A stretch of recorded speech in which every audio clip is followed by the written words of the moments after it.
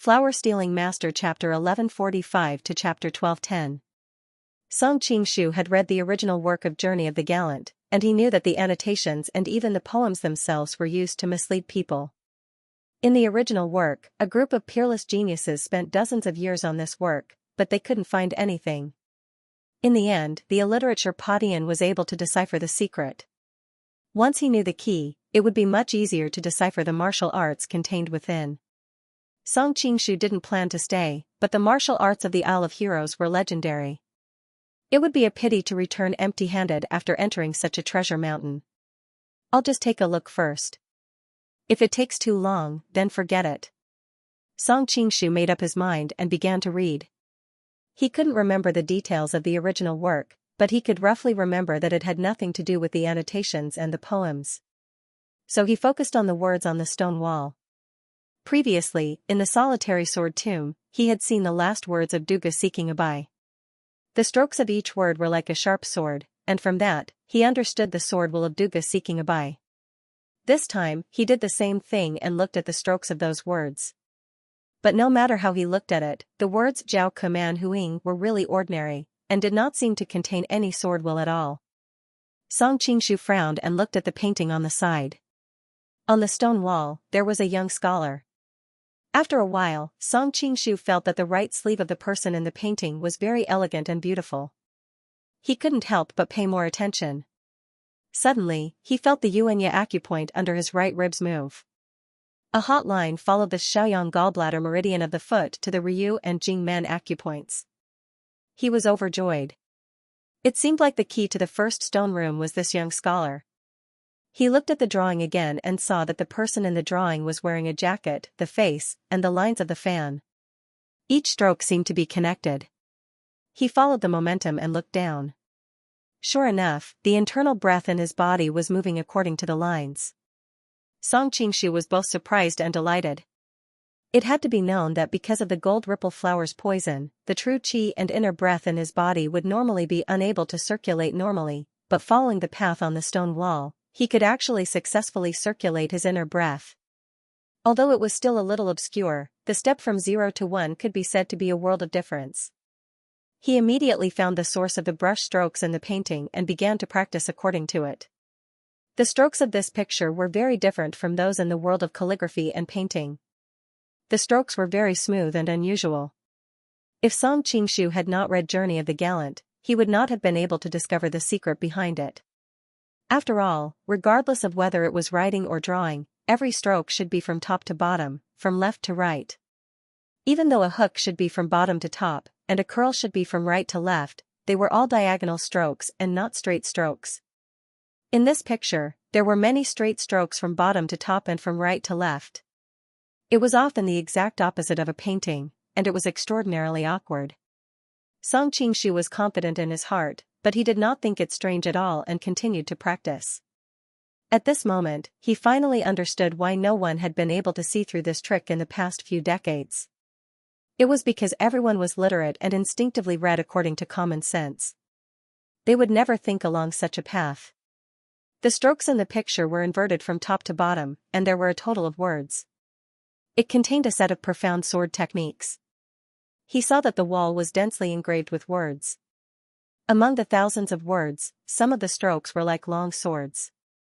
There were a total of 23 swords. These swords were either horizontal or straight, or curled or pressed down. In the eyes of a literate person, it was just a stroke in a word. However, in the eyes of Song Qingshu, what he saw were swords of various lengths. Some of the swords pointed upwards, some pointed downwards, some slanted upwards as if they were about to fly, and some swept horizontally as if they were about to fall. Song Qingshu looked at the swords one by one. When he looked at the 12th sword, he suddenly felt the jugu point on his right shoulder heat up. There was a wave of hot air stirring. When he looked at the 13th sword, the hot air followed the meridians and reached the wuli point. When he looked at the 14th sword, the hot air followed the meridians and reached the tsuchi point. The hot air became more and more intense, and it kept rushing up from his dantian. When he finished looking at the 23rd sword, Song Qingshu's expression suddenly became extremely strange. This set of sword technique, the current Song Qingshu possessed the essence of the 5 great mountain sword technique, and also received the inheritance of Duga seeking for loss. He also possessed the strong points of Wudong, Ame, and other sword techniques. In the present age, apart from the mysterious Qing, he could be regarded as the number one existence. Therefore, in the beginning, he did not pay much attention to this set of sword technique in the Taishan Sutra, because he felt that his sword technique had been cultivated to the extreme. The reason why he practiced it was just to verify what he had learned, and at the same time to see if it could help in forcing out the poison of the golden ripple flower.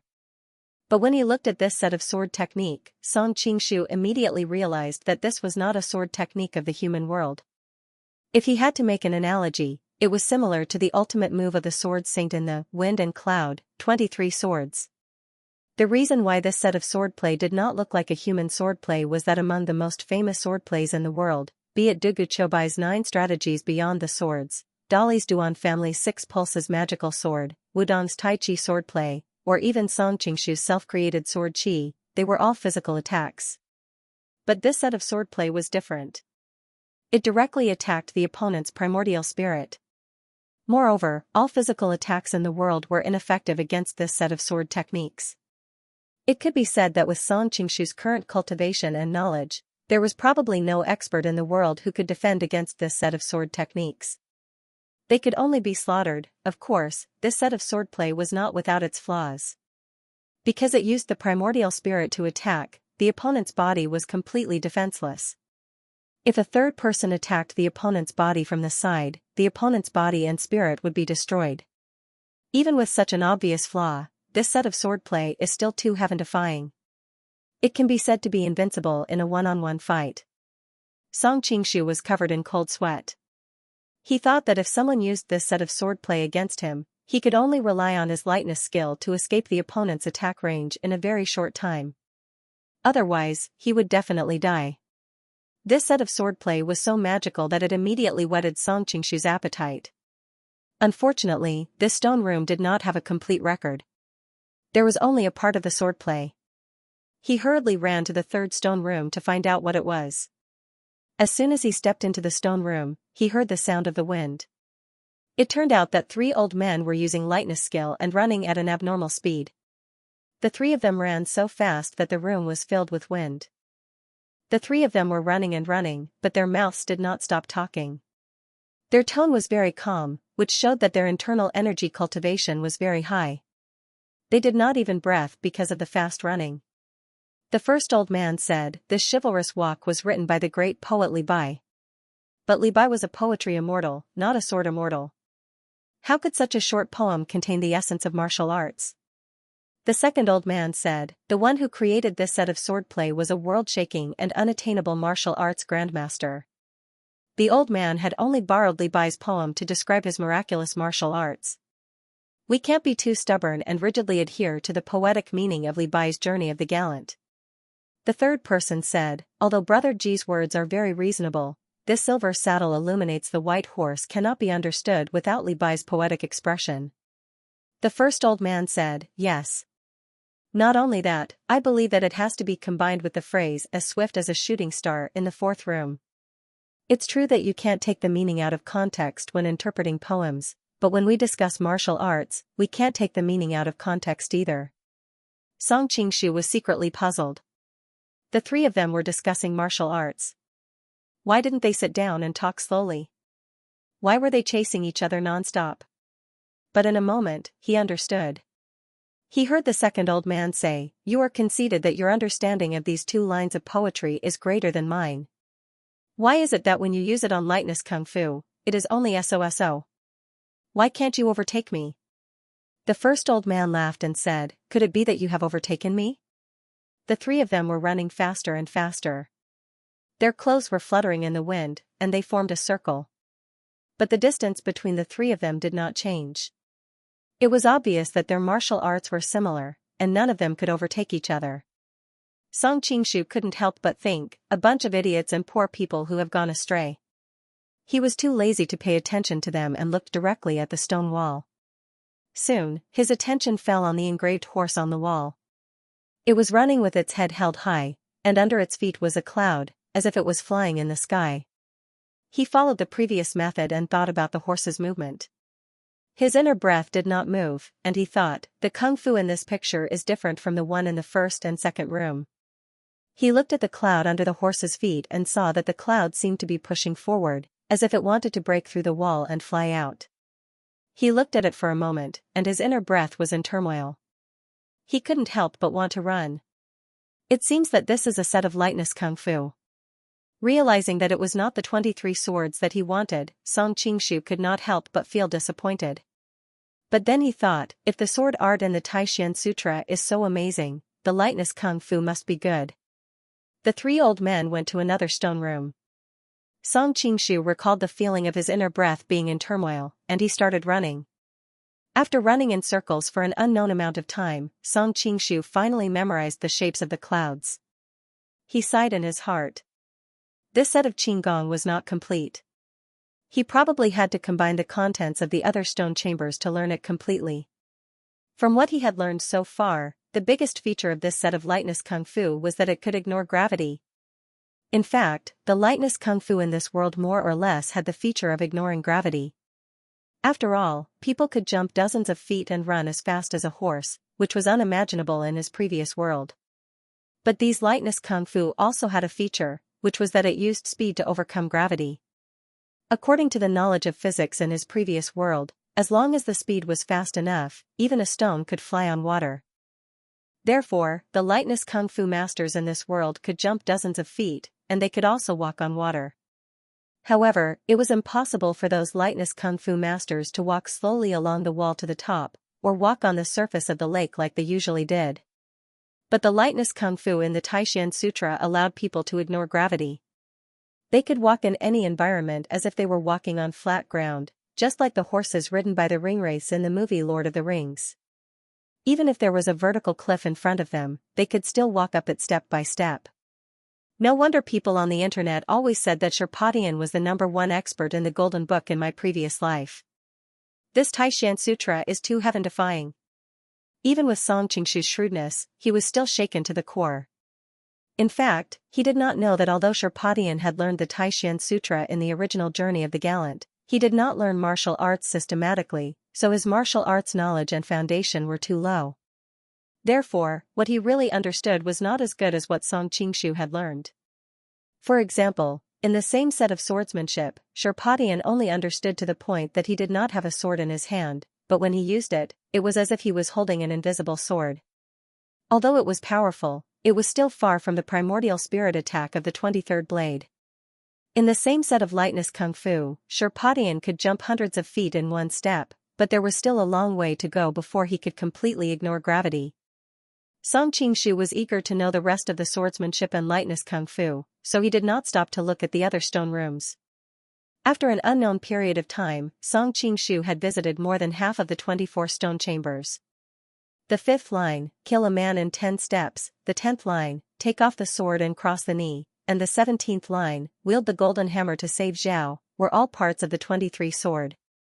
Combining the parts, Song Qingshu was delighted to find that he seemed to have some understanding of the 23 sword. However, he was still not very clear about the operating principle of the 23 sword. It seemed that it did not consume inner force, but something mysterious. Song Qingshu faintly felt that he had touched it, but in the blink of an eye, he found nothing. However, he had always been open-minded and did not want to find out the truth now. He planned to study it slowly when he had free time after leaving the Island of Heroes. The 6th line, invincible for 1,000 miles, the 7th line, leave with a brush of clothes, and the 8th line, hide one's identity and name, were all parts of a lightness skill. To Song Qingshu's surprise, he had obviously learned this lightness skill, but he could not use it. It was a very strange feeling. Since he could not use it, it meant that he had not learned it. However, with his current cultivation, Song Qingshu was very sure that he had learned it.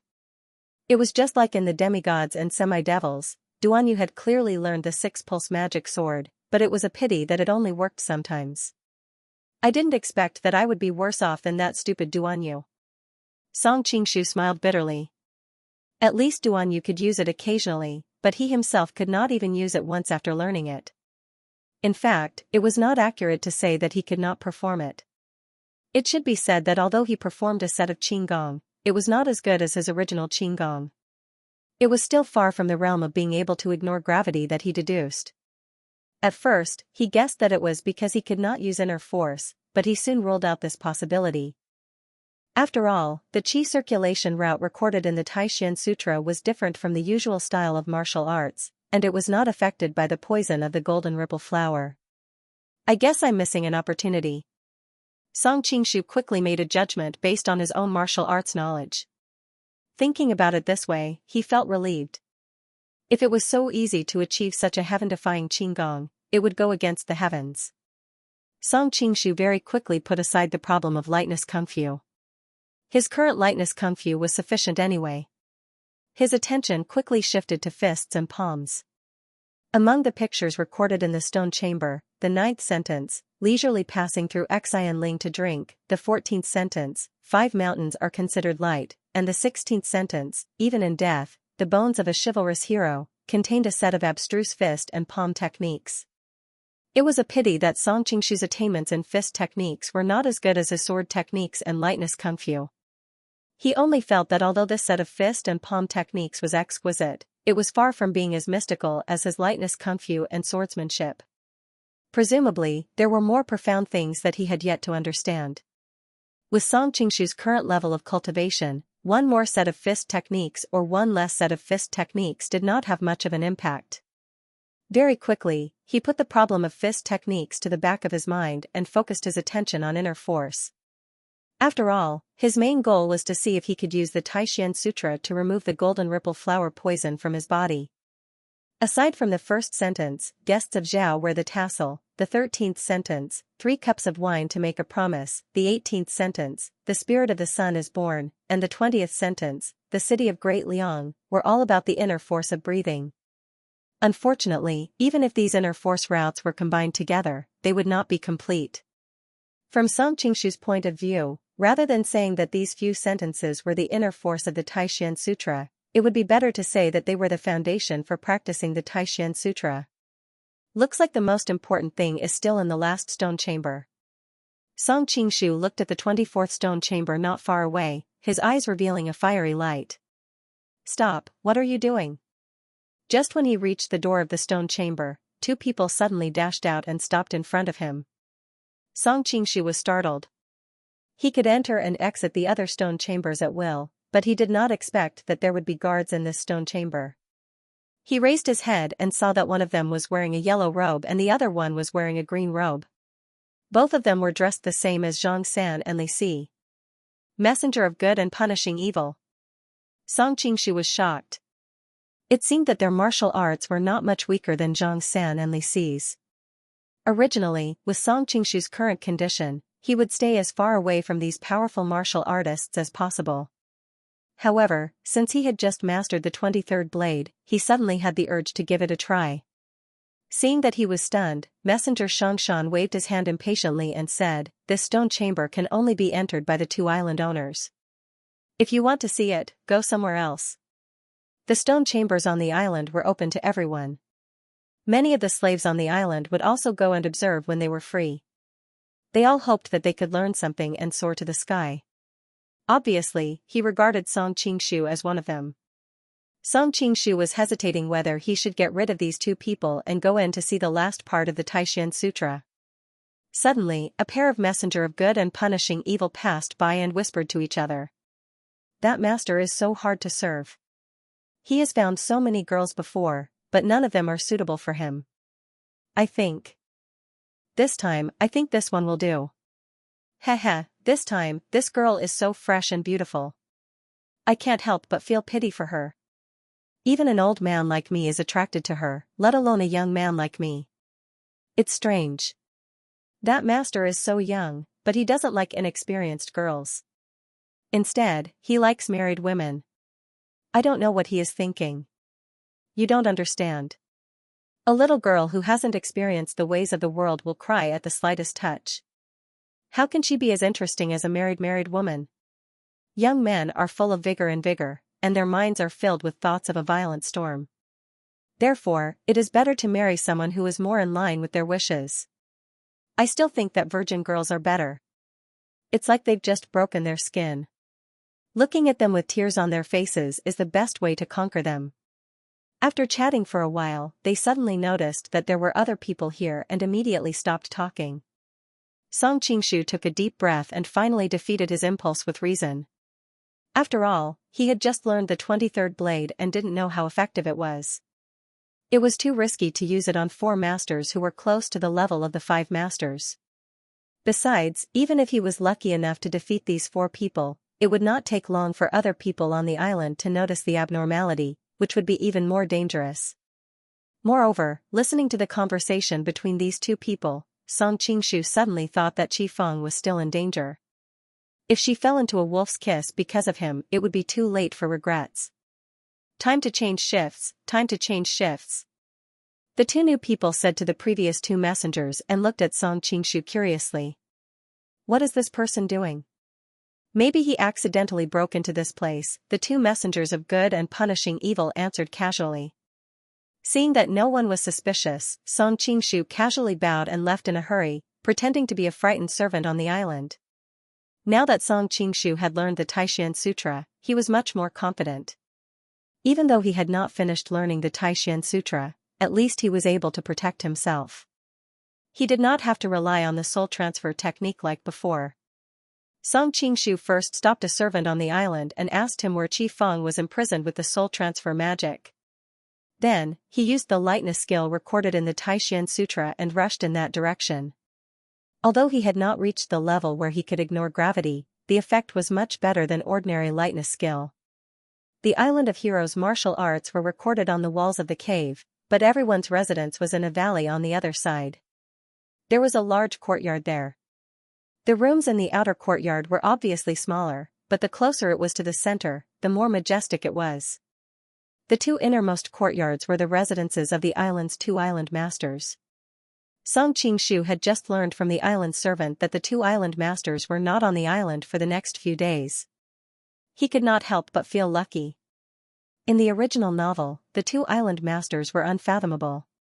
If Song Qingshu was at full strength, he would not be afraid of them. However, he could only rely on the half-baked Taishan Sutra. He did not have enough confidence. The mysterious guest's residence was near the 2 island masters' residences. It was in the center. Qi Feng was dressed up by the island servant and sent to the guest's residence. I hope I can make it. Song Qingshu blamed himself.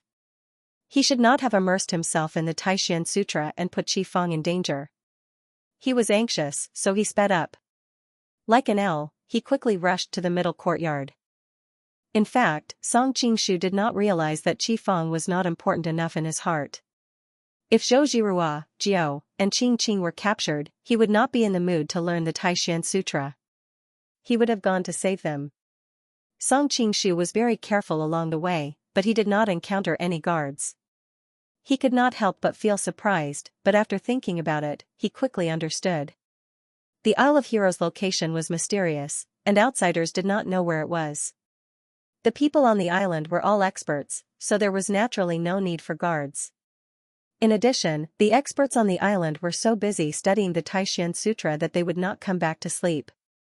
That was why Song Qingshu could sneak in without any trouble. Qi Feng's room was very easy to find because the other rooms nearby were all dark. Only her courtyard was brightly lit. This place was different from other places. There were several people guarding the entrance of the courtyard, and it was obvious that they were not weaklings. Song Qingshu carefully avoided them and snuck in from a secluded corner. Who knew that after entering the house, there would be no one inside, but the floor was covered with flower petals, and the table was burning with high-quality incense. The whole room was filled with a pink romantic atmosphere. Song Qingshu could not help but sigh. These ancient people really knew how to have fun. They even built a room with a big bed. Suddenly, his heart stirred. He tapped the ground with the tip of his foot and lightly leaped onto the beam, hiding in the shadows. Soon, the door opened, and a few maids came in. "Madam, be careful of the stairs." A voice as sweet as a clear spring rang out, causing Song Qingshu's entire body to tremble. Why does this voice sound so familiar? He had an urge to poke his head out to take a look, but there were too many people outside. He was worried that someone would see him, so he suppressed his curiosity. At the same time, he complained to himself, oh no, the person who came in is not Qifeng.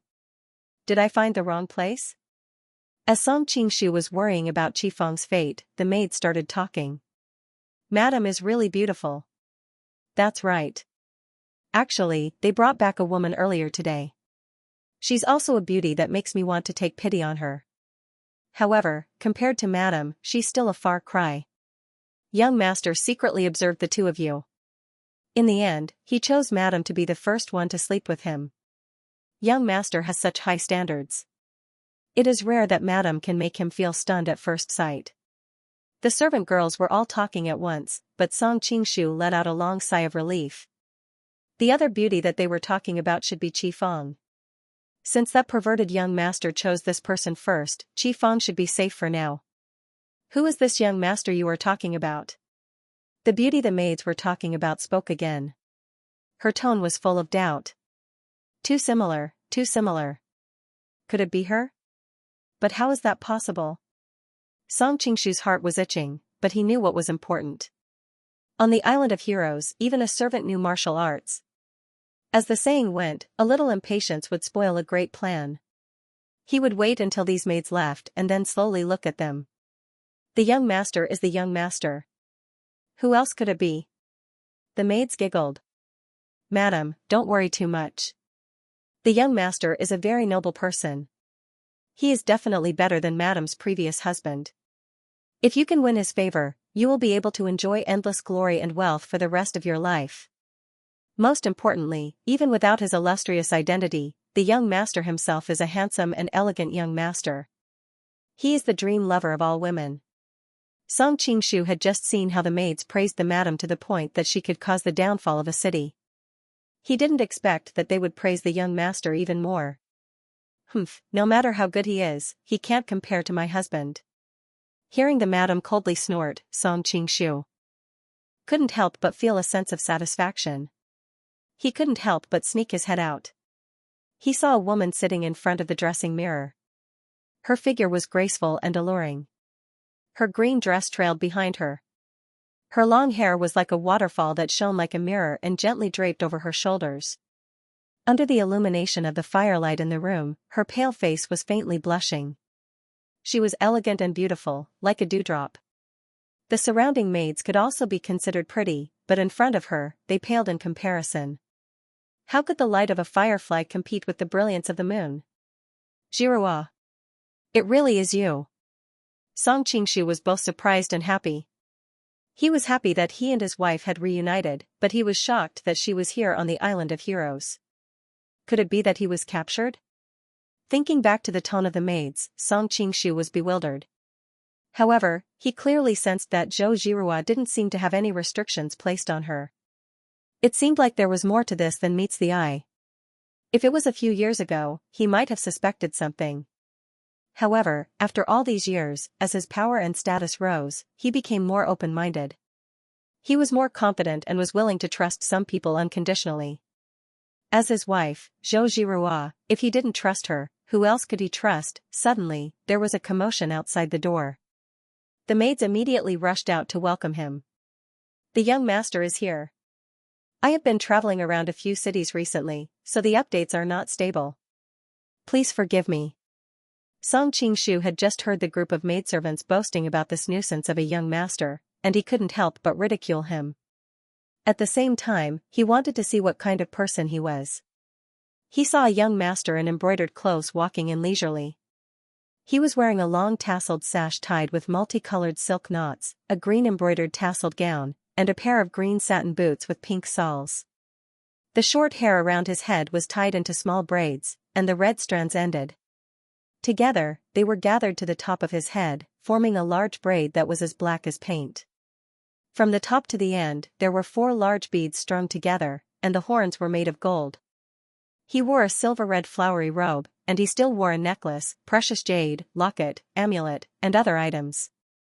His trousers were half exposed, and he wore black silk stockings with embroidered edges and thick red shoes. His face looked like it was covered with powder, and his lips looked like they had been painted with rouge. His eyes were full of affection, and his words were like a smile. His natural charm was all at the tip of his eyebrows, thousands of emotions were all at the corner of his eyes. Looking at his appearance, he was the best, but it was hard to know his background. He's really a handsome young master. Song Qingshu was dumbfounded. After thinking for a long time, he could only think of this word to describe him.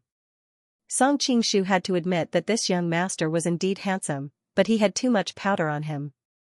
With his current eyesight, he could naturally see that the other party was not a woman disguised as a man, but a real man. Men with powder on their bodies were either effeminate or had a strange temperament, like Dongfang Bubi in the past. But this young master had powder on him, but it didn't make people feel disgusted. Instead, it seemed to fit his temperament very well. Looking at the many expensive ornaments hanging on his body, Song Qingshu could feel how much he was pampered at home. It was definitely the kind of feeling that he was afraid of falling or melting in his mouth. Although Song Qingshu also admitted that this person was indeed handsome and romantic, he still didn't think so. It's better for a man to be masculine. The handsome man's eyes lit up when he saw Zhou Zhirua in the room. Sister, you're really beautiful. Even Diaochan and Shishir from ancient times would feel inferior in front of you. Song Qingshu felt a chill run down his spine as he listened to the mushy flattery. He thought to himself that he was already good at coaxing women, but compared to this brat below him, he paled in comparison. His mouth was not just smeared with honey, he was simply exaggerating against his conscience. Although Zhou Zhirua was beautiful, it was too exaggerated to say that she was better than Diaochan and Shishir. The group of servant girls knew what was good for them. Seeing that their young master and Zhou Zhirua were talking, they did not stay behind to be a third wheel. Instead, they secretly exchanged glances and quietly left the room. In the end, they even considerately closed the door for the two of them. Song Qingshu was infuriated when he saw this. These maidservants were really hateful. Diaochan Shishir? Zhou Zhirua snorted lightly. Her tone was full of sarcasm. Do all young masters use this trick to deceive girls? In all honesty, if it wasn't for the fact that you're really beautiful, why would I say that? The young master stretched out his hand and made a vow.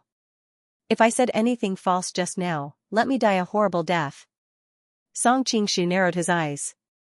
He thought to himself, who asked you to raise flags? If you do anything improper later, I'll immediately make your vow come true. However, Zhou Zhirua frowned slightly. You're really frivolous. Who knew that the young master didn't get angry? Instead, he smiled and moved closer. Sister, how did you know that the elders in my family would also evaluate me like that? It seems that we're really fated. Zhou Zhirua's skirt fluttered in the wind. She kept a distance from the other party without leaving a trace. She asked tentatively, it seems that young master is very afraid of the elders in your family? Seeing that Zhou Zhirua knew how to protect herself, Song Qingshu withdrew his hand. At this moment, he had also figured out that Zhou Zhirua was trying to get information from the other party. He was in no hurry to disturb her. Hearing her mention the elders in her family, the young master's eyes clearly showed some fear. However, he quickly concealed it and laughed. Filial piety is the most important of all virtues. It's only right to respect the elders in my family. The people on this island seem to be very afraid of you. Young master, you must have a distinguished identity, right? Zhou Zhirua continued to probe. Now that we're in front of flowers and under the moonlight, it's too much of a wet blanket to talk about this. The young master was a little impatient with her questions one after another. He opened his arms and wanted to come over and hug her. Let me have a taste of sister's beauty first. If sister can serve me comfortably, I can answer any question you have. Song Qingshu sneered in his heart. He had thought that the young master was a good young master. He didn't expect that the young master was actually a lecher. He had revealed his true intentions so quickly. Of course, he couldn't sit back and watch the young master molest Zhou Zhirua. He circulated his chi slightly and was about to make a move. Seeing that the young master opened his arms and pounced over, a cold light flashed in Zhou Zhirua's eyes. She slightly opened her index finger in her sleeve. It was obvious that she was really angry and planned to use the extremely powerful 9-in white bone claw. Just at this moment, there was a sudden cracking sound. A black-cloaked man jumped in from the window like lightning and pressed his palm against the young master's back. The young master still had an alluring smile on his face when he suddenly fell to the ground like a pile of mud. Seeing that his attack was about to succeed, the man in black did not stay any longer. He jumped out of the room like a ghost and disappeared into the night without a sound. Only the two people in the room were left dumbfounded. Both Song Qingshu and Zhou Zhirua had planned to attack the young master. Therefore, when they saw the man in black rushing in to attack the young master, their first reaction was to treat him as an ally. They didn't expect that he would be so ruthless and take the life of the young master in luxurious clothes in an instant. By the time the two of them reacted, the man had already disappeared without a trace. Zhou Zhirua suddenly realized something and her expression changed greatly. She was about to chase after him when suddenly there was a noise in the courtyard outside. "There's an assassin! There's an assassin! Quick, go and see how the young master is doing." Hearing a group of people running in her direction, Zhou Zhirua secretly cursed. She knew that the young master in luxurious clothes was very important. Now that he had died in her room, she would not be able to clear her name even if she jumped into the Yellow River. Even if she told the truth, the people of the Isle of Heroes might not believe her. They would definitely capture her first and then torture her. Zhou Zhirua was not willing to sit and wait for death. She gritted her teeth and was about to break out of the encirclement when she suddenly felt a hand gently pressed down on her shoulder. She couldn't help but turn pale. Just as she was about to fight back, she heard a familiar voice. "Zhirua, it's me." Zhou Zhirua turned her head in disbelief and looked at the familiar smile of the man in front of her. Her delicate body couldn't help but tremble. "Song Qingshu? We'll talk about the rest later." Song Qingshu gently pressed down on her lips. At the same time, he flicked his sleeves and closed the open window. He then hurriedly ran to the body of the young master in luxurious clothes and squatted down. He used his inner force to smooth the mask in his hand and then placed it on the young master's face. At this time, the people of the Isle of Heroes had already rushed to the door and started knocking on it. "Young master, young master?" Song Qingshu hurriedly gestured to Zhou Zhirua and said, "Hurry up and go to bed." Zhou Zhirua was embarrassed. How could she still think of that kind of thing at this time? But when she looked up and saw Song Qingshu's serious face, she immediately understood that she might have thought wrong. So although she was confused, she still obediently went to bed. At this time, the knocking outside the door became more and more urgent. It was obvious that they would rush in at any time. But Song Qingshu still needed a while to copy the face of the young man in the brocade gown. Seeing Zhou Zhirua's shy face on the bed, Song Qingshu's heart moved and he quickly said, "Hurry up." "What?" Zhou Zhirua asked with a confused face. "What else can I call?" Song Qingshu didn't know whether to laugh or cry. "Of course it's to call the bed." "Ah?" Zhou Zhirua's face suddenly turned as red as rouge. She glared at him fiercely, not knowing whether it was because of shame or anger. "Calm them down first. I need time." Song Qingshu saw her angry look and knew that she was thinking wrong, so he hurriedly added.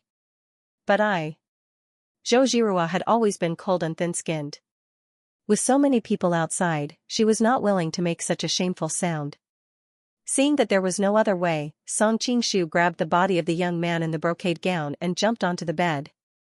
He threw the young man's whole body into the innermost part of the bed and pulled a quilt to cover him. Then he got into the quilt of Zhou Zhirua. As soon as he got into the quilt, Song Qingshu smelled a faint scent of flowers. It was neither orchid nor musk, and the fragrance just happened to be there. He couldn't help but be moved. "You." Although the two were husband and wife, although they were husband and wife in name, they were not husband and wife in reality. Later, after the disaster, although they were husband and wife, the two were separated more often than not. As a result, Zhou Zhirua was still as shy as a young girl in front of her husband.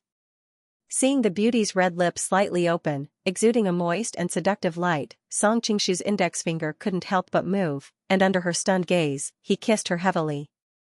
This scoundrel. Zhou Zhirua was extremely embarrassed in her heart. There were still so many people outside, but she couldn't stop the other party's hands from moving up and down. His methods were superb, and in just a short while, her hair was disheveled from his teasing, and she was panting tenderly. In the end, the people from the Isle of Heroes could not hold themselves back any longer and barged in. Just as they were about to open their mouths and ask questions, they suddenly heard an alluring celestial melody coming from the bed. It was obvious that the melody was deliberately suppressed, but even so, that delicate and soft voice still made the men blush. Before they could say anything, Song Qingshu imitated the tone of the young man in luxurious clothes and said, "Who let you in? Get out of here." We saw a black shadow jump out of the door. We were worried that there was an assassin trying to harm young master. The people who barged in all knew the young man's nature, so they didn't doubt him at all when they saw the situation. Oh, there was such a person who rushed out to harm me. Fortunately, this sister saved me, and I am now repaying her. All of you, leave and don't ruin my mood. As Song Qingshu spoke, he suddenly attacked Zhou Jirua's breasts. Zhou Jirua was not prepared, and she couldn't help but moan, which made the people outside thirsty. "Since young master is fine, we won't disturb you anymore. Don't worry, young master, we will send more people, and we won't let anyone come in and disturb young master." Then, the group of people left one after another, and when they left, they even closed the doors and windows for him. Hearing that the people outside had left, Zhou Jirua finally couldn't help but push Song Qingshu away.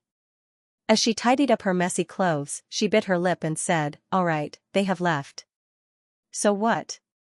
Song Qingshu's performance made him feel unbearably hot, and he couldn't help but move closer, reaching out his hand to untie her belt. "No!"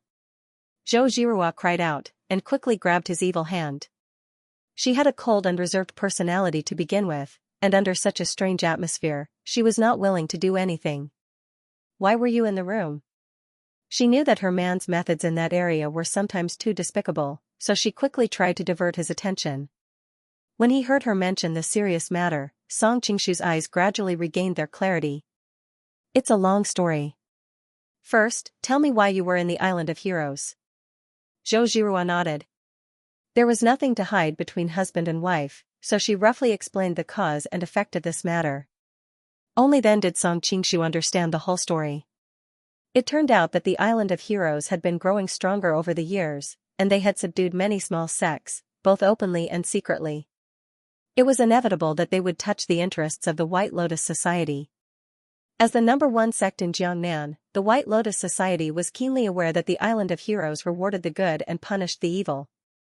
As the saying went, how could one allow others to sleep beside one's bed?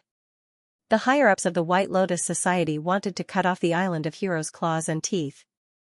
However, the Island of Heroes had always been mysterious, and the White Lotus Society had no way of doing anything. However, the White Lotus Society was also a large sect with thousands of years of history, and it had its own deep foundation. Later, through special means, it found out that passenger ships were frequently hijacked in the Jiangnan waters, and beautiful women often disappeared on the ships. These incidents were likely related to the Island of Heroes, so the higher-ups of the White Lotus Society decided to use this opportunity to send people to investigate the Island of Heroes.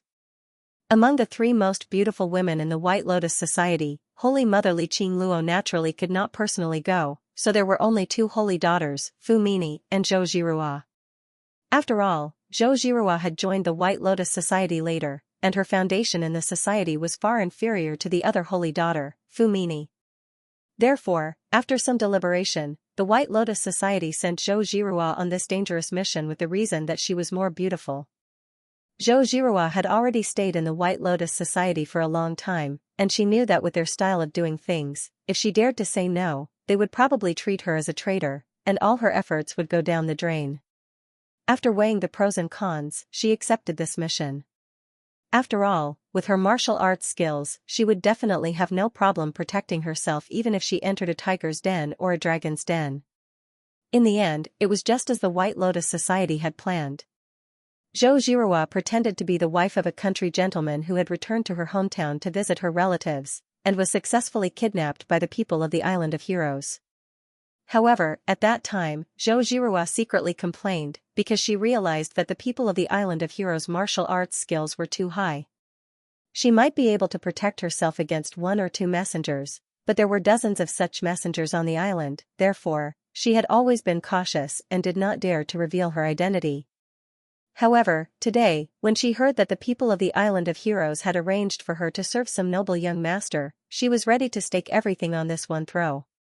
She thought that she would be separated from Song Qingshu from now on, but when she was at her most desperate, he appeared before her as if he was stepping on a rainbow cloud. Everything was so surreal that she could not believe it. "I can't believe the White Lotus Society sent you to do something so dangerous." Song Qingshu was furious when he heard this. He thought that the next time he saw Li Qingluo, if he didn't teach her a lesson, he wouldn't be able to soothe his anger. They had to send someone. "I want to gain enough prestige in the society, so I naturally have to take more risks than others." Zhou Zhirua felt happy for no reason when she saw her husband's agitated reaction. She looked at the man beside her tenderly. "Moreover, it's a blessing in disguise. If I hadn't come to the Island of Heroes, I wouldn't have seen you again." Song Qingshu held her soft little hand and kissed it. He said softly, "It's too dangerous for a girl like you to stay in the White Lotus Society. From now on, you'll stay by my side. You're not allowed to return to the White Lotus Society." "No, I want to go back." Although Zhou Jirua's voice was soft, her tone left no room for doubt. Song Qingshu was silent for a while before he said, "I can roughly guess why you insist on going to the White Lotus Society. However, I can tell you clearly that regardless of whether you're the leader of a Meimei or an ordinary disciple, or the leader of the White Lotus Society or a peasant girl, you're still my wife. This will not change. You don't have to do anything. You'll get what you want." Zhou Zhirua was moved. She leaned over and pressed her face against his chest. She said softly, "Qingshu, you're a smart and wise person. I can show my true self in front of you. I won't have to be as tired as when I was with Zhang Wuji." The two of them had been together for a long time. She knew her husband's personality now. He was a broad-minded person. Moreover, the knot in Zhang Wuji's heart had been solved long ago. Thus, she was not afraid that mentioning him would cause her husband to be unhappy. She spoke in a light tone as if she was talking about an ordinary person. "The reason why I snuck into the White Lotus Society is indeed because I want to compete with Ajiao and Qing Qing. Ajiao is a Ming Dynasty princess and has a noble status. She also has a large group of people who are loyal to her. Qing Qing, on the other hand, has the entire Golden Snake camp as her dowry. Compared to them, I can't help you much. Moreover, they are too powerful." Song Qingshu frowned. "You've been with Ajiao and Qing Qing for a long time. You should know that they're not like that. Ajiao and Qing Qing are naturally good people." Zhou Zhirua smiled faintly. "However, this isn't just about us. It concerns the interests of countless people who support us. Even if Ajiao and Qing Qing don't compete in the future, will their subordinates not fight for them? Only when their master's position is higher will their interests rise correspondingly. It won't be long before the story of them wearing the yellow robe is over. It's not impossible for the situation you mentioned to happen. However, that's something that will happen a long time later." Song Qingshu nodded. A smile gradually appeared at the corner of his lips. "Actually, if you really want to compete, there has always been a shortcut in front of you. In the end, you turned a blind eye to it and chose the most difficult method." "What shortcut?" Zhou Zhirua immediately sat up straight. She widened her eyes and looked at him curiously. Song Qingshu smiled strangely. He moved closer to her ear and whispered, "Since ancient times, there has been a saying that a mother is valued because of her son. You can be more intimate with me. If you have your first child, no one can compete with you." Zhou Zhirua blushed immediately. She turned her face away and was too shy to speak. She just kept twirling the corner of her clothes with her fingers. It was obvious that she was conflicted. Although she had been married to Song Qingshu for a long time, they were fake husband and wife at the beginning. Later on, they spent more time apart than together. In fact, she was not used to the change of her role as a wife. Deep down, she was still a girl. Although she didn't mind using schemes to achieve certain goals, she still couldn't bring herself to use her body and beauty to please a man. Song Qingshu knew that her face was tender and it would be difficult for her to take the initiative to do anything. With a slight smile, he moved closer and quickly kissed her delicate cheeks, moist red lips, slender neck, and exquisite collarbone. Song Qingshu knew that her face was tender, and it would be difficult for him to take the initiative to do anything. The room was filled with red waves. Sweet moans gradually sounded in the room. Different from before, there was no pretense this time. It was the honest response of the body. After an unknown amount of time, Zhou Zhirua wiped the milky white liquid on her lower abdomen. She said with a red face, You can actually take it all in. Previously, Zhou Zhirua was worried that having a child would affect many things. Therefore, after the couple made out, Song Qingshu would considerately choose to withdraw at the critical moment. She thought it would be the same this time. Zhou Zhirua was enlightened by her husband's words. Zhou Zhirua finally had the idea of having a child. However, the man had just taught her this, so she was too embarrassed to admit it. She could only use a euphemistic way to hint at the man on top of her. Song Qingshu smiled bitterly. It's not that I deliberately don't want you to get pregnant. It's just that I'm poisoned now. It's not a wise choice to get pregnant in this situation. The poison of the golden ripple flower in his body had not been forced out. Actually, Song Qingshu had always been worried that he would carry poison all over his body. 4. Example, his saliva, blood, or whatever it was. At the beginning, Xiaolong Nu had almost been poisoned when she used her mouth to transfer the medicine. Fortunately, the dragon pill had suppressed the poison of the golden ripple flower in his body. Although it could not completely cure him, at least he did not have to be a poisonous person. Actually, all of this had been deduced after he had done it with Qi Feng when he entered the illusion. At that time, his mind was not clear and he did not realize the danger. Afterwards, when he thought about how all his essence had entered Qi Feng's body, Song Qingshu was extremely worried. If Qi Feng had been poisoned to death, he would probably feel guilty for the rest of his life. Fortunately, Qi Feng was safe and sound in the end. Only then did he finally relax. After that, the two of them spent an extremely erotic time on the ship. After various experiments, Song Qingshu finally confirmed that although he was poisoned, he would not be able to poison a woman through sex. Song Qingshu suddenly wondered if Duan Yu would also encounter this problem. He had eaten the king of poisons, the Mangifer of Vermilion Toad, and from then on, all poisons were ineffective against him. However, it was clearly written in the book that his blood was extremely poisonous. According to common biological knowledge, his saliva, and whatever it was, must also be extremely poisonous. It was a pity that demigods and semi-devils did not describe his married life. Otherwise, it was very likely that the wedding night would have been the beginning of a tragedy. Fortunately, I'm not as unlucky as Duan Yu. Song Qingshu was extremely relieved. If that really happened, what fun would there be in life in the future? Qingshu, you've been poisoned? Zhou Zhirua sat up straight. She did not care about the beautiful view of her chest being exposed to the air. She looked at her husband and asked anxiously, What poison did you get? Zhirua, you don't have to worry too much. Aren't I here now? Song Qingshu reached out and gently stroked his wife's hair, pretending to be relaxed as he said. If you're really fine, just now, you wouldn't have deliberately come out to do that. Zhou Zhirua's face was slightly red. She had always been meticulous, so naturally, she would not be fooled like this. Actually, there really isn't much of a problem. Although the poison in my body has not been cured, it has already stabilized. Moreover, I have also found a way to cure it. As long as there is enough time, sooner or later, the poison in my body will be completely expelled. Song Qingshu roughly explained the whole matter. Of course, some of the more sensitive parts were glossed over in a few words. Machi Rua, Wan Gue. Zhou Zhirua's face was frosty. This time, after returning to Linen, I have to properly settle this account with them. Song Qingshu hurriedly said, After all, Machi Rua is the Southern Song dynasty's prime minister. Usually, she is heavily guarded. Zhirua, you must not act rashly. After my power has recovered, it won't be too late to settle the account with them. Don't worry, I'm not that kind of reckless person. Zhou Zhirua's eyes flickered. Suddenly, she changed the topic and said teasingly, Qingshu, you have always been cautious. This time, you actually suffered such a big loss in the hands of Li Kexiu. Is it because you see that her daughter is beautiful, and when you think about becoming her son-in-law, you can't distinguish north from south?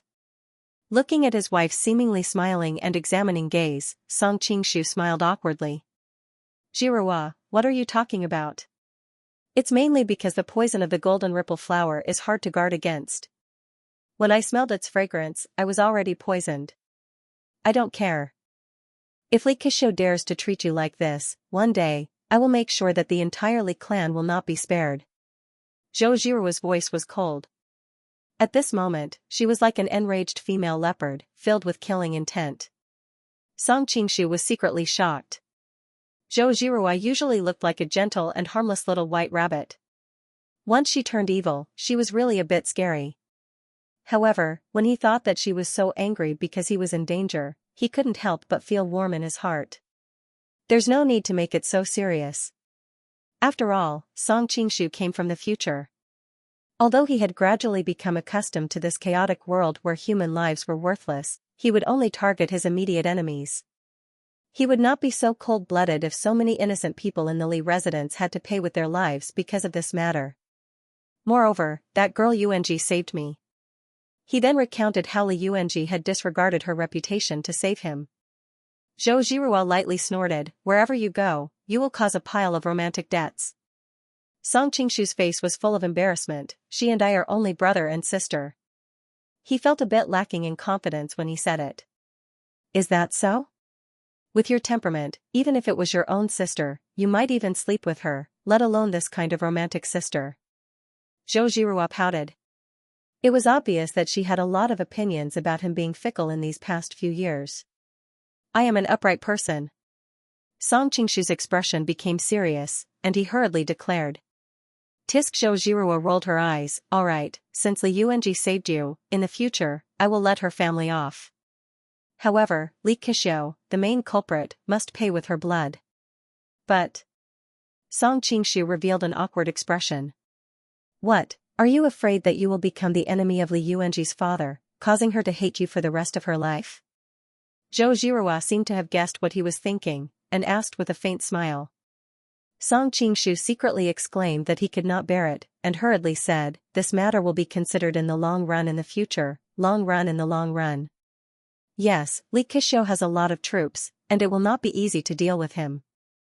Zhou Jiruo stopped pressing, and suddenly thought of something, and asked curiously, the poison of the golden rippling flower is so strong, how on earth did you escape at that time?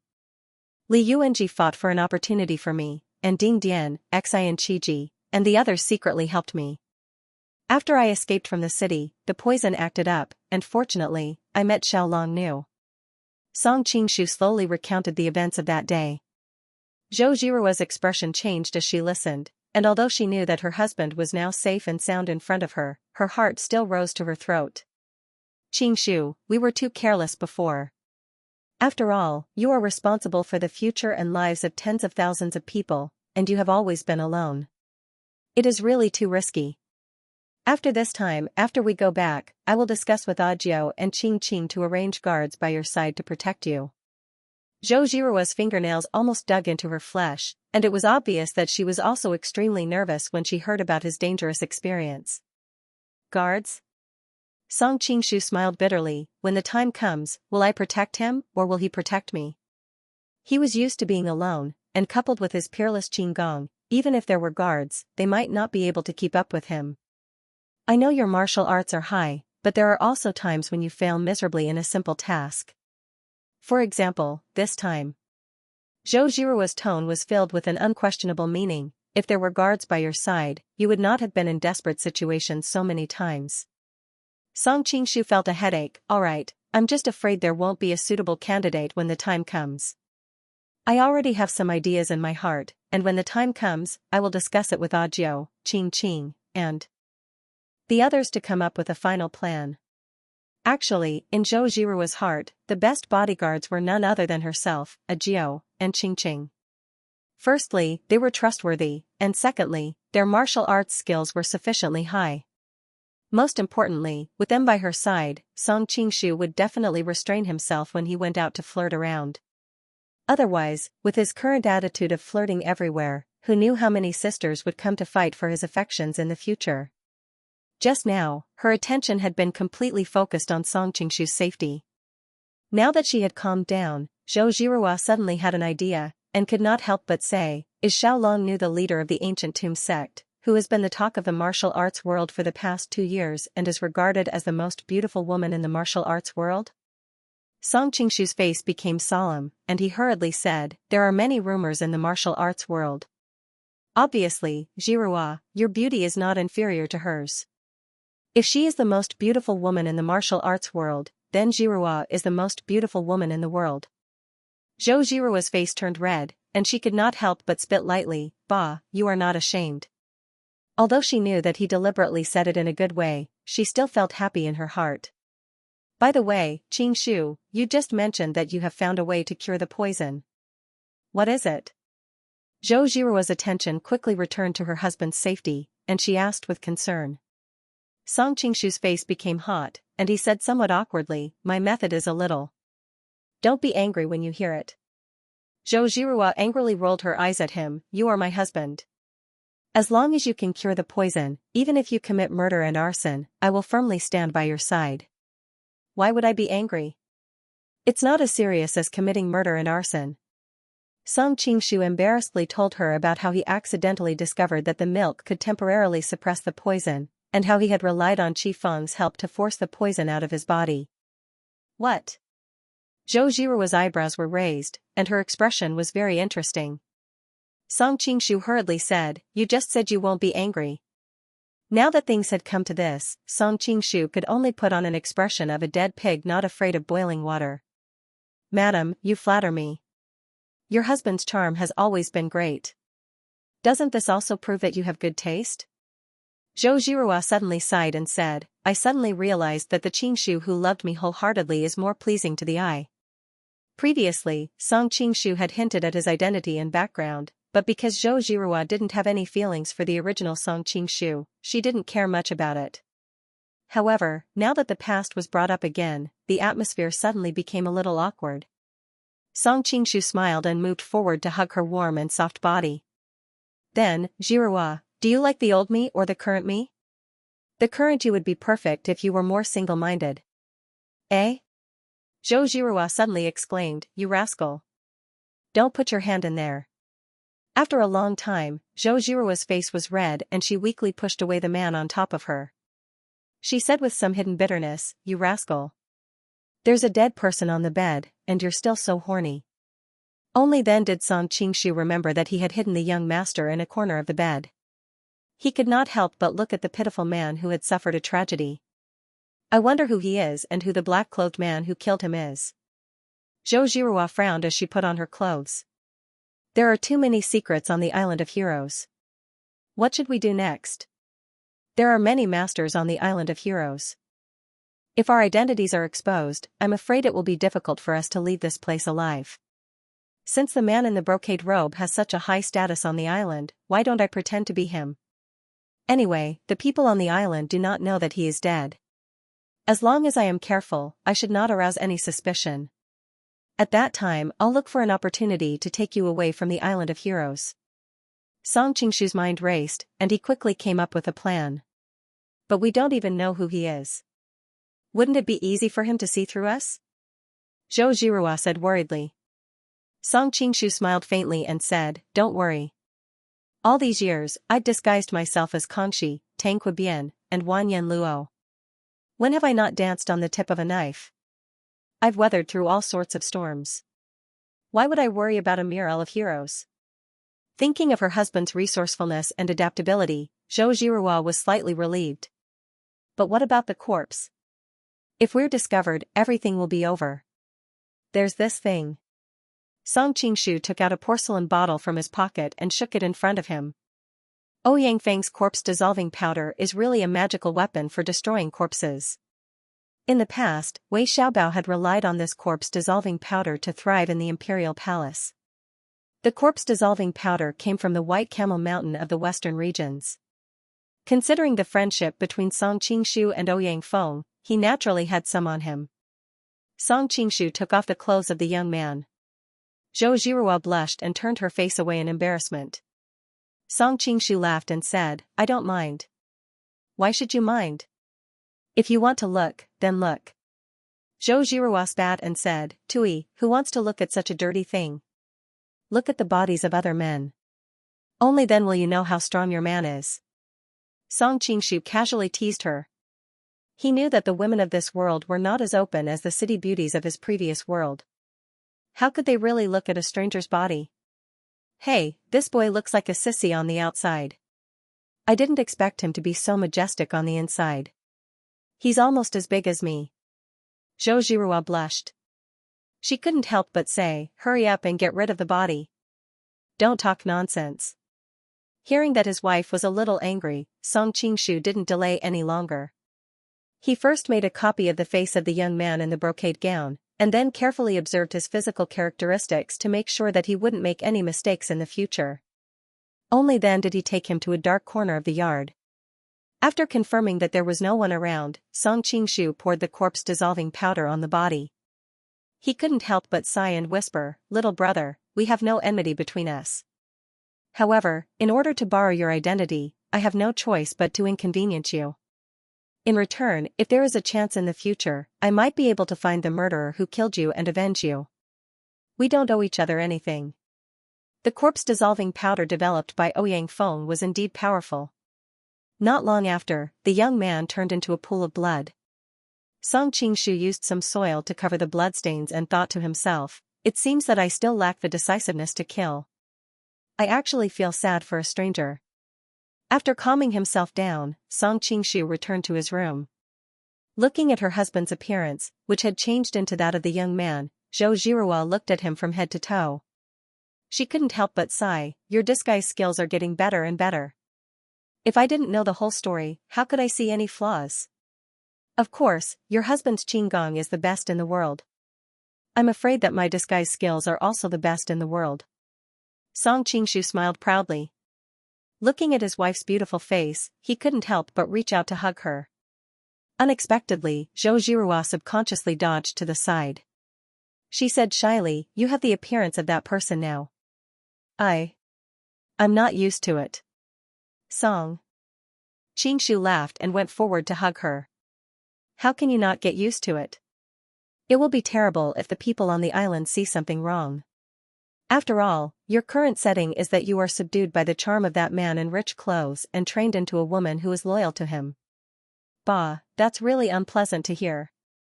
Zhou Zhihua couldn't help but struggle. She frowned and said, I don't know why, but I always feel uncomfortable. I always feel like I'm being hugged by another man. Song Qingshu couldn't help but make a sound of surprise. I suddenly found a serious problem. As the saying goes, a good swimmer will drown. I have always been the one who disguises as other men. If there is another disguise master in this world who disguises as me to bully you, wouldn't it be very bad? Zhou Zhihua couldn't help but spit. What nonsense are you thinking in your head? Audiobook, Qingqing, and I are not fools. How can we not recognize our own men? But what if they disguise as me? Song Qingshu asked. Zhou Zhihua's face turned red. Don't ask. Anyway, we can recognize them. Song Qingshu was stunned. Then how did you recognize them? If there are other women who disguise as you, I may not be able to recognize them. Humph, other women? Even if you do recognize them, you will still make the best of it. Anyway, you won't lose anything. Zhou Zhihua's words hit his mind. Song Qingshu smiled awkwardly. That's true. Only then did Zhou Zhihua explain, every woman is very familiar with the man they are closest to. The main reason why you were able to deceive so many people with your disguise was that those people didn't know that your disguise was so magical. Therefore, even if they sensed that something was wrong, they wouldn't have thought that you were someone else. I'm different from Audiobook and the others. We already know about the existence of the transfiguration technique. If someone else pretends to be you, as long as they reveal even the slightest bit of abnormality, we will be on our guard. We and you, our relationship with you has reached such a degree. Women are naturally sensitive, so how can they not recognize their own men? She was only willing to say this. She refused to say more specific ways to distinguish. She just said it was a woman's secret with a red face. Song Qingshu had no choice but to say, it is not safe to rely on your sixth sense alone. I will make a secret signal with you. Every time I make love to you, you must say the secret signal to each other, so as not to be taken advantage of by others. After the two of them fooled around for a while, Zhou Zhihua suddenly thought of something and said with a faint smile, "You took a huge risk to sneak in here this time to save your lover, right?" Song Qingshu said frankly, "That's right. After all, I owe her a favor. I was worried that she would be kissed by a wolf, so I snuck in. I didn't expect to meet you here. What a pleasant surprise." "A pleasant surprise?" Zhou Zhihua chuckled. "I think you're disappointed. What nonsense are you talking about? Is there a need to be jealous?" Song Qingshu looked gloomy. "Shouldn't I be jealous when my husband is fooling around with another married woman?" Zhou Zhihua snorted. "Get that woman here." "Huh?" Song Qingshu was dumbfounded and said angrily, "We're on the island of heroes now, so we should be careful." The corners of Zhou Zhihua's lips curled up. "Why? Do you think I'm looking for trouble with her?" Song Qingshu smiled awkwardly and did not answer. However, his expression said it all. "Don't worry, I know what's important." Zhou Zhihua reached out and pinched him. "I asked her to come here to help you force the poison out." "Huh? Force the poison out?" Song Qingshu could not react for a moment. "Yes, didn't you say that you wanted to use her to temporarily suppress the poison of the golden ripple flower so that you can use your vital qi to force the poison out?" Zhou Zhihua answered calmly. That's not very good." Song Qingshu's tone was a little weak. Previously, when he was in bed with Ji Feng, he said that he was forcing the poison out, but in reality, it was a very romantic thing. Now that he was really in front of his wife, even with his thick skin, he could not bring himself to do it. "What's not good about it?" Zhou Zhihua said quickly, "Your safety is the first priority. Right now, the most important thing is to help you recover your strength. Only then can I be completely at ease. Otherwise, if your identity is exposed and something happens to you on this island, what do you want Ajio, Qingqing, and me to do?" Song Qingshu was moved and couldn't help but ask, "Aren't you jealous?" "Yes, of course." Zhou Zhihua glared at him fiercely. "I'll deal with you slowly in the future, but if something happens to you here, I won't be able to be jealous even if I wanted to." Seeing that Song Qingshu was still hesitating, Zhou Zhihua continued, "Isn't that young woman your benefactor? Aren't you worried that she will be bullied by the other people on this island?" Song Qingshu was startled. In the beginning, Qi Feng was prepared to be offered to this young master an embroidered gown, so naturally, no one dared to touch her. But now, the young master in embroidered gown had clearly chosen Zhou Zhihua. If the servants of the Isle of Heroes thought that the young master in embroidered gown did not fancy Qi Feng and dealt with her in private, it would be terrible. "I'll immediately send someone to find her." Song Qingshu couldn't sit still any longer. He hurriedly got up and went out to order the servants outside the courtyard. Looking at her husband's back, Zhou Zhihua faintly sighed. As a woman, how could she not mind this kind of thing? However, their relationship as husband and wife was a little special. In the beginning, they were husband and wife in name, but they were not husband and wife. Later, because of a misunderstanding, they became enemies. So when she found out that her husband was fooling around outside, she didn't feel the slightest bit moved. At that time, she only wanted to kill Song Qingshu to avenge her innocence. Later, when she failed to avenge her husband, she was forced to sleep with him. This happened a few times. Maybe it was Stockholm Syndrome, but Zhou Zhihua found that she gradually developed feelings for this man.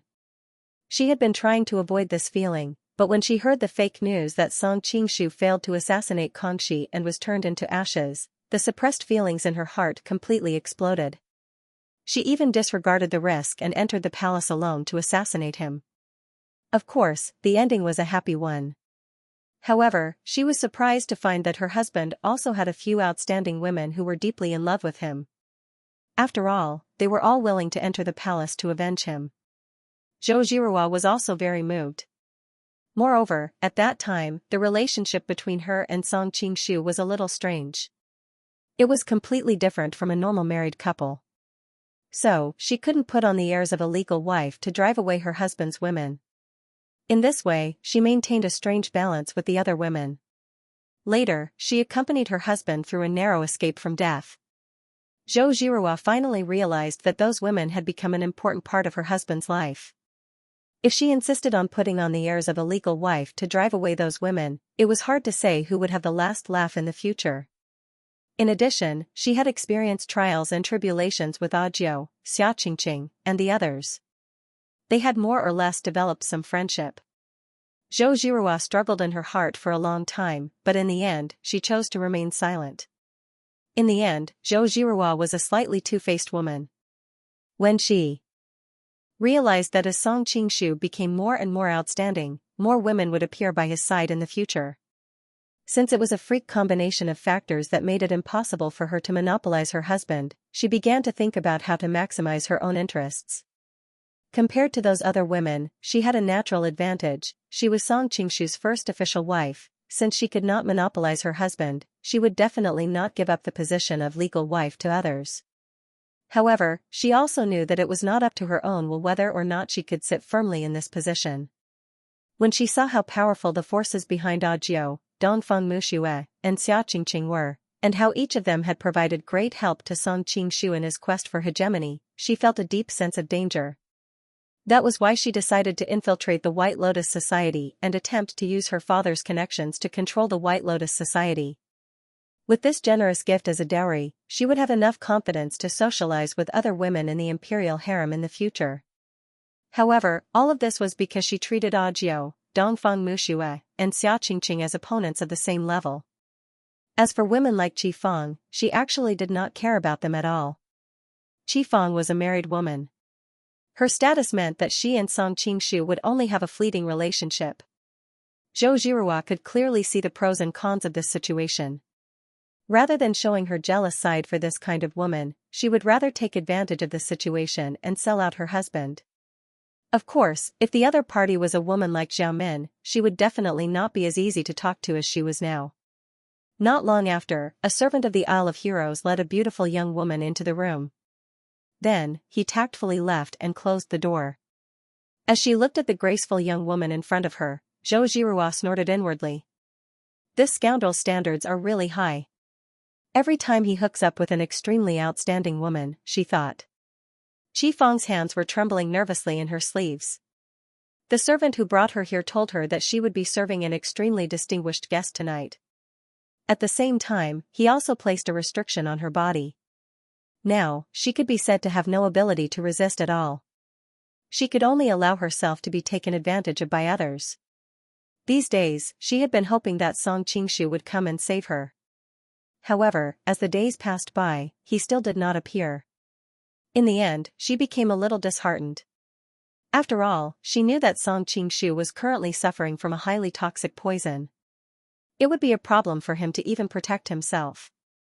However, there were so many magical stories about him circulating in the boudoir circle of the noble ladies in Linen City. Thus, she always held on to a glimmer of hope. Unfortunately, this glimmer of hope was finally shattered. She had already been taken into another man's room. One could imagine what would happen next. Seeing Qi Fang standing there timidly, Zhou Zhihua could not help but smile and say, "Sister, you are really beautiful." Hearing this, Qi Fang had a strange look on her face. She was the mother of a child, but Zhou Zhihua looked more like a young girl. Shouldn't she call her sister? She did not know that Zhou Zhihua was now the wife of the child, so she naturally called her sister. "Don't be afraid. Come and sit here." Feeling her nervousness, Zhou Zhihua comforted her gently. Qi Fang was destined to not be a competitor, so she could take this opportunity to win her over to her side. It would be great for her to wave the flag for her in the future. Qi Fang did not know what was going on, so she sat down next to Zhou Zhihua in confusion. As soon as she sat down, she saw a man in luxurious clothes looking at her with a faint smile. She was so scared that she hurriedly stood up and looked at him warily. For the past few days, someone had been nagging her to know that the reason why the people of the Isle of Heroes provided her with good food and drinks was so that she could serve the man in front of her. Seeing Qi Fang's frightened look, Song Qingshu suddenly became mischievous. He imitated the tone of the man in luxurious clothes and said, "Little lady, don't be afraid. Stay by my side, and I promise that no one will dare to bully you." Seeing him reach out to hug her, Qi Fang was so scared that her face turned pale. She hurriedly took a few steps back and said, Don't come near me. Song Qingshu smiled and said, little lady, this house is only so big. Where can you run to? Zhou Zhirua glared at him and said, alright, don't scare her. I am just trying to liven up the atmosphere. Song Qingshu smiled embarrassedly and unknowingly returned to his original voice. You? Hearing that familiar voice, Qi Fang looked at him in bewilderment. Song Qingshu took off his mask and smiled at her. Madam, you have suffered a lot recently. Qi Fang exclaimed and hurriedly covered her mouth. Her big eyes were full of disbelief. After a long time, she said in a trembling voice, Is it really you? Song Qingshu rushed forward and held her in his arms. Madam, do you believe me now? The two of them had been in the same room on the ship for the past few days. Qi Fang was already familiar with each other's aura. Being in such close contact, it was indeed that familiar feeling. She couldn't help but become excited. You really came to save me.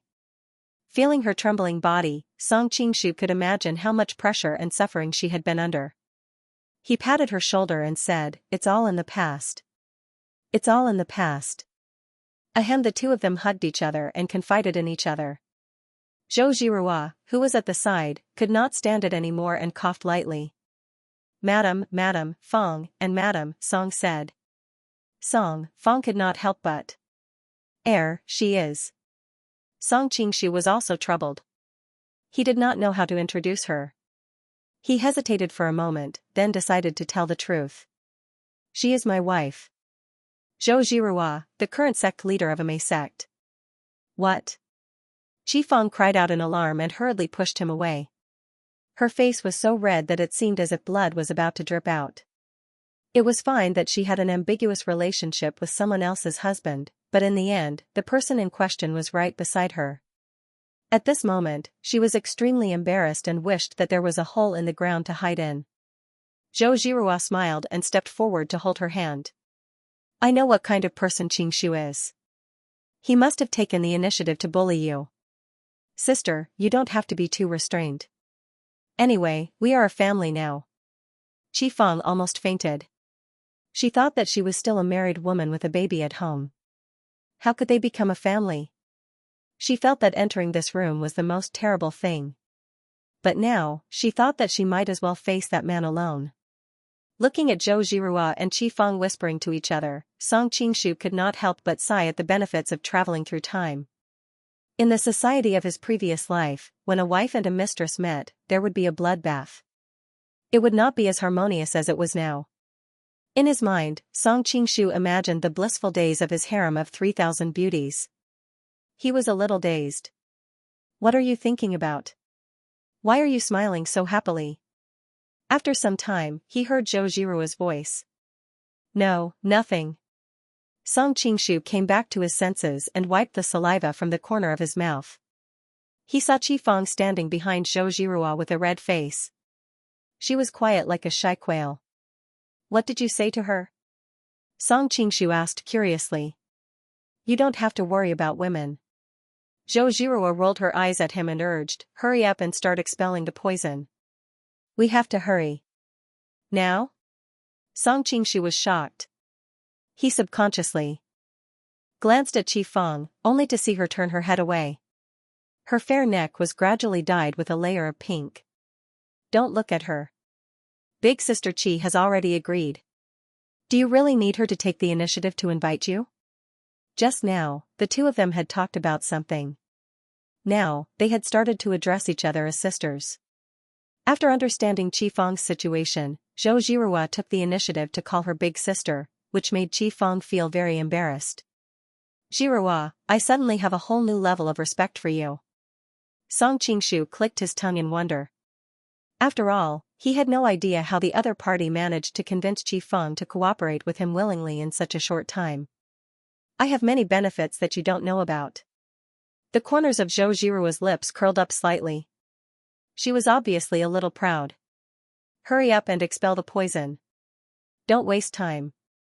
She held Qi Fang's hand with her left hand and held Song Qingshu's hand with her right. She brought them to the bed. Looking at the messy bedding on the bed and the lingering smell of sex in the air, Zhou Jiruo's beautiful face flashed with a trace of embarrassment.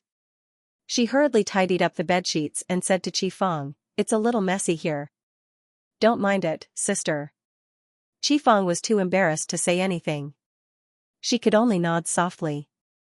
Zhou Jiruo also felt that the atmosphere was a little strange. She hurriedly said, "I'll go out first. I won't disturb you." Before leaving, she was very considerate and put down the curtain on the bed. Only the two of them were left on the bed. Song Qingshu leaned over to Qi Fang and said, "What did she say to you just now?" "I'm not telling you." Qi Fang pursed her lips. "You hurry up and start expelling the poison." Seeing her shy look, Song Qingshu couldn't help but feel his heart skip a beat. He reached out to untie her clothes. Especially when he thought that his wife was still outside, he suddenly found that his heart was beating a little fast. After about 5 minutes, Qi Fang blushed and pushed him away. While tidying up her clothes, she said, "It's almost enough. You take your time expelling the poison. I'll go find Sister Zhou." After saying that, she ignored his urging and ran out without looking back, blushing. Song Qingshu smiled slightly. Feeling the warmth in his abdomen, he began to exercise. Zhou Jiruo, who was sitting on a stool not far away, pricked up her ears to listen to the movement inside. Seeing Qi Fang come out with a red face, she hurriedly pretended to see her and said, "Ah, sister, you're out so soon?" Qi Fang gently nodded. She thought to herself, "With you, the wife, outside, how can I continue to stay inside?" Without Song Qingshu as a lubricant in the middle, Zhou Jiruo felt a little embarrassed to face Qi Fang alone. However, she had always been quick-witted and quickly found a topic. "Sister, I want to ask you about giving birth." Thinking of her lovely daughter, Qi Fang felt a trace of sweetness in her heart. The two women whispered, and the atmosphere became more and more harmonious. Hearing the noise outside, Qi Fang's face suddenly changed. She still remembered the scene of Xianxia and Li Si slaughtering the people on the ship and bringing her here. Zhou Jiruo's face was also solemn. During the days she spent on the Island of Heroes, she had a general understanding of the martial arts of the two envoys. She was not afraid of one of them, but she would definitely lose if she had to face two of them. However, there were dozens of such envoys on the island. Song Qingshu, who was forcing the poison out of the bed, heard the noise and walked out. He signaled the two women not to panic and let them go to the bed first. After all, if they came in and saw the two women sitting in the room, they would inevitably be suspicious. Qi Fang was still a little hesitant with a red face, but Zhou Jiruo was intelligent and instantly understood her husband's meaning. She pulled Qi Fang and shrunk into the quilt, revealing only two beautiful faces. Song Qingshu secretly sighed. Jiruo's Qinggong had improved a bit after not seeing her for a while. After confirming that there was no problem with the mask on his face, Song Qingshu also jumped on the bed and lay between the two women. He cleared his throat and said to the door, "I won't see you. I'm busy." After years of training, he had already mastered the skill of disguising himself. If he wanted to disguise himself as another person, in addition to having the same figure and appearance, his character, habits, and speaking style must also be the same. Otherwise, it would be easy for someone to see through his disguise. Putting himself in the young master's shoes, if there was no accident, he would be intoxicated by the two beauties' gentleness. Moreover, he was the most distinguished guest on the island. How could he be willing to see Zhang San and Li Si at such a critical moment, who knew that just as Song Qingshu finished speaking, the door would be skillfully pushed open by someone outside. Zhang San and Li Si walked in, their eyes sweeping around like lightning. Finally, their gaze landed on the bed where the three of them were. Song Qingshu's expression suddenly changed. "Who let you in?" Zhang San chuckled and said, "Young master, please don't mind us. We heard that there was an assassin here just a moment ago, so we specifically came to take a look. After all, young master is an honored guest of our island. If something happens to you, us two brothers wouldn't be able to bear the consequences." Song Qingshu impatiently waved his hand. "Now you've seen it, right? Hurry up and leave. Don't disturb this young master." Zhang San's line of sight fell on him, and he said with a thoughtful smile, "These two are both great beauties. Young master's current physical condition seems to be very good." Song Qingshu's heart skipped a beat. Why did he seem to be implying something in his words? It seemed like he was trying to test whether or not he was injured.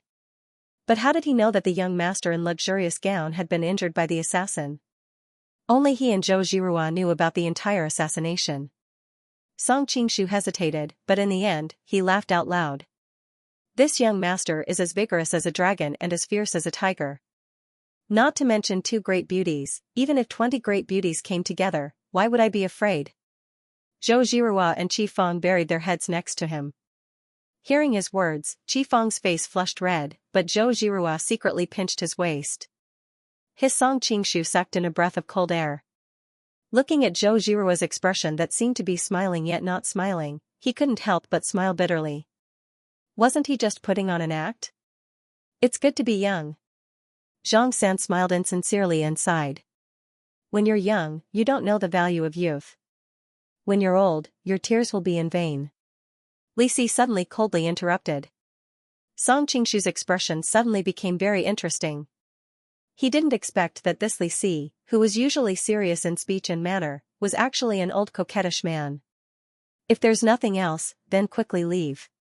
Song Qingshu was also worried that if they stayed too long, they would see through his act, so he hurriedly chased them away. Who knew that the 2 of them wouldn't move?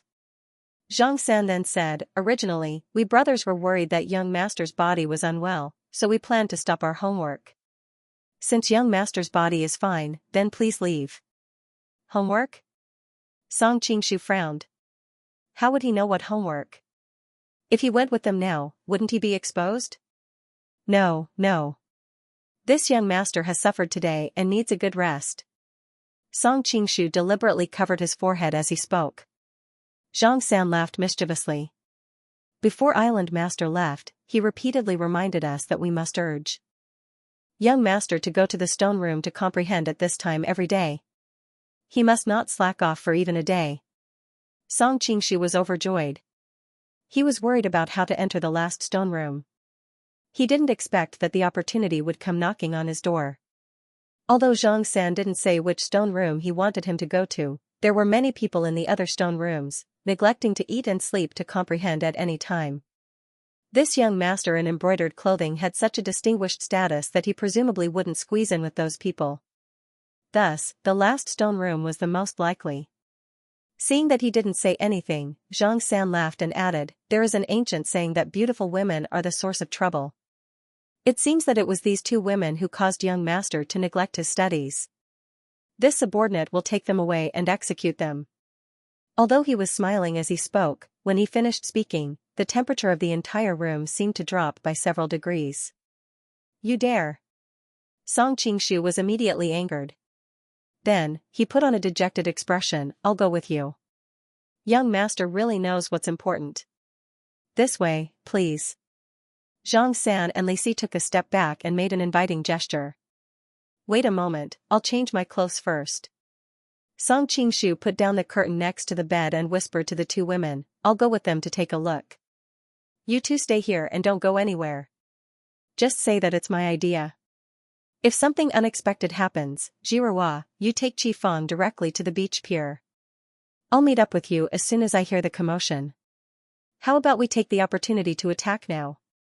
If we catch them off guard, it shouldn't be difficult to restrain Zhang San and Li Si. After all, Zhou Zhirua was also a person who had won first place in the lion slaughtering convention. Her tone faintly carried a trace of eagerness. Song Qingshu shook his head, there are too many experts on this island. If they are alarmed, even if you and I join hands, we won't be able to protect ourselves. Let's act according to the original plan. Moreover, going to the stone room this time is a lucky chance. Perhaps I can find a way to cure the poison in my body. Only then did Zhou Zhirua nod reluctantly. She tidied his collar and said softly, then you must be careful.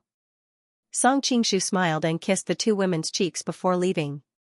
Then, without waiting for them to react, he jumped out and said to Zhang San and Li Si, let's go. Young master, this way please. Not long after, the footsteps of the 3 people were getting farther and farther away. Qi Feng covered the place where she was kissed. Her face was smeared with rouge. She said somewhat awkwardly, Song, your husband's behavior is really unexpected. Zhou Jiruo was also annoyed and amused. That bastard has always been bold in his lust. Following behind Zhang San and Li Si, Song Qingshu asked tentatively, "To what extent have you two comprehended the things in the stone room?" The reason why Song Qingshu asked this question was because he wanted to find out how much the people of the Isle of Heroes had comprehended the Supreme Mystery Scripture. This would give him a rough estimate of the overall strength of the Isle of Heroes. However, he did not expect that his question would make the other party suspicious. "I wasn't interested in it before, but this time, someone came to assassinate me. If I hadn't snatched the assassin's killer move, I would have been dead already. So, I think it's better to learn some martial arts to protect myself. Otherwise, if I die young, I won't have the chance to meet so many beauties in the world." Song Qingshu's reaction was also very fast. He calmly found an excuse, and at the same time, he cursed the young master in embroidered clothes half to death in his heart. This bastard had a good appearance, but in the end, he was ignorant and incompetent, and almost exposed himself. So that's how it is. It seems that this assassination is not entirely a bad thing. If the island master knew what you think, he would be pleased. Zhang San laughed. Song Qingshu smiled, but he was curious about the relationship between the island master and this young man in luxurious clothes. From their tone, it seemed that they had a special relationship. Could it be that this young man in luxurious clothes was the illegitimate son of the island master? He wondered if it was the Dragon Island master or the Wood Island master. "We are here. Young master, you can go in by yourself. It is not convenient for us to go in." Song Qingshu's mind was filled with thoughts when he heard Zhang San's voice. Song Qingshu raised his head and saw that he was already outside a stone room. Looking around, it was obvious that this was the last stone room that he had been unable to enter. It seems that this stone room is for the island master's use. No one else is qualified to enter. No wonder I was rejected. Song Qingshu nodded and suddenly raised his voice. "This time, I will definitely learn the martial arts inside in one go. Young master, you are naturally smart. You will definitely learn something." Zhang San's face was full of smiles, but he was sneering inside. Even the two island masters who had been thinking about it for so many years did not dare to say that they could comprehend 1/10 of it. "You, a playboy, can only go in and look at the book." Seeing that they really stayed outside the door, Song Qingshu immediately felt relieved and quietly walked into the stone room. After passing through a long tunnel, the space in front of them suddenly widened, and a space about the size of a basketball court appeared in front of them. Noticing that there were two cushions on a nearby wall, Song Qingshu guessed that this should be where the two island masters of Dragonwood and Dragonwood cultivated. Raising his head, he saw that there was indeed a smooth stone wall in front of the cushions. The stone wall was densely covered in words. It was different from the other 23 stone rooms. Those stone rooms had pictures and words, but this stone room only had words. Song Qingshu claimed to be a genius who was proficient in Chinese, English, Japanese, Korean, and French. If he knew Yamit, Anna Hassel, and Stupid Pig, he still couldn't recognize a single word on the stone wall. It really is tadpole writing.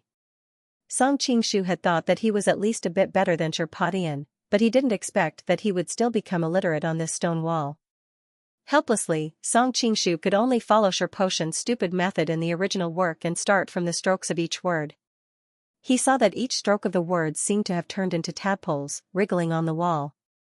But if he focused on one stroke, the tadpoles would stop moving. Looking closely at the shape of each tadpole, he saw that there were countless tadpoles either jumping up or down in different postures. It was very interesting. These tadpoles should be related to inner breath. Song Qingshu's cultivation was very high now, so he could see the key point at a glance. He looked for a long time and suddenly felt the inner breath on the Jiang acupoint on his back jump. When he looked at another tadpole, the Xianxia acupoint on his back jumped again. However, the inner breath from the Jiang acupoint to the Xianxia acupoint could not be connected. He turned to look at the third tadpole, but there was no movement. Song Qingshu couldn't help but be overjoyed. It should be known that these meridians in his body had been silent for a long time because of the golden ripple flower. Now that he looked at these tadpoles, the acupoints actually showed signs of loosening. If he could connect all the inner breath routes in his body, he wouldn't need to rely on milk to recover his power. Song Qingshu's spirit was lifted. He looked at the tadpoles one by one, and the corresponding acupoints on his body began to jump violently. There were thousands of small tadpoles drawn on the wall. Sometimes, by chance, the inner breath of two acupoints would be connected together, and he would feel comfortable all over. Song Qingshu was looking for suitable tadpoles on his own, trying to connect the inner breath of all the acupoints. Suddenly, he spat out a mouthful of golden blood. Oh no! Song Qingshu's expression immediately turned ugly. Perhaps the acupoints in his body had started to jump, and it had stimulated the poison of the golden ripple flower in his body, causing it to explode at this critical moment. Song Qingshu hurriedly tried to circulate his power to temporarily suppress the poison, but the inner qi in his body was not connected. They were only fighting separately in each acupoint, and very soon, he was forced to retreat by the fierce poison. This can't go on. Song Qingshu tried to stand up and walk out the door, wanting to return to Qi Feng and see if he could temporarily suppress the poison with her help. Who knew that as soon as he stood up, he would feel his legs go numb, and his whole body would fall back onto the cattail hassock. At this critical moment, Song Qingshu couldn't care less about whether or not he would arouse suspicion. He was just about to open his mouth and call out to Xianxia and Li Si, but who knew that when he opened his mouth, no sound would come out. The familiar feeling of numbness came again, and Song Qingshu could not help but smile bitterly. He didn't expect that extreme joy would turn into sorrow. If it weren't for his greed for the Taishan Sutra, the dormant golden ripple flower in his body would not have exploded like this, and he would not be on the verge of death again. Am I going to die here quietly? Song Qingshu suddenly felt a little lost, but when he thought of Zhou Zhirua, who was still waiting for him to return, and many of his female friends, he immediately pulled himself together. No, I can't give up like this. But what else could he do if he didn't give up? Previously, he had suffered greatly from the golden ripple flower, and he had tried all kinds of methods. If it weren't for Xiao Longnu coincidentally appearing with the dragon pill of piercing rhinoceros, he would have died a long time ago. Right now, this stone room was a forbidden area of the Isle of Heroes. No one would appear, and no one would be able to help him. Right now, he could only rely on himself. Song Qingshu bit his lips, trying to wake himself up. Perhaps it was because he was in a life-and-death situation, but his thoughts were a little faster than usual. He had already tried all the methods he could think of, so there was no need to waste any more time. Right now, his only hope was the Taishan Sutra on the stone wall. He didn't dare to be careless, and once again focused his mind to observe the movement of each tadpole. Unfortunately, not long after he started, he became dispirited. There were countless tadpoles on the stone wall, and it was not easy to link hundreds of acupoints in one's body into one. In the original work, the second island master of Dragonwood Island studied it for his entire life, but he still couldn't understand it. Later on, Sherpadian, who had been using cheats, didn't go astray, but even so, it took him more than 3 months to link all the acupoints in his body. Even if Song Qingshu's knowledge and cultivation were much higher than that slow kid's, he might not need that much time. However, there were so many tadpoles, and it would take at least half a month to link all of them. But where did Song Qingshu have that much time? Letting go of the obsession in his heart, Song Qingshu laid on the ground and reminisced about his rebirth. Although it wasn't a long time, it was much more exciting than his previous life. Unfortunately, the more exciting it was, the more regretful he felt. He was about to stand at the top of this world, but he suddenly failed miserably. Especially those women who loved him deeply. Thinking about their sadness after his death, Song Qingshu's heart was in a mess. Inadvertently looking at the stone wall, Song Qingshu felt as if the words on the wall were circling and dancing, and he couldn't help but feel dizzy. At first, Song Qingshu thought it was because of the poison, but he quickly realized that it was indeed the words that were moving. Perhaps it was because he was on the verge of death. Song Qingshu suddenly thought of a question. Other people who transmigrated were doing well, why did he have to suffer so much? After thinking about it, he realized that other people who transmigrated often had a golden finger, but didn't he? Any martial art, as long as he read it once or listened to it once, he would be able to understand it immediately. It was the same for the scripture of divine reflection, the traceless sand step, the 5-mountain godly sword, why didn't it work this time? Song Qingshu immediately realized that the main reason was that he was following the original work too blindly. In the original work, Sherpadian learned the Supreme Mystery Sutra through the tadpole method, so he subconsciously used the same method. However, the method that was suitable for Sherpadian might not be suitable for him. Plus, he didn't understand the tadpole language, so he subconsciously rejected himself and brought it into Sherposhan's perspective in the original work. Perhaps to other people, because they didn't understand the tadpole language, they indeed couldn't understand the martial art. However, he was different. As long as he knew the secret, he would be able to learn it. His previous experience had already proved that he could learn the martial art by reading it once or listening to it once. Then what about memorizing the secret? Although he didn't understand the tadpole language now, he could rely on his powerful memory to memorize the entire tadpole language. Although he didn't understand the meaning of every word, and didn't know the pronunciation of every word, it wasn't hard to memorize the shape of every word. Although he wasn't sure if this would work, with Song Qingshu's current situation, he had no choice but to make a last attempt. Even though he knew that the chances were slim, Song Qingshu still did not give up on the last glimmer of hope. Firstly, he had been reborn, so his mentality was much stronger than that of ordinary people. Secondly, when he thought of the many beauties waiting for his safe return, he could not choose to give up. The numbness brought about by the golden ripple flower's poison had already gradually spread throughout his body. Song Qingshu knew that there was no time to lose. He immediately eliminated all distracting thoughts and concentrated on imprinting all the words on the stone wall into his mind. He no longer struggled with the meaning of each tadpole character, nor did he struggle with which acupoints and which direction of chi flow the tadpoles corresponded to. He was purely memorizing the shape of each character, purely memorizing it. Originally, if it was an ordinary person, they wouldn't be able to memorize this densely packed wall of tadpole characters even if they wanted to. However, because of Song Qingshu's twin souls and his profound cultivation, his brain's reaction speed and memory far surpassed that of an ordinary person. Moreover, his life was hanging by a thread now, and his universe had exploded. He felt that his mind was unprecedentedly clear. After reading the last word, Song Qingshu suddenly closed his eyes and memorized the entire text from beginning to end. When he finished memorizing, the tadpole characters in his mind suddenly turned into a golden figure, displaying it in front of him at varying speeds. Why does it feel like a holographic projection in a sci-fi movie? Song Qingshu was momentarily absent-minded, but he immediately continued. Reading without blinking. When he saw the person demonstrating it personally, Song Qingshu felt as if he was suddenly enlightened. So it's like this. In the previous 23 stone rooms, although he felt that he had more or less comprehended it, there were some key points that he couldn't figure out. Therefore, the actual power that he had learned was far from the power that he had deduced according to the records in the stone rooms. Therefore, he always knew that there must be something that he had not comprehended. Only now did he understand that the palm technique 5 mountains are light was used in this way, and the key to the sword technique 10 steps to kill a man was also here. The lightness skill silver saddle illuminates the white horse needed to meet those conditions in order to display its greatest power. In his mind, the golden person performed the martial arts recorded in the 23 stone rooms one by one.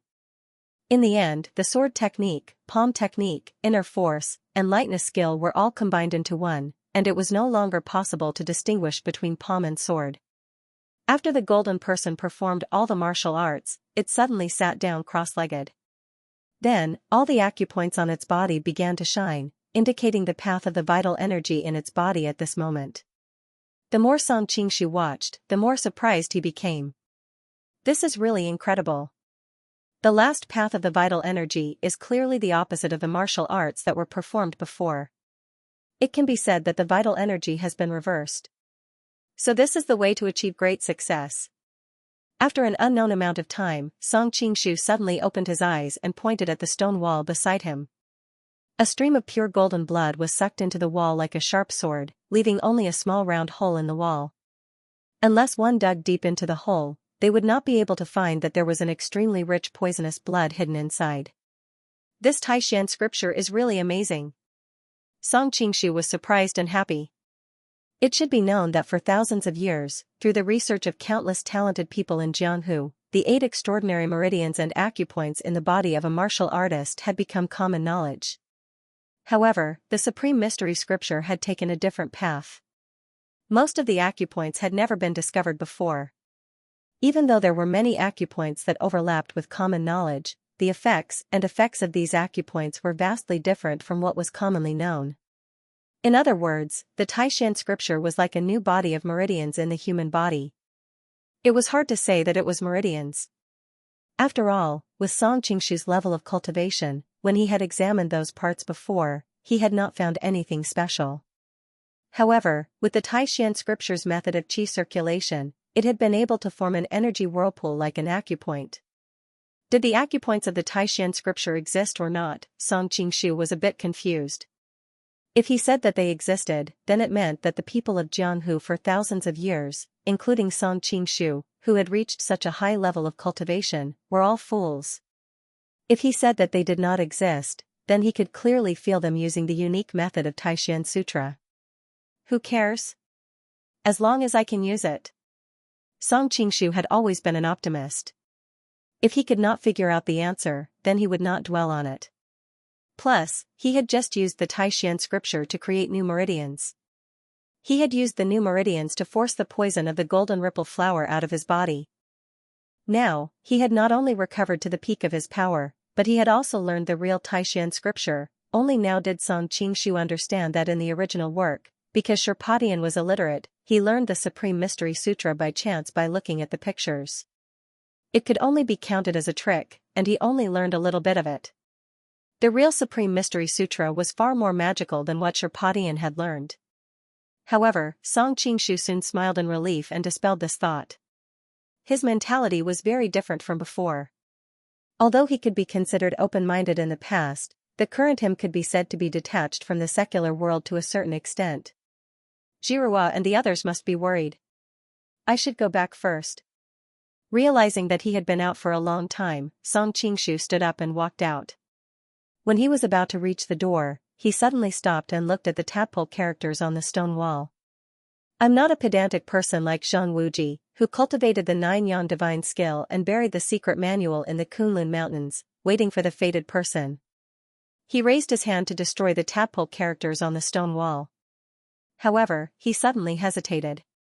If I destroy these tadpole characters, the people on the Island of Heroes will definitely find out that something is wrong, and they will quickly find out that I am the culprit. However, if he did not destroy them, Song Qingshu did not want the magical martial arts on the wall to be learned by others.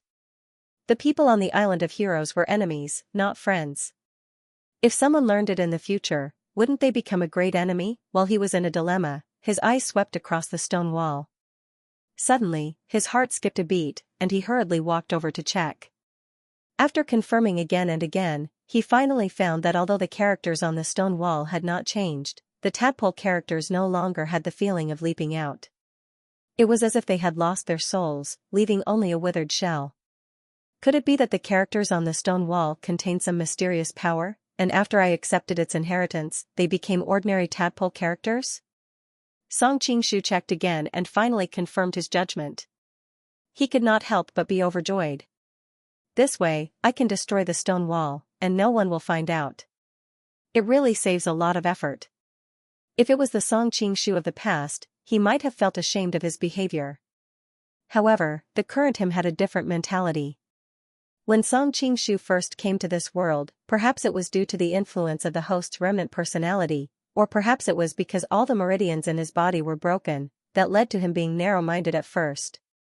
Later, as he became more capable, his horizons and tolerance also increased, and he gradually became more open-minded. However, at that time, it was inevitable that he would have some hypocritical behavior. Even though he clearly felt that way in his heart, he would always come up with some high-sounding reasons to pretend to be calm in his heart. Sometimes, in the dead of the night, Song Qingshu would ask himself, what's the difference between this behavior and being a whore and having a chastity? Some time ago, he had experienced life and death, but just now, he had comprehended the Taishan scripture. His mind was suddenly enlightened, and his realm had been raised to another level. As the saying goes, heaven and earth are not benevolent, and all living things are like straw dogs. From now on, Song Qingshu would no longer rigidly adhere to the moral standards of the secular world, but would act according to the way of heaven and earth. Destroying the stone wall of the Supreme Mystery Sutra would bring him the most benefits, and at the same time, he would not be discovered. He did not feel guilty at all. Gongzi is out?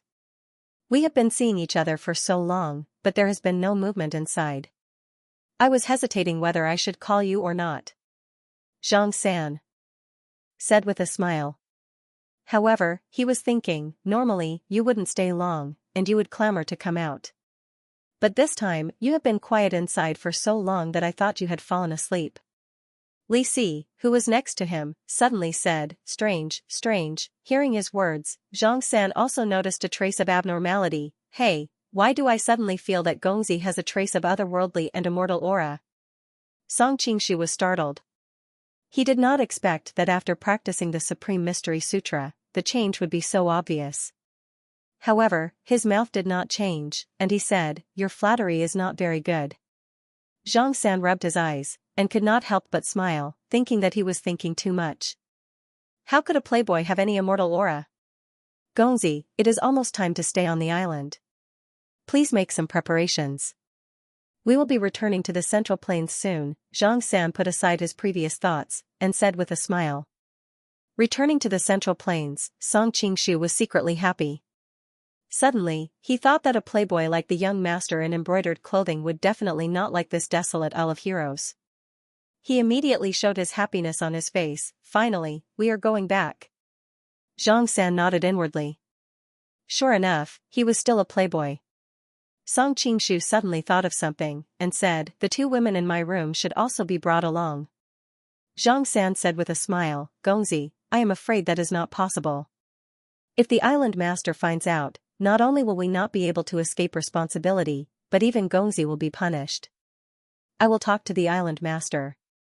Song Qingshu stared at him without blinking. But Xianxia was about to say something, but he suddenly saw a strange expression flash through Yang Kai's eyes. He immediately nodded, then, okay. Hearing him agree, Li Si, who was at the side, immediately raised his eyebrows. After Song Qingshu had left, Li Si pulled Xianxia and quietly asked, you, why? Xianxia was also startled. He smiled bitterly and said, what the hell, I don't know why I agreed to him. Forget it, just let him be. When the time comes, the one who will be punished will be him. The Supreme Mystery Scripture is really miraculous. Even an expert of Xianxia's level would be caught off guard if he used it to activate the soul transfer technique. Song Qingshu was still secretly amazed even after he had returned to his room. You are back?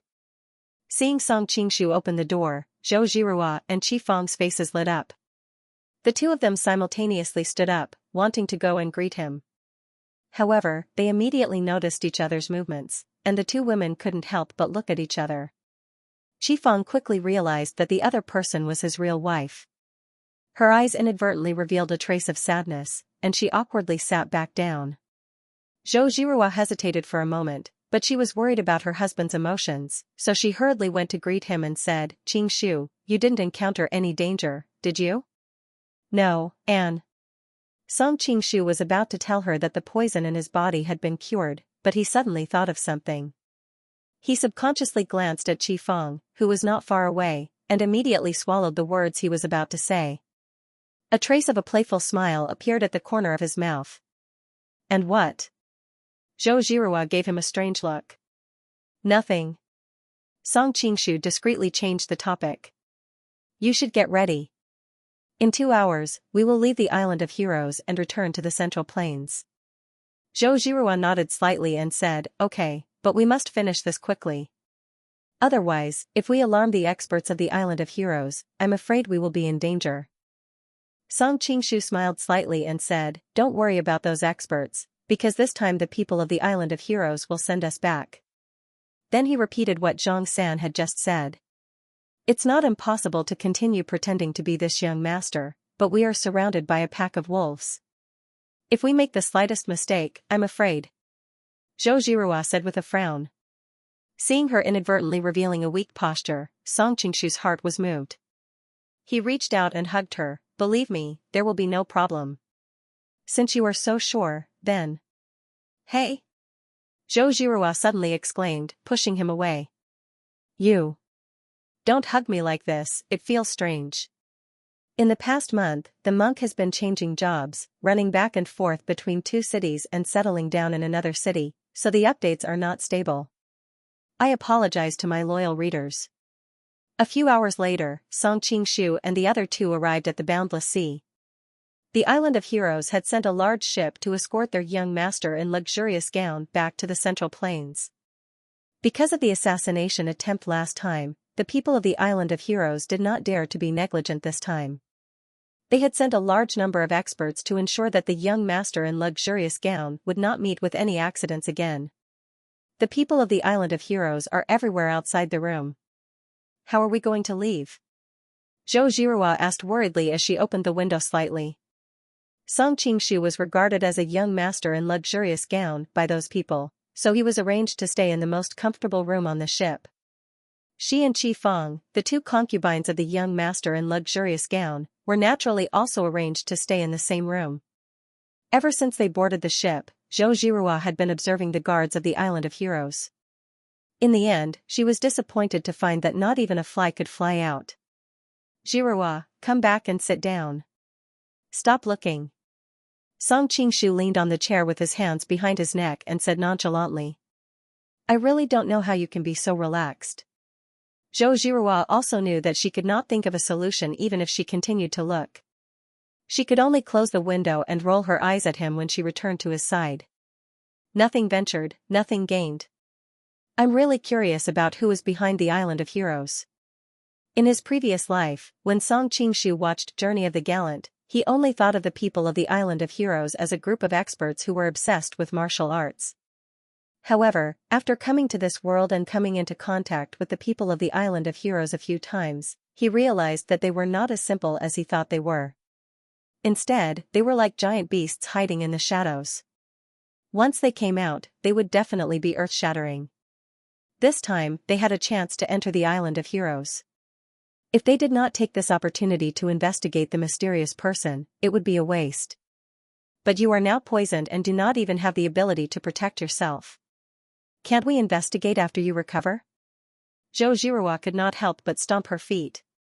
Song Qingshu raised his eyebrows and said with a smile, Don't I still have you? Zhou Zhihua pursed her lips, and a worried expression appeared on her face. But I'm only one person, after all. I'm afraid it'll be difficult for me to ensure your safety when there are so many Island of Heroes experts around. Isn't Sister Qi here?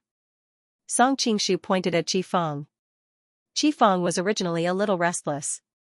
After all, they were the real husband and wife, and she was like an extra person here. When she heard Song Qingshu's words, she hurriedly waved her hand and said, I'm weak in martial arts, so I can only be a burden to you. Zhou Zhihua frowned slightly. She knew that he was not lying. Although Qi Feng knew some martial arts, she was only slightly stronger than ordinary people. In the martial arts world, she was not eye-catching at all. She was even weaker than some of the more experienced disciples of the Ame sect. However, Song Qingshu said in a timely manner, Madam, you actually have a good foundation in martial arts. It's just that you haven't had the chance to learn some advanced martial arts. The martial arts of the Ame sect are profound and very suitable for women to cultivate. Why don't you let the leader of the Ame sect teach you some martial arts? Qi Feng was even more flustered. She said subconsciously, I'm not talented, how can I trouble leader Zhou? Zhou Zhihua also frowned slightly and looked at Song Qingshu angrily. It's not like you don't know the rules of the orthodox sections. Martial arts are never taught to outsiders. Song Qingshu shrugged nonchalantly. Why don't you just let her join the Ame sect? Zhou Zhihua looked hesitant. It's not a problem for Sister Qi to join the Ame sect, but I can't take her as a disciple. Of course not. You two are sisters. Song Qingshu hurriedly added. Qi Feng blushed. Zhou Zhihua also heard the hidden meaning in his words. She secretly glared at him and said, Then I'll have to take her as a disciple. But Sister Qi is older than me, so she's naturally my senior sister. There's no reason for a junior sister to teach her senior sister martial arts. You're such a cute little girl. I didn't expect you to be poisoned by the sex rules so deeply. Song Qingshu couldn't help but touch his forehead. Don't go through so much trouble. You can teach her martial arts in private. No one else will know anyway. But... Zhou Zhirua still wanted to say something, but Song Qingshu interrupted her. This is a special situation. Don't you want one more person to protect your husband? All right then. Zhou Zhirua gritted her teeth. In the end, her worry for her husband's safety prevailed. She turned to Qi Feng and said, Sister Qi, I didn't mean to refuse just now. It's really the sex rules. I hope you don't blame me. She was about to bow and apologize. Qi Feng quickly held her. Sister Zhou, why do you have to do this? Why would I blame you?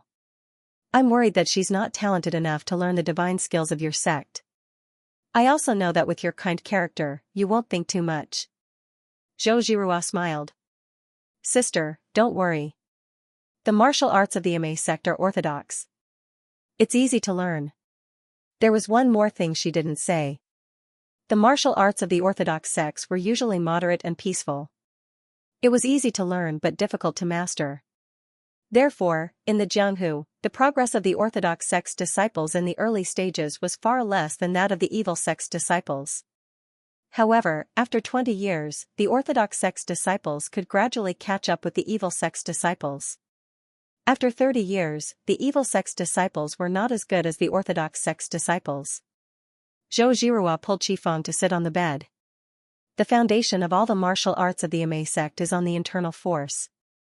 I'll first teach you the Ma Jiuyang skill.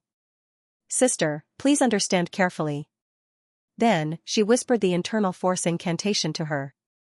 Song Qingshu looked at the two figures on the bed who were intimate with each other. A proud smile appeared at the corner of his mouth. Only when the harem is happy and harmonious can I enjoy the happiness of having two wives. Unfortunately, it seems that there is still a long way to go. Sister Qi, without a few years of dedicated practice, I'm afraid that it will be difficult to see results. Now that time is pressing, I'll first use my internal force to open up your meridians and help you reach the initial realm. After saying that, Zhou Zhirua didn't wait for Qi Feng's response. She stretched out her slender fingers and pointed at various meridians on Qi Feng's body. Qi Feng was about to open her mouth to say something, but Zhou Zhirua immediately said, Don't speak. Pay attention to the path of the genuine qi in your body. Qi Feng had to nod. Although she was not a master, she was still a martial arts practitioner. She knew that Zhou Zhirua would consume a lot of internal force by doing this. It was a typical case of benefiting others at the expense of oneself.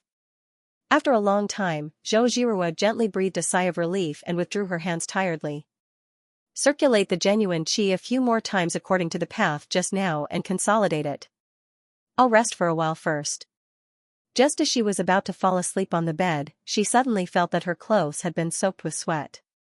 It was slippery and extremely uncomfortable.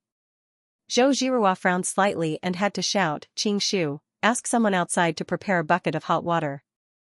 I want to take a bath first before I sleep. Oh, no, prepare 2 buckets. Sister Qi should also need it later. Okay. Hearing her weak voice and haggard face, Song Qingshu couldn't help but feel pity for her. After going out to give the order, he immediately returned to her side. He held her hand and asked with concern, Zhirua, how are you? It's okay. With my current cultivation, I can make up for the lost power after a few days of rest.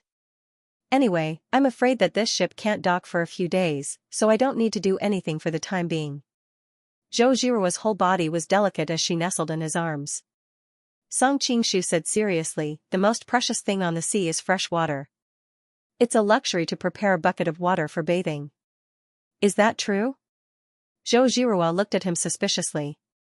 Song Qingshu said hurriedly, I guarantee it with my integrity. However, his eyes fell on her body involuntarily. Because she had consumed a lot of true qi just now, Zhou Zhirua was already soaked in sweat from head to toe. Her clothes clung tightly to her skin, and her graceful body was faintly discernible. In particular, the fine sweat on her forehead made her hair a little messy and stuck to her face, which made her look even more strangely charming. Your integrity. Zhou Zhirua pursed her lips and chuckled. Suddenly, she frowned and said, "What about Sister Qi later? My Jiruwa is as pure as ice and as clean as jade. How could there be any dirt on her body? She definitely won't mind." Seeing that she was still a little hesitant, Song Qingshu said with a smile, "You don't know, there is one of the top basketball superstars in our hometown. He even publicly stated that he was willing to drink the bathwater of a female star." Lecture. Zhou Jiruwa blushed and spat. Although she didn't quite understand what a basketball superstar was and what a female star was, she could roughly guess what kind of scene it was. A laborer. His temperament is a little wretched. Song Qingshu said in his heart, I'm sorry for dragging you into this. But these are your own words, so it's not slandering you." Zhou Jiruwa didn't want to continue arguing with him. Okay, go hide yourself." "Why?" Song Qingshu suddenly became anxious and leaned over to hug her. "We're an old couple, why are you still so shy?" Zhou Jiruwa dodged with the tip of her toes. Her skirt fluttered in the wind, and her whole body was as light as a butterfly. She stole a glance at Qi Feng's direction and said in a low voice, "She's still watching." Song Qingshu smiled and said, "She's currently meditating and doesn't know what's going on here." "Go away, don't mess around." Zhou Jiruwa bit her lip and pushed him away with a red face. Seeing that she was really a little angry, Song Qingshu had no choice but to walk to the door and stand with his back facing her. He thought that women in this world were too reserved. They couldn't even bring themselves to try some of the fun things in the boudoir. But on second thought, this reserve and shyness was also the charm of the women in this world. Seeing that Song Qingshu really didn't peek at her, Zhou Jiruwa pursed her lips and quietly began to unbuckle her belt, as if she was afraid that the slightest sound would cause her husband to have some evil thoughts. Her clothes were loosened, and a perfect body was exposed to the air. Zhou Jiruwa's cheeks were slightly red, and she hurriedly immersed her whole body in the bathtub.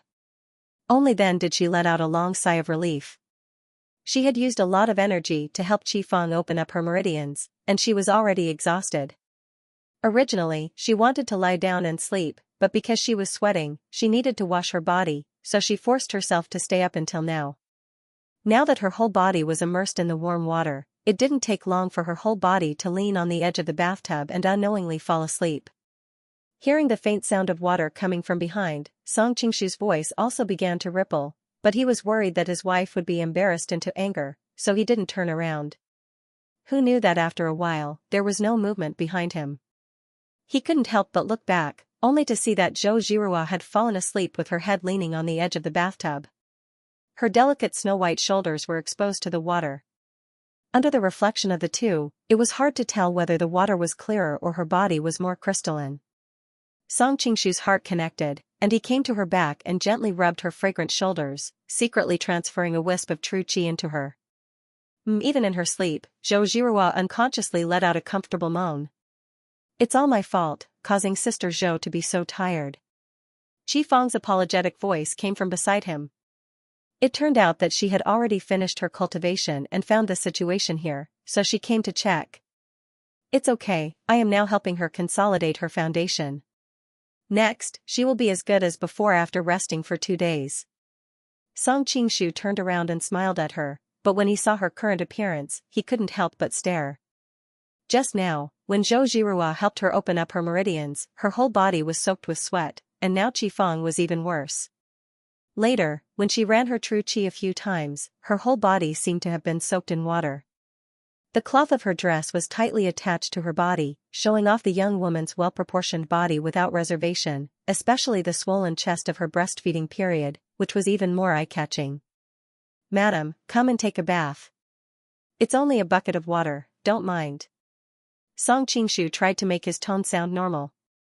Qi Feng's face turned red, and she said in a low voice, I will take a bath later." Perhaps it was because she was too wet. As soon as she finished speaking, she was blown by the wind, and her whole body involuntarily shivered. Song Qingshu's voice sank. "Today is different from the past. If Madam catches a cold at this critical moment, and causes the qi that you have painstakingly formed to dissipate, won't it make Jiruwa's efforts go down the drain? Is it really that serious?" Qi Feng was also frightened. It didn't matter if she caught a cold, but if it really caused Zhou Jiruwa's hard work to go down the drain, she would blame herself to death.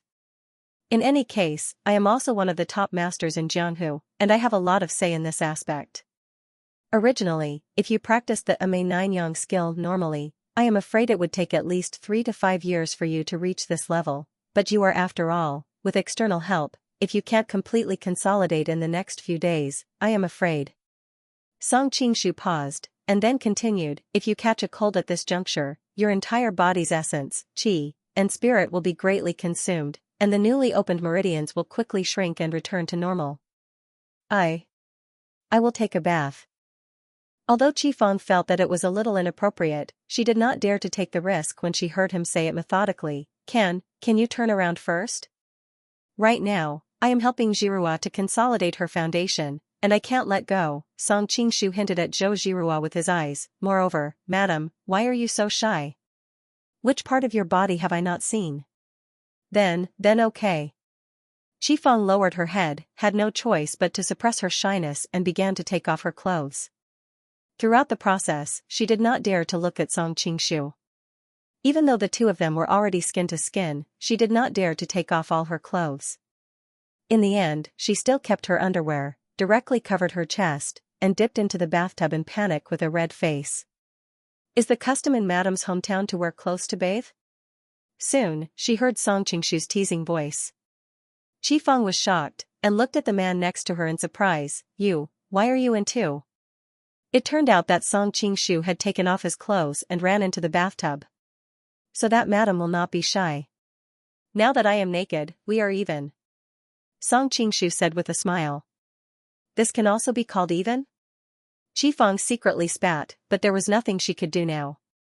She could only quietly wash up, trying to wash up as soon as possible and get out. Song Qingshu smiled at her, ignored her, and directly swam to Zhou Jirua's side, his strong body gently leaning against her. Qifeng, who was on the other side of the tub, had a wonderful expression on her face. Can't you see that I'm here? Song Qingshu smiled wickedly and used his body to block Zhou Jirua's line of sight. He said in a low voice, she can't see. Zhou Jirua's eyes were drowsy, and her whole body was limp. She couldn't move the man on top of her no matter how hard she tried. She could only bite her lips and moan sweetly, hurry up. After getting the approval of the beauty, Song Qingshu was no longer polite and slammed into her.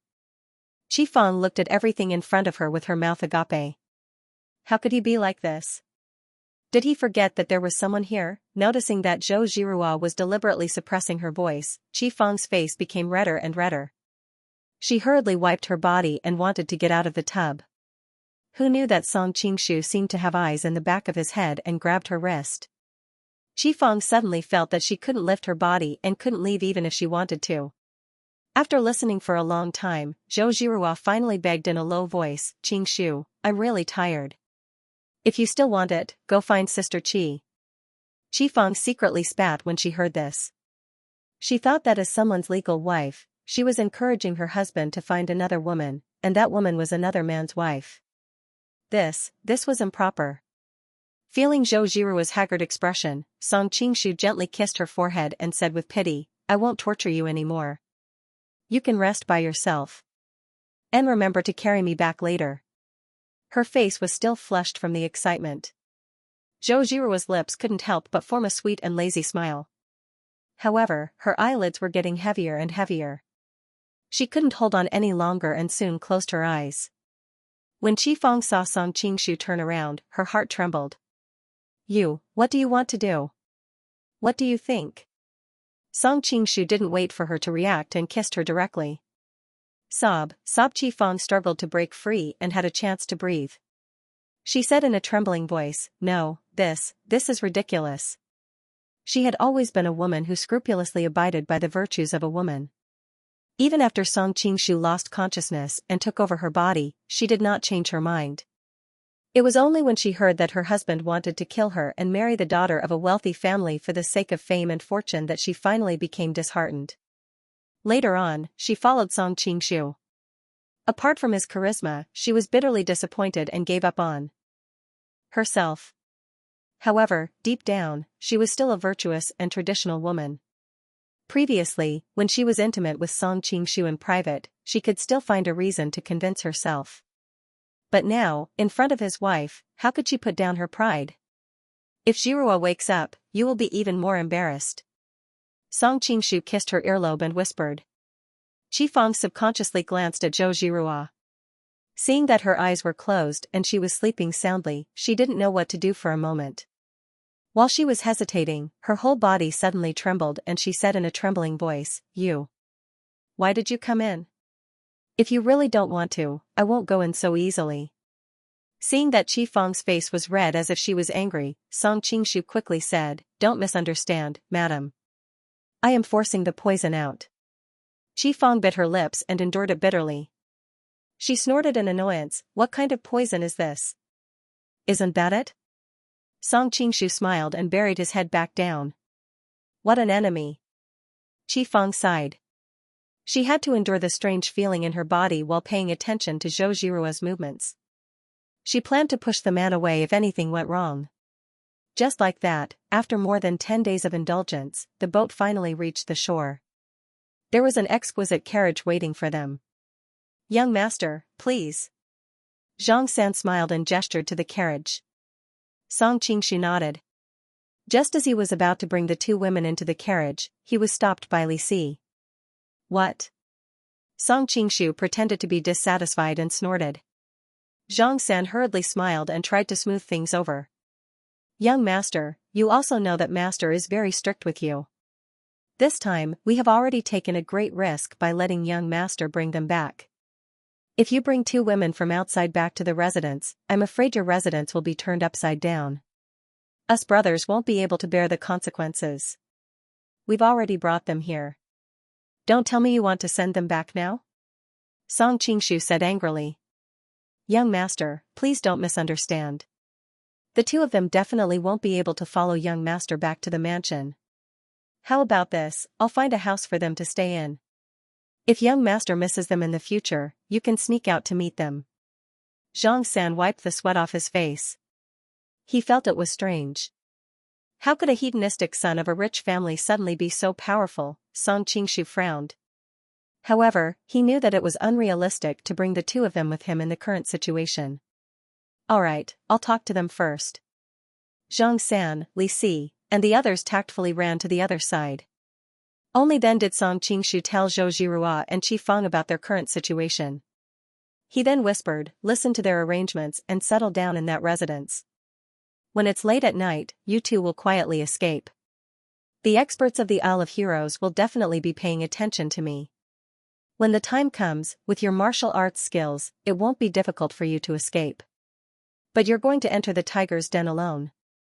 Zhou Jirua said worriedly. Song Qingshu smiled. "Don't worry, I've already recovered." "When did you recover?" Zhou Jirua was both surprised and happy. Song Qingshu smiled embarrassedly. It was not appropriate for him to tell her the truth. He could only say, "Thanks to elder sister Qi's help during this time." Qifeng's little face suddenly turned red. What does it have to do with me?"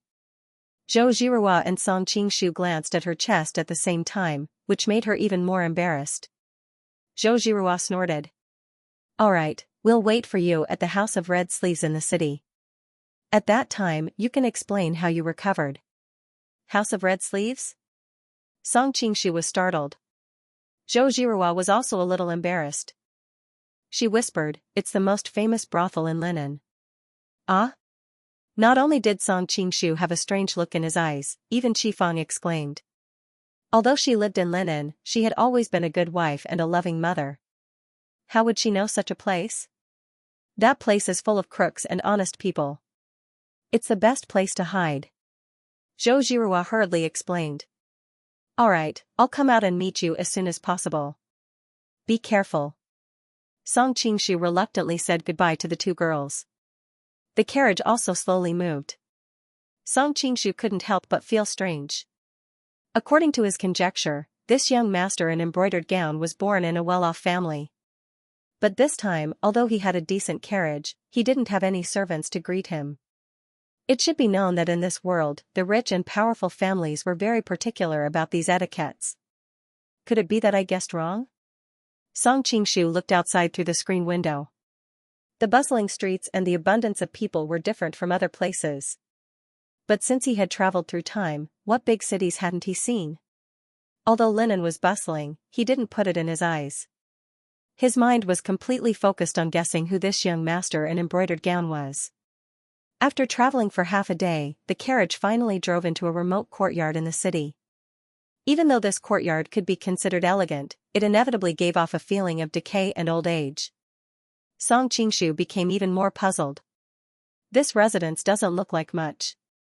Soon the carriage stopped and Zhang San's voice came from outside, "Young master, please get off." After getting off, Zhang San and the others didn't say anything. They silently led him around the courtyard.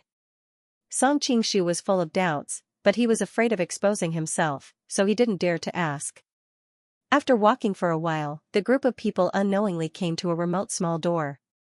There was a plain carriage waiting there. Zhang San cupped his fists and said, "Young master, we are too big a target. It's not convenient to travel with you. Please get on the carriage. We will protect you in secret." Song Qingshu nodded and suddenly understood, so it's a plan to repair the plank road in the open and move in the dark. Thanks to the visual bombardment from the various spy movies in his previous life, he was already familiar with these connections and how to shake off his pursuers.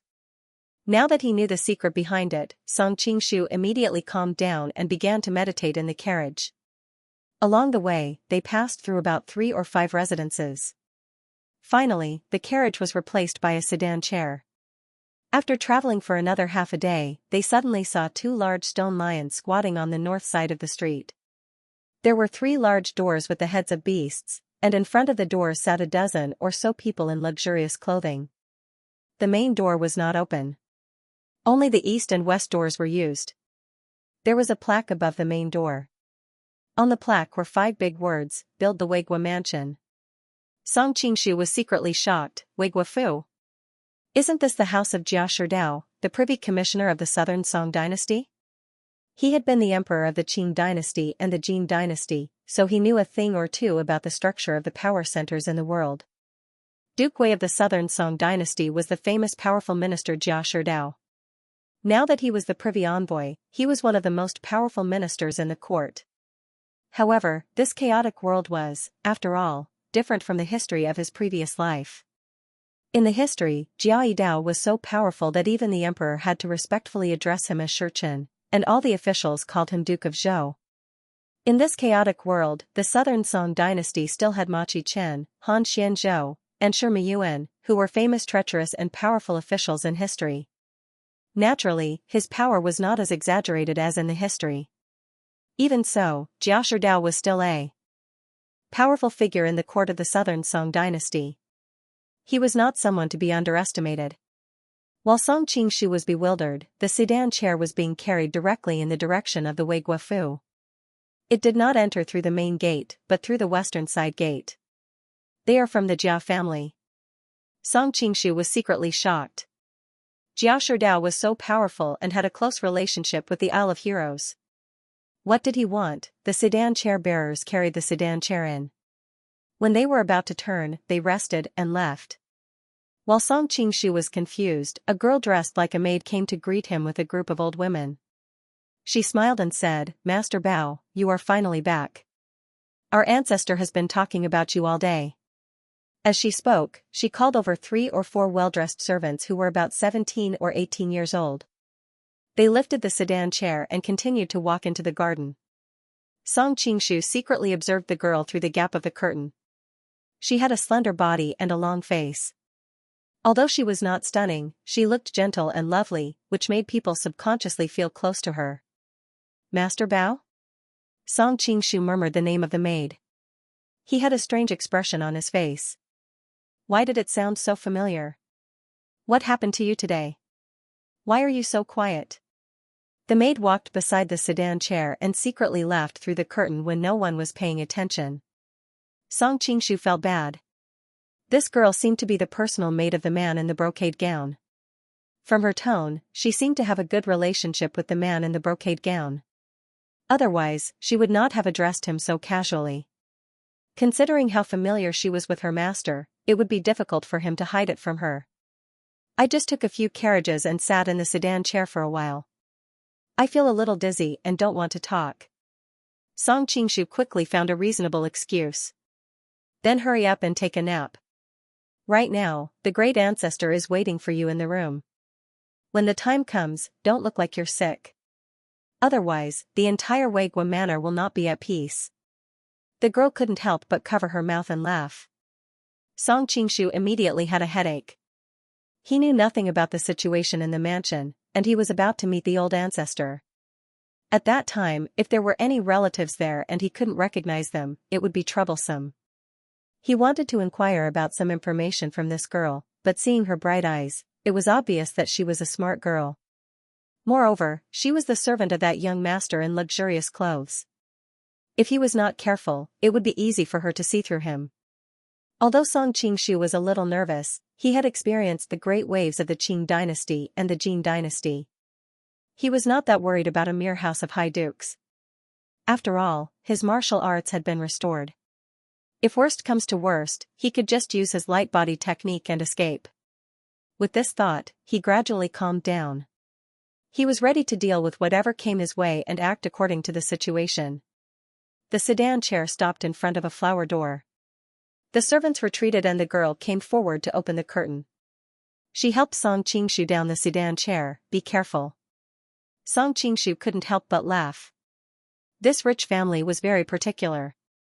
Not only did she not know how to eat, but a man like him needed the help of a servant to get off the sedan chair.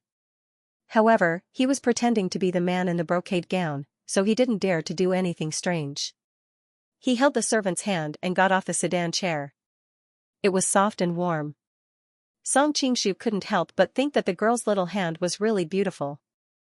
However, he was in a tiger's den, so he quickly calmed down and let the servant lead him inside. After entering the flower door, there was a corridor on both sides. In the middle was a hall, where there was a rosewood shelf and a large marble screen. After turning the screen, there were 3 small halls. Behind the hall was the main courtyard. There were 5 rooms in the front, all of which were richly ornamented. On both sides of the hall, there were all kinds of parrots, thrushes, and other birds hanging on the walls. Song Qingshu secretly clicked his tongue when he saw that it was as beautiful as the palaces of the Jin kingdom and the Qing kingdom. It seemed that Jia Sherdao had been corrupted a lot. On the platform, there were a few girls in red and green sitting. As soon as they saw them, they smiled and greeted them. They said, "The old lady was reading just now." What a coincidence. When Song Qingshu entered the room, he saw 2 people supporting an old mother with silvery hair on her temples. Song Qingshu thought that this must be the ancestor that the servant girl was talking about. When he was about to pay his respects, the other party had already pulled him into her arms. Song Qingshu's heart was crying out loud. Song Qingshu's expression was very interesting at this moment. He was already in his 20s or 30s, but he was actually being embraced like a child. Although it was awkward, he also secretly breathed a sigh of relief. After all, he was worried about how to address the other party. This saved him a lot of trouble. "I really missed you so much." The silver-haired old lady held his hand and felt that the more she looked at him, the happier she was. After a long time, she remembered something and pointed to the people next to her and said, "Quickly go and greet your aunt and mother. Don't forget your sister-in-law." Song Qingshu observed her expression. From her line of sight, he could see the person she was referring to. They were 2 typical middle-aged women. The biggest difference was that the auntie's eyes were wandering. It was obvious that she was a weak person. On the other hand, the mother of the young master in embroidered gown was much more graceful and elegant. Song Qingshu carefully paid his respects to the 2. When it was the old lady's turn to mention his sister-in-law, his eyes immediately lit up. A graceful and quiet young woman sat there just like that. Her appearance was graceful and elegant, but it was a pity that although it was clearly a woman's best years, her eyes lacked the vitality that they should have, as if she was not interested in anything in the world. "Greetings, sister-in-law." Song Qingshu noticed that everyone else in the room was dressed in red and green. Each of their clothes was extremely gorgeous, but she was wearing plain clothes. He could not help but secretly think, could it be that she is now a widow? The young woman nodded and casually said a few words as a return of the greeting. Her attitude was cold and indifferent. The others in the room seemed to be used to it, and no one showed any strange expressions. The silver-haired old lady said again, invite the girls over. Today Brother Bao is back. Everyone should be lively and you don't have to go to school. Everyone agreed, and two of them left. When Song Qingshu heard Tao Hong talk about the in-laws of the Jia residents on the ship, he had some doubts. Now that everyone in the residence called him Brother Bao and Second Master Bao, and they all had the surname Jia, could it be Dream of the Red Chamber? While Song Qingshu was confused, he quickly accepted this reality.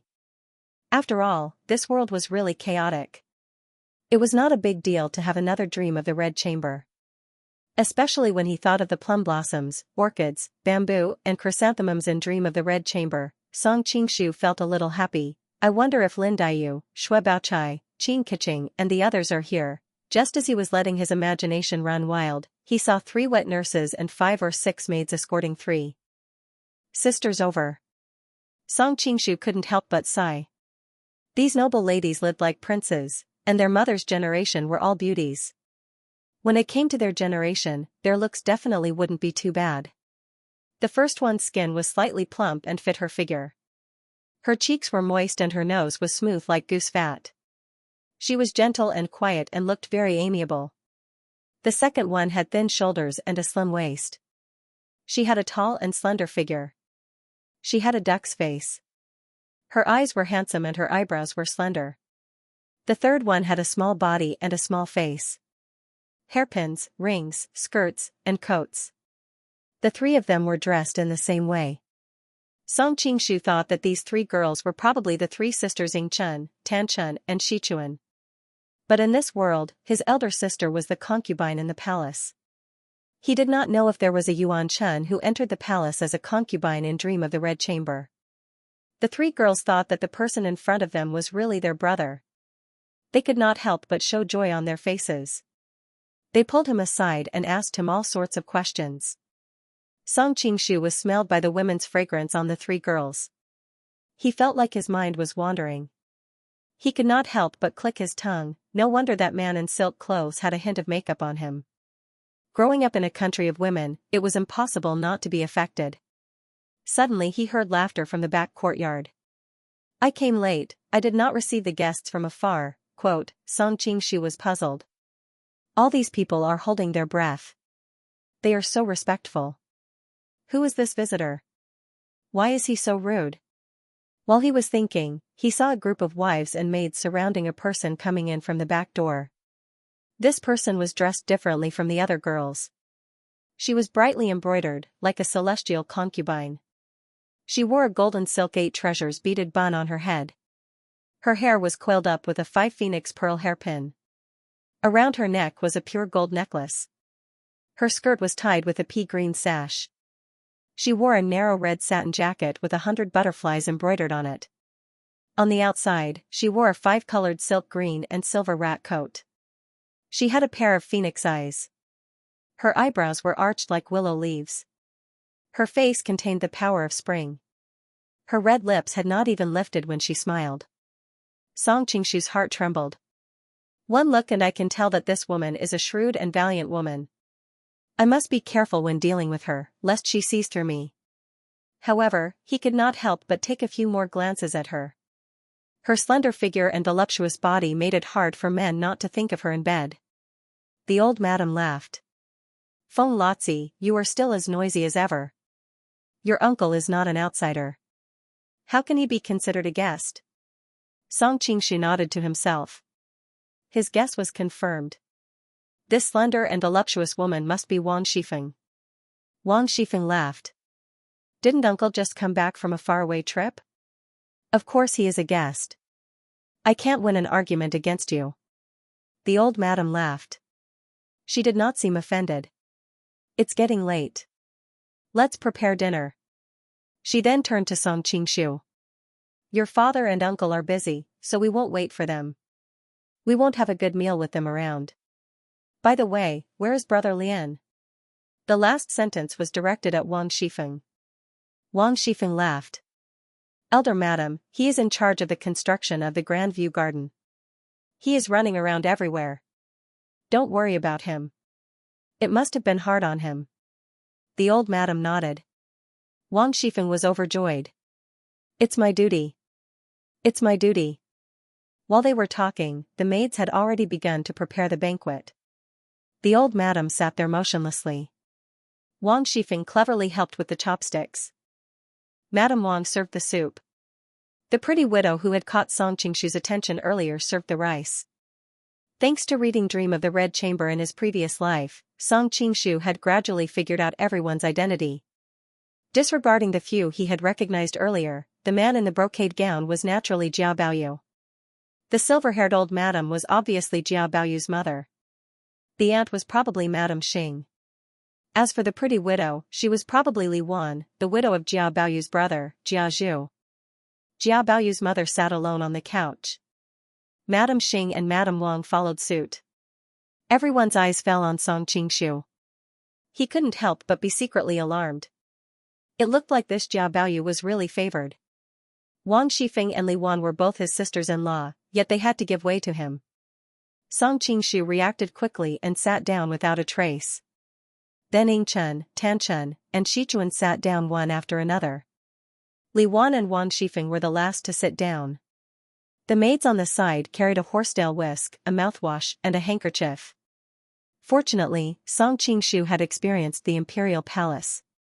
He naturally wouldn't expose these aristocratic details. His only worry was that everyone present was very close to Jia Baoyu. If they started chatting at the dinner table, he might not be able to defend himself. But he was quickly overjoyed. The Jia family clearly had a rule: no one spoke during the meal. Although there were many maids waiting on the outside, not a single cough was heard. After the meal was finished, the maids served tea on small trays. Jia Baoyu's mother waved her hand. "You may go. Let us talk freely." Hearing this, Madame Xing and Madame Wang hurriedly stood up. After chatting for a while, Fang Yinfeng and Li Wan left. After those people left, Jia Baoyu's mother motioned for Song Qingshu to sit next to her. "Quickly tell me what you've been doing these past few days." Song Qingshu groaned inwardly. This kind of small talk was the easiest way to reveal a flaw. Moreover, he was facing Jia Baoyu's mother, who was very fond of him. Song Qingshu knew that he would be exposed if he continued to talk, so he hurriedly said, "Ancestor, I've been traveling for the past few days and I'm very tired now. I can't wait to go to bed and have a good sleep." He deliberately yawned as he spoke. Seeing this, Mrs. Jia became anxious. "My sweetheart, sleep here. I'll ask the maids to make the bed for you." Song Qingshu's scalp went numb. He hurriedly said, "I don't want to disturb you. I'd better go back to my yard to sleep." Mrs. Jia smiled. "I know you don't like beds." "That's right. It's more comfortable to sleep in your own place. Shiren, take your young master back to rest." "Yes, ancestor." The maidservant from before walked in with a smile on her face. Then Song Qingshu said goodbye to Mrs. Jia and followed Shiren back to his residence. Looking at Shiren's graceful figure, Song Qingshu nodded secretly. There were many women in Dream of the Red Chamber, so it was impossible for Song Qingshu to remember all of them. However, he still had some impressions of some special characters. For example, Shiren was the chief maid of Jia Baoyu. Her original surname was Hua, but Jia Baoyu named her Shiren after the illusion of the fragrance of flowers. Shiren not only arranged Jia Baoyu's daily life, but also was his sexual enlightenment tutor. In Dream of the Red Chamber, Shiren knew what her family wanted. In the future, she would become Jia Baoyu's concubine, so she gave in to him. However, no one expected that the Jia family would decline and she would marry another man. Song Qingshu quietly looked at Shiren and saw that her eyebrows were slightly relaxed. She was no longer a young girl. He couldn't help but laugh. Jia Baoyu in Dream of the Red Chamber, who respected women so much, had taken her in. Judging from the signs on the Isle of Heroes, Jia Baoyu in this world was a complete veteran. How could he let go of such a delicious prey? It's a bit tricky now. Song Qingshu secretly frowned. Shiren usually took care of Jia Baoyu's daily life and had intimate relations with him. It was really troublesome to hide it from her. "Why are you worried, young master?" Cece was very sensitive, and Song Qingshu's frown didn't escape her notice. "It's nothing." Song Qingshu laughed and thought to himself, "I can't tell you that I'm worried about you. Even if young master doesn't say it, I can guess it. You must be afraid of being punished by old master. Xiran giggled and said, don't worry. Although master is usually serious, he really loves you. He won't really let you suffer. Song Qingshu replied with a smile. At the same time, he thought to himself, it seems that the father and son relationship in this world is similar to the one described in Dream of the Red Chamber. The only difference is that Jia Jing has become Jia Sherdao. But it's strange. In Dream of the Red Chamber, Jia Jing's brother is called Jia Shi, and Jia Sherdao's father is called Jia Shi. The pronunciation is the same, and the characters are similar. In addition, the Jia, Shi, Wang, and Shui families also exist. How can there be such a coincidence in this world? Is it possible that Dream of the Red Chamber isn't about the Chao family during the Kong and Qian dynasties of the Qing dynasty, as speculated by the Red scholars in my previous life, but the story of the Jia family in the southern Song dynasty? Song Qingshu shook his head. Now that the Qing dynasty and the southern Song dynasty were ruled by the river, there was no need to care about what was going on. Since they were already here, it was better to take things as they came. Halfway through, a servant suddenly caught up with them and said breathlessly, young master, old master is back. He wants you to go to him. Xiran covered her mouth and chuckled.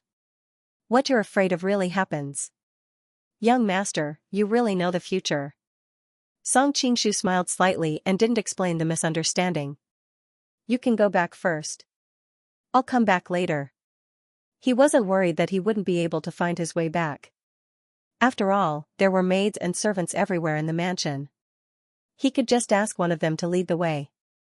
Along the way, he could also ask about the situation in the mansion. He didn't have to worry that the other party would be as familiar with Jia Baoyu as Xiran was and suspect anything. Well. Okay then.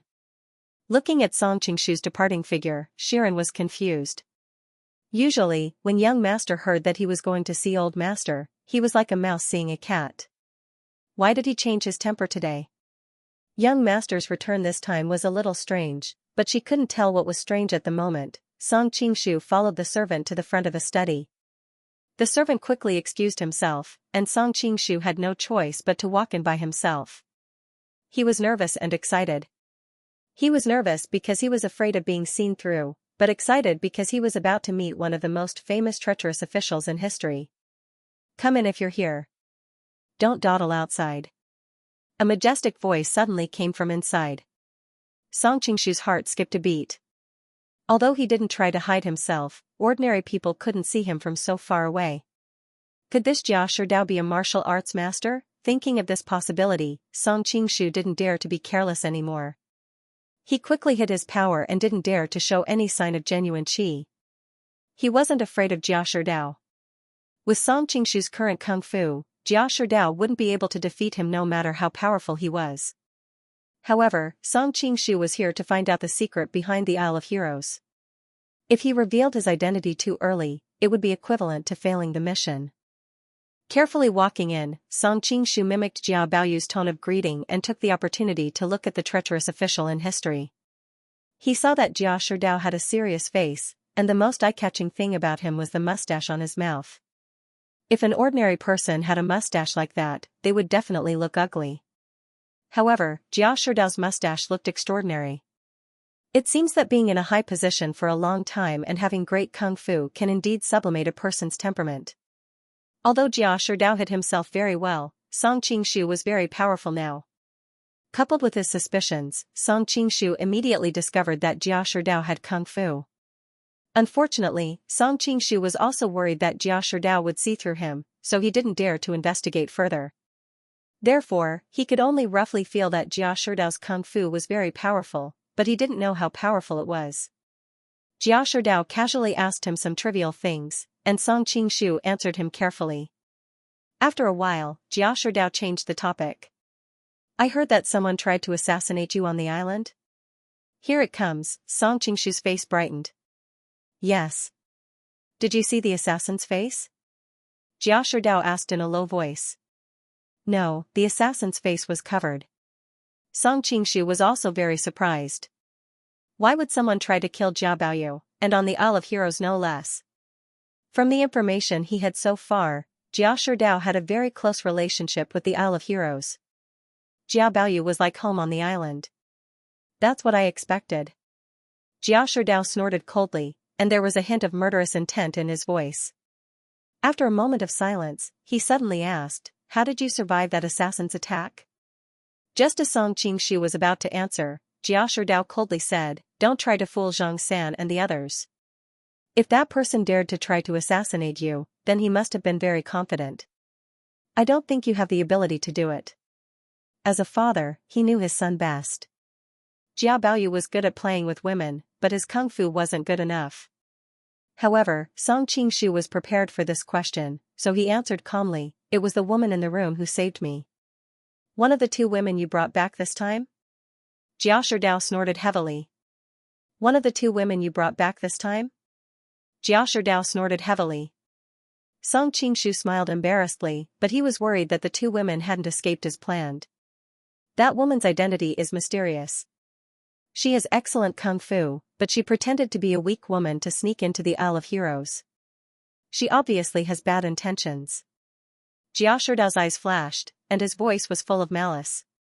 "After all, she saved my life." Song Qingshu smiled embarrassedly. "Don't think that I don't know what you're thinking. She's pretty."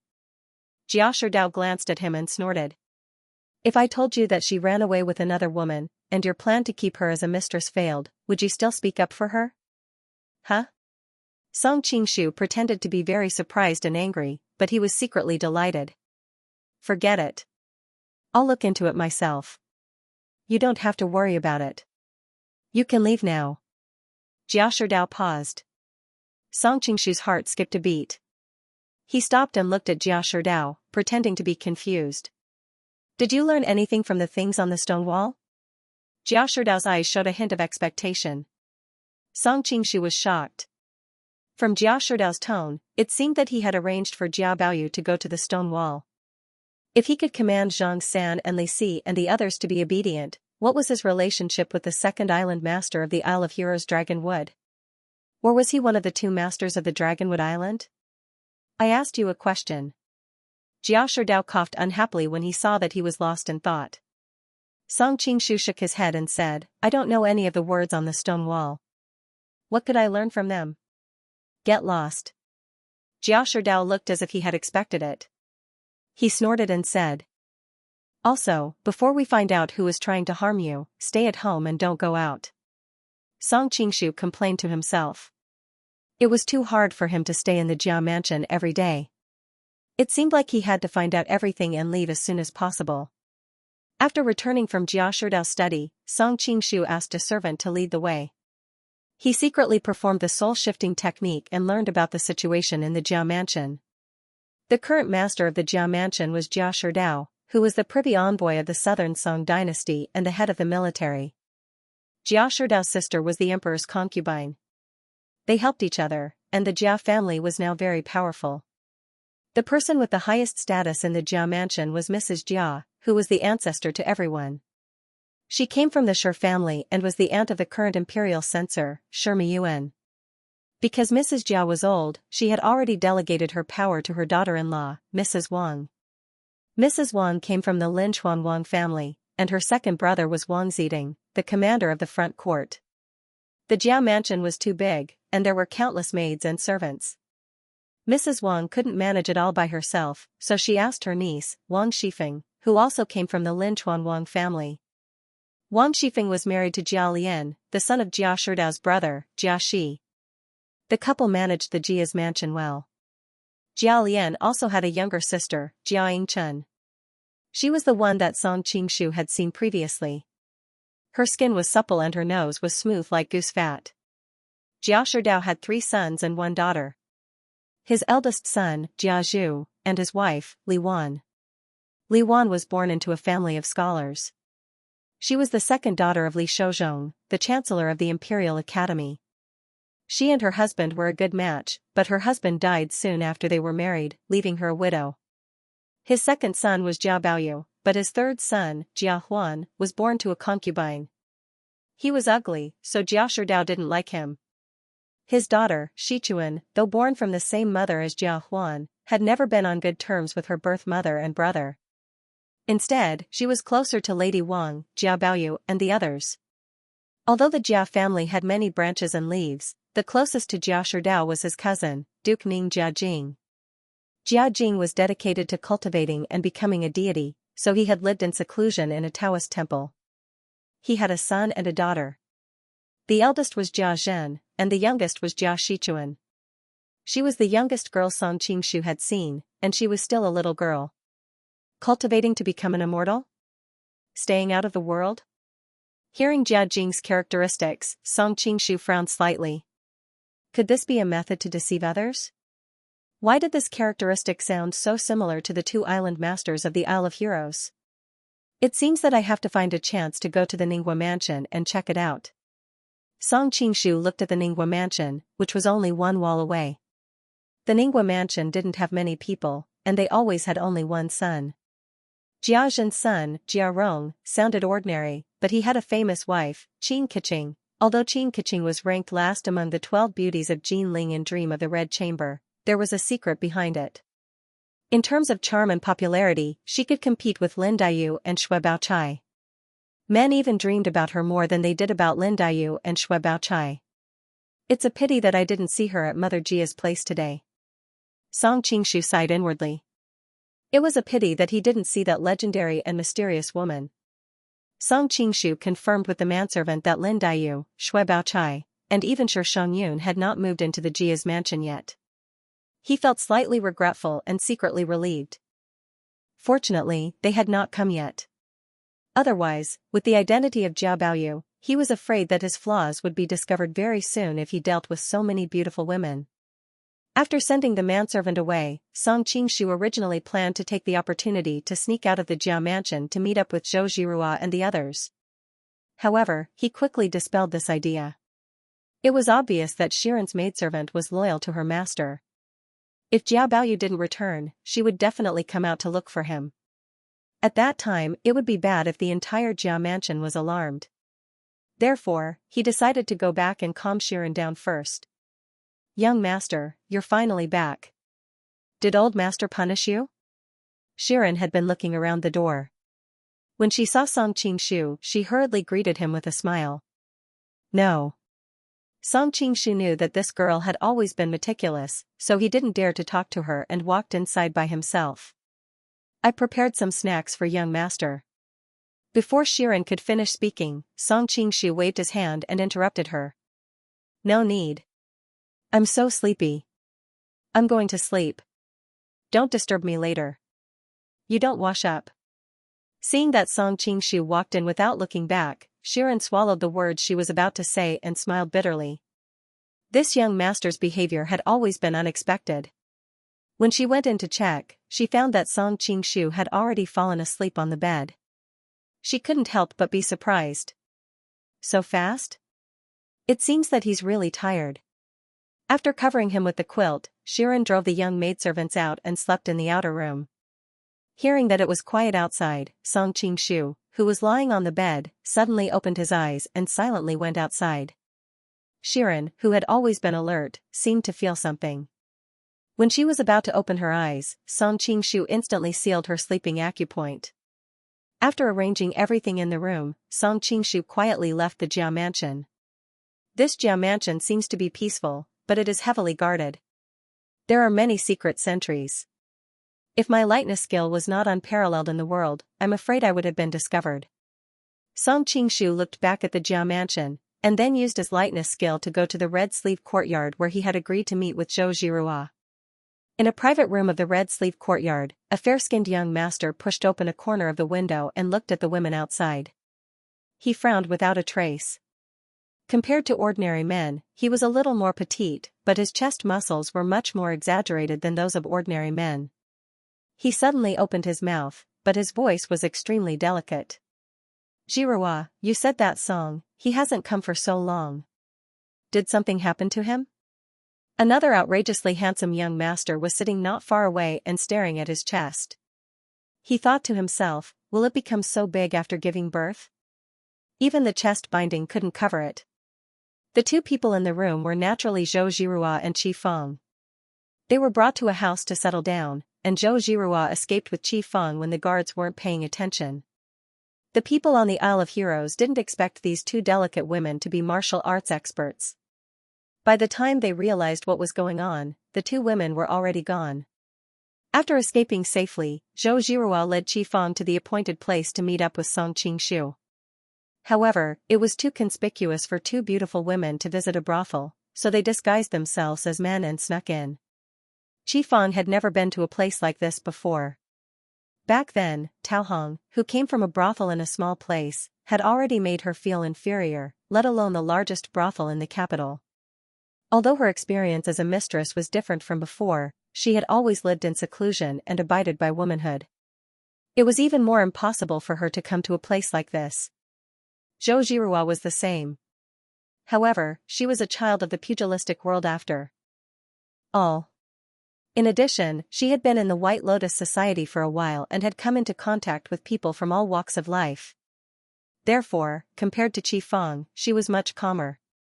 She was the one who made arrangements to go in and out of the Red Sleeve house. The two women naturally wouldn't ask for the girls in the house to keep them company. The madam originally had some complaints, but a large ingot of silver was enough to shut her up. She immediately arranged a secluded room for them.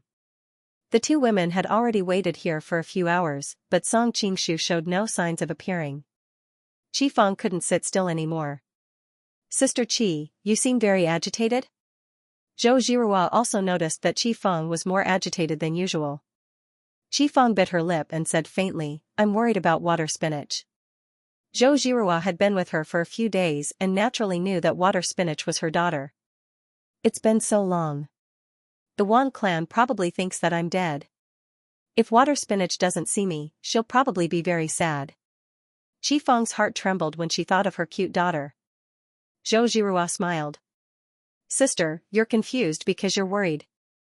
Water spinach is still so young. How would she know these things?" Qi Feng was still frowning. "I'm mainly worried that Wan Gui, that bastard, will harm her." Zhou Zhihua said in surprise, as the saying goes, even a vicious tiger won't eat its cubs. I don't think so." She also knew what had happened to Qi Feng, so as she spoke, her tone became uncertain. If he can kill his wife, what else can't he do? The more Qi Feng said, the more flustered she became. "No, even if Wan Gui won't do anything to her, I must save water spinach. I can't let her grow up in a family surrounded by wolves."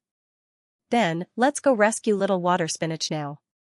At this moment, a familiar voice came from outside the window. The two girls turned around in surprise.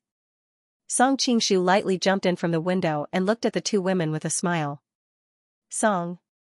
Qi Feng cried out in surprise, but she quickly realized that his decent wife was here, so she forcibly suppressed her excitement. "You've really recovered your martial arts." Zhou Zhihua, on the other hand, did not have so many misgivings. She went up and hugged him. If she had been skeptical before, now that she saw him enter the room without a sound, Zhou Zhihua completely believed him. "Yes, I've recovered." Song Qingshu stroked her soft long hair and answered gently. The two of them shared their feelings, and soon, Zhou Zhihua also realized that there was a woman next to her. She blushed and pushed him away, changing the topic. "The poison of the golden ripple flower is so powerful. How did you recover?" "I comprehended the Taishan scripture on the Isle of Heroes and forced the poison out," Song Qingshu answered instinctively. "The Taishan scripture is really amazing. It can even deal with the flower of the heavenly demon." Zhou Zhihua was amazed. She suddenly realized something and frowned. She said angrily, "Then when you used the poison to make Sister Qi accompany you, was that an act?" Song Qingshu knew that the situation was bad and hurriedly said, "At that time, there was still some poison left. I needed to consolidate it to prevent it from reviving." Looking at the two women's doubtful gazes, Song Qingshu hurriedly changed the topic. "I heard Sister Qi mention the water spinach. Let's go to the Wan residence now. It'll be a good time to settle the debt they caused me." Hearing this, Zhou Zhihua's eyes instantly turned cold. Ma Qi-chan and Wan Gui had almost caused her husband to die without a burial place. How could she not take revenge? And that Li Gai? Zhou Zhihua's eyes drifted towards the north as she secretly added in her heart. The three quickly reached an agreement and quietly left the red sleeve courtyard under the moonlight. Because Qifeng's martial arts were too poor, Song Qingshu carried her all the way, which made Zhou Zhirua a little depressed. But Qifeng's identity was destined to pose no threat to her. Zhou Zhirua soon felt relieved. She tapped her toes and chased after them. In the past, she defeated all the heroes in the Shaolin Temple's lion-slaying convention and won the title of #1 in the world. These years, she has been concentrating on cultivating the Nine Taoist scripture. Coupled with the benefits of dual cultivation with Song Qingshu, her martial arts can be said to be better than before. Following behind Song Qingshu, she did not feel strenuous at all. Of course, besides the fact that Song Qingshu was carrying someone, there was also the factor that he did not use his full strength. Being held in Song Qingshu's arms, even if the two had already been intimate, Qifeng's heart was still beating fast. She glanced at Zhou Zhirua without a trace. Seeing that she did not show any dissatisfaction, she was a little relieved. Except for occasionally reaching out to point the way, the rest of the time, she was blushing.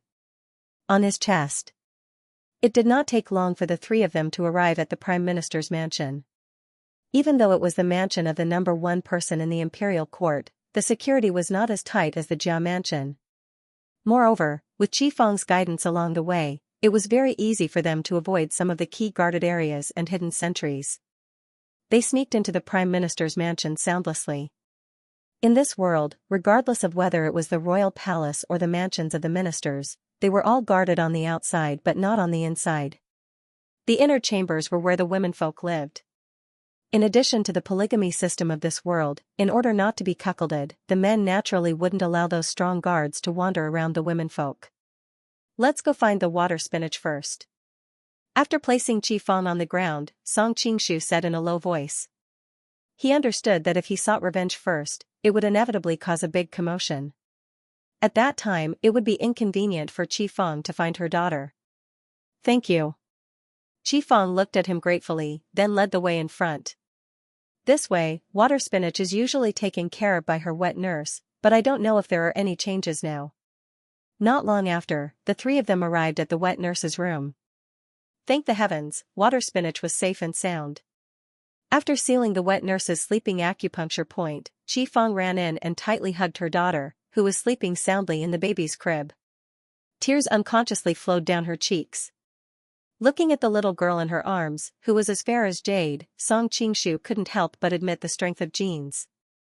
Although Wang Gui was a little bad, he was extraordinarily handsome.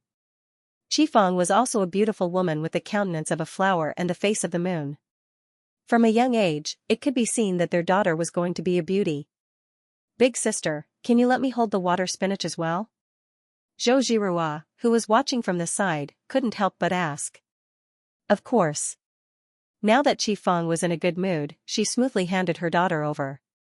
At the same time, she gave Zhou Zhirua pointers on how to hold the child more effortlessly and make the child more comfortable. Looking at the joy and excitement in Zhou Zhirua's eyes, Song Qingshu couldn't help but feel a trace of tenderness in his heart. Song Qingshu's question stunned Qifeng. On one hand, she resented Wang Gui for abandoning her and murdering her in order to climb higher. On the other hand, the two of them had been married for so many years. It was impossible for them to not have feelings for each other. After hesitating for a long time, Qifeng suddenly raised her head to look at him. You want me to go? Song Qingshu couldn't help but smile. That depends on what you think. I'll listen to you. Finishing, Qifeng's face reddened. She had gotten used to relying on this man in this period of time. Then let's go together. It's good to say goodbye to our past lives. Song Qingshu then said to Zhou Zhirua, Zhirua, this is the Prime Minister's foo. If you get into a conflict with the guards in the foo and hurt water spinach, it wouldn't be good. Take water spinach out of the foo first and wait for us outside. Zhou Zhirua was somewhat unwilling but understood that there was no other way.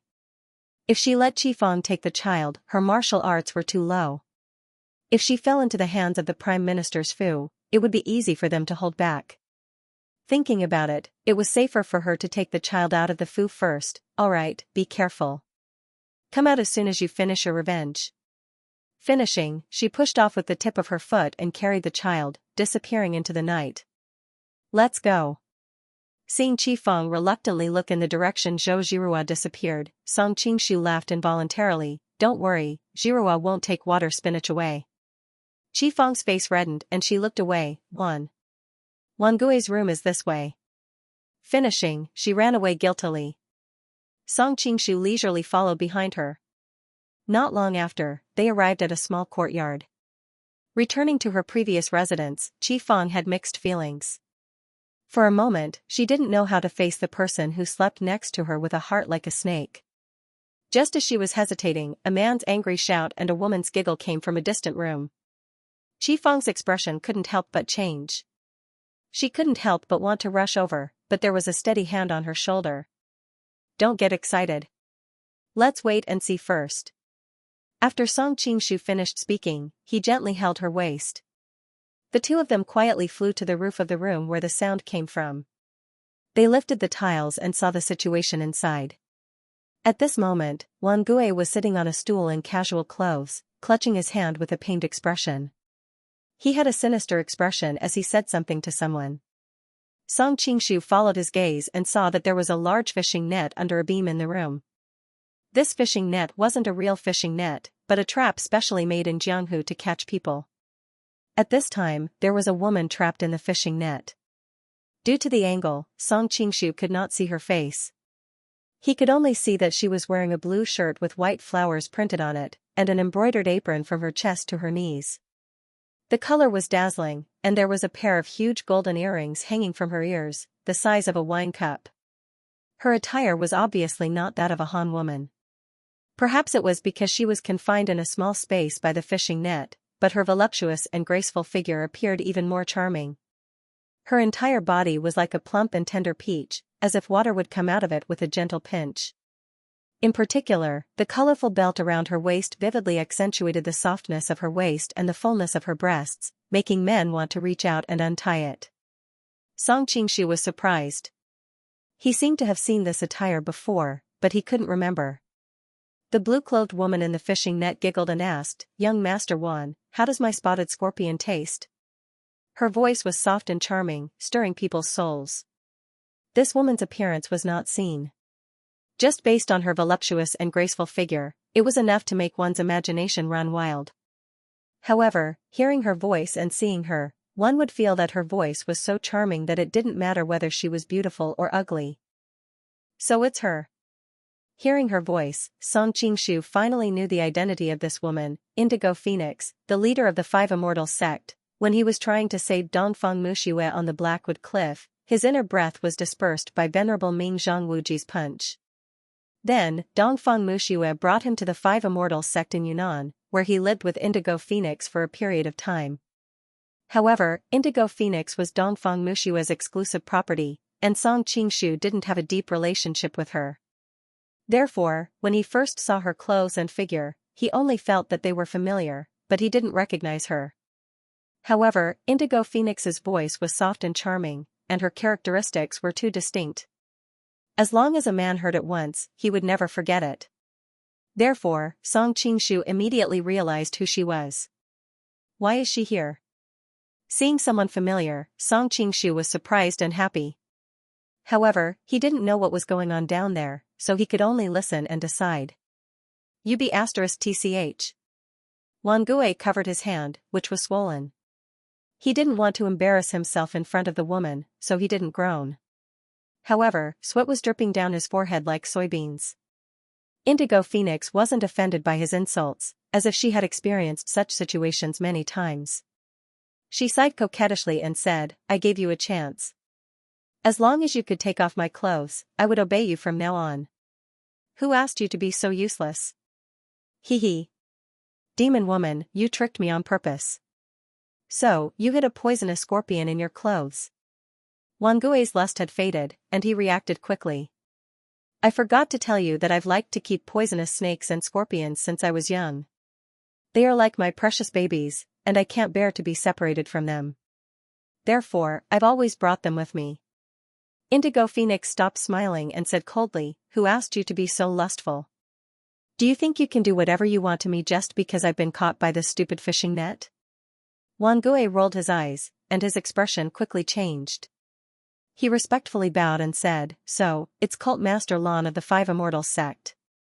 I had eyes but failed to recognize Mount Tai and offended you.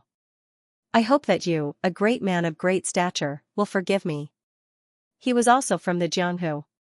The woman in front of him was dressed like a Miao woman, and she was good at using poison. It was easy for him to guess her identity. "Old man, am I very old?" Blue Phoenix touched her face and heaved a sigh of relief. Not old at all. "You're as beautiful as a fairy," Wan Gui said quickly.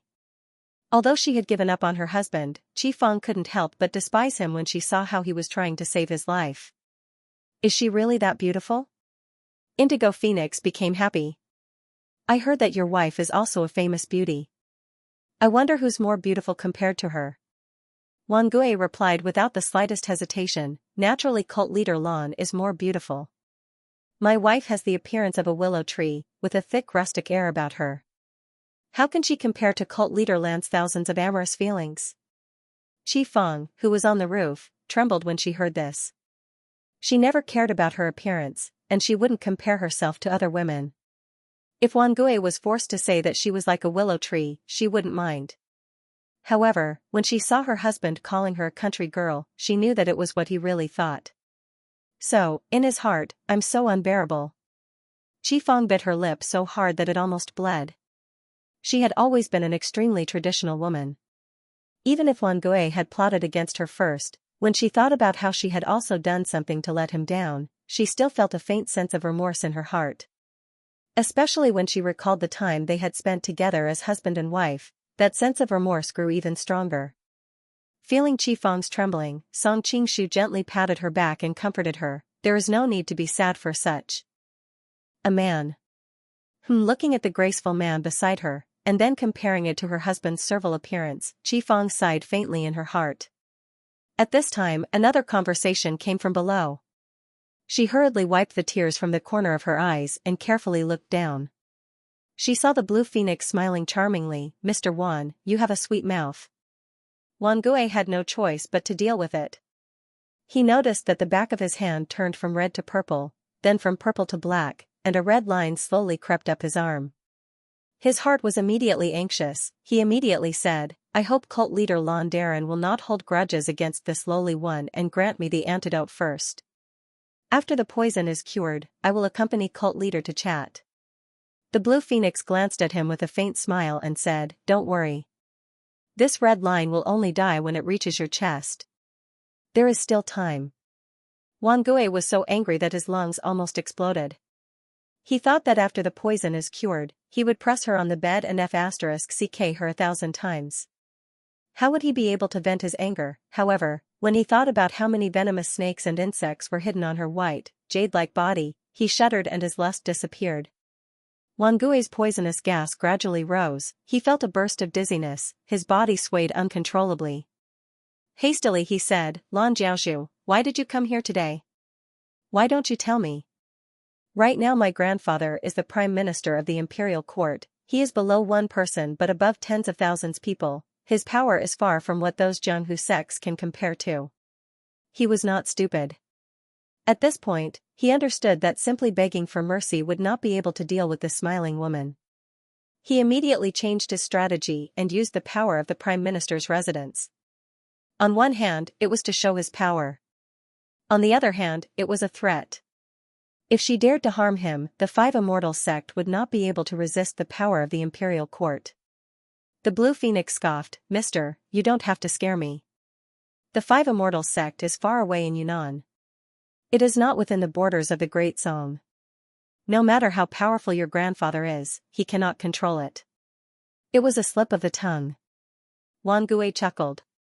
"However, you must have something to ask of me since you are visiting so late at night. Why don't we discuss it? Young master has good eyesight. I am indeed here to find something." Indigo Phoenix was trapped in the fishing net.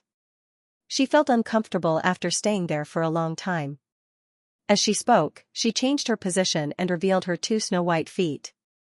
Song Qingshu was secretly amazed. Tao Wuan, twin of the Tang dynasty, was also wearing white clothes and bare feet. This could be considered a classic unsolved mystery of wuxia. They ran around without shoes but their feet were clean. Song Qingshu had no idea how they did it. Cult Master Lan, please speak. When Wan Gui saw that the red thread was about to reach his armpit, he instantly became anxious. Indigo Phoenix said calmly, Young Master, you know that we, the Five Immortals sect, love to study poisons. Not long ago, I heard that the Golden Snake King, who was unparalleled in martial arts, was defeated by young Master's golden rippling flower. Therefore, I am curious and came to your residence to ask for 1 or 2 golden rippling flowers to study. Golden ripple flower? Song Qingshu's heart skipped a beat. Then, he quickly realized that Indigo Phoenix was Dongfang Mushua's subordinate. This time, she came to look for the golden rippling flower. She was probably instructed by her to find the antidote. Golden rippling flower? Wan Gui was also shocked.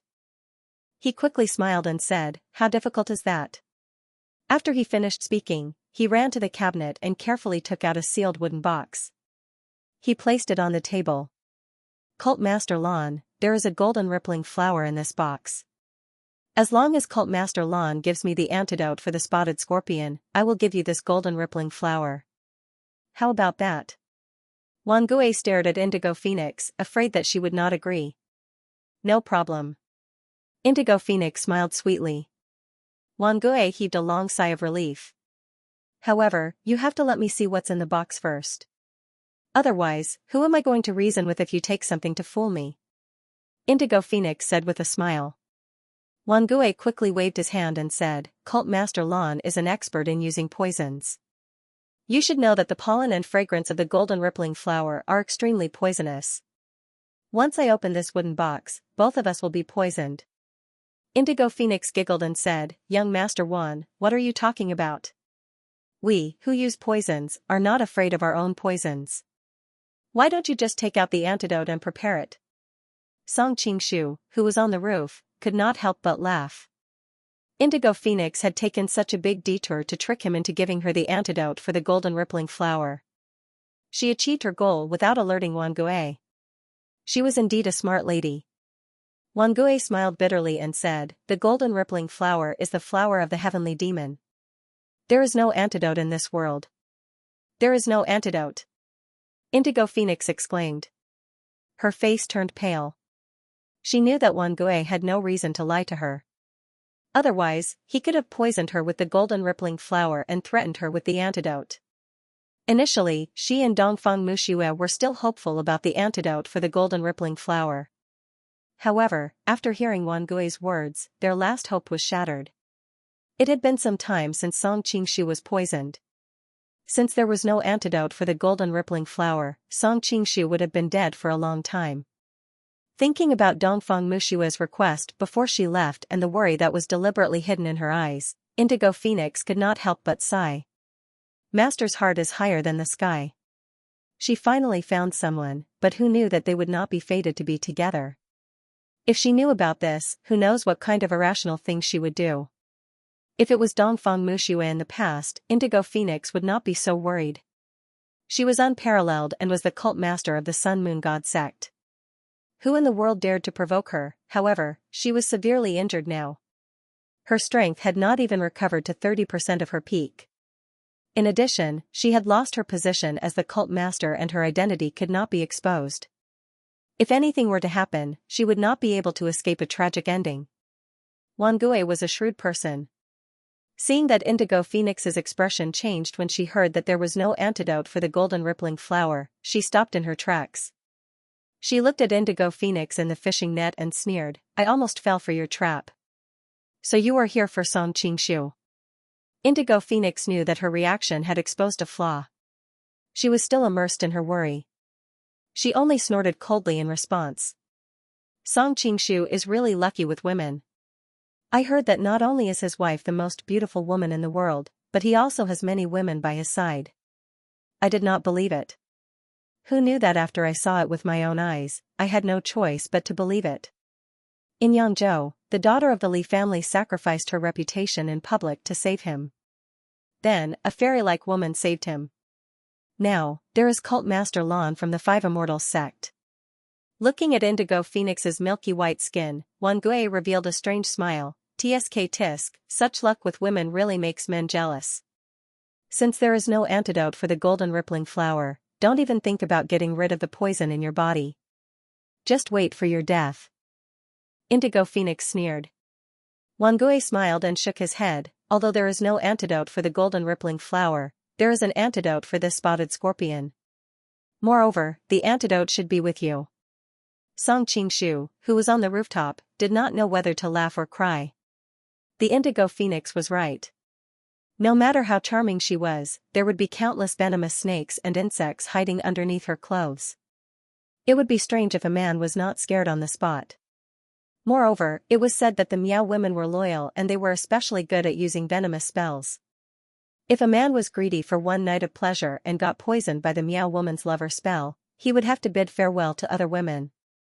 Wangui angrily said, "Don't think that I really don't dare to touch you." The indigo phoenix giggled, "Bring it on then.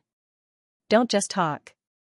I forgot to tell you that other than venomous snakes, spiders, and scorpions, I also have golden silkworm venomous poison and jade silkworm venomous poison. Mr. is half a man of the pugilistic world. You should have heard of it." Not to mention Wangui, even Song Qingshu couldn't help but click his tongue when he heard this. My goodness, the gold silkworm poison and jade silkworm poison are toxic poisons in the golden book that aren't inferior to the golden ripple flower. During the Dragon Boat Festival in the Miao Stockade village, hundreds of insects were collected and placed in earthen jars to kill each other. A year later, when the jars were opened, only a kind of golden silkworm was left. After feeding it with golden leaves for a few months, it would turn into a pile of golden dung. The dung was the golden silkworm's poison, which could be said to be the most poisonous thing in the world. Those who were poisoned would feel as if thousands of insects were biting their body. The pain was unbearable, and they could neither live nor die. The green silkworm poison goo, peacock gallbladder, and crane's crown red were listed by the Poison Hand King of Medicine as 3 of the 9 great forbidden drugs in the world. The egg powder of the green silkworm poison goo was the Miao tribe's poison. It was colorless and odorless. The poison powder did not pass through flesh and blood, so its toxicity was not strong. There were ways to neutralize it, but it had to pass through flesh and blood to be fatal. As soon as the human body was covered with the poison powder, there would be a faint layer of dark green. If the peacock gall and crane's crown red were added, it would not show any color. However, after mixing them together, the poison would enter the heart and there was no antidote. However, the poison of the golden silkworm parasite was in the form of a powder. If the opponent's internal energy was much higher than the poisoner's, it was very easy for the poison powder to bounce back and cause harm to the poisoner. As for the green silkworm parasite, it needed to be combined with the peacock's gallbladder and crane's crown red in order to maximize its power. Although there was no antidote, as long as someone was willing to sacrifice their life to suck out the poisoned blood, they could still save the poisoned person's life. So, in comparison, the golden ripple sunflower was more impossible to guard against. Not only could it kill without leaving a trace, but even a deity would not be able to save it. Wangui's face was malevolent, obviously unable to do anything to the thorny rose in front of him, but he was still crafty and cunning, quickly coming up with an idea. You are covered in poison, I indeed do not dare to touch you directly, but now that you are trapped in the fishing net, I will have someone throw you into the pond in the courtyard to soak for a few hours. When those poisonous snakes and insects come into contact with the water, won't they flee without a trace? Not to mention the golden silkworm parasite and green silkworm parasite on your body, they have long been washed clean by the water. The indigo phoenix's expression changed slightly. She knew that if she was really soaked in the water, she would lose 90% of her strength.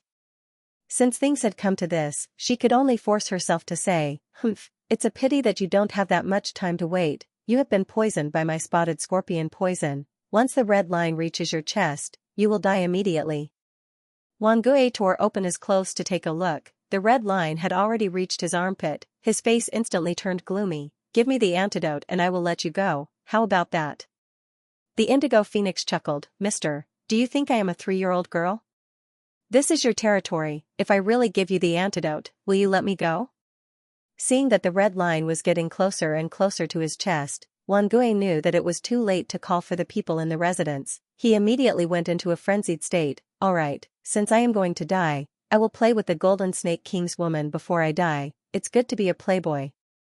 Chi Fang, who was on the roof, was shaking with anger. She immediately turned around and looked at Song Qingshu. Seeing that he was gloomy, she could not help but apologize softly. I am sorry. Song Qingshu shook his head. He is the shameless one. What has it got to do with you? The indigo phoenix spat. Firstly, I am not the Golden Snake King's woman. Secondly, if you want to play with me, I am afraid you don't have the ability. Wang Gui raised his sword and approached her step by step. Hearing what she said, he laughed sinisterly. I know that cult leader Lan is proud of his poisonous body, but I will first use my sword to cut open your clothes and strip you naked. This young master would like to see where you can hide those venomous snakes, venomous insects, and whatnot, from head to toe, unless. As he spoke, he looked between the indigo phoenix's legs. His gaze was extremely perverted. Seeing him being so rude, the indigo phoenix was furious. Although she had a way to protect herself even if she was stripped naked, it would inevitably damage her chastity. Although she looked like a slut, she valued her chastity very much. How would she be willing to be taken advantage of by such a despicable person? My skin is covered with the poisonous powder of the golden silkworm. If you are not afraid of death, you can try to touch me, the indigo phoenix said coldly. She did not want him to see her body, so she threatened him first. So what? Wang Gui's eyes revealed a tinge of madness. He pointed at the red line that was slowly moving towards his chest. I am going to die anyway, so what if I am poisoned by the golden silkworm? As long as I can have a taste of cult master Lan before I die, when I go to the underworld in the future, I will let him know that not only did he die in my hands, but also that his woman was played by me. So what if his martial arts are matchless and famous in the world? In front of me, Wang Gui, he is a complete failure, a green-haired bastard, ha ha ha. Seeing that Wang Gui was getting closer, the indigo phoenix's expression finally changed. If a person did not care about life and death, there was really no way to threaten him. Crack, a crisp sound of cloth tearing was heard. The indigo phoenix's sleeve had fallen to the ground, revealing her fair arm. Ah! The indigo phoenix exclaimed. She quickly turned her body to block his view. TSK, this skin looks like it was soaked in milk. Song is really lucky. Wang Gui's Adam's apple moved. He swallowed a mouthful of saliva. He raised his sword towards the indigo phoenix's chest again. The indigo phoenix was angry and anxious. She was hesitating if she should take out the antidote for the spotted scorpion to temporarily calm him down so that she could negotiate with him. Anyway, the antidote would only be completely detoxified after 7 days. She was not afraid of giving him some first. He would not have any bargaining chips when the time came. At this moment, a teasing voice came from the room. I heard that you want me to be a green-haired bastard? Hearing this voice, the indigo phoenix turned around in surprise, but Wang Gui looked as if he had seen a ghost. Song Qingshu? How is that possible? There is no antidote for the golden ripple flower. How are you still alive? Song Qingshu said plainly, with your pitiful knowledge, it's hard to explain to you. After he finished speaking, he ignored him and walked towards the indigo phoenix. With a wave of his hand, a sharp sword aura sliced through the fishing net. The indigo phoenix screamed and fell out. As she was suspended in midair, she lost her balance and couldn't react in time. Her entire body fell to the ground.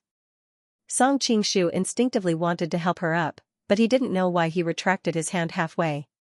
Blue Phoenix fell to the ground and groaned in pain.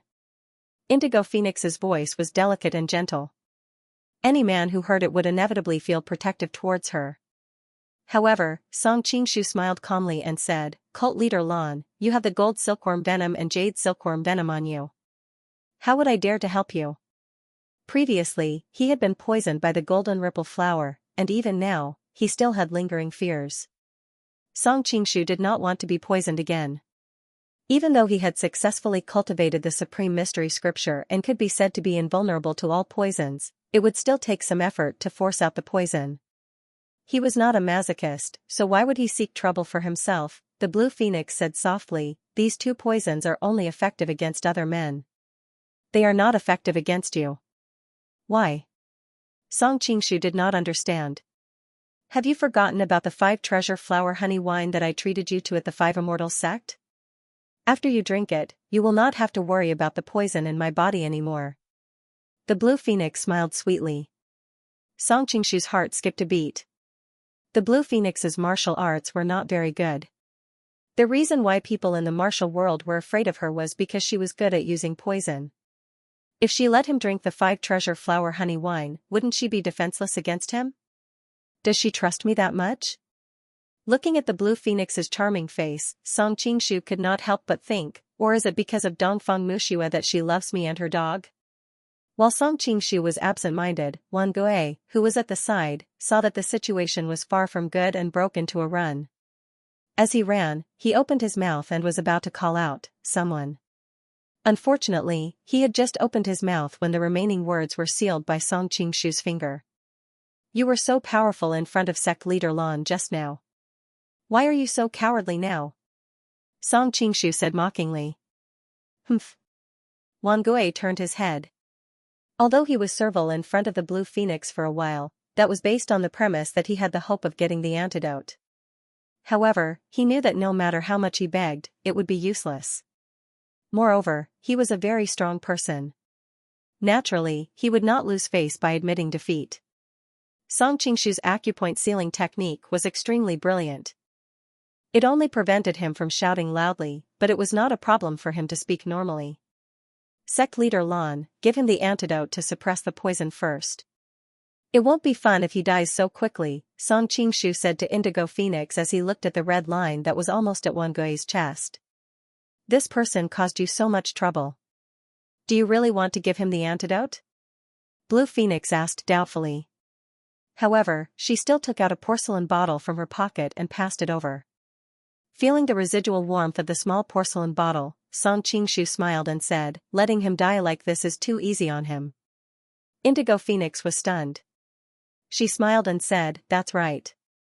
It's too easy for him." The 5 Immortals sect that she belonged to was regarded as an evil sect by the people of the righteous path. Naturally, their behavior was also very strange. Thus, she quickly agreed with Song Qingshu's opinion. Song Qingshu walked to Wan Gui's side. He opened the bottle stopper and sprinkled some black powder on the wound on the back of Wan Gui's hand. The antidote was effective. Not long after, black blood slowly seeped out of the wound and dripped onto the ground. As more and more black blood seeped out, the red line on Wan Gui's arm slowly moved down to the crook of his arm and then back to his wrist. Seeing that his life was saved, Wan Gui finally heaved a sigh of relief. Only then did he realize that his entire body was drenched in cold sweat. "I have something to ask you," Song Qingshu said. "How did you guys kill Diyan?" This was also the reason why he came to Linen to find Wan Gui. Other than avenging himself, he also wanted to seek justice for Diyan. Wan Gui's expression changed. He quickly said, "What Diyan? I don't know what you're talking about. Are you still going to quibble at this time? Tao Hong has already told you everything." Song Qingshu looked at him coldly. "Tao Hong?" Wan Gui's heart skipped a beat and he immediately became silent. "Cult leader Lan, you should have a poison that can make people wish they were dead, right? Since young Master Wan is so stubborn, let him suffer a little," said Song Qingshu indifferently when he saw Wan Gui remain silent. "Hee, the 5 Immortals sect may not have other things, but we have all kinds of poisons that can torture people." Although Indigo Phoenix was smiling, her eyes were filled with coldness. One had to know that the way Wan Gui treated her just now had provoked her killing intent. If it wasn't for Song Qingshu, she would have sent him to hell long ago. Seeing Indigo Phoenix's expression, Wan Gui could not help but shudder. He knew that it would not be good for him to fall into this woman's hands. He quickly said, "After my grandfather returned to power, he sent people to find us." Song Qingshu pulled Indigo Phoenix back and listened to him continue. "In addition, we got into some trouble in Jingzhou. Hence, we decided to move our family to Linen and changed our name. It was quite a comfortable life. Who knew that one day, Diyan would come knocking on our door? He said he wanted to see Qifeng. Humph, he and Qifeng were childhood friends. How could I let him see them and let them rekindle their relationship? However, I don't know what happened to Diyan. He was no longer the silly boy that I threw into jail with a few tricks. Moreover, he was very skilled in martial arts. The experts in the Prime Minister's residence were no match for him. So, I changed my strategy and agreed to let him see Qifeng to calm him down. Then, I took the opportunity to poison him with the golden ripple flower." Song Qingshu's face was gloomy. He had personally experienced the poison of the golden ripple flower. Even someone of his cultivation level could not withstand it, let alone Diyun. The golden ripple flower is indeed powerful. Soon, Diyun died from the poison. Wangui had a proud expression as he talked about this. It was obvious that he had used a trick to defeat a martial arts expert. This made him very proud. Brother. I should not have let you come alone. Song Qingshu suppressed his anger and asked in a deep voice, where did you put Diyun's body? Body? Wangui knew that he had no chance of survival today, so he no longer had any misgivings. He sneered, that stinking brat was a toad lusting for swan meat. He dared to have designs on my wife and even dared to hit me just because he was skilled in martial arts. This young master killed him. Of course, I chopped him up and fed him to the dogs. What? Song Qingshu flew into a rage and grabbed Wangui's neck. He only needed to exert force and he would be able to take Wangui's life in an instant. A trace of joy flashed in Wangui's eyes. Song Qingshu frowned and instantly understood what Wangui was thinking. I know that you want nothing more than for me to kill you and give you a quick death. I have to admit that as a bad person, you do have some awareness of failure. Wangui spat out a mouthful of bloody phlegm and sneered, I'm not a fool. I know that you won't let me go, so why would I beg you? However, this life of mine was worth it. I stole someone else's sweetheart and killed my love rival. Even though I've only lived for 30 years, I've enjoyed all the riches and fortune in the world. Of course, if I killed the invincible Golden Snake King and played with his woman. As he spoke, he glanced at the indigo phoenix with a greedy look in his eyes. That couldn't be more perfect. Who knew that God's plans would go awry? You were poisoned by the golden ripple flower and yet you didn't die. How could you not die? Wangui's handsome face became extremely hideous as he spoke. Hearing his wife's name, Wangui turned around and stared at the door. The door creaked open, and a young woman with a face full of tears walked in. You're still alive? Wangui was in disbelief. Are you disappointed that I'm not dead? Qifeng wiped the tears off her face and bit her lip. The blue phoenix looked at the young woman in front of her in shock. She then looked at Song Qingshu thoughtfully. She seemed to be smiling but she wasn't. Wangui's expression changed. Finally, he squeezed out a smile, what are you talking about? I'm happier than anyone that you're safe and sound. Are you still trying to lie to me? Qifeng said sadly, Tao Hong has already told me everything. You tried to kill your wife just to curry favor. You're despicable and shameless. Wangui's face twitched, but his attention was on Tao Hong, whom his wife had mentioned. When he recalled that Song Qingshu had also mentioned her before, he suddenly understood. I was wondering how you could be safe and sound. So it turns out that you've hooked up with that Song fellow. You're really fickle and don't abide by the virtue of a woman. You. Qifeng was shaking in anger. She was speechless. Song Qingshu did not speak at the side. He wanted Qifeng to see her husband's true colors. After a long time, Qifeng took a deep breath, and her rapidly rising and falling chest gradually calmed down. I'm not here to argue with you today. When you arranged for Tao Hong to kill me, the relationship between us as husband and wife has long been severed. I came back this time to take the water spinach away. Secondly, I want to ask. My senior is such a kind and honest person. Why did you treat him so cruelly? Why? Wangui laughed. You're asking me why? When the two of you came to the Wan residence, everyone in the residence was mesmerized by your beauty. When I first saw you, I swore to myself that I would get you in this lifetime. Unfortunately, even though I thought I was handsome and had a good family background, I didn't know that you only had eyes for that silly boy. I was so angry when I saw the two of you being so intimate. In order to obtain you, I naturally have to get rid of Diyun, that stumbling block. That was Junior Marshal Brother Shen's plan. Senior Marshal Brother Zhou and Senior Marshal Brother Bu pretended to be rapists and lured Diyun into Tao Hong's room to save her. It was Wukan who had personally placed the gold and silver artifacts under the silly boy's bed. If we didn't use this trick, how could we have kept you in the Wan residence? Qifeng felt dizzy and her vision darkened. Her husband's words were like sharp knives stabbing into her heart. She couldn't help but cry out, I I've wronged you, I've wronged you. Her body swayed and she was about to fall. Song Qingshu hastily reached out to support her. He heard her say, "When I heard Prince Song talking about this matter, I didn't quite believe it, I thought he was deliberately deceiving me. Now I finally understand that my husband is actually such a despicable and vicious person." Her voice was very bitter. At this moment, Wang Gui's attention was completely focused on Song Qingshu's hand that was supporting her. When he heard his wife talk about other men, his eyes were about to spit fire. "Take your stinky hand off me." He pretended to pounce on Song Qingshu, but unfortunately, he had been poisoned by the indigo phoenix and was already dizzy. Instead, he fell onto a chair. Song Qingshu ignored him and looked at Qi Feng instead, saying, "It's fine that he plotted against me. For your sake, I can let him go. However, he harmed Di Yun, so I have to avenge brother Di." Qi Feng bit her lip so hard that it almost bled. Her eyes glistened with tears. "I've let senior martial brother down. Even if you didn't do anything, I would have avenged him." Song Qingshu moved closer to her ear and said, "Wang Gui knows that he's going to die, so he can't wait to be freed. Brother Di was harmed so badly by him. Killing him like this would be letting him off too easily. Therefore, I will use other methods to take revenge on him later."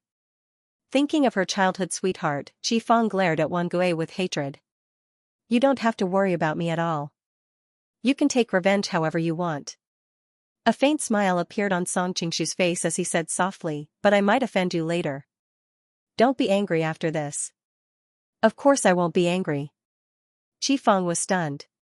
She thought to herself, "I can't wait to be happy that you've avenged senior martial brother. Why would I be angry? Remember what you're saying now." Song Qingshu chuckled and walked in front of Wang Gui. He looked down at him from above and said, "Do you want to know why I didn't die after being poisoned by the golden ripple flower?" Wang Gui snorted, but there was a tinge of curiosity in his eyes. The indigo phoenix, who was beside him, also giggled. "Young Master Wan, even I'm curious. I think I'm an expert in using poison, but if I were poisoned by the golden ripple flower, I wouldn't be able to do anything. There's no harm in telling cult leader Lan. Just don't blame me for being rash later." Song Qingshu had a strange expression on his face. He then said, "There's no real cure in this world. Although the golden ripple flower is overbearing, there's something that can temporarily restrain its poison." "What is it?" Wang Gui couldn't help but ask. Song Qingshu looked behind him. Qi Feng was already blushing. He then said to Wang Gui, "A woman's," even though he didn't say the last two words loudly. Everyone in the room practiced martial arts. Everyone had sharp ears and eyes. They heard it clearly. The indigo phoenix blushed and couldn't help but spit. Wang Gui seemed to have thought of something. He looked at his wife beside him and his expression changed instantly.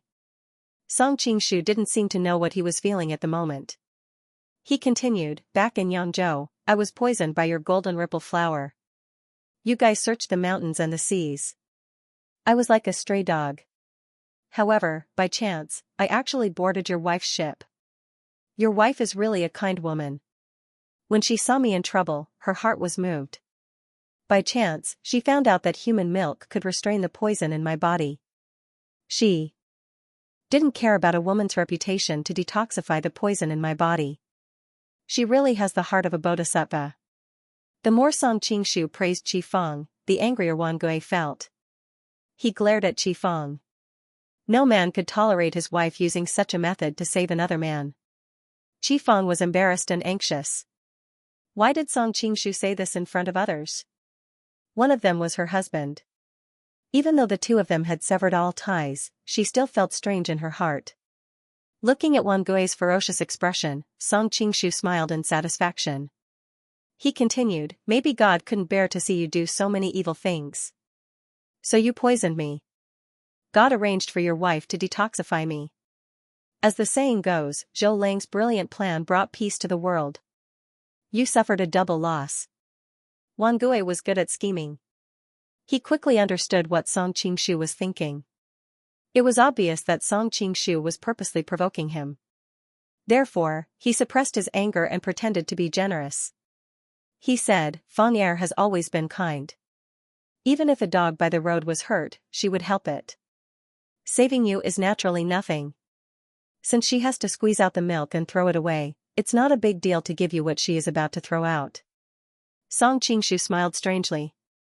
Did I tell you that she squeezed out the milk and gave it to me? The golden ripple flower's poison is so domineering. The time it takes effect is not fixed. How can she squeeze it out every time? Wang Gui's expression changed. A bad premonition rose in his heart. Song Qingshu's following words were like a heavy hammer striking his heart. Your wife has the heart of a bodhisattva. In order to save me, she just let me hug it and drink it. Blue Phoenix looked at her with her mouth agape. She thought to herself that this woman looked gentle and quiet on the surface, but she was actually so bold and unrestrained in her bones. You. Wang Gui almost fainted from anger.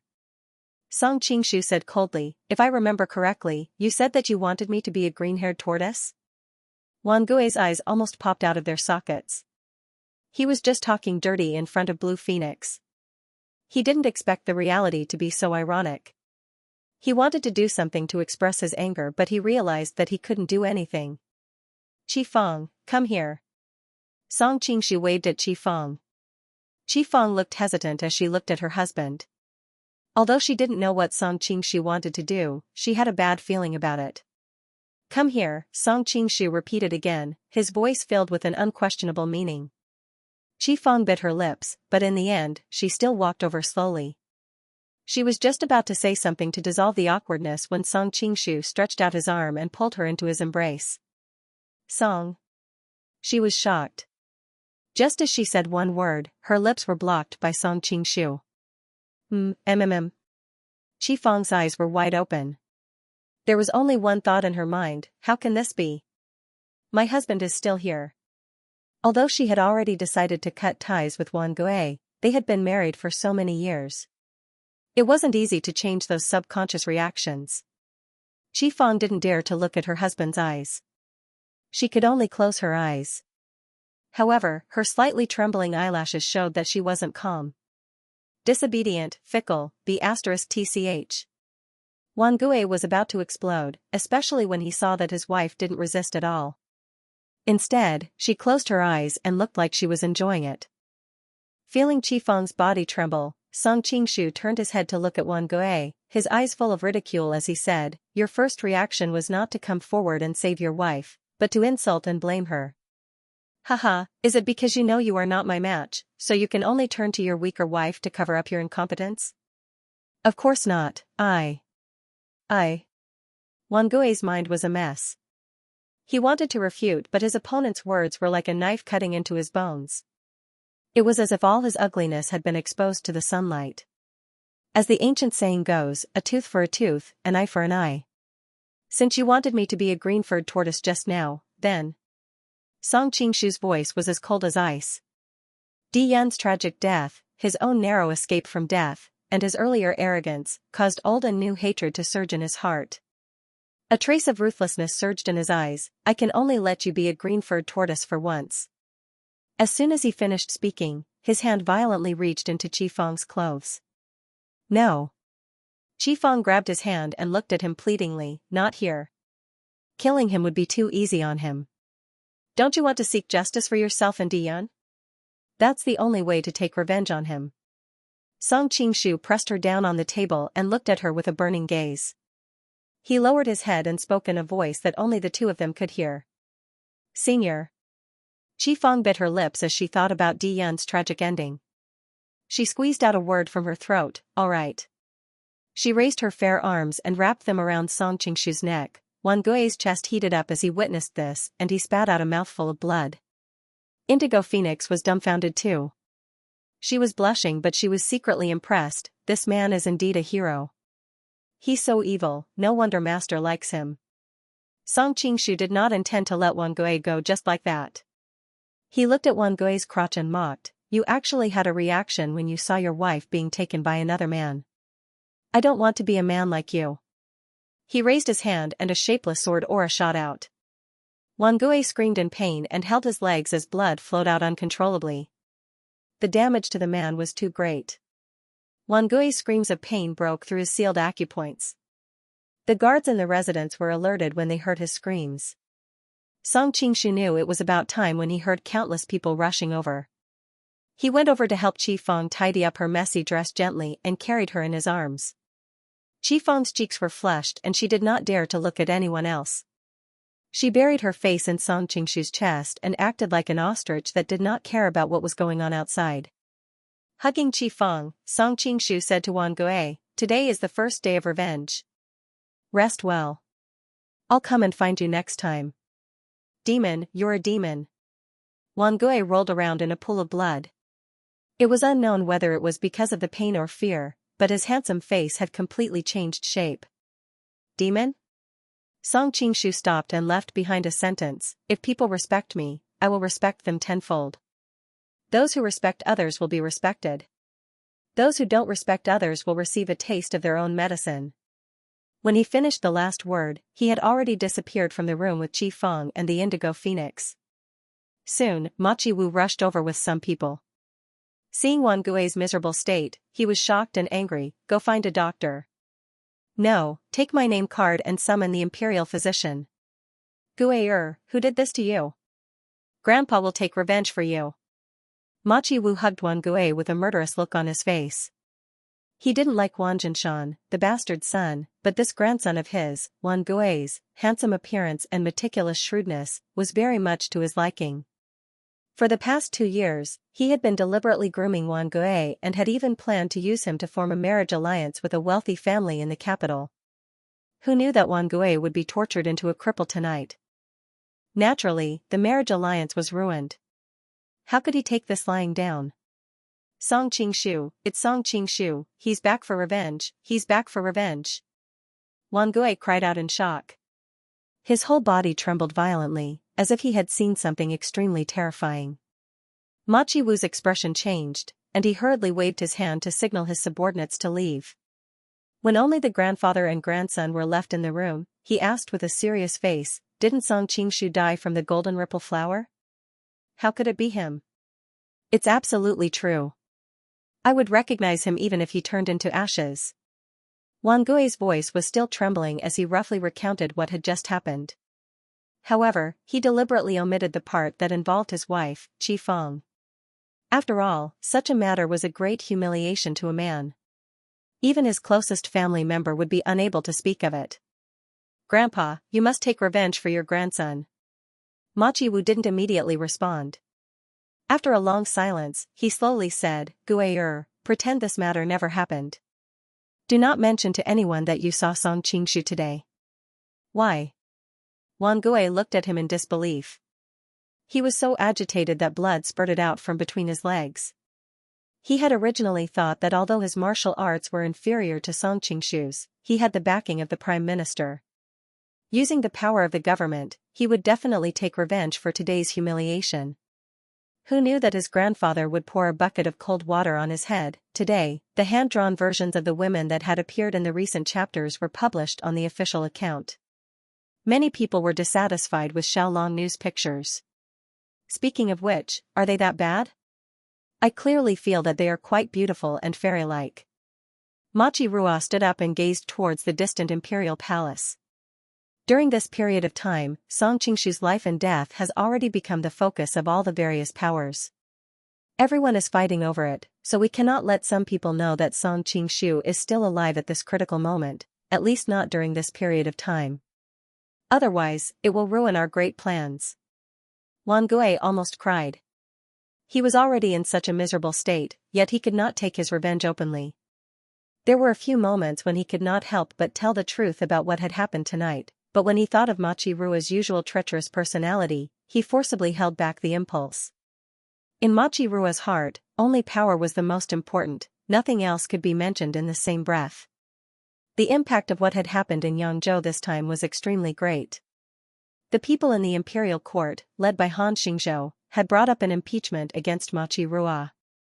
Those princesses of the washing clothes brothel who had previously received favors from Song Qingshu were also causing a ruckus in the inner palace. Coupled with the Golden Snake Camp's unusual movements in the north, the surrounding countries had all sent envoys over to pressure the southern Song dynasty. Ma Qiwu's current situation was extremely bad. However, Ma Qiwu's relationship with Zhao Go had always been better. Not only did Li Keqiu attach herself to Zhao Go with the land of Jianghuai, she had also sent people to escort her daughter to Linen to offer her as a concubine. These were all solid gains, so Zhao Go had tacitly approved of her previous actions. No matter how fierce the attacks of those political enemies were, Machi Rua remained unmoved. Of course, all of this was built on the premise that Song Qingshu was already dead. No matter how powerful the world-renowned Golden Snake King was, he was just a fleeting cloud after his death. Many people would not continue to fight for a dead person. But if Song Qingshu was still alive, then the entire situation would change.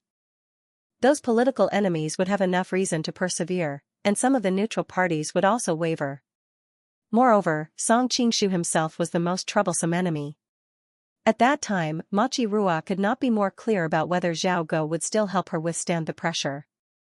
Machi Rua had been in and out of the political scene for many years. When she heard the news that Song Qingshu was still alive, she quickly thought of a solution in her panic. As long as she suppressed this news for a while, when Li Keqiu's daughter officially entered the palace in 2 days, then what was done could not be undone. She would completely bind Zhao Go to her. The completion of the marriage meant that Li Keqiu had completely submitted, and all of this originally belonged to Song Qingshu and the Golden Snake Camp. This way, the Southern Song dynasty and the Golden Snake Camp would have an irreconcilable conflict. Especially that Miss Li from the Li family did not hesitate to sacrifice her daughter's reputation to save him. The two of them must have had an affair long ago. When Song Qingshu found out about all of this, how could he let it go? Even if Song Qingshu weighed the pros and cons and was willing to let it go, how could the soldiers under him endure this? How could he convince the people in the future? Song Qingshu, as a hero of a region, was already in a difficult position, let alone Zhao Go, as the emperor of the Song dynasty.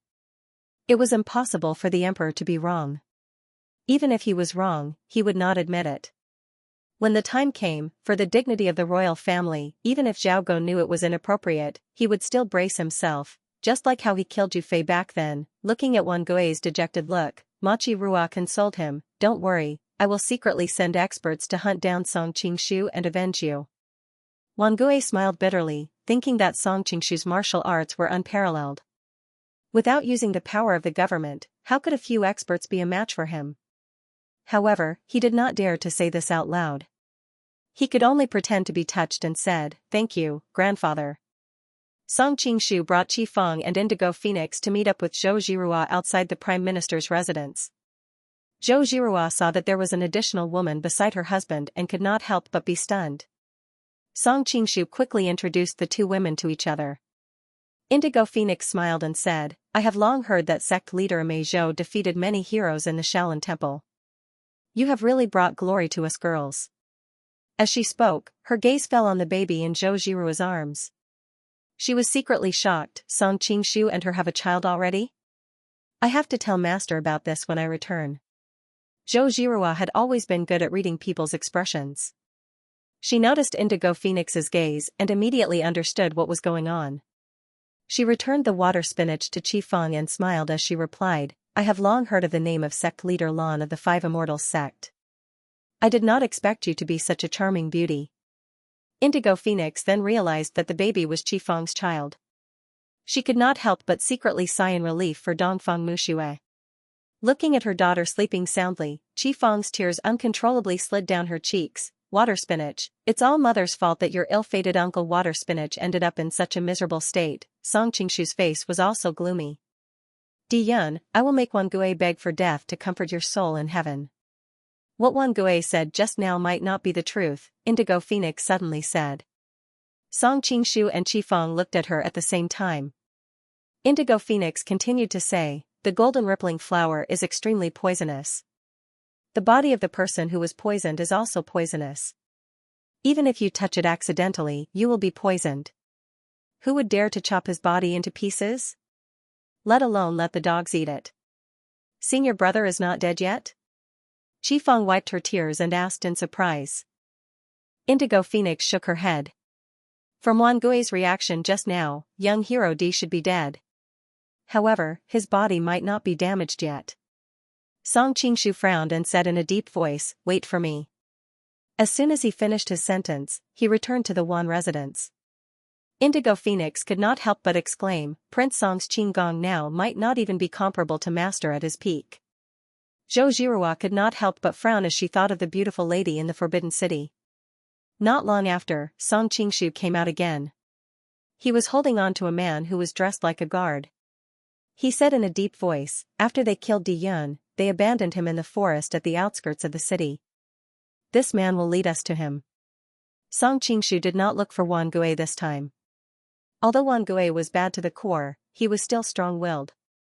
It would not be easy to find out the whereabouts of Di Yun's body from him. Moreover, Song Qingshu did not want to destroy Wan Gui so quickly.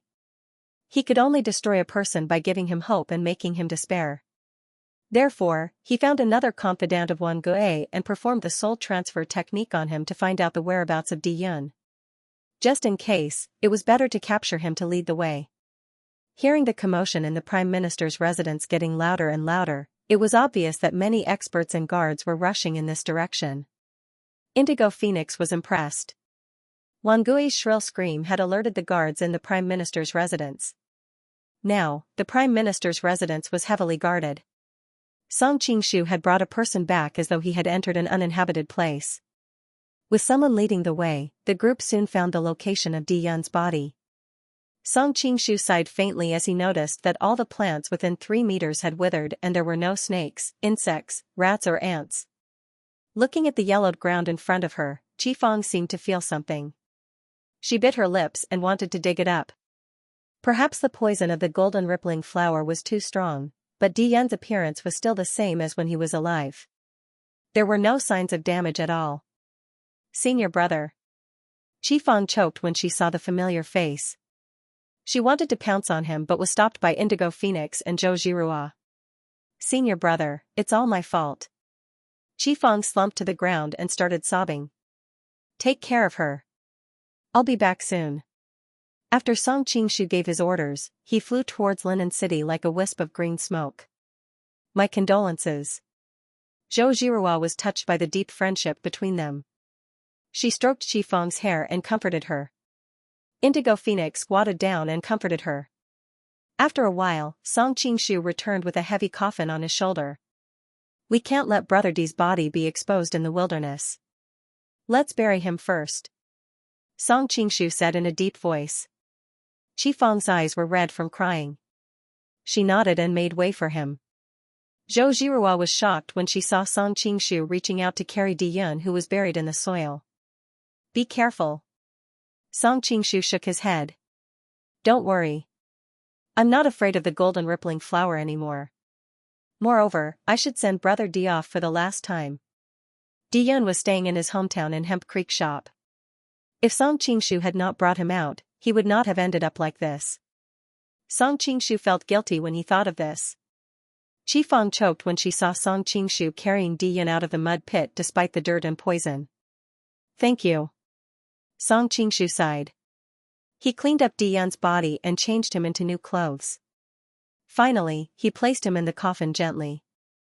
Just as he was planning to find a good place to bury him, Qifeng opened her mouth and said, I want to help senior brother's coffin to be buried in our hometown. Senior brother, he must want to go back to Hemp Creek shop the most. Song Qingshu originally wanted to dissuade her, but when he heard the latter part of her sentence, he couldn't help but feel a lump in his throat. He gave up the idea of persuading her. That's good too. Fallen leaves return to their roots. You should go back, but you have to take care of the child alone. Don't worry, I'm also a Jianghu person. Moreover, little sister Jirua has taught me the martial arts of the Amei faction, Qifeng said with her lips pursed. At this time, Indigo Phoenix said, this time, a few sisters from the cult came to Linen with me. Originally, I was going to send them back to the headquarters in Yunnan to handle some matters. Since it's on the way to Hemp Creek shop, I'll let them accompany Miss Ji so that we can look after each other on the way. Just as Qifeng was about to decline, Song Qingshu decided for her and said, that's great. It's settled then. Qifeng had no choice but to say, thank you, and thank you, cult leader Lan. Everything that had happened tonight had really taken a huge toll on her mind. Now that she had relaxed, her vision immediately darkened and she fainted. Fortunately, Song Qingshu, who was next to her, had sharp eyes and quick hands, and caught her. Facing Zhou Jirua and Indigo Phoenix's concerned gaze, Song Qingshu checked her pulse and answered, "I'm fine. I'm just overjoyed and sorrowful. I'll be fine after a good sleep." Only then did the two women heave a sigh of relief. Indigo Phoenix said, "My place of residence is not far from the city. Let's go there and settle these first." Looking at the coffin, Song Qingshu nodded and said, "That's good too. This thing is too conspicuous. It's not convenient to bring it in and out of Linen City." Subsequently, Song Qingshu carried the coffin, Zhou Jirua carried the water spinach, and Indigo Phoenix supported Qi Feng. The group of them left the forest quietly. As for the guard who was captured to lead the way, Song Qingshu had already interrogated him and found out that he was one of Di Yun's accomplices. Therefore, he left him in the pit that Di Yun was in previously. "Cult leader Lan, how did you get caught by Wan Gui?" Song Qingshu finally had the time to ask about some things. "Io, don't call me cult leader Lan. If that person finds out, I'll be in deep trouble." Indigo Phoenix smiled coquettishly. "Just call me Little Phoenix from now on." Song Qingshu knew that she was talking about Dongfang Muxue. As Indigo Phoenix was Dongfang Muxue's concubine, there was no need for him to be distant with her. "Alright then. Little Phoenix, how did you get caught by Wan Gui?" Hearing that he had changed the way he addressed her, Indigo Phoenix smiled happily. However, when she heard his doubts, she said in a depressed tone, "It's all because of you, my enemy." Noticing the coldness hidden in Zhou Jirua's smile, Song Qingshu smiled embarrassedly and said, "Little Phoenix, you can eat whatever you want but you can't say whatever you want." Indigo Phoenix looked at Zhou Jirua and smiled, "It's my master. She heard that something happened to you and killed a few eunuchs in a rage." At this point, Song Qingshu frowned. He was bothered by Dongfang Muxue's behavior. However, she was the cult leader of the demonic cult and had developed a ruthless personality. Indigo Phoenix continued, "She wanted to go down south personally, but now that the Imperial Court and the three border defenses are at war, if she were to leave, the Imperial Court would be without a leader and Wu Sangui would be able to take over. By then, all your hard work over the years would go down the drain. Master said that you're blessed and you won't die so easily. If she were to come back safely and find out that she had lost her base, who knows how she would blame her." Song Qingshu nodded, "She did a good job. If she were to abandon the big picture, I would be crying right now." Indigo Phoenix smiled, "Master also said that you would understand her." "Oh yes, Fei. Yan was crying and asking to see you. However, she is Master's right-hand man now. Now that the war is in a critical situation, many things can't be done without her. Coincidentally, I'm quite free and I'm good at using poison. Hence, Master sent me down south to look for you. At the same time, I wanted to see if I could find the antidote for the golden ripple flower." Thinking about Chu Fian, the weird little girl, Song Qingshu felt a sense of warmth in his heart. "I thought that since Wan Gui was the one who used the golden ripple flower, I should get the antidote from him. Hence, I snuck into the Prime Minister's residence under the cover of the night. However, I didn't expect that brat to be so cunning. He even set up a trap in the bedroom. I wasn't paying attention and fell into the trap. You know what happened after that." Indigo Phoenix was enraged as she talked about it. She was a terrifying presence in the martial world. She didn't expect to fall into the hands of a playboy. If it wasn't for Song Qingshu, she might have lost her chastity. By then, she would be too ashamed to continue living. Looking at her pouting and sulking, Song Qingshu couldn't help but laugh. "Oh yes, you just came from Beijing. You should be clear about the recent situation. How's the situation at the Golden Snake Camp after I got into trouble?" "The Golden Snake Camp isn't doing too well."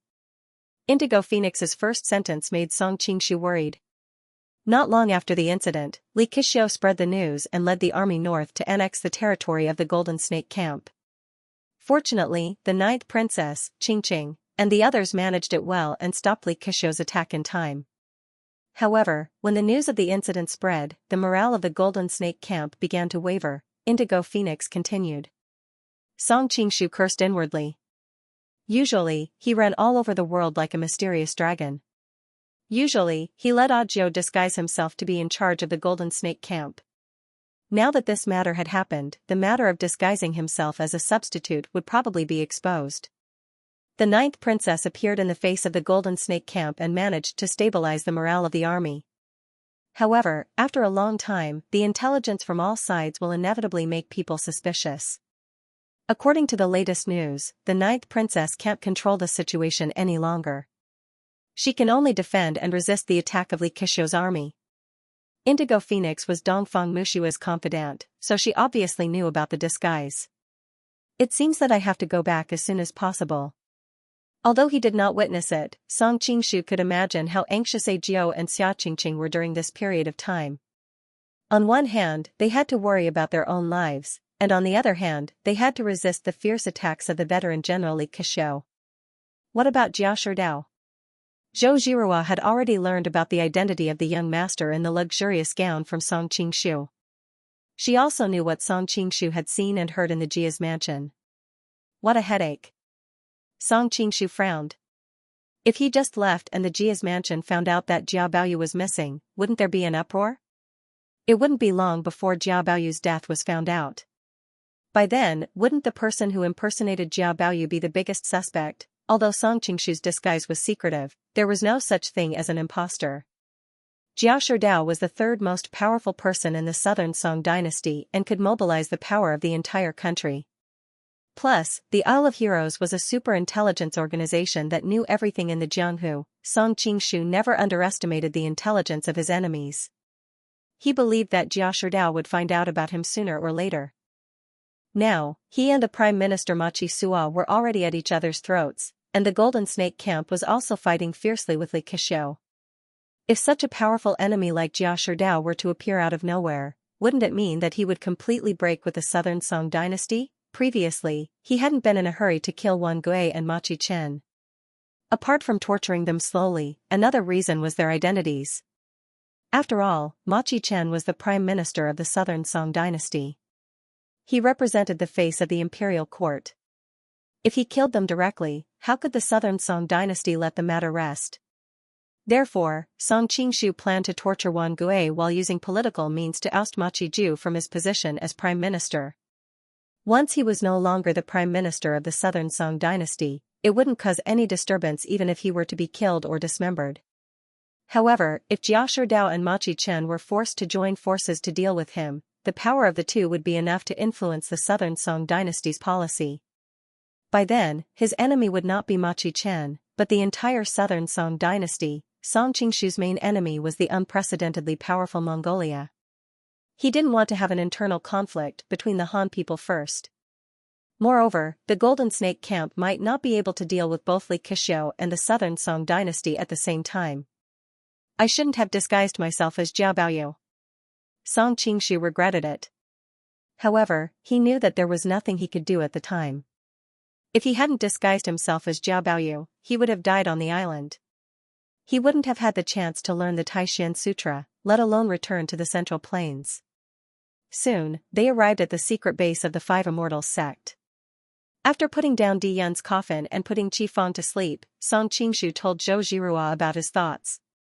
Zhou Zhihua frowned and said, "Yes, we have to think of a foolproof plan." The Indigo Phoenix, who was at the side, laughed, "Both of you don't have to frown so much.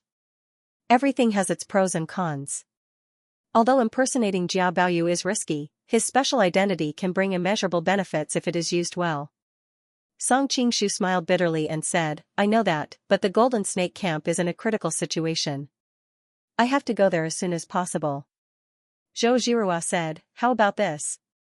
We will stay in Linen for 2 more days and see if we can find a way to make the best of both worlds. If it doesn't work, we will pretend to be Jia Baoyu and run away from home. That's the only way." Song Qingshu nodded. Jiao and Qingqing should be able to hold on for 1 or 2 days. I have been out for a long time. I have to go back to the Jia residence to avoid being exposed.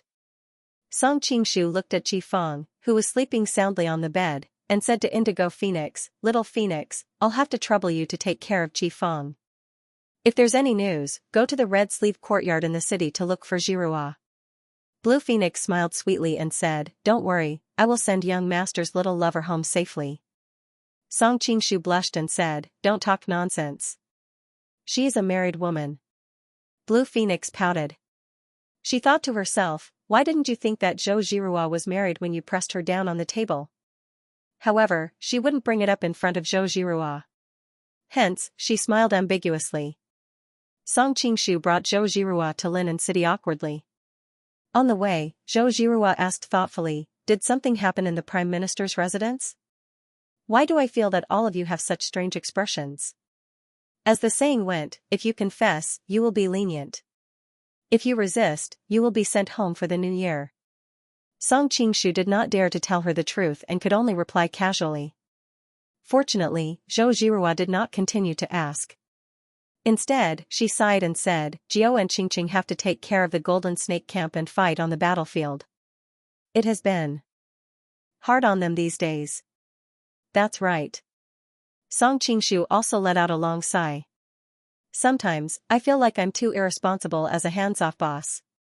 I let you handle all the tedious government affairs, but I'm free and unfettered outside. Zhou Zhirua held his hand and said softly, Qingshu, why do you have to belittle yourself? Others don't know, but do you think that we sisters don't know your hard work? If it wasn't for you maneuvering around the various countries, how could the Golden Snake Camp have such a good external situation and develop in peace? How could the Qing Kingdom and the Jin Kingdom be secretly controlled by us?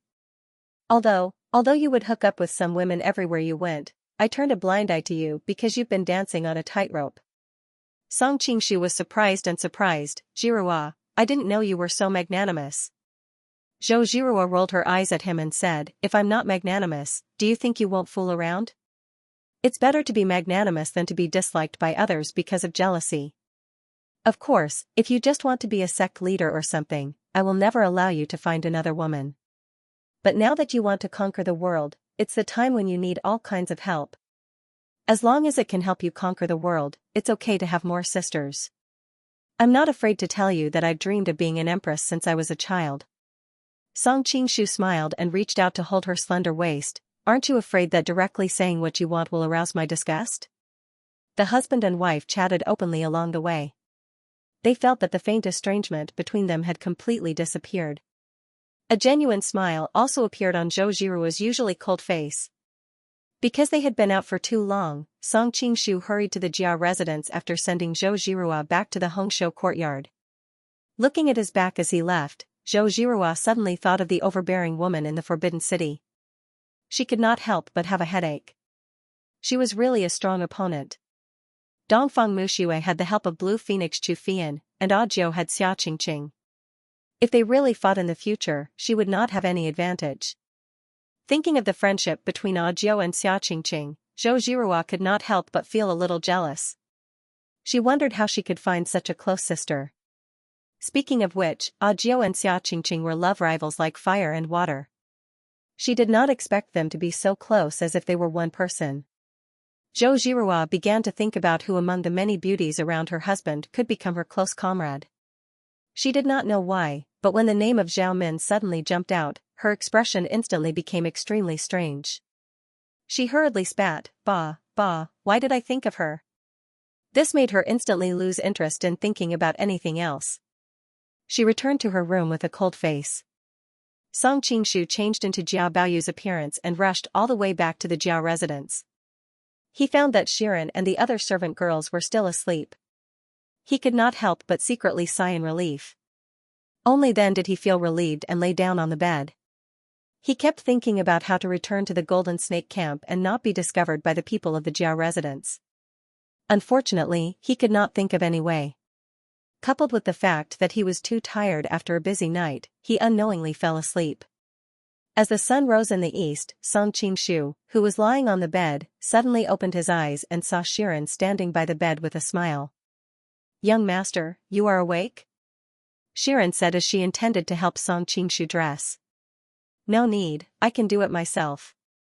Song Qingshu knew that she had always been careful. He was worried that she would notice that his physical characteristics were different from Jia Baoyu's, so he did not dare to let her help him dress.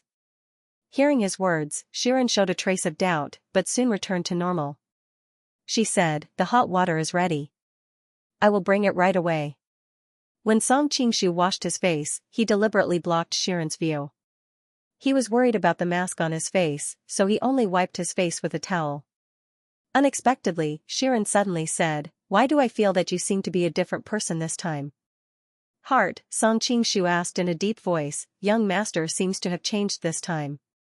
Using the soul transfer technique on Xiran would have saved him a lot of trouble, but there were many masters in the Jia's mansion, especially Jia Sherdao, who was very secretive. He was worried that someone would see through Xiran, so he was hesitant to do it. Young master wasn't as cold as he used to be. Every time he got up, he would hug the maid's cheeks and nibble on their rouge. Xiran said with a red face. Song Qingshu couldn't help but sweat. The rumors were indeed true. This Jia Baoyu really grew up surrounded by women. After casually saying a few words, Song Qingshu was about to go out. He knew that there were so many acquaintances in the Jia's mansion. If he stayed any longer, he was afraid that he would soon be seen through. Unexpectedly, when Xiran heard that he was going out, she was so scared that her face turned pale. "You can't do that. Master has specially passed down an order that you are not allowed to go out these days. If you go out, it would be strange if we, the maids, are not beaten to death." Song Qingshu suddenly felt a headache coming on. Then he remembered that Jia Sherdao had said something similar to him the night before. The main thing was that he hadn't found out who the mastermind of the assassination was, and he was worried that Jia Sherdao would be in danger again. But when he thought about how he had to stay in the garden to deal with a bunch of women who were familiar with Jia Baoyu, Song Qingshu felt his head swell even more. But he couldn't force his way out. First, it would cause too much of a commotion. Second, he couldn't bear to harm a bunch of innocent maids. Just when he didn't know what to do, a man's voice suddenly came from the gate of the garden. "Baoyu, Baoyu, I'll take you out to have some fun." The man's voice was very loud, and his tone was very rude. The maids in the room were all startled. Even Xiran couldn't help but curl her lips and murmur in a low voice, "Local bully is here." "Local bully?" Xiran's voice was very low. Even if he was next to her, he might not have been able to hear it. But with his current cultivation, even the sound of a mosquito landing on the ground couldn't escape his ears. Song Qingshu wasn't very familiar with Dream of the Red Chamber, but he vaguely remembered such a unique character. Local bully Xue Pan, Xue Baochai's brother. Because his father died when he was young, and his widowed mother spoiled him, all he could do was play cockfighting, ride horses, and go sightseeing. Although he had gone to school, he only knew a few words. However, he was most famous for being envious of the cold prince, Lu Xianglian's good looks, and had developed evil intentions towards him. In the end, he was beaten into a pig's head. Although Lu Xianglian's name was feminine, he was a genuine man. As Song Qingshu was lost in thought, the man walked in. As soon as he entered, he pulled Song Qingshu out. "Let's go. There's a game outside, and you're the only one left." Song Qingshu looked at the man, and noticed that he had handsome eyebrows and bright eyes. He had a dignified appearance, which was to be expected. After all, he was Xue Baochai's brother. How could his appearance be lacking? But for some reason, he exuded a wretched and roguish aura from head to toe. What a waste of his good looks. Xiran, who was standing to the side, grew anxious. She stepped forward and pulled Song Qingshu back. "Young Master Xue. Master has given strict orders not to let you out. Aren't you making things difficult for us?" Xue Pan's eyes roamed over Xiran's body, and she couldn't help but shrink back. He chuckled, "Hey, I was wondering what was going on. Don't worry, I've already spoken to my aunt. She's already agreed." Xue Pan and Xue Baochai's mother were sisters, both from the Linchuan Wang clan. Her brother was the current imperial commander, Wang Ziding, which was why Xue Pan addressed Jia Baoyu's mother as his aunt. Song Qingshu was secretly delighted. He had been worried that he wouldn't be able to find an opportunity to go out. Now that local bully had come knocking on his door, Song Qingshu didn't care whether he was telling the truth or not. He immediately put his arm around Xue Pan's shoulder and walked out of the residence, leaving Xiran staring at him alone. In truth, Song Qingshu had wrongly blamed Xue Pan. Xue Pan had indeed asked Madame Wang for her permission, and she had indeed agreed. The reason for this was that the guests were all sons of high-ranking officials. Madame Wang wanted Jia Baoyu to become familiar with them, as it would be beneficial for her in the future. After leaving the Jia residence, Song Qingshu was thinking of finding an opportunity to shake Xue Pan off. Unexpectedly, a group of people was already waiting outside. When they saw them, the two leading the group came up to greet them, Brother Jia, Brother Shui. Song Qingshu raised his head and saw that one of them was extraordinarily valiant, while the other had the appearance of a boy and a girl. Song Qingshu secretly clicked his tongue. If it weren't for his rich experience in the pugilistic world, he might have thought that the person before him was a girl in disguise. He didn't know them, and he was worried that he would give himself away, so he just went along with what they were saying. Fortunately, Song Qingshu had already mastered the art of dealing with people. As they walked and chatted, he quickly figured out who they were. The valiant man was called Feng Ziying, the son of the mighty general Feng Tang. Feng Tang was the commander of the Sun Holding and the Sky Martial armies, and he was a powerful figure in the front of the palace. The man with the appearance of a girl was called Lu Xianlian, the one who had beaten Shui Pan half to death in the original novel of Dream of the Red Chamber. His father was the supervising censor, Lu Qingda. The imperial censor system of the southern Song dynasty was divided into three parts: the imperial censor, the palace censor, and the imperial censor. Lu Qingda was the head of the imperial censor. Although Lu Xianlian looked feminine and came from a family of civil officials, he liked to play with swords since he was a child, so he had always been close to the children of the generals in Jing City. Even Song Qingshu had to admit that Lu Xianlian's kung fu was quite good.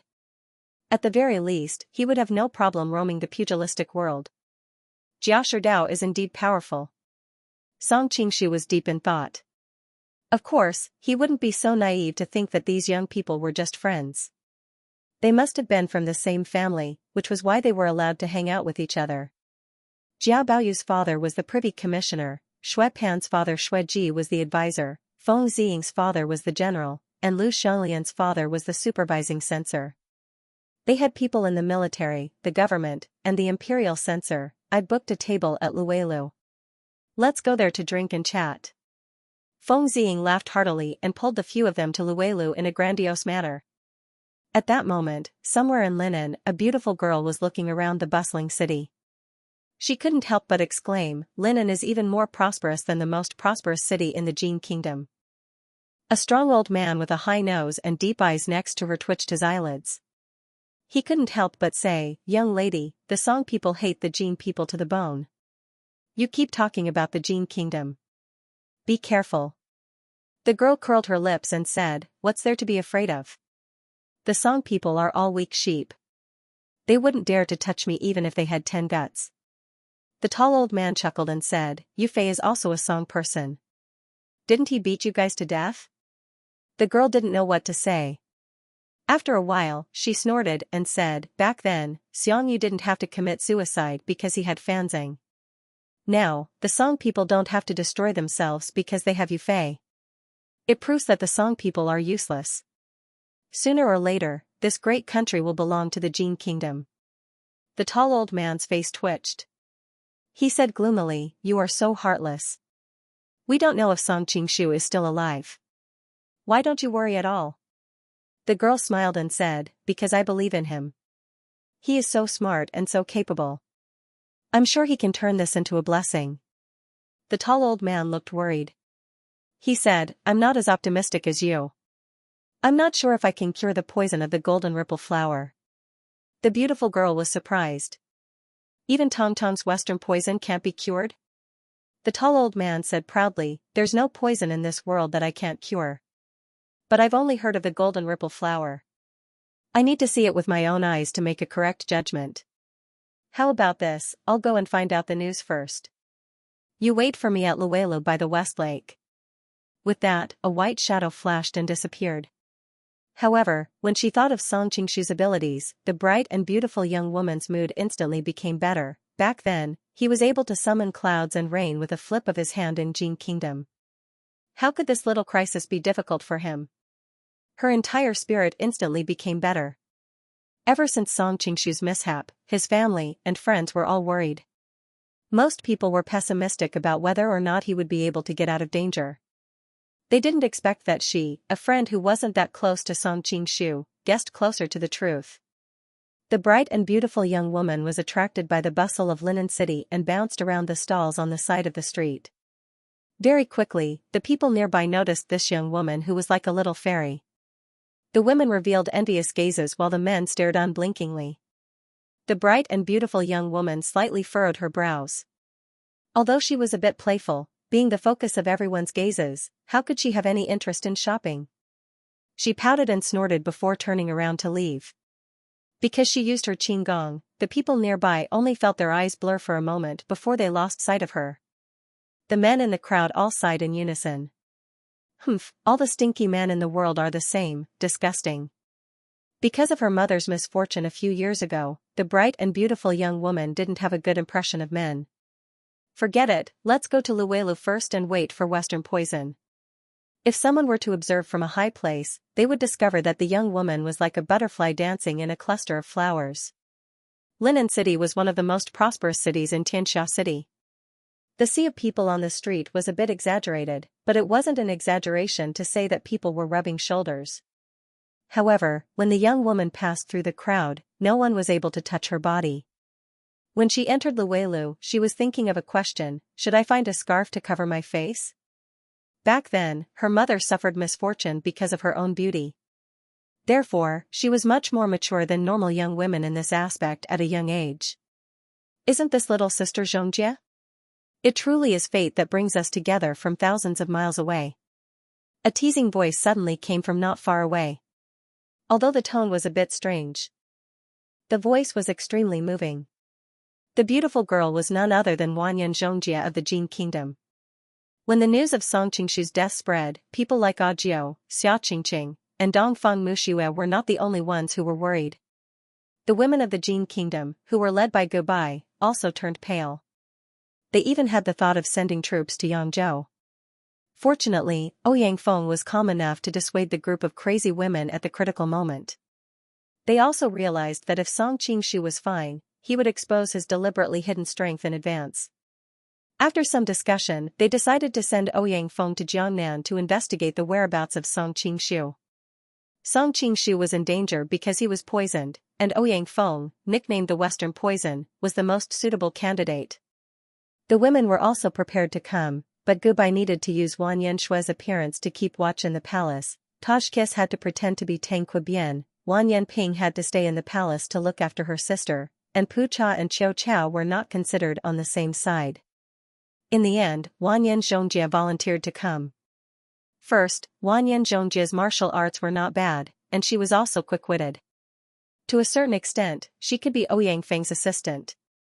Second, Wanyan Xianxia and her daughter had taken Song Qingshu's 3 corpses brain divine pill. If Song Qingshu died, the two of them would not live either.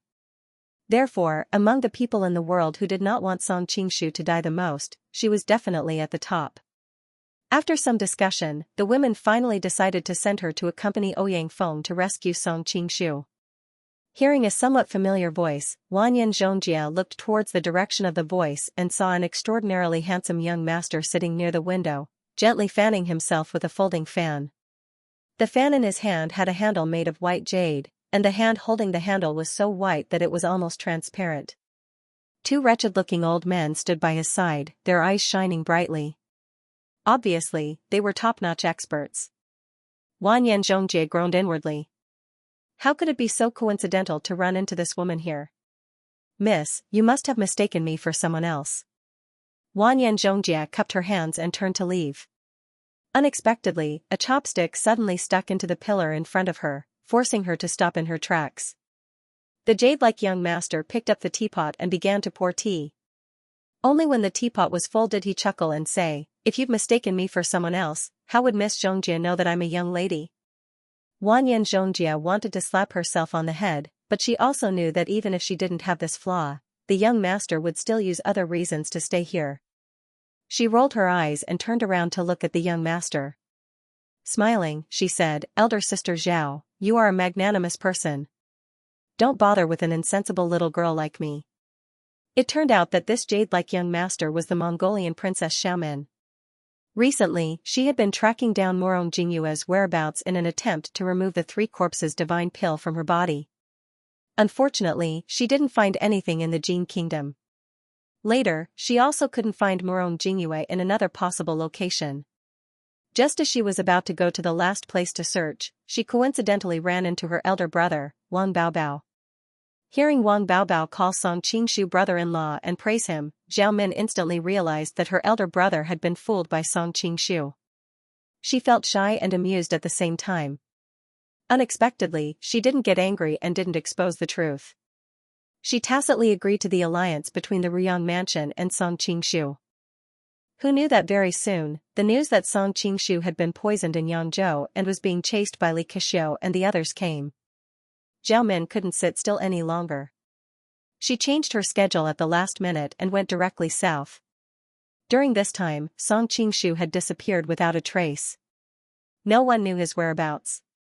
Zhao Min thought about it and decided to go to Linen. She sent a message to the southern Song court as a Mongolian envoy. Previously, the promise to return Sichuan to the southern Song dynasty was based on Song Qingshu's identity. Now that Song Qingshu's fate was unknown, the Mongolians saw the southern Song dynasty as a unilateral breach of the promise. They threatened not to return Sichuan to force the southern Song dynasty to punish the culprit and help find Song Qingshu's whereabouts. The southern Song dynasty was instantly in an uproar. The officials were divided into several factions and attacked each other. However, Zhao Go was the ruler of a country after all. He knew that if he just compromised with the Mongolians, it would be detrimental to the court's reputation. Moreover, Ma Qiju was the head of the officials. She wouldn't be moved so easily. Moreover, there was no lack of insightful people in the southern Song dynasty. They could tell that the Mongolians' strategic focus was on the western countries. It was unlikely that they would start a war with the southern Song dynasty over Sichuan. Moreover, the southern Song dynasty wouldn't be willing to give up Li Keqiu's territory. In the end, under the power struggle of many parties, the southern Song dynasty displayed the wisdom of the Han people since ancient times, the tactic of delaying. They said all kinds of nice words to deal with Zhao Min, but in reality, they didn't take any action. Zhao Min knew their tricks, but she couldn't think of any good ideas. She knew that the southern Song dynasty's officials were waiting for the outcome of the battle between Li Keqiu and the Golden Snake Battalion. Once Li Keqiu won, the southern Song dynasty would have more bargaining chips. Moreover, even if the Mongolians didn't return Sichuan, the southern Song dynasty would still get the Lianhui and Shandong provinces. It would still be a profit. Once Li Keqiu lost, she would lose her value. Then, they could use her to exchange for Sichuan from the Mongolians. However, the southern Song dynasty could afford to waste time, but Zhao Min couldn't. Firstly, she was worried about Song Qingshu's life. Secondly, she was acting as the Mongolian emissary to the southern Song dynasty on her own initiative. How could the Mongolians affect their western expedition just because of Song Qingshu? After a long time, the news would probably spread back to the emperor's tent. Genghis Khan would definitely send a real emissary and an imperial edict to punish her. Because the trip didn't go well, Zhao Min was very upset these 2 days. Today, she specially came out from the embassy to Luelu to relax. She didn't expect to meet Wanyan Zhongjia. Usually, it was Zhao Min who played others in the palm of her hand. Who knew that she would fall into the hands of Wanyan Zhongjia because of a moment of carelessness in the Jin kingdom? Thinking of the dark days in the dungeon, Zhao Min's teeth itched with hatred. Although it was Song Qingshu who imprisoned her, she didn't know why she was angry at Wanyan Zhongjia, that little girl. Hearing the other admit defeat, Zhao Min was slightly happy, but at the same time, she became vigilant. Last time, she was deceived by her innocent and harmless appearance. Immediately, she said lightly, "Your Excellency is magnanimous?" "Sorry, I'm just a woman." Women are always narrow-minded. Mr. Liu, Mr. He, scratch her face. The diners in the restaurant were watching a good show, so they happily watched from the sidelines. But when they heard Zhao Min's words, they all felt a chill in their hearts. This young Master White Jade was too ruthless. How could he scratch such a beautiful little girl's face just like that? He bewings. Body flashed and he opened his large hand to grab Wanyan Zhongjia. Lu Zhangke didn't move immediately. Instead, he smiled and said, "Princess, it would be a pity to scratch such a beautiful face. Why don't you let me handle her?" Zhao Min knew that Lu Zhangke was a lecher by nature, so she couldn't help but feel disgusted. She was about to scold him when she suddenly remembered how Wanyan Zhongjia wandered around Song Qingshu in the Jin kingdom. She immediately changed her mind and said, "All right, as long as you can catch her." "All right." Lu Xianxia was overjoyed. His fighting spirit soared as he flew toward the center of the battle. Wanyan Zhongjia's martial arts skill was not bad, but that was only among the younger generation. How could he be a match for the elders of the Wulin world like the Xianming elders? Fortunately, Lu Xianxia's lecherous behavior delayed him for a moment and he didn't attack together with He Biwing, giving Wanyan Zhongjia a chance to escape. The reason why the Xianming elders shook Jianghu was largely because when they joined forces, their power would increase exponentially. Even a top-notch master like Zhang Wuji would find it difficult to deal with them. But if the two of them were separated, they would still be considered top-notch masters in Jianghu, but their power would be far inferior when they joined forces. He Biwing's cultivation base alone wasn't high enough to give Wanyan Zhongjia a crushing advantage. Wanyan Zhongjia found an opening, and his figure suddenly flashed, fleeing toward the door with a speed twice as fast as what he showed just now. Over the past year, He Biwing had lost face in front of Zhao Min many times. He Biwing thought that in the past he had met a freak like Song Qingshu, that was one thing, but if this time he could not even catch a little girl, how could he raise his head in front of Junju in the future? Thereupon with a loud shout he dashed toward the door. Feng Ziying, Xue Pan, and the others had too many subordinates. Along the way, Song Qingshu didn't find an opportunity to slip away. Unknowingly, he had arrived at the door of Lu Wailu. The group of people chatted as they walked into Lu Wailu. Who would have thought that someone would suddenly rush out from inside? Song Qingshu reacted, but he remembered Jiao Baoyu's foppish appearance. He couldn't reveal his martial arts, so he pretended not to react and stood there in a daze. Who would have thought that Wanyan Zhongjia's attention was completely focused on the Xianming elders behind her? In addition, she rushed out too fast. By the time she realized that there was someone in front of her, it was already too late. She plunged headfirst into Song Qingshu's arms. If an ordinary person had been hit by her at such a speed, they would have broken at least 1 or 2 ribs. However, Song Qingshu's body was protected by his Xinqi, so most of the force was dissipated in an instant. Because he was afraid of hurting her due to the recoil, Song Qingshu subconsciously reached out to support her. Who would have thought that Wanyan Zhongjia's reaction would be so fast? Sensing that she had bumped into someone, she subconsciously changed direction and ran to the side. Who would have thought that she would bump into Song Qingshu's outstretched hand? Song Qingshu had a strange expression on his face when he felt a soft and soul-stirring sensation in his palm. This time, he didn't have any intention of taking advantage of her. Who would have thought that she would take the initiative to bump her chest into his palm? Wanyan Zhongjia looked down at the wolf's claw on her chest and almost fainted from anger. A murderous look flashed in her eyes. Suddenly, the Xianming elders shouted. She rolled her eyes and an idea came to her mind. "Young master, save me. These bad people are bullying me." Wanyan Zhongjia's expression changed very quickly. She immediately pretended to be a weeping beauty, looking very pitiful. Song Qingshu secretly sneered. Although she spoke so pitifully, she quietly hid behind him and unknowingly used him as a shield. Unfortunately, her acting was too real. No one in this group of people saw anything wrong. However, Song Qingshu wasn't angry. At this time, he had already recognized Wanyan Zhongjia. Naturally, he couldn't sit by and watch her fall into the enemy's hands. He just felt strange. Why would this girl appear in Linen City? At this time, the other young masters finally saw Wanyan Zhongjia's appearance. Their faces were filled with amazement. They thought to themselves, this little girl is so young, yet she's already so beautiful. What will she be like when she grows up? Feng Ziying and Lu Xianglian were fine, but Xue Pan was almost drooling. After hearing Yan Zhongjia's pitiful words, he immediately smiled and said, "Little girl, don't worry. Big brother will protect you." While speaking, he stood in front of the Xianming elders and arrogantly said, "Hey, you 2 old farts." Before he could finish, he was kicked flying by He Biwing. If He Biwing did not think that they were in linen and did not want to stir up some big trouble, he would have used the Xianming divine palm to greet Xue Pan. Seeing this, Feng Ziying and Lu Xianglian were furious. Their temperaments were not as impetuous as Xue Pan's. Originally, they wanted to ask what had happened, but they immediately saw Xue Pan being kicked to the side and unable to get up for a long time. Young masters of noble families like them usually liked to group together. If they couldn't regain their face after being hit by Shui Pan, how would they be able to mingle in the circle in the future? Feng Ziying and Lu Xianglian attacked at the same time, one with a fist and the other with a sword. One of them came from a family of generals, while the other liked to play with swords and sabers since childhood. Both of them had a good foundation in martial arts. With the two of them working together, they were able to successfully block He Biwing. Song Qingshu shifted his gaze to Shui Pan.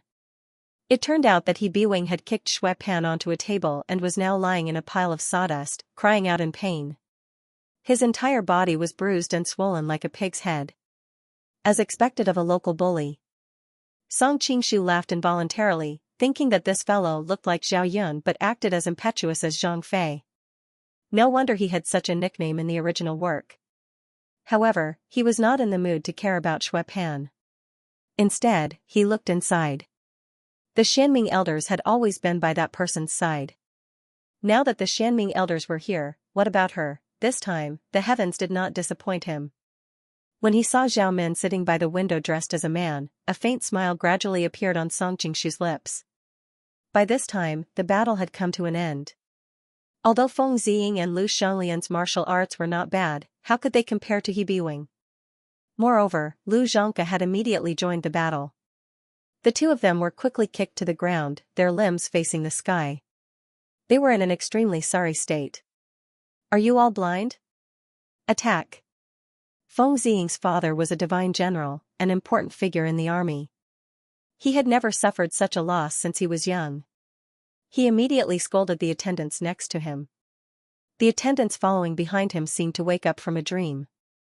One by one, they shouted and charged forward. Wanyan Zhongjie took advantage of everyone's attention to sneak out. Just as he was about to blend into the crowd, he turned his head and glared at Song Qingshu. Only when he committed the appearance of this man who had taken advantage of him to memory did he snort and disappear into the crowd. Song Qingshu clearly saw the entire process, but he did not stop him.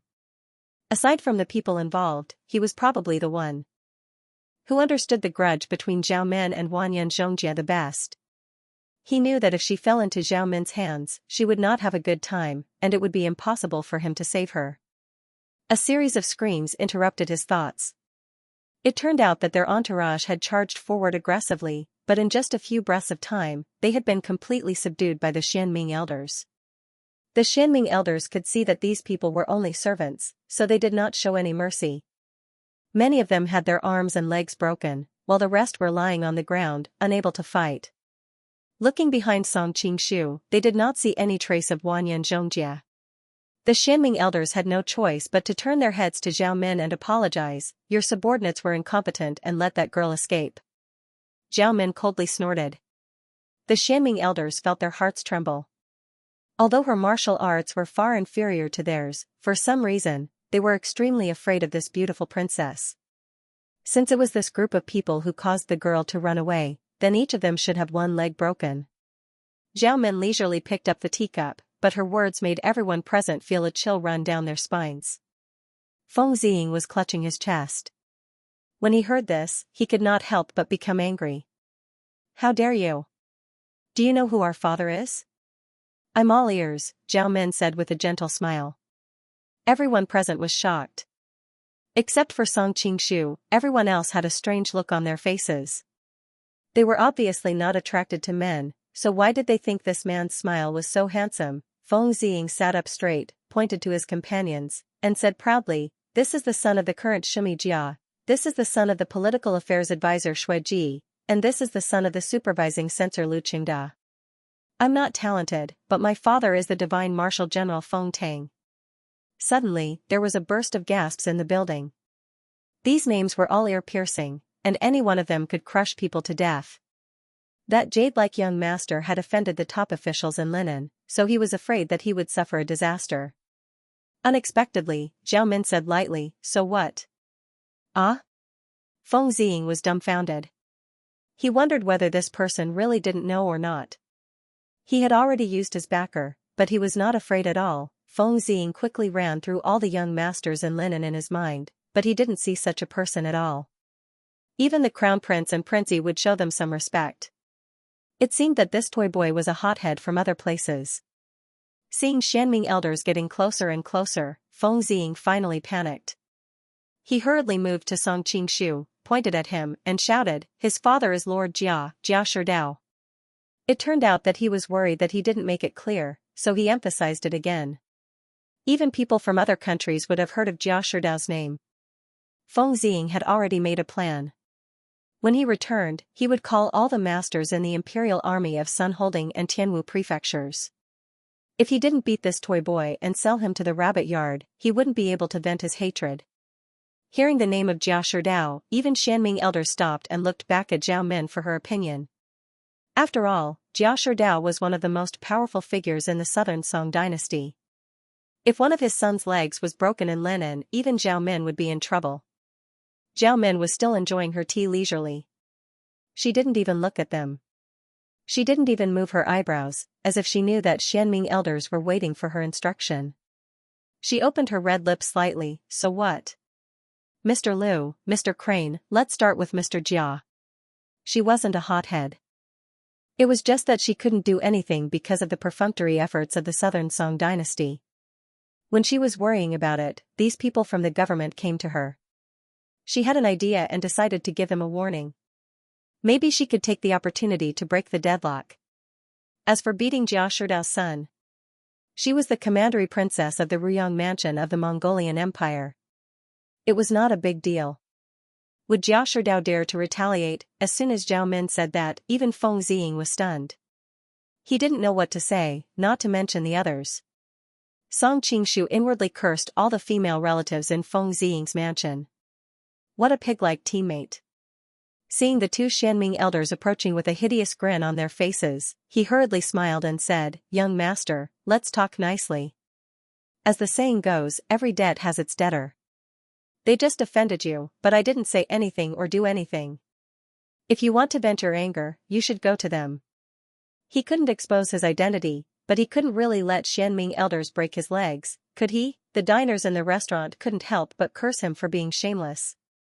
Even Feng Ziying, Shui Pan, and the others secretly cursed him. However, Jia Baoyu's family was more powerful than theirs, so they didn't dare to say anything. Zhao Min was stunned.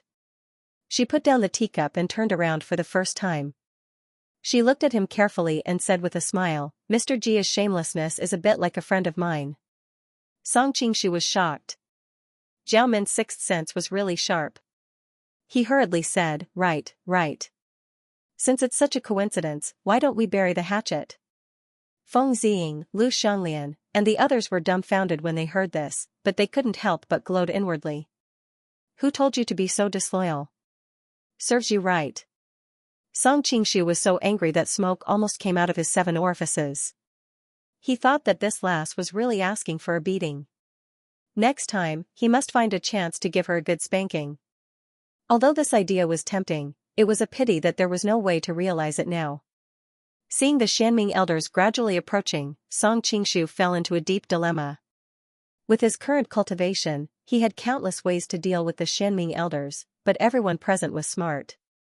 He wasn't sure if someone would see through him and his identity would be exposed. If that happened, all his efforts would be in vain. But if he really had his legs broken, that was even more unacceptable. Forget it, I can only try. Song Qingshu secretly took off a pearl from his clothes and scanned the surrounding illusion. He planned to secretly shoot the pearl out from an unimaginable angle. After bouncing off the wall a few times, he would finally shoot it at the Xianming elders from another angle. At that time, they would think that there was an expert hiding in the dark and thus be suspicious. Song Qingshu would then be able to avoid the disaster before him. However, this move could easily arouse suspicion. Even if the people present didn't know what was going on at the time, it was hard to guarantee that they wouldn't think of anything later. Especially since Zhao Min was more cunning than a fox, she might guess something. Seeing that the Xianming elders were only a few feet away from him, Song Qingshu's hand that was hidden in his sleeve was about to shoot out the pearl when he suddenly heard a clamor. "Where is young Master Jia?" A person dressed like a eunuch said in a soft voice. The Xianming elders suddenly stopped. It wasn't because they were afraid of this eunuch, but because they were afraid of the imperial guards behind the eunuch. Zhao Min also frowned slightly. It wasn't a big deal for her to privately teach a few officials a lesson. Although they came from prominent families, they didn't have an official position. However, these official imperial guards were different. If they were to clash with them, the impact would be great. Shui Pan had been lying on the ground pretending to be dead, but at this moment, he was as agile as a rabbit. He scrambled to the eunuch's side. "Eunuch, save me. This group of country bumpkins actually dares to bully people under the emperor's feet." He opened his mouth and exaggerated the events that had just transpired. Song Qingshu was dumbfounded. He thought to himself that he was already shameless enough just now, but he didn't expect there to be someone even more shameless. Just now, it was clearly him who had lusted after Wanyan Chongjia's beauty and interfered. In the end, he had suffered and brought out his family's influence. Who would have thought that Wanyan Chongjia wouldn't fall for it? However, Shui Pan didn't mention that they had brought out their backer in an attempt to suppress others. Instead, it was changed to them finding out that Zhao Min and the others were acting suspiciously like traitors. For the sake of the imperial court's safety, they had gone forward to investigate. Who would have thought that the other party would start fighting because they had a guilty conscience? They were completely trying to prove that Zhao Min and the others were traitors. Glancing at Feng Ziying and Lu Shanlian, Song Qingshu couldn't help but sigh when he saw that they didn't have any objections at all. These playboys were really good at using their family's influence and were ruthless. Originally, Song Qingshu was a little worried for Zhao Min. However, the eunuch ignored Shui Pan's crying and walked straight to Song Qingshu. "Young Master Jia, I just arrived at your residence.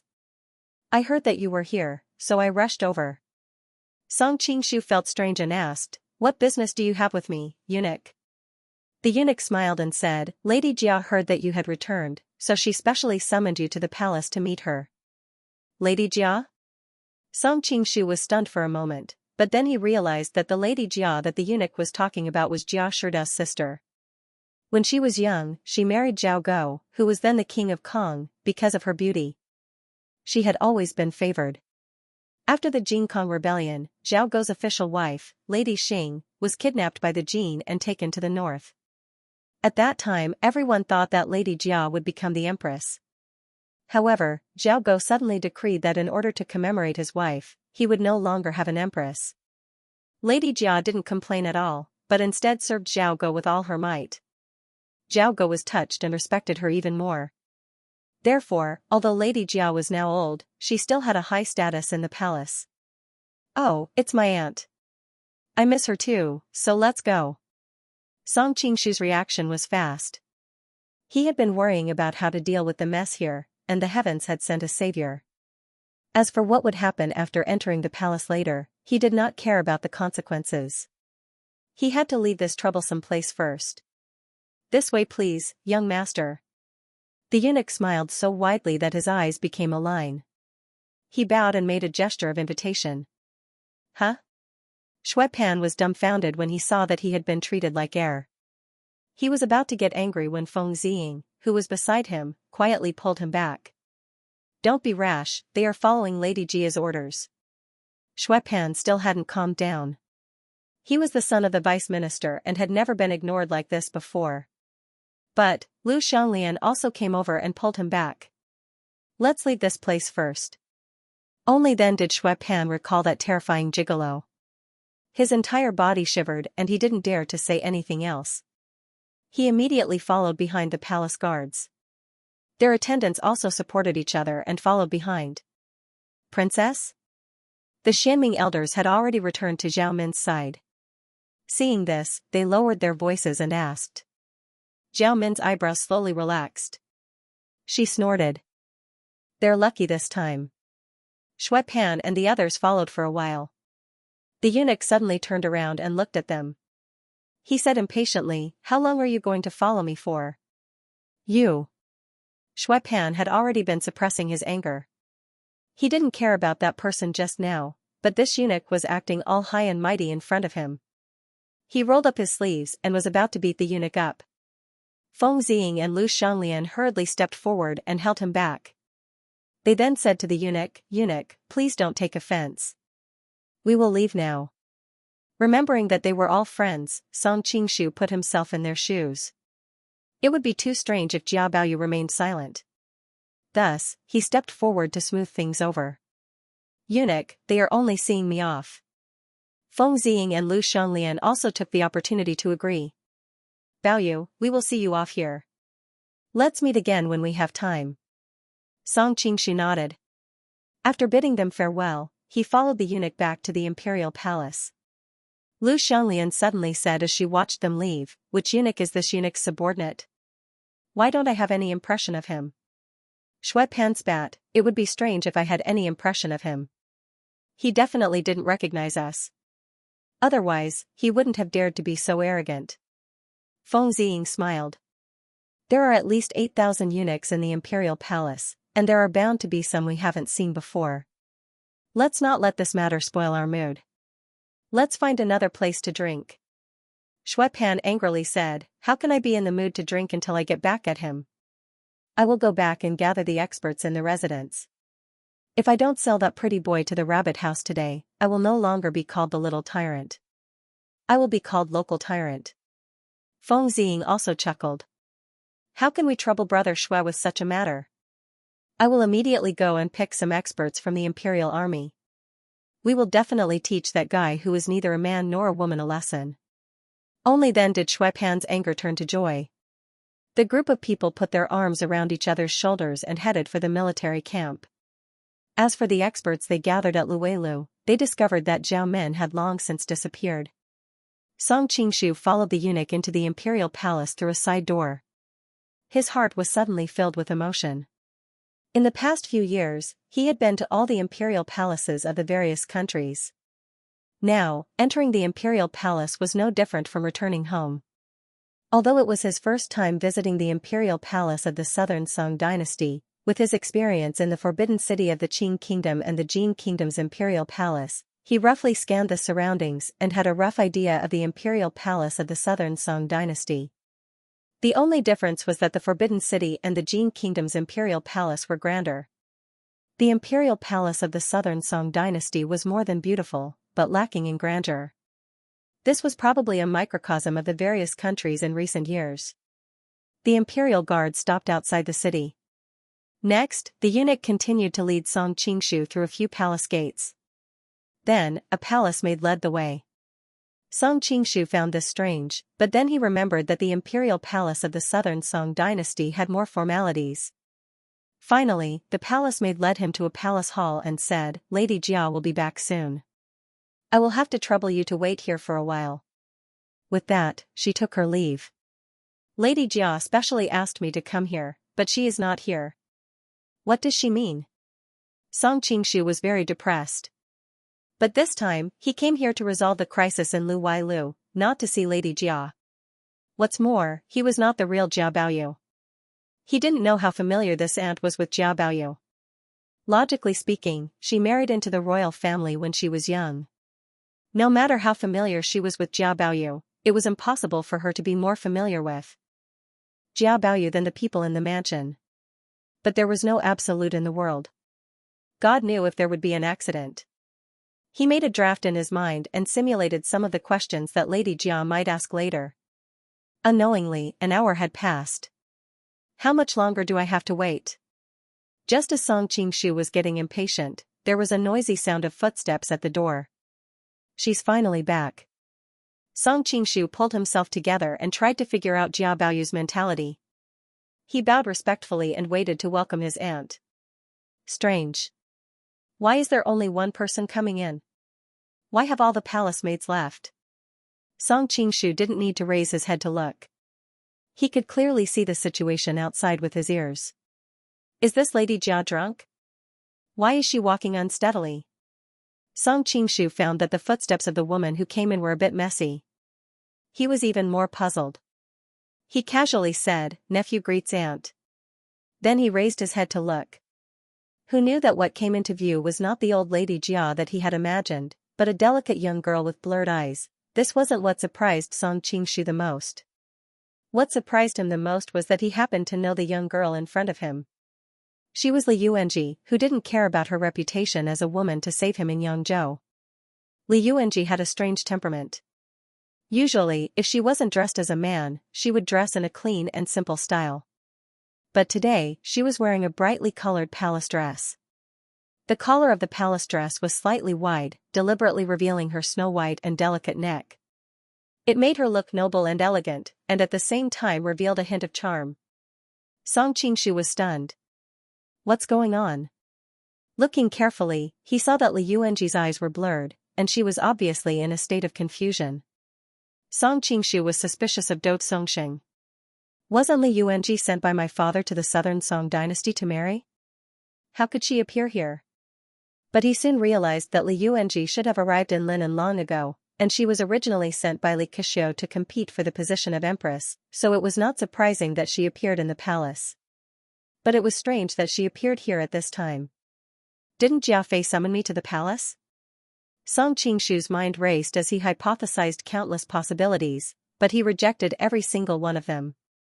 While he was in a daze, Li Yuanji had already taken off her palace dress, leaving only her undergarments. Song Qingshu hurriedly stepped forward and grabbed her hand to check her pulse. He couldn't help but frown. The aura in her body was scattered. It was obvious that she had been drugged. Song Qingshu had watched TV dramas about palace infighting in his previous life. Although he knew that there was no war in the harem, it was a TV drama after all. After coming to this world, he had many confidants, but because of his strength, there was no trouble in the harem. Now this was the first time he had personally experienced the horror of palace infighting. Although he didn't know the ins and outs, Song Qingshu could roughly guess that Li Yuanji's current situation must be caused by the infighting in the harem.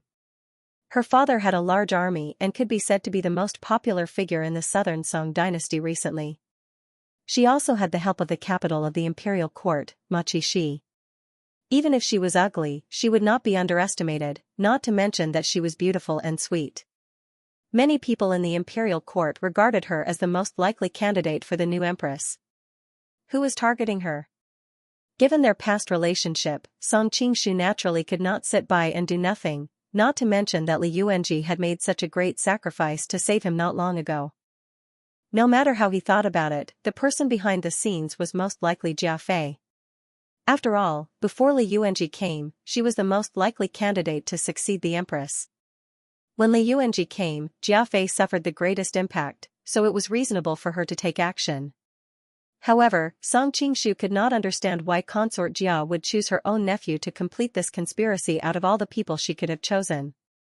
She would not be able to escape responsibility after the truth was revealed. Just as Song Qingshu was puzzled, Li Yuanji felt the masculine aura of the man beside her and involuntarily wrapped around him. Her eyes seemed to be flowing with a strange light as she whispered in a sweet voice, "Brother Song." Song Qingshu was shocked. How could she recognize him when he was disguised like this? However, he quickly realized that he was worrying too much. Li Yuanji had long since lost consciousness, and she was only mumbling nonsensically. Song Qingshu had originally thought that Li Yuanji loved Yu Yutong the most, but he hadn't expected her to call out his name at this critical moment. He was deeply moved and subconsciously responded with his original voice, "Little sister Yuanji, brother Song, you're all right. That's really great." Li Yuanji's eyes were covered with a trace of moisture. It was obvious that she was not fully conscious and was only subconsciously replying, "I'm sorry, I'm really sorry. I didn't know that my father would do that." There was a sobbing tone in her voice as she hugged Song Qingshu tightly. Song Qingshu tried a few times, but he could not break free. He was worried that he would hurt her if he used too much force, so he simply let her hug him. He reached out and patted her back to comfort her. "I know. It's not your fault." Li Yuanji suddenly raised her head and stared at him with her watery eyes. "Brother Song, can you forgive my father for my sake?" Song Qingshu frowned slightly and did not immediately answer her. It should be known that Li Keqiu had gone too far this time. If he forgave her, how could he convince the public in the future? More importantly, it would cause his enemies to think of ways to deal with him in the future because they knew that even if they failed in the end, they would still be forgiven. At the end of the Sui dynasty, the world was in chaos. In the later period, the most powerful force in the west was the Li Tang dynasty, and the most powerful in the east was Dou Jianda. At that time, every time Dou Jianda captured a general of the Li Tang dynasty, if the other party swore not to surrender, Do Jianda would praise his subordinates and finally release them. This won Do Jianda a great reputation, so much so that after his death, many people in the world still remembered him. However, Song Qingshu sneered at Do Jianda's behavior. In Do Jianda's mind, he was so generous that the generals of the Li Tang dynasty should feel his sincerity and scramble to serve him. But in fact, because of his excessive generosity, the generals of the Li Tang dynasty would persist to the last soldier every time they fought against him. The generals of the Li Tang dynasty thought that since they would eventually fall into his hands, they might as well fight to the death. On the one hand, they would be loyal to the Li Tang dynasty, and on the other hand they could get Do Jianda's praise.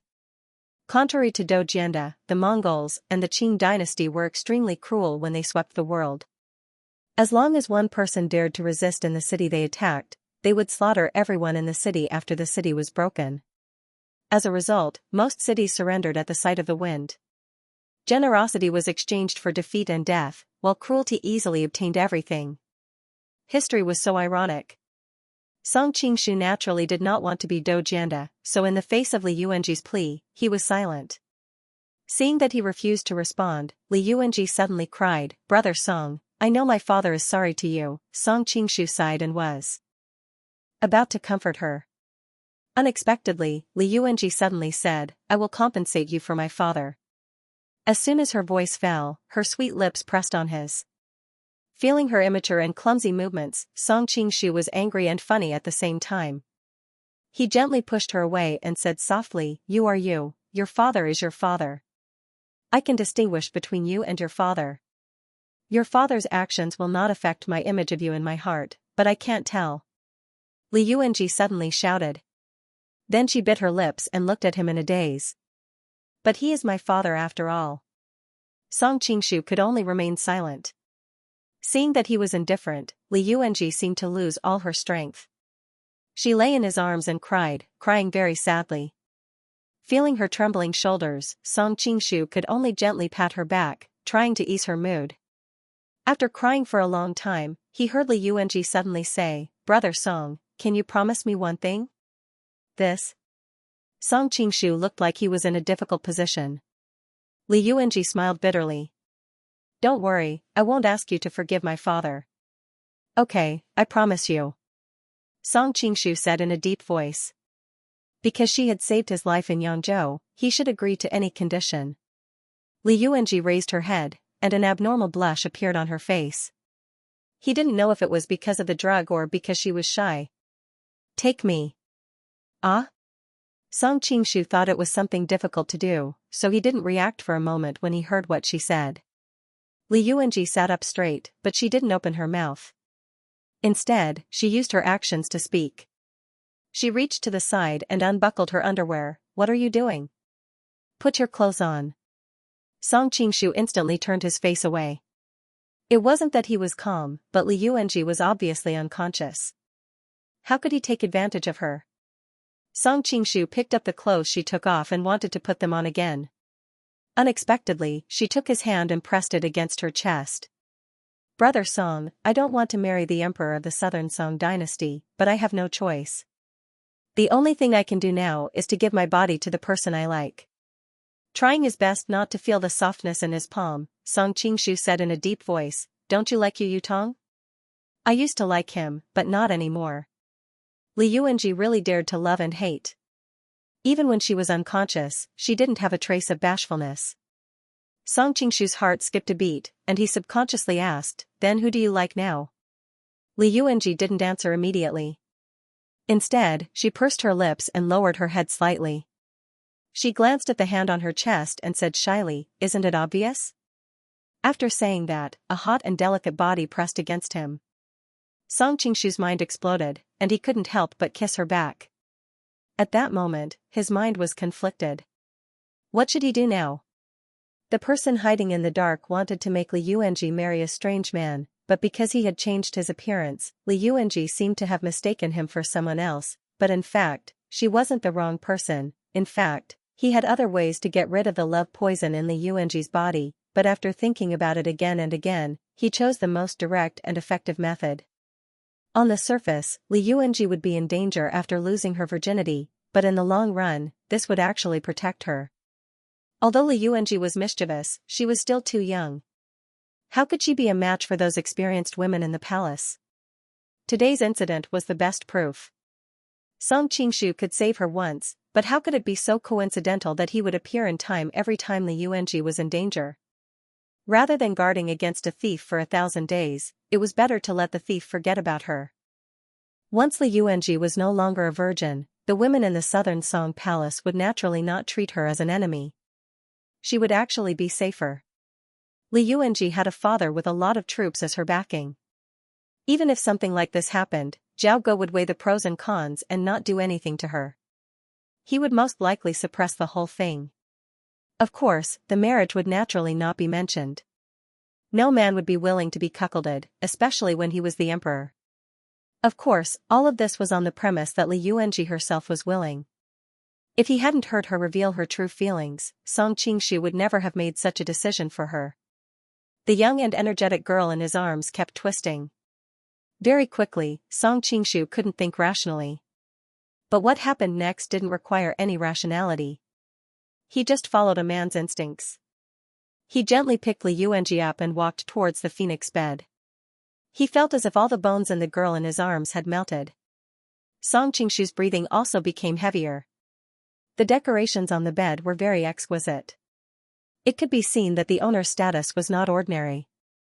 Song Qingshu knew that Li Yuanji had just entered the palace and couldn't have received such grand treatment. This bed must have belonged to an extremely favored concubine in the inner palace. But at this critical moment, Song Qingshu didn't have the mind to care about who the original owner was. He fell down with the girl in his arms. In the instant he fell, he even put down the curtain. Not long after, the sound of the phoenix bed swaying and the girl's soft humming formed a beautiful melody. The entire garden was empty, and it made the celestial music that came from the room even more alluring. Li Yuanji felt that she had a very, very long dream. In the dream, something extremely shameful happened. She wanted to wake up, but she was greedy for that feeling that she had never felt before. That feeling became more and more real, not like a dream at all. Li Yuanji suddenly realized that there was really a person on top of her. This was not a small matter, and she quickly kicked that person. Although she was the daughter of an official, she did not love needlework since childhood. Instead, she yearned for Jianghu. In addition, there happened to be a senior master in the Fu who hid his name. Coincidentally, she practiced a good set of martial arts. She was on the edge of shock and fear. This kick could be said to be merciless and ruthless. In addition, it happened so suddenly that it was impossible to guard against. However, the other party didn't get kicked away as she had expected. Instead, he raised his hand with a relaxed expression.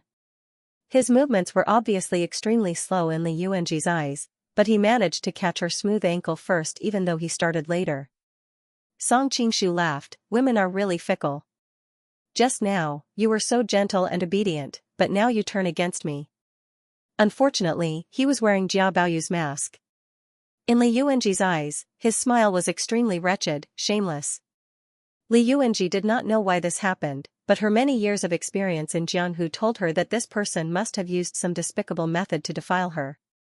Once she thought of the purity that she had preserved for more than 10 years being taken away by a strange man, Li Yuanji could not help but feel sorrow. She wanted to tear the man in front of her into pieces. She tried to pull her leg back, but it did not move at all. She felt as if she was being held by an iron hoop. Li Yuanji quickly realized how embarrassing this position was. Embarrassed and angry, she said, "Let go." Seeing her face flush red, her long and charming eyes filled with anger, Song Qingshu's love for her rose, but he couldn't help but want to tease her a little. "If you promise not to kick me later, I'll let go." Li Yuanji had always been strange. Even after such a thing happened, she did not seek death like other women. Instead, she suppressed the anger in her heart and sweetly said, "Okay." Her smile seemed to be glowing. No man could resist the sweet smile of a young girl. Even Song Qingshu, with his current cultivation, was momentarily dazed. His grip was no longer as tight as it was before. Li Yuanji had been waiting for this moment. She immediately pulled her leg back and picked up the golden hairpin by the bedside. Using the Wudong golden needle technique, she pierced it into the other's chest. The sweet smile on her face had long disappeared and was replaced by a cold expression. Song Qingshu was shocked, not because the other person was ruthless, but because he felt sorry for her. He seemed to have gone too far with the joke. With a few gentle strokes of his fingers, Li Yuanji suddenly felt her wrist go numb. She could no longer hold on to the golden hairpin. Seeing that she was still unwilling to give up, Song Qingshu directly pulled her into his arms. "I'm sorry for scaring you. Yuanji, it's me." Li Yuanji was in his arms, and she wanted to die together. But suddenly, she heard, she, but how, she, sensing that she was in a daze, Song Qingshu gently pushed her in front of him and took the mask from her. "Big brother Qingshu?" Li Yuanji's delicate body trembled. She couldn't help but pinch his cheeks. After confirming that it was not someone else in disguise, she said, "Is it really you?" Song Qingshu smiled and said, "It's really me." Li Yuanji was surprised and said, "How did you escape?" "I thought you. It's a long story, but it's all because you saved me in Yangzhou. If it weren't for you, I would have died a long time ago," Song Qingshu said, full of emotion. Li Yuanji was embarrassed when she thought of how she had said in front of so many people that she was pregnant with his child. But she quickly thought of something. She pursed her lips and stared at him. "Is this how you repay me?" Even though Song Qingshu was thick-skinned, he was also embarrassed at this time. He didn't know how to explain the whole thing. Could he say that he saw that she was poisoned by love, so he didn't hesitate to sacrifice his innocence to save her? Song Qingshu felt that if Li Yuanji heard this, she would definitely slap him. While he was struggling, Li Yuanji spoke first. "Forget it. It's better if it's you than another man. I was really scared just now." After saying that, she patted her chest, looking like she had just recovered from the shock. Song Qingshu was stunned. Wasn't she a little too open-minded?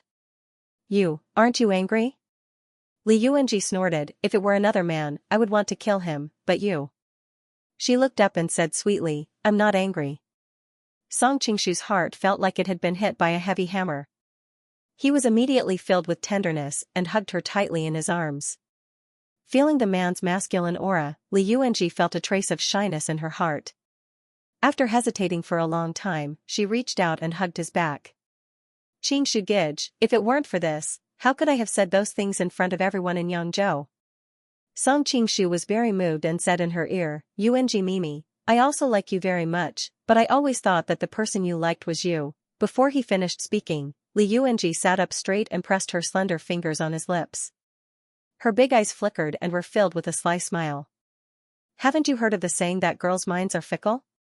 Hugging her smooth and delicate body, Song Qingshu's heart swayed. He gently blew into her ear and said, "But you're not a girl anymore." A girl's body was very sensitive, and Li Yuanji had always been afraid of tickles. She tilted her head to dodge and giggled. "Qingshu Gij, you're really bad." The two of them played around for a while and unknowingly, their bodies were intertwined. The room gradually fell into a kind of ambiguous silence. Li Yuanji stared at the man who was so close to her, her eyelashes trembling slightly. "Qingshu Gij, just now I was in a daze. I want to feel you again when I'm awake." The girl's words of love were like adding oil to a raging fire. How could Song Qingshu hold back? He kissed her heavily. After an unknown amount of time, Li Yuanji's hair was messy as she lay in Song Qingshu's arms. She mumbled, "If only I could always stay by your side." Although her voice was soft, with Song Qingshu's level of cultivation, he heard every word clearly. He could also hear the melancholy and helplessness in her voice. He couldn't help but feel moved. "Are you worried about the imperial concubine?" At this moment, Song Qingshu suddenly understood. Although Li Yuanji had always been weird and different from the other girls, she was a little too bold today. She thought that she would eventually become the imperial concubine of the southern Song dynasty emperor. She didn't want to have any regrets in this life. Li Yuanji was startled. She didn't expect her lover to guess most of her thoughts with just one sentence. She was touched but still shook her head. "No, being an imperial concubine is pretty good. What's there to worry about?" After all, the person she was going to marry was the emperor of a country. In this era, the imperial power was deeply rooted in people's hearts. Although Song Qingshu's martial arts were powerful, he couldn't compare to Zhao Go, who had the 4 Cs. If he was in danger because of her, how could she feel at ease? Song Qingshu had almost cultivated to the level of the Witch of the Black Mountain. How could he not see through her little thoughts? He was angry and amused at the same time. Don't worry. How could I let my woman be someone else's concubine? You want to elope with me? Li Yuanji said excitedly. Deep down, she was still a mischievous girl. Song Qingshu's words instantly ignited the adventurous instinct in the depths of her heart. She thought to herself that if her lover wasn't afraid, then she wouldn't mind wandering the world with him. Elope? Song Qingshu almost choked to death. That kind of reckless action without any technical content is not my style. What else can we do but elope? Li Yuanji asked curiously. Song Qingshu didn't answer directly. Instead, he asked, you seem to have been drugged. Do you know who wanted to harm you? Li Yuanji shook her head. I don't know what happened either. Today, I was summoned by concubine Jia for a talk. When I came back, I felt a little dizzy. After that, I didn't know anything. After that, I found you on top of me. I was almost scared to death. Even though the matter had passed, when she thought of opening her eyes and seeing a strange man penetrating her body, that feeling was really too creepy. Song Qingshu laughed awkwardly and comforted her for a while. He then asked, was it really concubine Jia? It didn't make sense. If the mastermind was concubine Jia, why would she drag her nephew into this? Li Yuanji said curiously, I've seen her more than once or twice. How could I not recognize her? Song Qingshu frowned and didn't say anything. He wondered if it was really a woman's jealousy that caused concubine Jia to do something extreme. However, he quickly denied this speculation. Concubine Jia was not the daughter of a small family. The education she had received since childhood had taught her that she would never do such an irrational thing. There must be someone else hiding behind the scenes. The purpose was to deal with the Jia family, and Li Yuanji was just an incidental sacrifice. Song Qingshu had been influenced by various palace dramas of later generations. In addition to his experience in the imperial palace of the Qing kingdom and the Jin kingdom, he had a very clear understanding of the tricks hidden behind the imperial court. Soon, he figured out the context of the whole matter. At this moment, noisy footsteps came from outside the palace. It seemed that a large group of palace maids and eunuchs were coming this way. Song Qingshu's heart skipped a beat. The people who caught the adulterer had finally come. These people came a little later than he had expected. Song Qingshu looked at Li Yuanji and asked, Sister Yuanji, do you believe me? Li Yuanji bit her moist lips and snorted angrily. If I didn't believe you, how could I let you do such a scourge? That's good. Song Qingshu smiled slightly and quickly said in her ear, when the time comes, you will be like this and so on. After listening to him, Li Yuanji's expression became extremely strange. Is this really okay? Seeing him leave, Li Yuanji couldn't help but laugh. She thought, we love each other. Why does it look like we're having an affair? Noticing that someone had come in, Li Yuanji pulled the quilt over herself and pretended to be asleep as planned. Ah! The palace maid screamed in the room. Obviously, those people had seen what was on the bed. The quilt was messy, and the air was filled with a smell that made people blush. Li Yuanji was lying in the quilt, and her hair was messy, and her cheeks were red. Even an idiot would know what had happened. The crowd was in an uproar. Promiscuity in the palace was a big scandal. Those who didn't know what had happened turned pale and stood there trembling. If something like this happened to their master, they, as servants, would probably be killed as well. The older ones reacted better. They quietly went out to inform their concubines. Song Qingshu hid in the dark and observed for a while. Seeing that Li Yuanji was not in danger, he left with peace of mind. He had noticed that someone was using Li Yuanji to deal with the Jia clan, and he quickly realized that this was a great opportunity. He had been worrying about how to leave Linen to help Jiao and Qingqing without exposing his identity. What happened in the palace provided an opportunity. All the evidence showed that Lady Jia had asked her nephew to take Li Yuanji's virginity out of jealousy. Li Yuanji was a concubine, a strong competitor for the future empress. She had Prime Minister Ma Qi-go and Li Keqiu, who had 100,000 troops behind her. Her identity was very sensitive. No matter how high Lady Jia's position was in the palace, and no matter how powerful Jia Shidao was, they couldn't suppress this. Especially Jia Baoyu, who had slept with the future wife of the emperor. Even if Zhao Go was a eunuch, he still couldn't tolerate being cuckolded. Even if Zhao Go was willing to tolerate it, how could Ma Qi-go and Li Keshou tolerate it? Promiscuity in the harem was a crime that could lead to the death of 9 generations. Jia Shidao was so powerful that he wouldn't really be punished. But as the leader, Jia Baoyu couldn't be saved. However, judging from what he had seen and heard in the Jia's mansion, Jia Baoyu was indeed like what was described in the dream of the Red Chamber. He was the lifeblood of the Jia's mansion, and Jia Shidao couldn't just watch his son die. Considering the unclear relationship between Jia Baoyu and the Isle of Chivalry, it was most likely that the people of the Isle of Chivalry would take Jia Baoyu away and wait until everything was over. As long as he could get out of Linen City, there were many ways for him to slip away from the Isle of Heroes.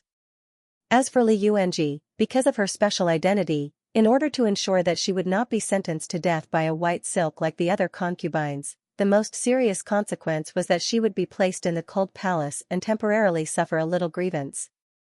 When Song Qingshu was free, he would rescue her. Not only did he enter the palace as a bridegroom, but he also enjoyed the gentleness of a young lady. He also solved the problem that had been troubling him for the past 2 days. Song Qingshu was in a great mood. After leaving the palace, he didn't rush back to the Jia's mansion. Instead, he rushed to the House of Red Sleeves. Zhou Zhirua was still waiting there, so he had to inform her in advance. With Song Qingshu's current level of cultivation, he didn't have to hide himself even if he was in a busy city. The people around him would only see a blur in front of their eyes.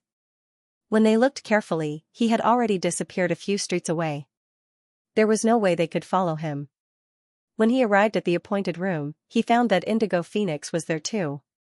She was chatting happily with Zhou Zhirua. When the 2 ladies saw him, they couldn't help but stand up to welcome him. Song Qingshu first nodded to Zhou Zhirua, then he looked at Indigo Phoenix and asked, "Phoenix, is everything ready?" Indigo Phoenix smiled and said, "Don't worry. With the elders of the 5 immortal sect escorting him, I guarantee that your little lover won't be harmed. On the other hand, aren't you afraid that Miss Zhou will be jealous by asking about other women?" Actually, it would be more appropriate to call Zhou Zhirua madam. After all, she was already married. However, Indigo Phoenix was thinking about Dongfang Muxue, so she subconsciously didn't want to call her that. Song Qingshu smiled and said, "Phoenix, I really admire your shrewish little mouth." Indigo Phoenix giggled and said, "How do you know that my mouth is shrewish? Have you tasted it before?" Zhou Zhirua smiled and looked at the 2 of them bickering. She knew Indigo Phoenix's style of doing things, so she wouldn't get angry over such a small matter. Song Qingshu was speechless when he heard that. He knew that if he continued to argue with her, who knew what else she would say. He quickly changed the topic and said, "In these 2 days, Jia Shidao will arrange for Jia Baoyu to leave the city. When the time comes, you guys will kidnap him, and I will secretly help you. It's like a cicada escaping its shell. Jia Shidao has a lot of enemies during this period of time, so he will only suspect his political enemies and not think of anything else." Zhou Zhirua nodded and said, "That is indeed a good idea, but how can you be sure that Jia Shidao will arrange for Jia Baoyu to leave the city in these 2 days? Song Qingshu smiled embarrassedly and calmly explained what happened just now. Of course, some of the details were naturally omitted. The 2 ladies were confused when they heard that. Indigo Phoenix smiled mischievously and said, "No wonder you had the fragrance of another woman on you when you came in. I thought you accidentally touched a lady in the building when you entered the House of Red Sleeves. I was wondering which lady had such good taste, so it's a concubine from the palace." On the contrary, it was Zhou Zhirua who helped him out of the predicament. "Miss Li sacrificed her reputation to save you. Naturally, she has great affection for you. Fortunately, you were the one who encountered her this time. Otherwise, the consequences would have been unimaginable. Looking at it now, it can be considered a good thing." Indigo Phoenix looked at her in surprise. She didn't expect her to be so generous. She couldn't help but think, she must be very jealous right now. Even though Indigo Phoenix was on Dongfang Mushua's side, she had to admit that Zhou Zhirua was becoming more and more graceful and calm. "My good Zhirua. Song Qingshu pulled Zhou Zhirua into his arms and kissed her hard. He didn't care that Indigo Phoenix was beside him. Indigo Phoenix blushed a little, but she didn't feel disgusted. As a lady from the Miao family, she liked such a direct way of expressing her love. Instead, she looked down on the Han people's bashful attitude when it came to relationships. Zhou Zhirua exclaimed and pushed him away immediately. She scolded him jokingly, "Stay away from me, you still have the smell of another woman on you." Song Qingshu knew that Zhou Zhirua was a clean freak. Every time he touched another woman, he was not allowed to touch her until she was clean. Song Qingshu smiled and let go of her. At the same time, he thought to himself, if I touch her after touching Zhao Min one day, I wonder how she will react. Song Qingshu's heart beat faster when he thought of that. He quickly calmed himself down and stopped thinking about those messy things. After they chatted for a while, Song Qingshu returned to the Jiao residence. After all, such a big incident had happened. All the forces should have reacted by now. When he stepped into the residence, he bumped into Shirin. "Io, my second master Bao, where have you been? Everyone in the residence is looking for you." "Why are you looking for me?" Song Qingshu understood, but he asked without batting an eyelid. "Not long ago, the master sent a message back, asking everyone in the mansion to keep a close eye on you and forbid you from meeting anyone. The whole mansion is looking for you, so I'm going to look for you on the street." Shirin took his hand and said as they walked. "What happened?" Song Qingshu asked tentatively. He wanted to know how much the people in the Jiao residence knew. Shirin shook her head with a puzzled expression. "I don't know either, but Master has never spoken in such a harsh tone." "Did you do something to make Master angry again?" "Maybe." Song Qingshu answered ambiguously. It seemed that only a few people knew what had happened in the palace, and the news hadn't spread yet. As they walked, they suddenly ran into a servant. When he saw Song Qingshu, he let out a sigh of relief. "Second Master Bao, I finally found you." Seeing his panicked tone, Shirin frowned and asked, "What happened?" The servant was out of breath. Master is back. He asked young Master to go to the study to find him as soon as you came back." "Bao Yu?" Shirin was startled. She looked at Song Qingshu worriedly. "It's okay. Don't worry." Song Qingshu thought it was good that Shirin had come. He strode to the study. Looking at his departing figure, a hint of confusion appeared in Shirin's eyes. Bao Yu used to be scared out of his wits whenever he heard of Master's name. Why does it seem like he's not scared at all this time? When Song Qingshu arrived at the study, he found that all the servants had left. There was no one else but Jia Sherdao within a radius of 100 feet. As soon as he stepped into the room, Song Qingshu was worried about how to address Jia Sherdao. A teacup flew toward him. He could see the hot water splashing from the teacup. He was startled and was about to dodge it. However, he thought that Jia Baoyu couldn't dodge the teacup. As he was about to take it, the teacup flew in an arc in the air and finally broke into pieces a foot in front of him. Song Qingshu's heart skipped a beat. With his eyesight, he could clearly see that the teacup was aimed at his face, but it suddenly fell down at the last moment. Obviously, it was because of Jia Sherdao's hidden power. It was such a clever trick that Song Qingshu didn't notice it at first. The only thing that made him happy was that Jia Sherdao obviously loved Jia Baoyu. Even though he was angry, he couldn't bear to hurt Jia Baoyu. "Look what you did." After breaking the teacup, Jia Sherdao scolded him angrily. "I don't care if you play with women. You're a man, so it's not a big deal. But you should have some brains. You should know which women you can touch and which women you can't. Li Keqiu has a lot of troops and has just surrendered to the imperial court. She sent her daughter to Linen to be a concubine. How dare you touch such a woman?" Jia Sherdao became angrier and angrier. He slapped the desk, and the heavy solid wood desk suddenly broke into pieces. Song Qingshu was secretly shocked. The aura that Jia Sherdao released just now was definitely that of a supermaster. He hurried to calm down so that Jia Sherdao wouldn't find out that he had kung fu. It was my aunt who asked me to go," Song Qingshu said, mimicking Jia Baoyu's tone and trembling. Jia Sherdao suddenly became silent. He calmly sat down on the chair and said, "Tell me everything that happened today from beginning to end." "I was at home today when cousin Pan suddenly came to see me. Feng Ziying, Lu Xianglian, and I." Song Qingshu pretended to be dumb, but he was soon interrupted by Jia Sherdao impatiently. "I know all about it. Start from what happened after you separated." "Oh." Only then did Song Qingshu roughly describe how he followed the eunuch into the palace, was finally led into a palace by a palace maid, and then Li Yuanji took the initiative to throw herself into his arms. He completely portrayed himself as a hot-blooded, hot-headed, impulsive youth. Humph, what a vicious plan. Jia Sherdao's face twitched as he gnashed his teeth. Even Song Qingshu, a person who had traveled to another world, could figure out the conspiracy.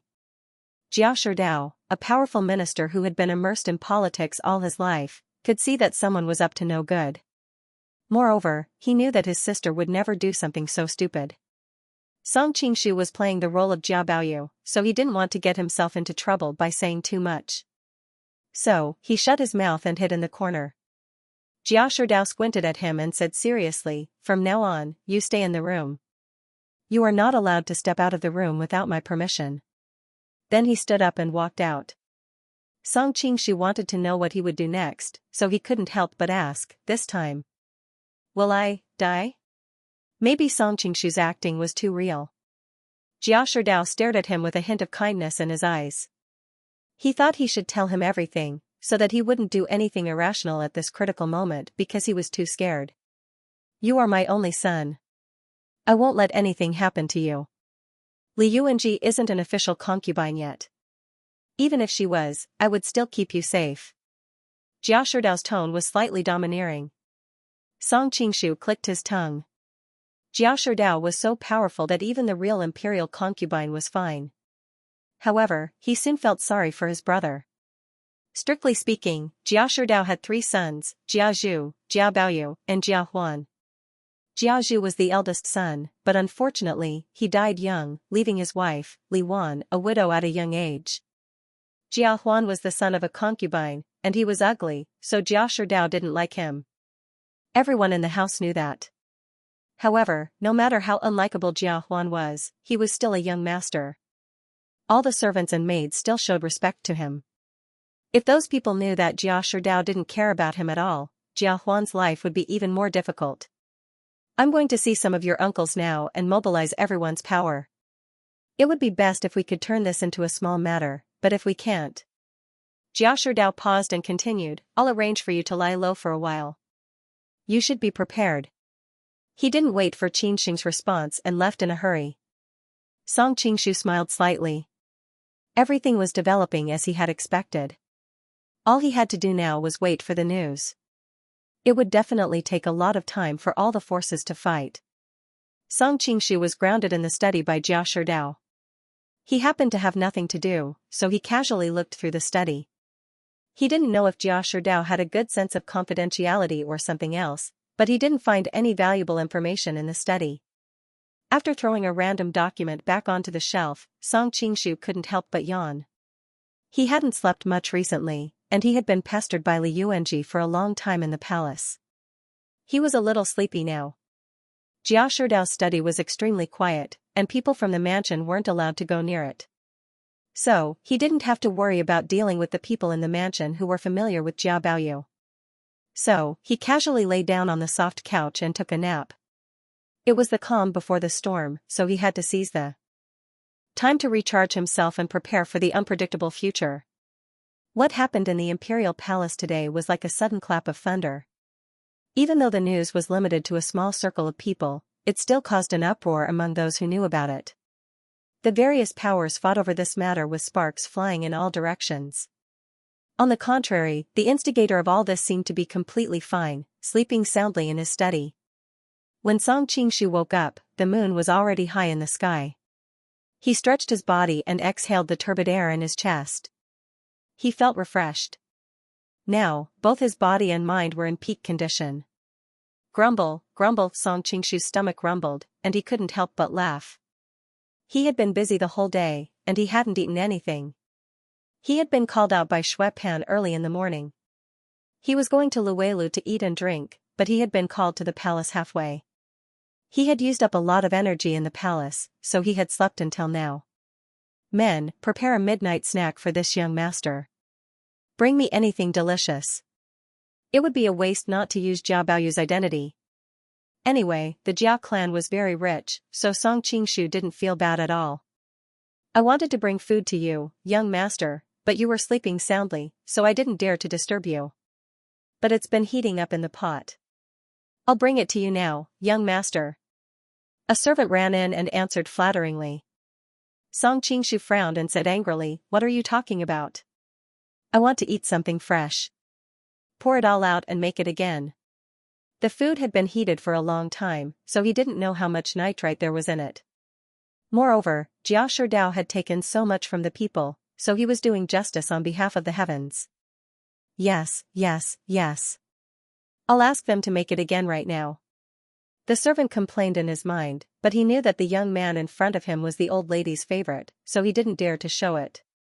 Watching the servant leave in a hurry, Song Qingshu was filled with emotion. No wonder so many people chased after power. The taste of power was really irresistible. Suddenly, Song Qingshu's expression changed. He opened the window and looked into the distance, only to hear faint sounds of fighting and killing coming from somewhere in the mansion. What's going on over there? Song Qingshu seemed to be talking to the air, but he knew very well that there were many hidden guards around Jia Sherdao's study. It seems that an assassin broke into the mansion. Don't worry, young master. The mansion is heavily guarded, and it won't take long to catch that person. A burly figure suddenly walked out of the shadows. Song Qingshu turned his head and looked at him carefully. He saw that the man was tall, and the most eye-catching thing about him was his beard, which was like steel needles. Obviously, he was a very resolute person. However, what caught Song Qingshu's attention more was the man's rough hands and the thick calluses between his thumb and index finger. An expert with a knife. Song Qingshu quickly came to a conclusion. When Song Qingshu was looking at the man was also looking at him. The man was a little surprised that young master could hear the noise from so far away. He didn't know if it was a coincidence or something else. What's your name? Song Qingshu asked. Judging from the man's reaction just now, the two of them hadn't met before, so he wasn't afraid of exposing himself. The man hesitated for a moment, then answered, Qianjian. Song Qingshu continued to ask tentatively, are you usually in charge of the safety of the study? Yes. Seeing that Song Qingshu kept asking questions, the man was a little regretful. The reason why he showed up was because he knew what Jia Baoyu had done in the palace. The outside world was in chaos, but Jia Baoyu was still able to sleep peacefully. He admired and was curious about Jia Baoyu's courage. Don't worry, young master. This place is absolutely safe. After saying that, Qianjian retreated into the shadows again. Song Qingshu was deep in thought. In the history of his previous life, Jia Sherdao had three main advisors, Wang Yinglong, Liao Yingzhong, and Wang Ting. In addition, there were four lackeys, Pan Wenqing, Ji Ku, Chen Jian, and Su Qingsun. These were all names recorded in the official history. Obviously, they were the core figures of the Jia group. The reason why Song Qingshu remembered these names so clearly was because he had seen the historical records of Jia Sherdao's downfall. On the eve of his exile, these people drank with Jia Sherdao and sang sorrowfully in the rain. After 5 o'clock in the morning, they all committed suicide by poison. The tragic scene of an ambitious man at the end of his road made him sigh. Note, in history, it was Liao Yingzhong who drank with Jia Sherdao all night and committed suicide by poison in the end. It was slightly changed here. This Qianjian is ranked third among the four lackeys. He must have something extraordinary. I have to be careful in the future. Song Qingshu was vigilant, but his attention quickly returned to the assassin in the residence. Could it be Zhou Jirua, Blue Phoenix, and the others who broke into the Jia residence at this time? The more Song Qingshu thought about it, the more likely it was. He couldn't stay in the room anymore. Under the cover of the night, he sneaked out from the other side of the window. Although Jia Sherdao's study was surrounded by hidden guards, his attention was mainly focused on preventing enemies from coming in. Moreover, with Song Qingshu's lightness skills, he could even pass through the imperial palace, let alone this small garden. After Wanyan Zhongjia escaped from the building during the day, the more she thought about it, the more unlucky she felt. Especially when she thought about how a man had grabbed her breasts at the door, she was extremely unhappy. Because of what had happened to her mother, she hated men to the core, let alone physical contact. Later, she found another inn and settled down. She took a few showers, but she still couldn't get rid of that disgusting feeling. In the end, she couldn't stand it anymore, so she sneaked out in the middle of the night to chop off that hateful man's hand. When she was hiding behind the crowd, she heard Feng Ziying bragging about their families, so she knew that the man was the young master of the Jia residence. Later on, when he casually inquired about Jia Baoyu and Lin En, he found out that Jia Baoyu was a notorious devil incarnate in Lin En, a lecherous and foppish playboy. Wanyan Zhongjia was even more furious, increasingly feeling that Jia Baoyu was deliberately taking advantage of her. She went all the way to the Jia residence angrily, and she directly climbed into it at night. As for Jia Sherdao, who was the privy emissary, she didn't care at all. After all, Wanyan Liang was so powerful that she dared to assassinate a real lord, let alone the son of a minister in the southern Song dynasty, who she looked down on. However, after entering the residence, she found that she had made a big mistake. The defense in the residence was even stronger than Wanyan Liang's. She was careless, and she was soon discovered. After a few rounds of fighting, although she had killed many experts, she had also suffered some serious injuries. In particular, one of them had counterattacked with a palm before he died, which seemed to have broken a few of her ribs. Every time she circulated her qi, she felt extreme pain. Wanyan Zhongjia made sure that there was no one nearby, then took off her night clothes and tried to put her ribs back together. Unfortunately, she couldn't use her strength because of her injury. She tried many times but couldn't get the bones back together. Everyone, search carefully. There are guards at all the gates. They should be nearby. Don't miss any corner. Even if you have to dig 3 feet into the ground, you must find the assassin. Suddenly, the voice of a small leader was heard. Yes. The group of guards agreed and quickly spread out to search. As they searched, they used their knives to poke at the grass. Even a pheasant couldn't be hidden, let alone a living person. Wanyan Zhongjie groaned inwardly. She looked in another direction and saw another group of guards rushing over. If she rushed out now, she would be surrounded by 2 groups of guards. There were many experts among these guards. Even at her peak, she didn't have the confidence to deal with so many people at the same time, let alone now that she was seriously injured. Biting her red lips, Wanyan Zhongjia shrank back into the artificial hill. Her only hope was that these people wouldn't find her. But she also understood that the possibility of this was very small. Although this place was hidden, with so many guards searching everywhere, they would find this place sooner or later. Just as she was worrying, Wanyan Zhongjia suddenly saw the leader of the guards look in her direction. Then, he pulled out his knife and walked over to the artificial hill with a serious expression. Wanyan Zhongjia gripped the dagger in her hand. A thin layer of sweat appeared on her temples. If things didn't work out, she had to kill herself. Otherwise, if she became a prisoner of the enemy, she wouldn't have the chance to do so even if she wanted to. The Song and the Jin were enemies. Especially after the Jingkong rebellion, many imperial concubines and princesses of the Song dynasty became tools for the Jin to vent their lust. If she fell into the hands of the Song, she shuddered at the thought of what would happen to her.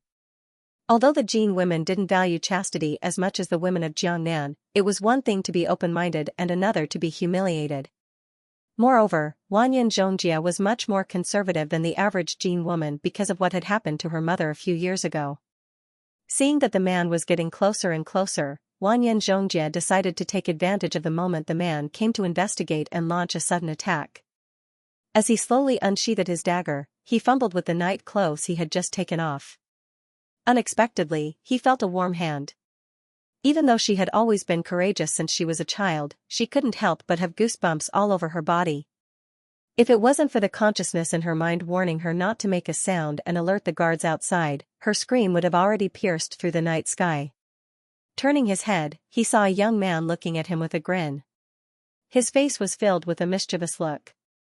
Who else could it be other than Jia Baoyu who had taken advantage of him during the day? It turned out that Song Qingshu heard the commotion and came out to investigate. In the end, the assassin was not Zhou Jirua or Indigo Phoenix. However, Wanyan Zhongjia was one of his people. Naturally, he could not leave her to die. Seeing that she had nowhere to go, he hurriedly appeared to help. Shoo! Song Qingshu made a shushing gesture and pointed to the night clothes she had taken off. Take off your clothes.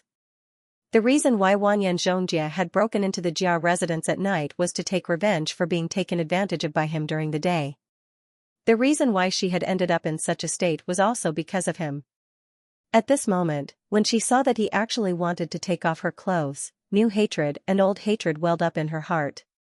She couldn't care less and brandished her dagger to stab him. She thought that it wouldn't be a loss to have him as a scapegoat before she died. However, as soon as she made her move, she felt her whole body go numb and she could no longer move. She was shocked and scared. Suddenly, she heard him say, "You really take my kindness for granted. You women's thoughts are too dirty." Song Qingshu looked as if he was grieving. In fact, how could he not know that there was a hidden meaning in his words just now? Who is it? Although the two of them acted quickly, it was inevitable that they would make some noise and attract the attention of the guards outside. The leader of the guards hurriedly made a hand gesture and ordered his subordinates to surround them from behind the rock garden. Wanyan Zhongjia's heart had long since turned ice cold. This foppish good-for-nothing was actually hiding his strength.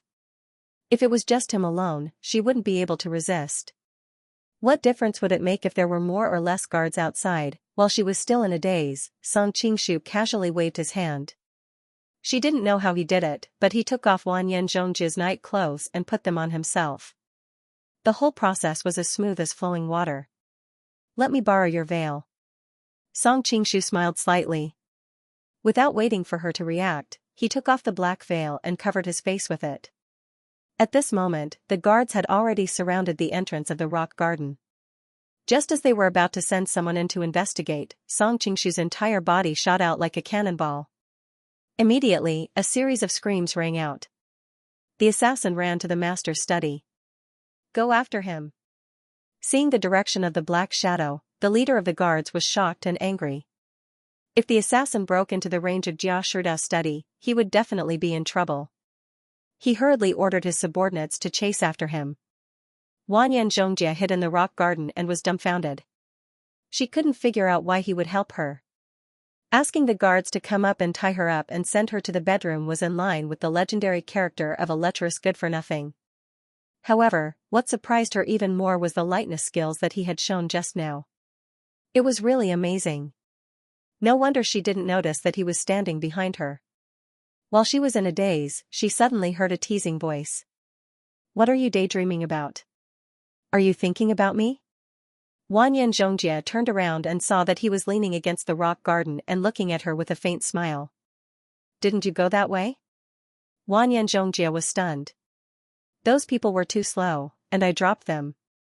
Song Qingshu answered casually. Then he took off the black veil on his face.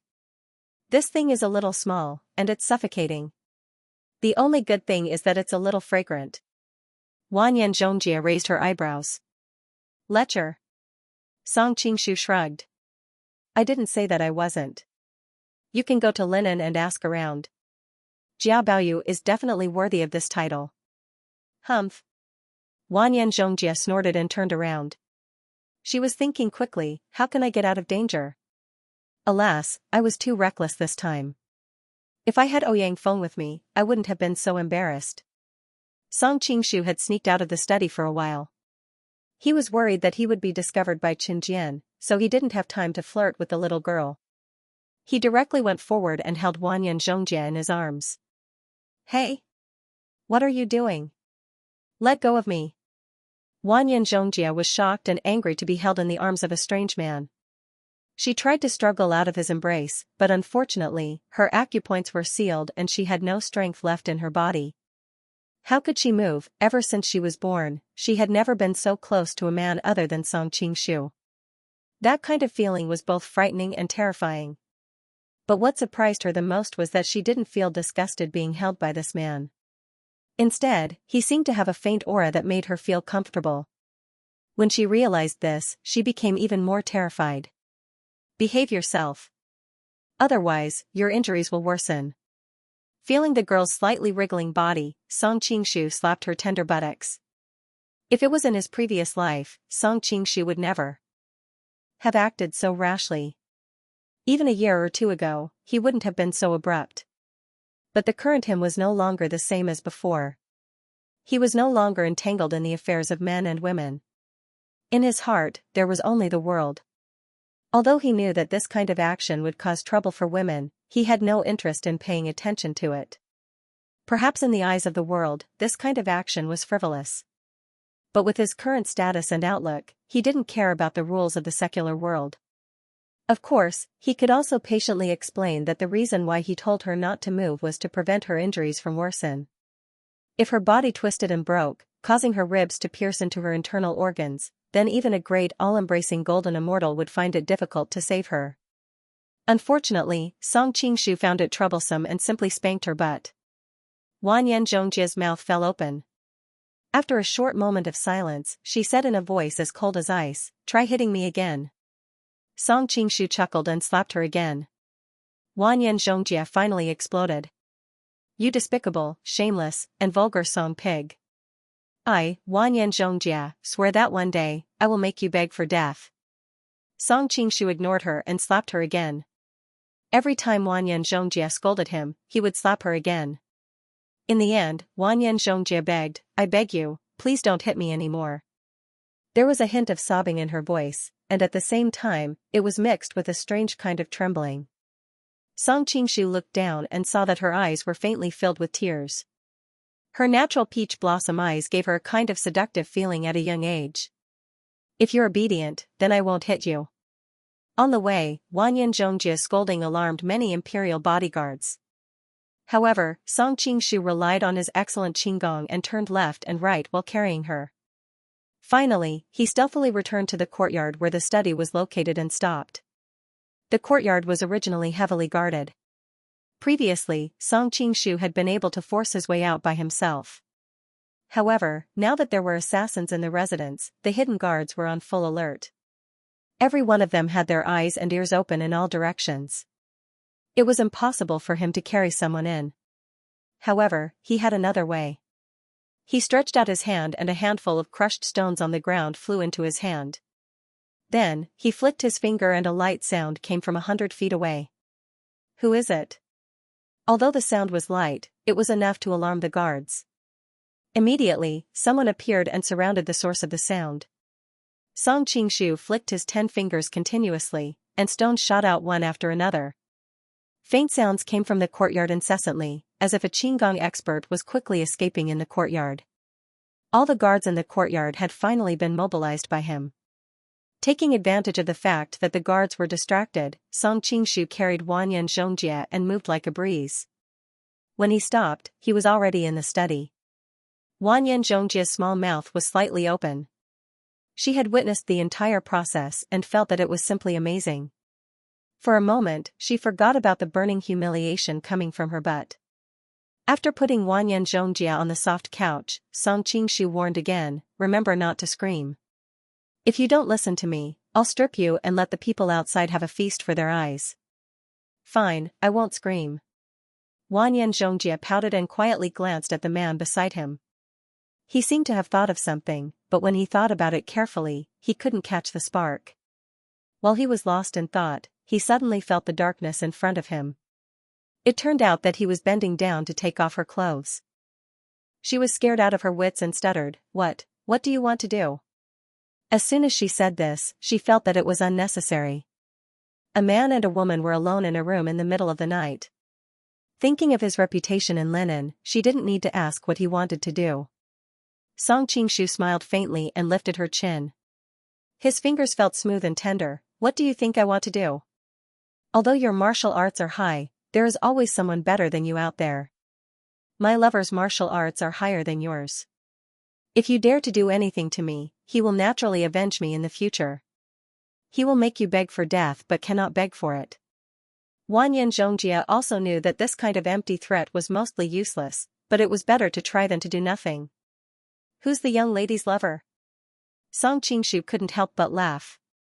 Why did this scene feel so familiar? Wanyan Zhongjie suddenly thought of the man who could turn the clouds and cover the rain in daxing manner. He blurted out, the Golden Snake King, Song Qingshu. After saying that, his little face turned red.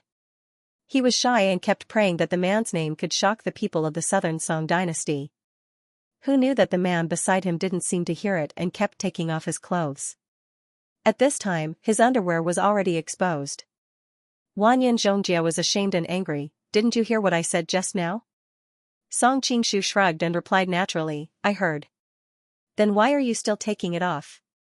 Wanyan Zhongjie wanted nothing more than to rush forward and bite him. Unfortunately, his acupoints were sealed and he was powerless to do so. At this time, she even secretly complained about Song Qingshu, that bastard is always so arrogant, but his fame can't even scare a playboy.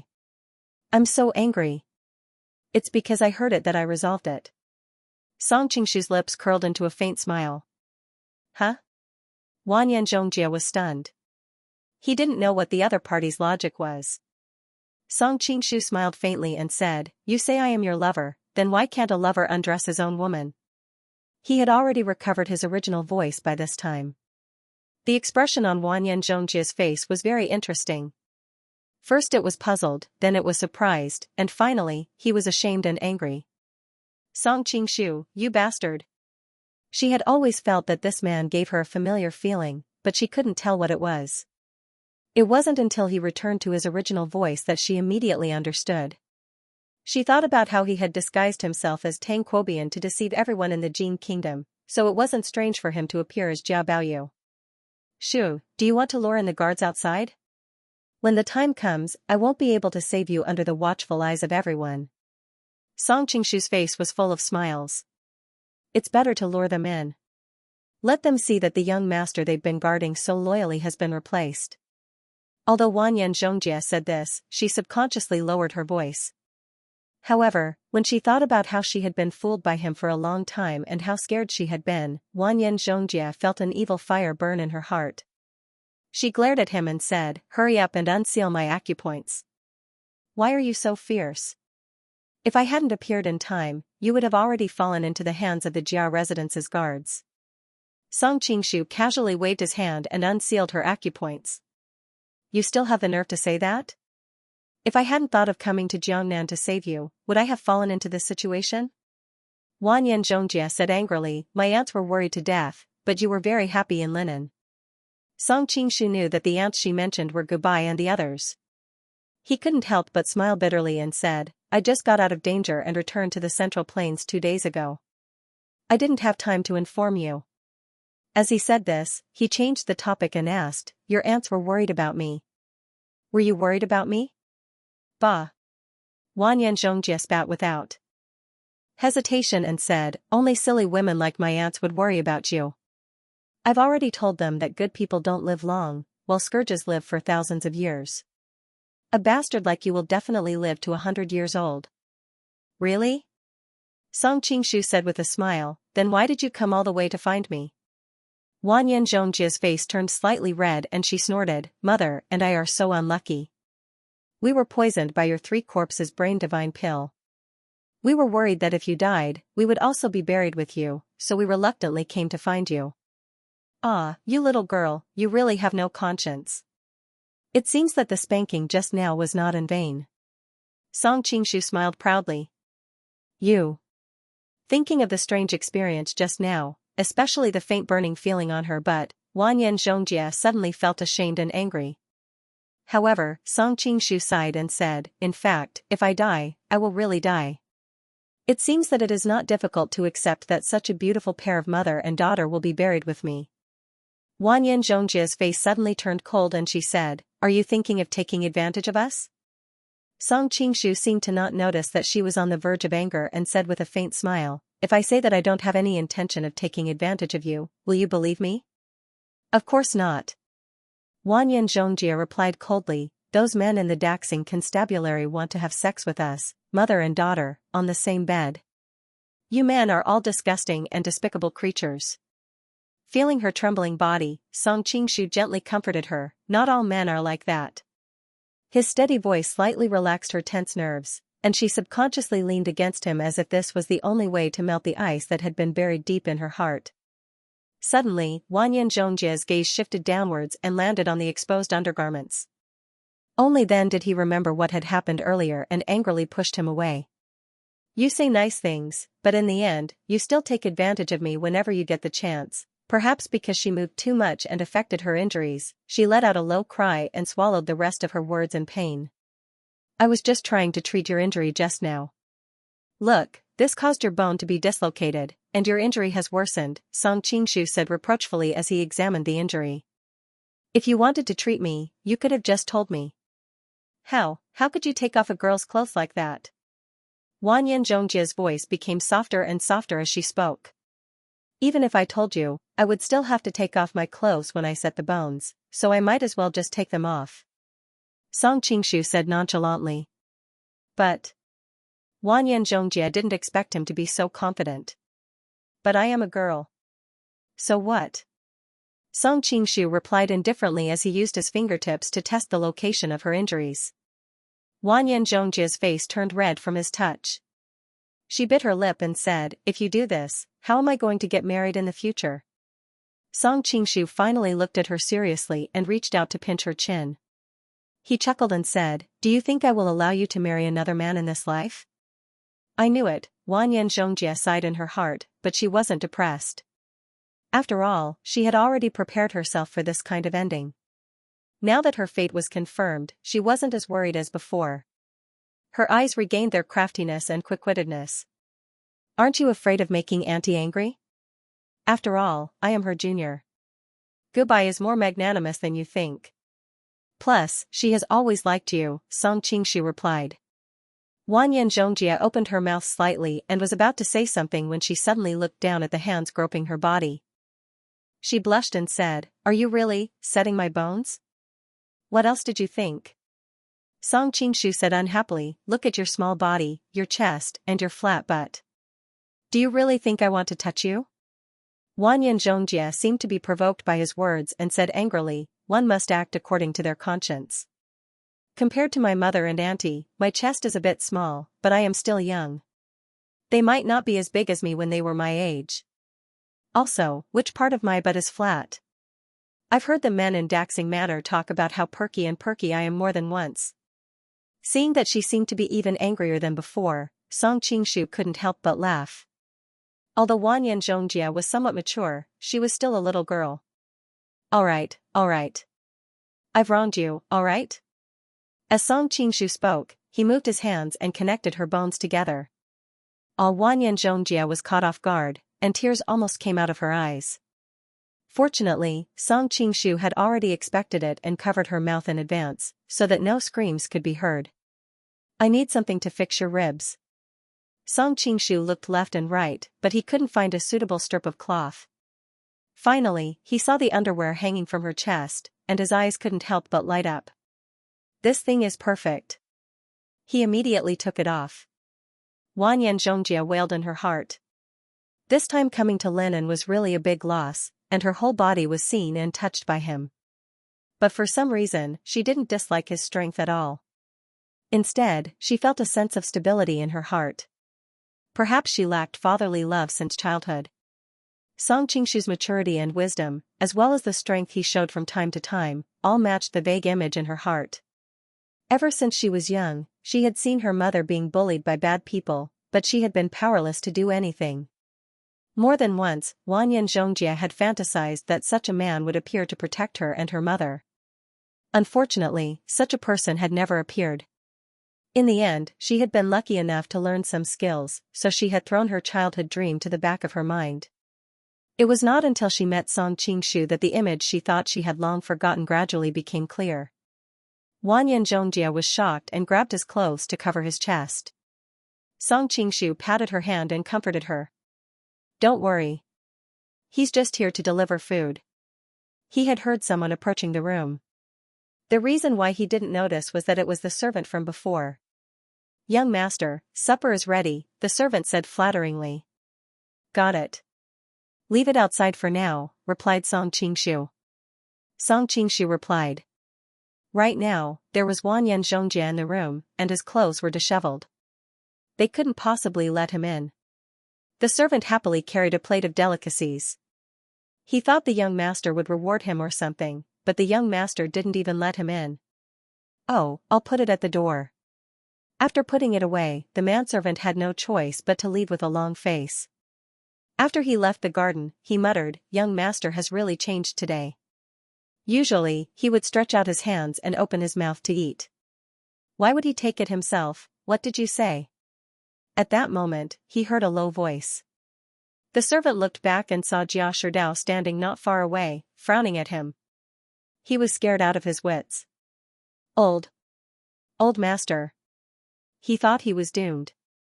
The young master was the old master's favorite.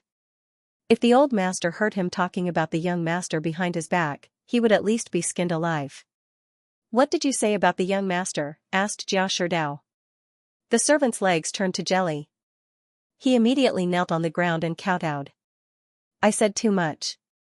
I won't do it again, shut up. Jia Sherdao yelled. What did you say? Take it yourself? The manservant was startled. Seeing that the other party didn't seem to have any intention of blaming him, he was pleasantly surprised and hurriedly replied, it's like this. Previously, young master asked me to prepare supper, and then he explained what had happened just now. After hearing the servant's answer, Jia Sherdao frowned even more.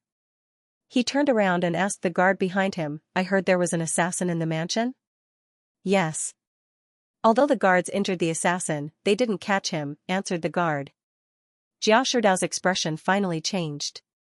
He hurried to the study and said, follow me. In the study, Song Qingshu was teasing Wanyan Zhongjia with the exquisite desserts of the Jia residence, causing the young girl to pout coquettishly. He couldn't help but sigh. No wonder those 2D anime in his previous world put so much emphasis on the throwing of food memes. It really gave people a sense of accomplishment. As the two of them were teasing each other, Song Qingshu's expression suddenly changed. Oh no, someone's coming. He hadn't expected Jia Sherdao to come back so soon. Even if he did, there was still some distance between the gate of the garden and the study, which was more than enough for him to react. But for some reason, Jia Sherdao had run all the way from the gate of the yard. He didn't have time to see Wanyan Zhongjia out. What should we do? Wanyan Zhongjia also realized the seriousness of the situation. Previously, Song Qingshu had made a feint in order to bring her in. Now, it was too late for him to do anything. Don't panic. Listen to me. Later, like this. Song Qingshu helped her put on her clothes and whispered in her ear. Not long after, the door of the study was kicked open from the outside. A group of guards surrounded Jia Sherdao and walked in. When he saw the situation in the room, Jia Sherdao's expression became even more gloomy. In addition to Jia Baoyu, there was also an extremely beautiful young girl in the study. Unfortunately, Jia Sherdao didn't have time to pay attention to her beauty, because she was hiding behind Jia Baoyu, and a shining dagger was placed on his neck. Jia Sherdao was experienced and knowledgeable, so he could tell that the dagger was a precious sword that could cut a hair. If she used a little more force, her son's neck would be instantly cut off, and he wouldn't be able to save him no matter how powerful he was. Who are you, young lady? Did Machi Wu send you, or did Han Xingzhou send you? Jia Sherdao waved his hand to stop the guards and said in a low voice. With his current power, there weren't many people who dared to cause trouble in the Jia mansion. Coupled with what had happened in the palace today, he subconsciously thought that the young girl was sent by his two political enemies, and it was more likely that it was Machi Wu. It's none of your business where I come from. Get out of my way. Wanyan Zhongjia snorted and pressed the dagger down gently. If you don't get out of my way, don't blame me for being rude. Feeling the cold air on the blade, Song Qingshu felt goosebumps all over his neck. He took the opportunity to lie down on his back. The soft touch immediately made him feel much more comfortable. Little girl, don't let your hand slip. Song Qingshu said using the secret voice-sending technique. While talking, he secretly arranged the protective Xianxia around his neck. He sighed inwardly, thinking that he was still not as open-minded as Guojing. In the original work, Guijing slept with Yonggua without any precaution. If Yonggua really made up his mind to take revenge, Guijing would have already met the king of hell. Now you're scared? Why weren't you scared when you spanked me and took off my clothes? Wanyan Zhongjie used Song Qingshu's body to block the others and whispered in his ear. If Baoyu loses a single hair, I'll make you beg for death, Jia Sherdao said angrily. Song Qingshu noticed that Jia Sherdao's body shook slightly. Obviously, he was going to make a move, but he didn't have full confidence, so he stopped. Really? Wanyan Zhongjie sneered and pulled a handful of hair from Song Qingshu's head. He's lost so much hair. What can you do? Song Qingshu didn't expect her to do that. He couldn't help but gasp. He pretended to be crying to Jia Sherdao and used the secret voice-sending technique to say, "You little girl, I'll teach you a lesson later." Wanyan Zhongjie was unmoved. He casually pulled a few more strands of hair and giggled as he blew a breath of fresh air into his ear. If you say one more word, I'll pull again until you stop talking. Song Qingshu didn't know whether to laugh or cry. Every dog has its day. He had threatened her with spanking, but he didn't expect her to take revenge so quickly. From Jia Sherdao's angle, he could only see that Wanyan Zhongjie seemed to be saying something to Jia Baoyu. Unfortunately, because Wanyan Zhongjie was talking directly into his ear, he couldn't hear what they were talking about. However, seeing Wanyan Zhongjie pull Jia Baoyu's hair again and again, Jia Sherdao's face twitched a lot.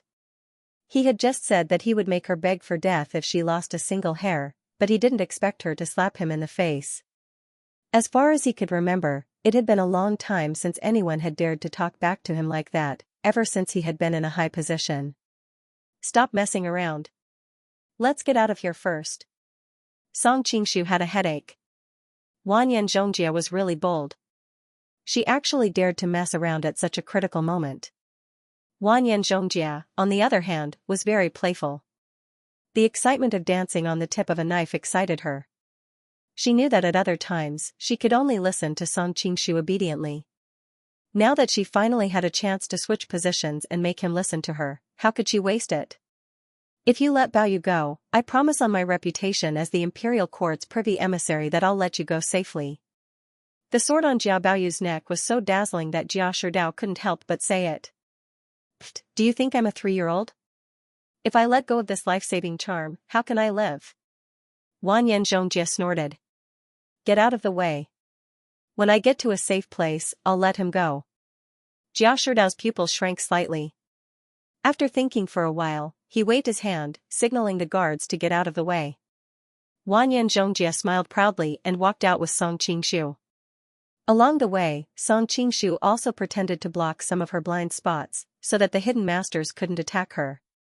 When they reached the gate, Wanyan Zhongjie said angrily, "Where's the horse I asked you to prepare?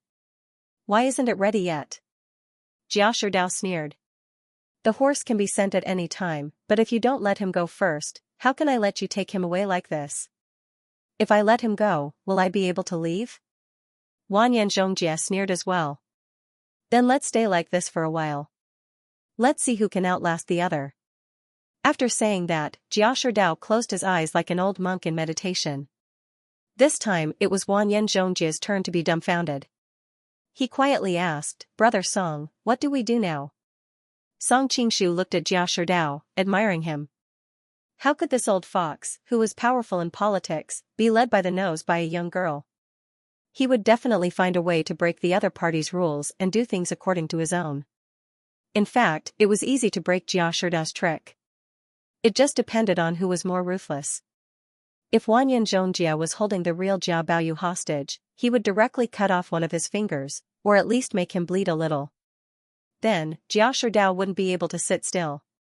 Unfortunately, this Jia Baoyu was a fake. Song Qingshu didn't want to cut off a finger or anything. While he was hesitating, Jia Sherdao suddenly opened his eyes. Qin Jian, who was next to him, suddenly attacked as if they had a telepathic connection. A sharp blade light slashed toward Wanyan Zhongjie's head. The strike was fast and accurate.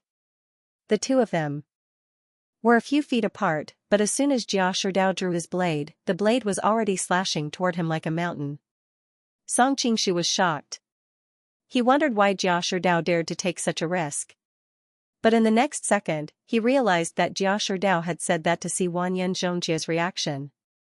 However, Wanyan Zhongjia didn't know what to do at that moment.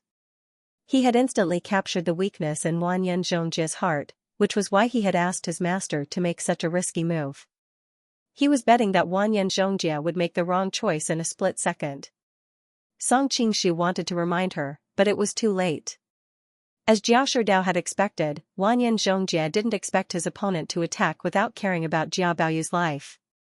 Originally, it would have been the best choice to use Song Qingshu as a shield, but at that moment, Wanyan Zhongjia didn't think about the pros and cons. He was worried that he would hurt Song Qingshu, so he chose to retreat. When Wanyan Zhongjia realized what was going on, the situation had been completely reversed. Song Qingshu reacted faster than her, but unless he exposed his identity in Kung Fu, there was no way he could get out of this situation. He was suddenly in a dilemma. Seeing his men surrounding Wanyan Zhongjia, Jia Sherdao couldn't help but sneer, "Capture her alive.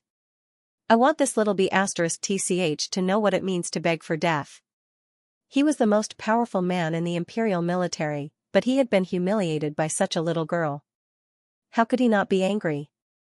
What had happened in the palace before was obvious that someone was deliberately targeting the Jia family. Jia Sherdao had been suppressing his anger for a long time. This assassin was in his hands, so he could use her as a warning to others. Seeing a group of guards rushing toward Wanyan Zhongjia, he thought about how her ribs were broken and how she couldn't use 30% of her kung fu. Even if she wasn't injured, she wouldn't be able to escape under the siege of so many powerful guards. Song Qingshu originally thought that he would try to rescue her after she was captured, so the risk of exposing his identity would be greatly reduced. Unfortunately, Wanyan Zhongjia happened to look at him.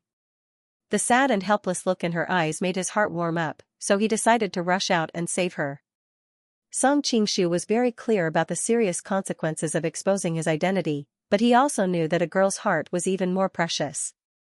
If he weighed the pros and cons too much and caused the girl to be sad, he might not be able to make up for it for the rest of his life. He would rather betray the world than the beauty. Learning from the mistakes of the demigods and semi-devils, Song Qingshu didn't want to become the second Murongfu. Song Qingshu was about to make a move, but suddenly the group of guards who were rushing toward him kept screaming, "Snakes!" No one knew who shouted, but they saw that the group of imperial bodyguards had all kinds of snakes coiled around their bodies. The group of people was so scared that their liver and gallbladder were about to explode, and they ran away in terror. A bunch of useless people. Chen Jian cursed and rushed forward. With a flash of his knife, a large number of snakes were cut in half by him. Which scoundrel only dares to hide in the dark and attack people? Humph. A cold snort suddenly came from the darkness, and Chen Jian felt as if he was struck by lightning. He clutched his chest and spat out a mouthful of blood, but he did not have the time to wipe the blood from the corner of his mouth. Instead, he stared at the person who walked out from the darkness. The newcomer was dressed in a white robe embroidered with gold. He was tall, had a high nose and deep eyes, and his curly hair was faintly golden. Who else could it be but Ouyang Feng? Seeing him appear, Song Qingshu couldn't help but heave a sigh of relief. With Ouyang Feng here, Wanyan Zhongjia would be saved. At the same time, he sighed in his heart. Ouyang Feng was indeed a genius in martial arts. Even at this age, his martial arts could still improve by leaps and bounds. If the Eastern Heretic, Western Poison, Southern Emperor, and Northern Beggar were to compete again, Ouyang Feng would undoubtedly be the champion, second only to Wang Chongyang who faked his death. In fact, the reason why Ouyang Feng's martial arts had improved to the next level was because he had come into contact with too many super masters in the past 2 years, especially Song Qingshu and Wang Chongyang. In the past, on Divine Dragon Island, Ouyang Feng thought that he could slightly defeat Song Qingshu. Unfortunately, every time they met again, he would be surprised to find that Song Qingshu's martial arts had improved by a large margin. Later on, it was even his turn to look up at his opponent's back. Although Ouyang Feng did not say anything, he had always been proud and arrogant. How could he admit defeat so easily? He had secretly studied martial arts, especially during his time in the Jin Kingdom, where he had interacted with Song Qingshu and Qiu Qianren. He had learned a lot from their discussions about martial arts, and there were faint signs of a breakthrough. Unfortunately, he never had the opportunity to do so. Not long ago, in Chongyang Palace, he had witnessed the earth-shattering battle between Song Qingshu and Wang Chongyang. Finally, he had an epiphany. After he returned, he immediately went into seclusion. When he came out, his martial arts had improved by another level. Grandpa Ouyang. Seeing Ouyang Feng appear, Wanyan Zhongjie immediately smiled like a flower. Of course, deep in her heart, she was actually the happiest when she noticed that Song Qingshu was about to save her. Humph, I've never seen you speak so sweetly before. You only think of me when you're in danger, Ouyang Feng said with a straight face, but he could not suppress the affection in his eyes. Ouyang Feng had lived a lonely life and had 2 sons. His biological son, Ouyang Ku, had died young. His adopted son, Yonghua, was a very good person. He was smart and filial, but when he remembered that he was Yang Kang's son, Ouyang Feng couldn't help but think of Ouyang Ku's tragic death. There was always a knot in his heart, and he was no longer as close to Yonghua as he was when he was crazy. Originally, Ouyang Feng had special feelings for Song Qingshu. Unfortunately, Song Qingshu's martial arts were getting better, and so was his status. It was difficult for him to see him as a nephew. On the other hand, Wanyan Zhongjie was quick-witted and lively. The more he looked at her, the more he liked her. Gradually, he began to love her like a granddaughter. I'm also a sweet talker, Wanyan Zhongjie said. Last time, I stole the bottle of stone frozen spring from the Palace of Gluttony to show my filial respect to you, ahem. Ouyang Feng almost choked to death talking about this in front of so many people. He quickly interrupted her, okay. I know you're the most filial girl. Oh, it's Mr. Ouyang, one of the 5 greats. Jia Sherdao had already recognized who he was. I didn't know Mr. Ouyang was coming. Please forgive me for not going out to greet you. Ouyang Feng snorted coldly. If I had come a little later, I'm afraid this little girl wouldn't have been able to see tomorrow's sun. So this girl is Mr. Ouyang's junior. It seems to be a misunderstanding, Jia Sherdao said lightly. Jia Sherdao said casually. He had thought that Wanyan Zhongjie had been sent by Ma Chi-chu or Han Xingzhou, so he wanted to retaliate. However, since Wanyan Zhongjie was Ouyang Feng's junior, there was no need to provoke such a strong enemy at such a critical moment. Moreover, according to the intelligence, Ouyang Feng represented the Jin Kingdom. A misunderstanding? Ouyang Feng chuckled. He suddenly moved and appeared in front of Qin Jian. Qin Jian felt as if a comet had hit him, and the strong wind made it difficult for him to breathe. He was shocked and hurriedly pulled out his saber to defend himself. With a crisp sound, the treasured saber in Qin Jian's hand broke into several pieces. His entire body flew backward like a broken sandbag, and he only managed to regain his balance after retreating dozens of steps. Then, he spat out a mouthful of blood. This is a lesson for your arrogant words. Ouyang Feng paused, and a strange expression appeared on his face. You survived my toad skill. Many masters in the martial arts world are not as good as you. Qin Jian wiped the blood from the corner of his mouth, clenched his teeth, and said, Thank you for your compliment, senior. Ouyang Feng snorted and ignored him.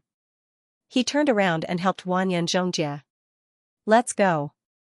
The snakes scattered around seemed to have a mind of their own. They surrounded the 2 of them and gradually went away. Song Qingshu's heart was full of admiration for Ouyang Feng. In the past, Ouyang Feng could come and go as he pleased in the Mongolian Western Punitive Expedition Army, treating thousands of troops and horses as nothing. Tonight, he broke into the Jia residence alone and easily rescued Wanyan Zhongjie. Seeing Ouyang Feng go away, Qin Jianqiang came to Jia Sherdao with his injuries and asked, Master, why didn't you stop Ouyang Feng? Stop him? What could we do? Jia Sherdao said expressionlessly. Qin Jian said in a low voice, If Master had done it, and all of us had joined forces, shut up. Jia Sherdao interrupted him before he could finish. Qin Jian realized something and immediately lowered his head.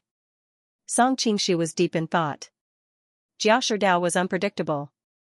If he really wanted to stop Ouyang Feng would be in danger with the home advantage. Of course, if that really happened, he wouldn't just sit back and watch. At this time, Wanyan Zhongjie and Ouyang Feng also had a similar conversation. Grandpa Ouyang, Why didn't you kill them when their morale was low? Ouyang Feng liked her ruthlessness very much.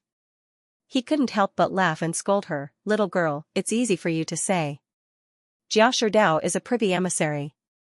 How many masters are there in his mansion? Take that man with a knife for example. If he were in Jianghu, many heads of famous sects would be no match for him. That's fine, but that Jia Sherdao. I can't really tell how strong he is. That Jia Sherdao also knows martial arts? Wanyan Zhongjie asked in surprise with her beautiful eyes wide open. Not only does he know martial arts, but he's also very good at it, Ouyang Feng said with a frown. It seems that I was really lucky to come out alive today. Wanyan Zhongjie patted her small chest and couldn't help but stick out her tongue. She looked very cute. Grandpa Ouyang, actually there was a super master there that you didn't see. There was? Ouyang Feng frowned and thought of everyone there. He snorted and said, little girl, don't try to fool me. There was no super master there. It was that Jia Baoyu.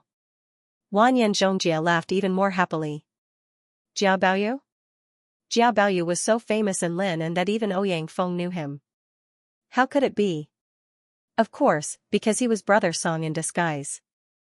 Wanyan Zhongjie was shocked just now, so she was very happy to see Ouyang Feng's surprised face. Song Qingshu? Ouyang Feng finally lost his calm. Of course. If he hadn't secretly protected me, I wouldn't have survived until you came to save me. Thinking of Song Qingshu's impulsive look, Wanyan Zhongjie was very happy. What on earth happened? Tell me quickly, Ouyang Feng hurriedly asked. Wanyan Zhongjie began to tell him the whole story, including some arrangements that Song Qingshu had told her before. It's like this. Jia Sherdao returned to the study with a gloomy face, and Chen Jianqiang followed him. I'm useless. I let the assassin sneak in and take the young master hostage. This place is heavily guarded. How could that girl break in? Jia Sherdao said angrily. Chen Jian smiled bitterly and said, I still don't know what happened. Song Qingshu's heart skipped a beat. He was worried that if they continued to confess, Jia Sherdao, the old fox, would see something. He hurriedly said, actually, I was lustful. I saw that the girl was beautiful, so I let her in. I didn't know that I was letting a wolf into the house. Jia Sherdao suddenly slammed the table. You healed so quickly. Did you forget the pain? You just did that thing in the palace, and now you're back to your old ways? Song Qingshu laughed awkwardly and lowered his head, not saying a word. Jia Sherdao sighed, then waved at Chen Jian and said, You're injured. You should go and rest. Someone, take him back. Chen Jian almost couldn't stand straight anymore. He was only holding on with his willpower. Hearing what Jia Sherdao said, he felt like he had been pardoned. When he was helped out, he turned around and said gratefully, Thank you, master. Jia Sherdao nodded. After the servants closed the door, he said to Song Qingshu, Your aunt has been banished to the cold palace because of you. Huh? Song Qingshu pretended to be surprised, but it was more or less what he had expected. Ah, what are you talking about? If you weren't my only son, I would have slapped you to death. Jia Sherdao would never have lost his composure like this normally, but what had happened today had really made him anxious. This is already the best result. If it were an ordinary concubine, the emperor would have given her a white silk. After cursing a few times, Jia Sherdao gradually calmed down. He stared at Song Qingshu and said, As for you, what about me? Song Qingshu's heart skipped a beat. Jia Sherdao looked serious. Was things going to go beyond his expectations? I used all my connections to protect you, but what you did this time was a little too serious. Jia Sherdao wanted to scold him again, but then he realized that someone was behind this, so he couldn't blame him. He continued, Plus, Ma Qi-chan and Han Xingzhou fanned the flames in front of the emperor. The emperor wanted to kill you several times, and it took me a lot of effort to save your life. You can be spared from death, but you can't escape punishment. The court has decided to send you back to Mongolia with Princess Xiaomin to explain to the Mongolian Khan about breaking the contract and appease their anger. Song Qingshu was stunned. It's just being a messenger. It doesn't seem like a big deal. You know nothing. Jia Sherdao scolded him. You're a messenger, but you're actually a hostage. Although the Mongolians have been focusing on conquering the west for the past 2 years, they will turn their army to the south sooner or later. Once the Mongolians go to war with the Song, you will be the first one to be sacrificed. Listening to Jia Shidao's description of how greedy, cruel, and despicable the Mongolians were, Song Qingshu gradually understood. It turned out that going to Mongolia was a suicide mission. No wonder Ma Qichen and Han Xingzhou agreed. Maybe it was their suggestion, but it was better than being executed immediately. So, Jia Shidao had to accept it. Seeing Song Qingshu's expressionless face, Jia Shidao thought he was scared, so he changed. He changed his tone and said, "But don't be too afraid. I won't let anything happen to you. Bye. And I will make arrangements." Song Qingshu's heart skipped a beat. He couldn't help but ask, what kind of arrangements? If he knew Jia Shidao's plan in advance, he would be able to come up with countermeasures. Unexpectedly, Jia Shidao glared at him and said, "Humph, you're such a useless guy. Telling you will only cause trouble. It's good that you know this. Don't ask anything else." Oh. After all, according to Song Qingshu's investigation, Jia Baoyu was like a mouse in front of a cat in front of Jia Shidao. If he kept asking, it would inevitably arouse suspicion. Go back and ask Shirin to help you pack your things. Tomorrow, you will leave with the Mongolian delegation. Jia Shidao rubbed his temples. Go say goodbye to your mother. As for the old lady, don't go. She's old, so she won't be frightened. Tomorrow? Song Qingshu was actually very happy. He couldn't wait to leave at night, but his reason told him that it was a little too hasty. A long night is fraught with trouble. If it takes too long, who knows what evil plans Ma Qiche and Han Xingzhou will come up with. If the emperor changes his mind, you won't be able to leave even if you want to. Jia Shidao snorted. In fact, if the emperor really wanted to kill Jia Baoyu, he had a way to send him out of the city. But that would be too much of a disgrace to the royal family, and the Jia family would have a hard time in the future. Now that he was sent to the Mongolian delegation, it would be better for all parties. After all, being a hostage in the Mongolian delegation meant risking his life for the imperial court. It was enough to shut the mouths of the officials in the imperial court. In the Mongolian delegation's hostel, Zhao Men had also received the news. She couldn't help but say angrily, "What? I've been trying to pressure the Southern Song dynasty these days, and they want to send me away with a second-generation heir? Do they think I, Minmin Timur, can be so easily fooled?" Xianming elders tried to persuade her, "Princess, after all, you sneaked here this time, not under the Great Khan's order. You'd better stop while you're ahead." Crack! Crack! With a crisp sound, Zhao Men threw the teacup in her hand to the ground fiercely. "I don't need you two to teach me how to do things. In short, I won't leave Linen until I find out the whereabouts of Song Qingshu." Xianming elders were annoyed, so they secretly looked at each other. The two brothers had been brothers for decades, and they had long understood each other. "Senior brother, it's said that women are fickle, but her change is too exaggerated. Previously, she almost cut off her relationship with her family because of Zhang Wuji, and now she's devoted to that kid surnamed Song." Exactly. It is said that a woman's heart is like a needle at the bottom of the sea. We men don't know what women are thinking. Fortunately, I'm smart. I only like women's bodies, not their hearts. Senior brother is wise. I only like good food and wine. While Xianming elders were looking at each other, a burst of laughter came from outside the door. Who made our princess angry? Zhao Men looked up and couldn't help but be stunned. Master of Jinggang sect, why are you here? The master of Jinggang sect was extraordinarily high in both martial arts and seniority, so her tone was not as casual as when she talked to Xianming elders. The master of Jinggang sect sighed. His Highness is ill. Zhao Men was startled. Is he very ill? In fact, she already had the answer in her heart. If it was a common illness, why would he send someone to inform her? Yes. The master of Jinggang sect nodded. His Highness wants to see you. Zhao Min's eyes turned red in an instant. She gritted her teeth to hold back her tears in front of her subordinates. She calmed down a little and immediately said, "Pack up immediately. We're leaving now." Now? He Biwing looked out the window in shock. It's late now, and the city gates are closed. I'm afraid it's not convenient to leave the city. Zhao Min said coldly, what's so inconvenient about it? If worst comes to worst, we can just climb over the city walls. It would not be good if the guards at the city gates were alerted, Lu Zhangke also advised. It's not long before dawn, and the Southern Song is supposed to send the hostages here tomorrow. Why don't we leave the city together tomorrow? It'll be more convenient. Zhao Min had gradually calmed down from her impulsiveness. She also understood that more haste, less speed. If they broke through the city gates at night and alerted the guards of the Southern Song, then they would be even more delayed. All right, someone come. Zhao Min arranged for her subordinates to go and hand over the hostage transfer procedures with the relevant officials of the Southern Song. Even if they were sleeping, they had to wake them up. At the same time, she arranged for someone to wait at the gates of the Imperial Palace and enter the palace to see Zhao go at dawn. She also sent someone to inform the Jiao Manor in advance.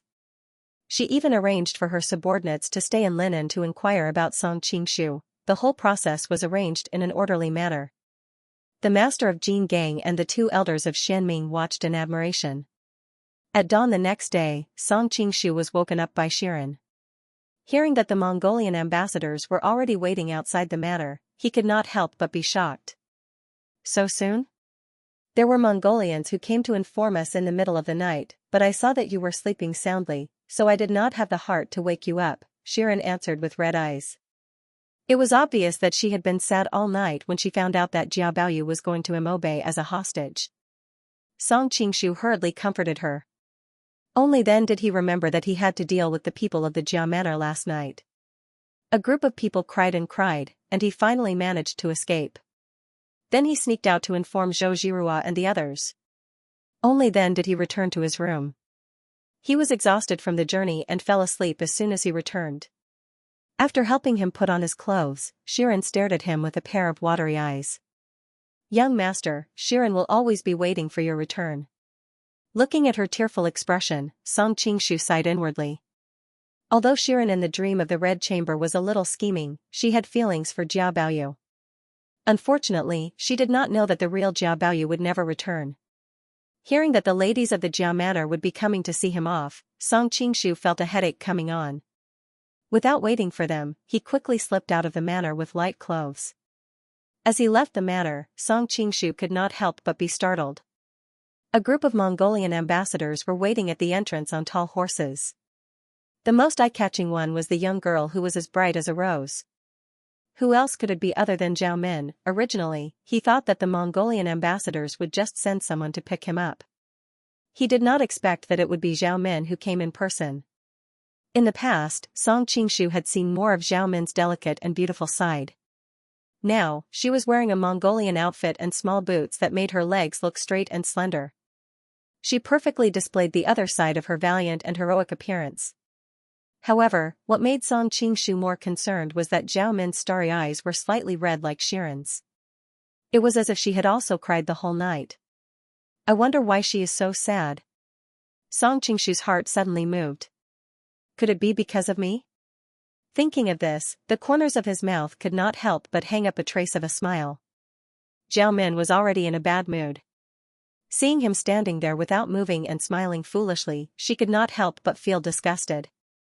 She angrily said, "Why are you still standing there like an idiot? Quickly get on the horse." Zhao Min had long heard of Jiao Baoyu's usual behavior. Moreover, what happened in the Imperial Palace last night could not be hidden from those who knew about it. Zhao Min was also a woman, so it was impossible for her to have a good attitude toward him. Song Qingshu smiled and did not take it seriously. When he was about to go over, he heard Jia Shidao's voice from behind. "Baoyu, wait a minute." A group of guards surrounded Jia Shidao and walked out. He did not even look at Song Qingshu. Instead, he first walked to Zhao Min and said, "My son is naughty. Please take care of him on the way." Zhao Min replied lightly, "He is a man. Of course, he knows how to take care of himself." She sat proudly on the back of the horse and looked down at him. She had no intention of getting off the horse to return the greeting. A trace of anger flashed in the depths of Jia Shidao's eyes. With his current status, even prime ministers like Ma Qifeng and Han Xingzhou, and even Emperor Zhao Go would not be so rude to him, let alone ordinary ministers. However, the southern Song dynasty was weak. For hundreds of years, Liao and the envoys of the Jin kingdom had been so arrogant and domineering. Although he was angry, he could only swallow his anger. Song Qingshu was stunned. He didn't know what Jia Sherdao had planned. He was a little worried. He had arranged for Zhou Jirua and the Indigo Phoenix to kidnap Jia Sherdao. If it conflicted with Jia Sherdao's plan, it would be troublesome. "Are you done?" "We're ready to go." Zhao Min, who was not far away, said impatiently. She had always admired heroes and had no good impression of Jia Baoyu, a playboy who was full of rouge and powder. Moreover, she was in a hurry to go back to see her father. Seeing him being so garrulous, she naturally did not have a good expression on her face. Jia Sherdao frowned slightly. He suppressed his unhappiness and said to him, "You go first. Be careful." Mrs. Wang wanted to assign a maid to serve Jia Baoyu, but the Mongolians refused. Jia Sherdao thought about his own plan, and it would be troublesome to have 2 more people, so he didn't insist. Song Qingshu nodded and walked to a big Mongolian horse. He was in a dilemma. "I don't know if Jia Baoyu knows how to ride a horse or how good he is. Now that Jia Sherdao is watching from behind, if I get exposed, all my efforts will be in vain. What are you waiting for? Get on the horse." Zhao Min urged impatiently again. Song Qingshu was so angry that he gritted his teeth. "This little girl, don't you know that you might ruin my husband's plan?" Maybe Zhao Min's urging had made him smarter. He immediately thought that if Jia Baoyu didn't know how to ride a horse, Jia Sherdao would have come out to beg for mercy. Since Jia Sherdao hadn't said anything yet, he obviously knew how to ride a horse. However, Jia Baoyu spent most of his time with women. Even if he knew how to ride a horse, it would be limited. With a plan in mind, Song Qingshu pretended to be clumsy and climbed onto the horse, which made Zhao Min look down on him again. "Go." Zhao Min did not even bother to look at him, her slender legs squeezed the horse's belly and she led the way, galloping away. The rest of the Mongolians also came and went like the wind. Song Qingshu smiled bitterly, he had no choice but to bite the bullet and follow. This group of Mongolians obviously wanted to make this young master of the southern Song suffer a bit. Each of them rode very fast, as if they were waiting for the moment he would fall off his horse. Who would have thought that Song Qingshu kept swaying left and right on his horse, and several times it looked like he was going to fall off his horse, but who would have thought that he would straighten his back and stabilize his body? They could not help but feel disappointed. Because the official of the southern Song dynasty had already been handed over, the road out of the city was green all the way, which saved a lot of complicated procedures. It didn't take long for them to get out of Linen. In the city, Song Qingshu was worried that Jia Sherdao might see through him, so his riding skills were very poor. After they got out of the city, he didn't have to worry so much. They walked for more than half a day. Along the way, they were in the wilderness, so he didn't need to hide anything. Seeing that Song Qingshu gradually caught up with them, it seemed that he didn't feel embarrassed at all. The Mongolian ambassadors all looked at him. Even Zhao Min turned around and looked at him deeply. They didn't know that Song Qingshu had been to the battlefield after all. Riding a horse was a common thing for him. "That's more like a man," Zhao Min murmured and sped up again. Now she was eager to go home, so she didn't choose a comfortable carriage or a big boat. Instead, she chose the fastest and most difficult way to ride a horse. The group of people hurried on like this. When they were tired, they drank and ate on the back of the horse. When the horse was tired, they changed to the accompanying horse. After half a day, they were already 100 miles away from Linen. Song Qingshu could not help but click his tongue when he saw this. It was no wonder that the Mongolian army came and went like the wind. However, the dynasties in the Central Plains couldn't learn it even if they wanted to. The Mongolian soldiers were all born knights. They grew up on the back of a horse. In addition, each knight was equipped with 3 horses at the same time. They would change horses every once in a while to ensure that the horses were always full of energy. The dynasties in the Central Plains didn't have that many horses in reserve. At the same time, Song Qingshu was worried. Although Zhou Jirua and the Indigo Phoenix had set off in advance, the Mongolians were traveling so fast. He didn't know if they were ready or not. Seeing a tea house by the side of the road, Song Qingshu was happy. He pulled the reins and purposely shouted, "Stop and have some tea. I can't hold on any longer." Zhao Min frowned. The leader of the Vajra faction said, "Princess, we've been traveling for half a day. It's time to take a break." "Faction leader, you don't seem to be worried about my father's condition," Zhao Min said thoughtfully. The leader of the Vajra faction's expression changed. He quickly said, "How can that be? Heaven and earth can prove my loyalty to Prince Ruyang. It's just that we've been traveling for such a long time. Everyone is tired. Eating something won't take up too much time." At the same time, he was secretly complaining. Although he was skilled in martial arts, he was old. It was hard for him to be tormented like this. He regretted it when he thought about how far they had to go to the Gobi Desert. He should have rejected this mission. That old bastard Bai Shang must have predicted this. That's why he encouraged me to come.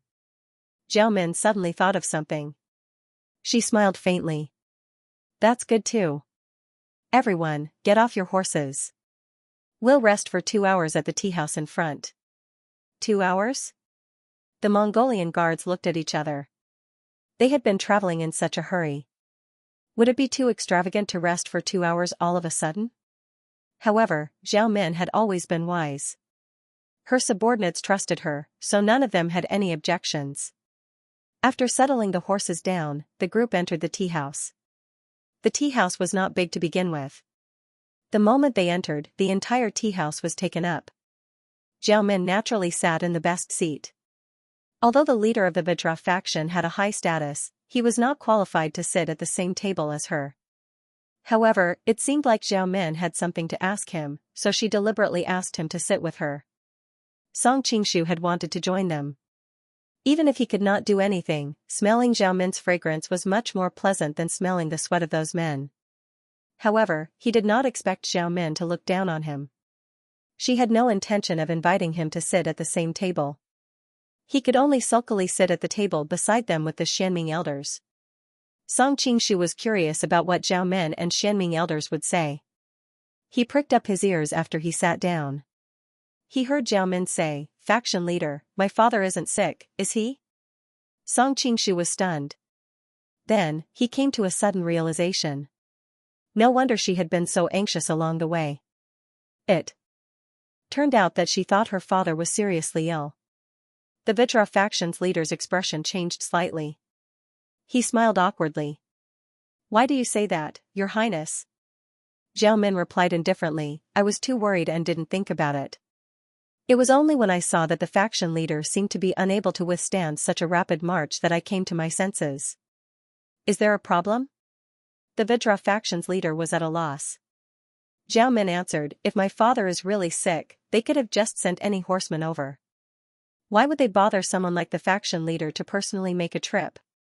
After thinking about it, the biggest reason they wanted the faction leader to come over was probably because they were worried that I wouldn't return. They needed the faction leader's martial prowess and prestige to forcefully bring me back. If my father is really sick, how could I not return? Your Highness is indeed quick-witted. That's right, the Prince of Ruyang isn't sick. There was no need for the Vajra faction's leader to hide the truth now that it had come to this. His Royal Highness knows that you faked the Great Khan's imperial edict to the Southern Song and is extremely furious.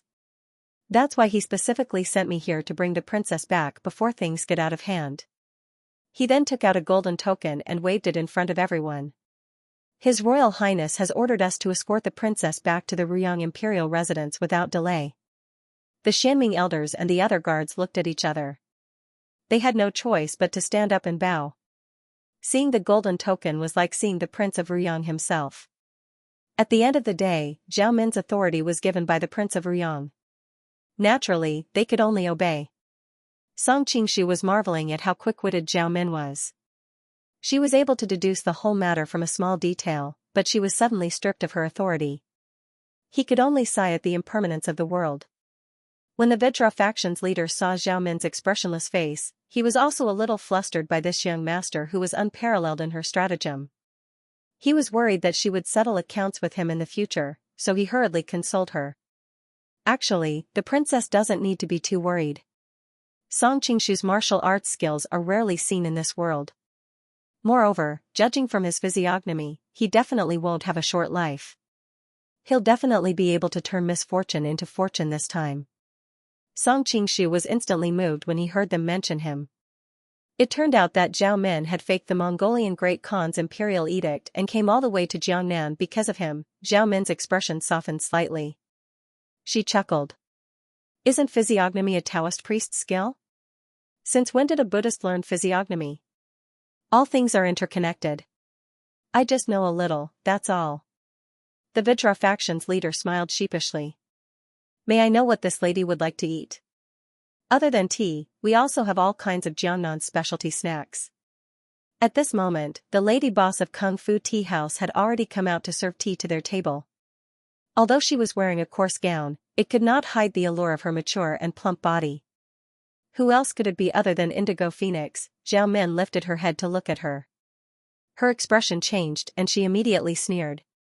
With your outstanding looks, how could you possibly be selling tea in this wilderness? Song Qingshu was speechless. In his original plan, Indigo Phoenix would poison most of the people first. Then, Zhou Zhirua would kidnap him. Who knew that Zhao Men was smarter than a fox? She could see through his plan with just one look. Lu Xianxia had been looking at her curvaceous body greedily. He could not help but be overjoyed when he heard this. I'll capture her first so that the princess can interrogate her properly. He moved and appeared next to Indigo Phoenix. Although Indigo Phoenix was the leader of a faction, her skills were all in using poison. Her martial arts could only be considered average. Hence, Lu Xianxia had already grabbed her arm the moment he stretched out his hand. Lu Xianxia was secretly delighted.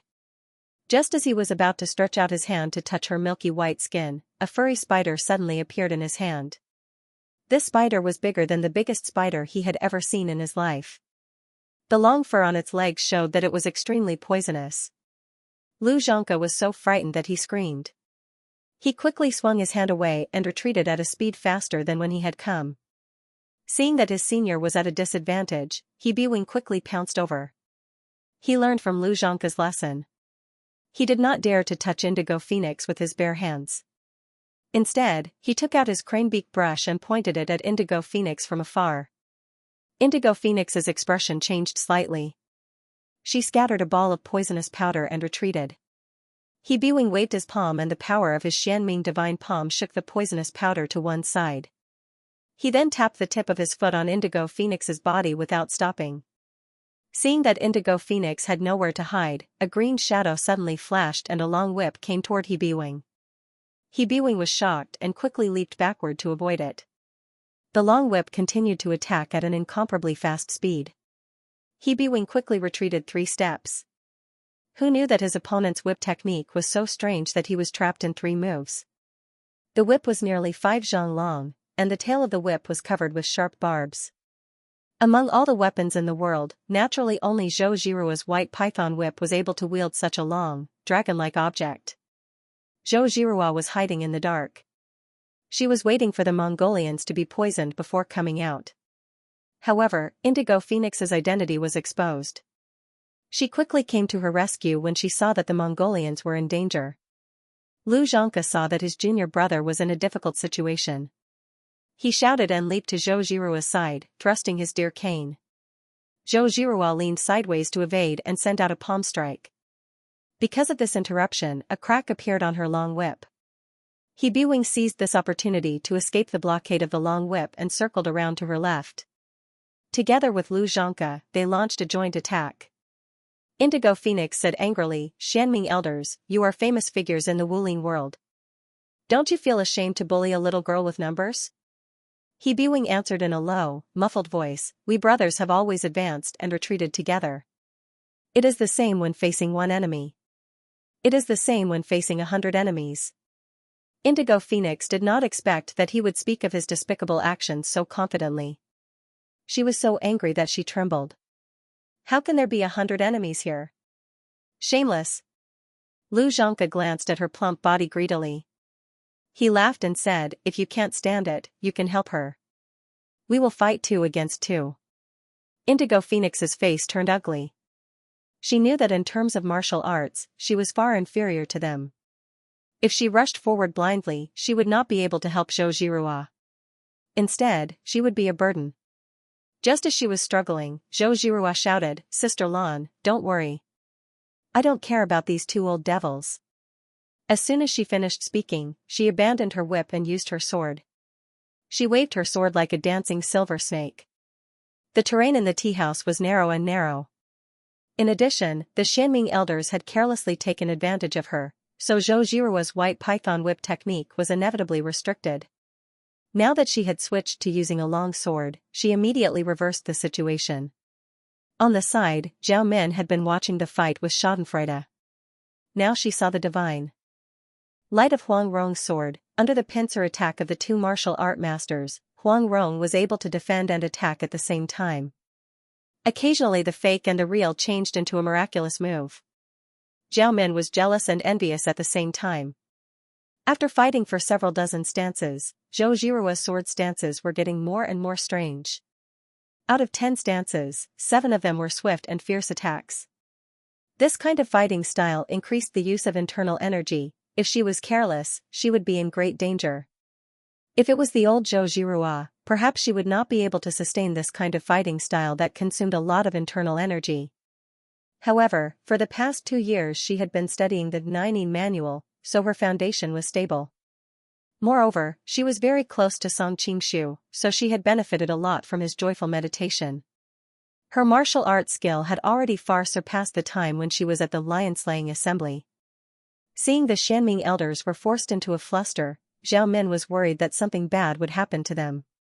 She hastily said to the Jinggang Men sect leader, "I have a grudge against this Ma sect leader Zhou. I would like to trouble the Jinggang Men sect leader to capture her and hand her over to this Junju to deal with." The Vajra faction master laughed awkwardly, "Princess, you may not know this, but I am already so old. How can I bully a young lady with them? If this gets out in the future, the reputation of the entire Vajra faction will be affected." It was obvious that Indigo Phoenix's words were effective. Zhao Min was furious. She thought that the Jin gang had a bad reputation in the martial arts world. How could they still have a good reputation?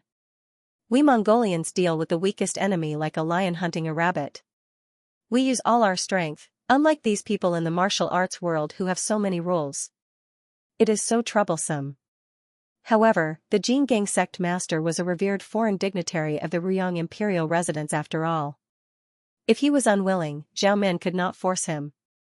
She rolled her eyes and said with a smile, "Since sect master is unwilling to bully others with numbers, then please capture cult leader Lan first." Cult leader Lan of the Five Venoms sect is very famous in Jianghu, and many heroes and warriors tremble in fear upon hearing her name. Attacking her is not considered bullying the weak. Zhao Min had heard Zhou Zhirua call her Blue Phoenix. There were not many people with the surname Lan in Jianghu. Moreover, she was good at using poison. It was not difficult to guess her identity. "Yes, Your Highness." Zhao Min had given him a way out. The leader of Jin Gang was not someone who did not know what was good for him.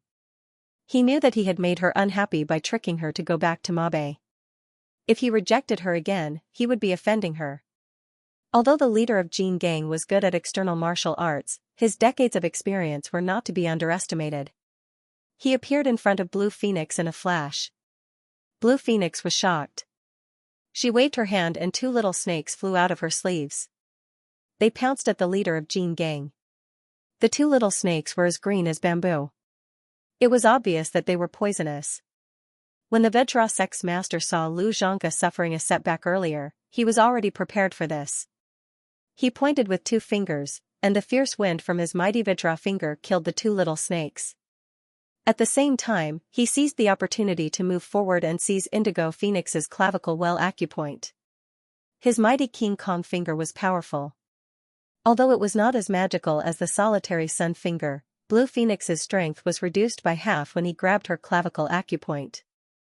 The leader of Jin Gang was proud of himself when he saw that he had subdued the leader of a sect in just a few moves.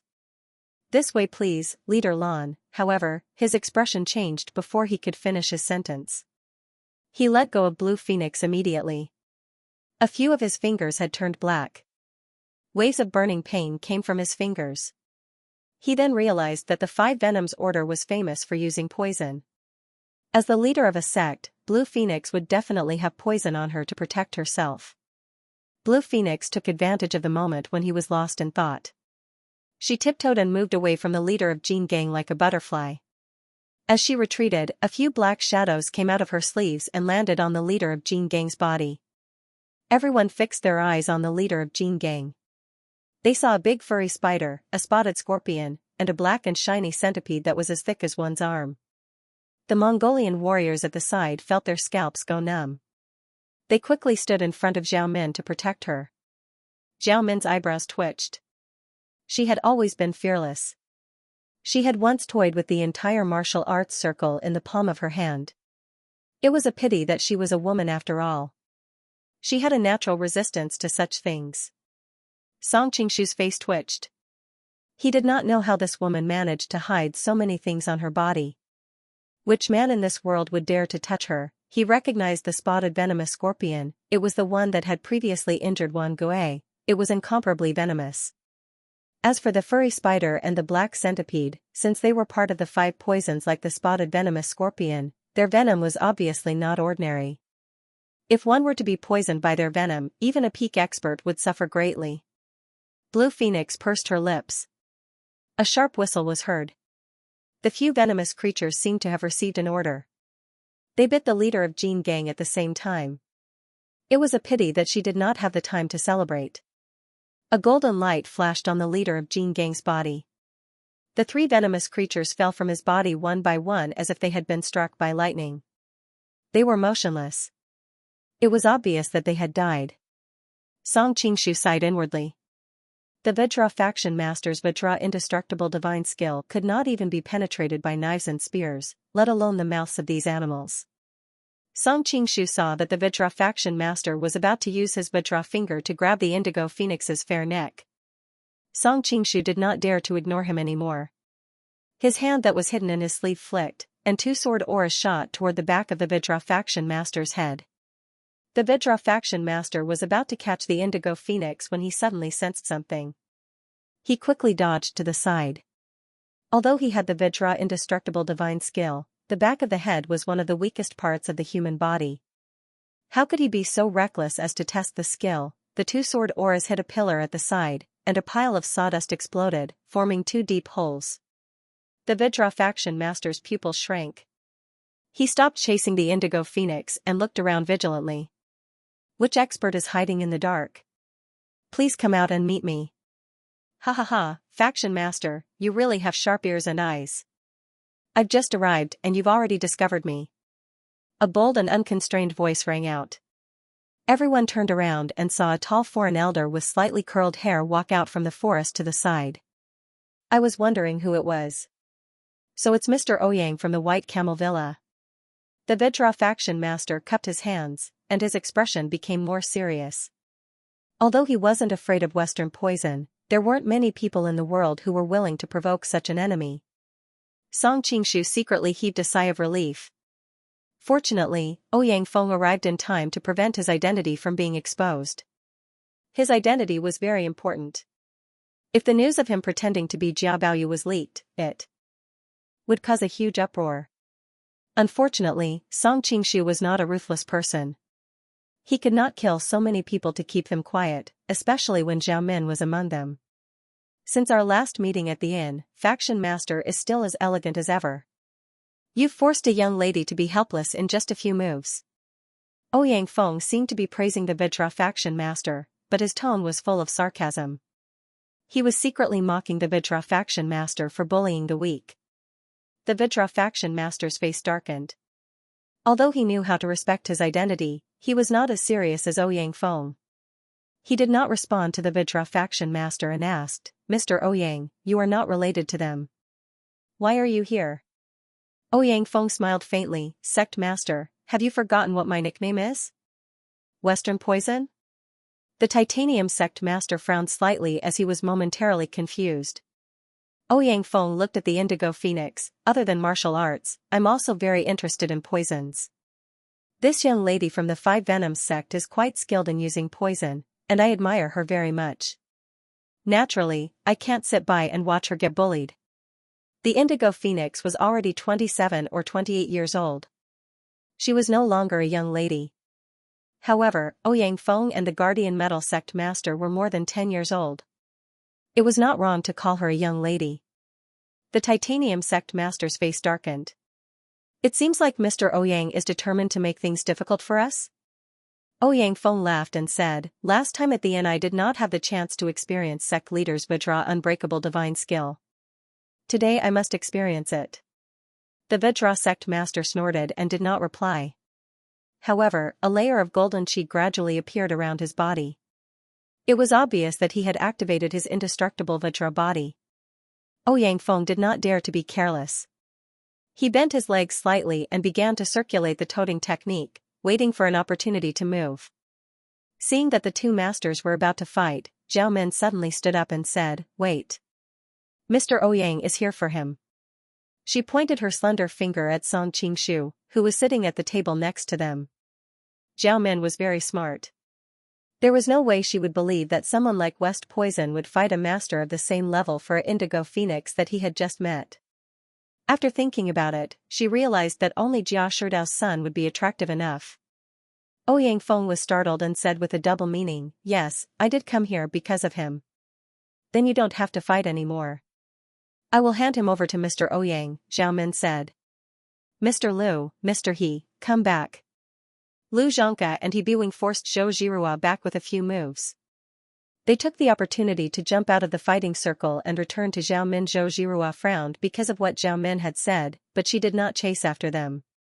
Not to mention Ouyang Feng and the others, even Song Qingshu was confused. Although Ouyang Feng had joined the fray, Zhao Min also had many experts under her command, and she also had the advantage in numbers. Why would she surrender? However, he reacted quickly. In order to not expose himself, he immediately mimicked Jia Baoyu's attitude and shouted, Princess, I am going to the Mongolians. How can you hand me over to them? Who would have thought that? Zhao Min did not even bother to look at him. She turned to Ouyang Feng and Zhou Zhirua and said, Gentlemen, please help yourselves. Finished speaking, she ordered her subordinates to fetch the horses, leaving Song Qingshu alone at the table. Song Qingshu was just putting on a show.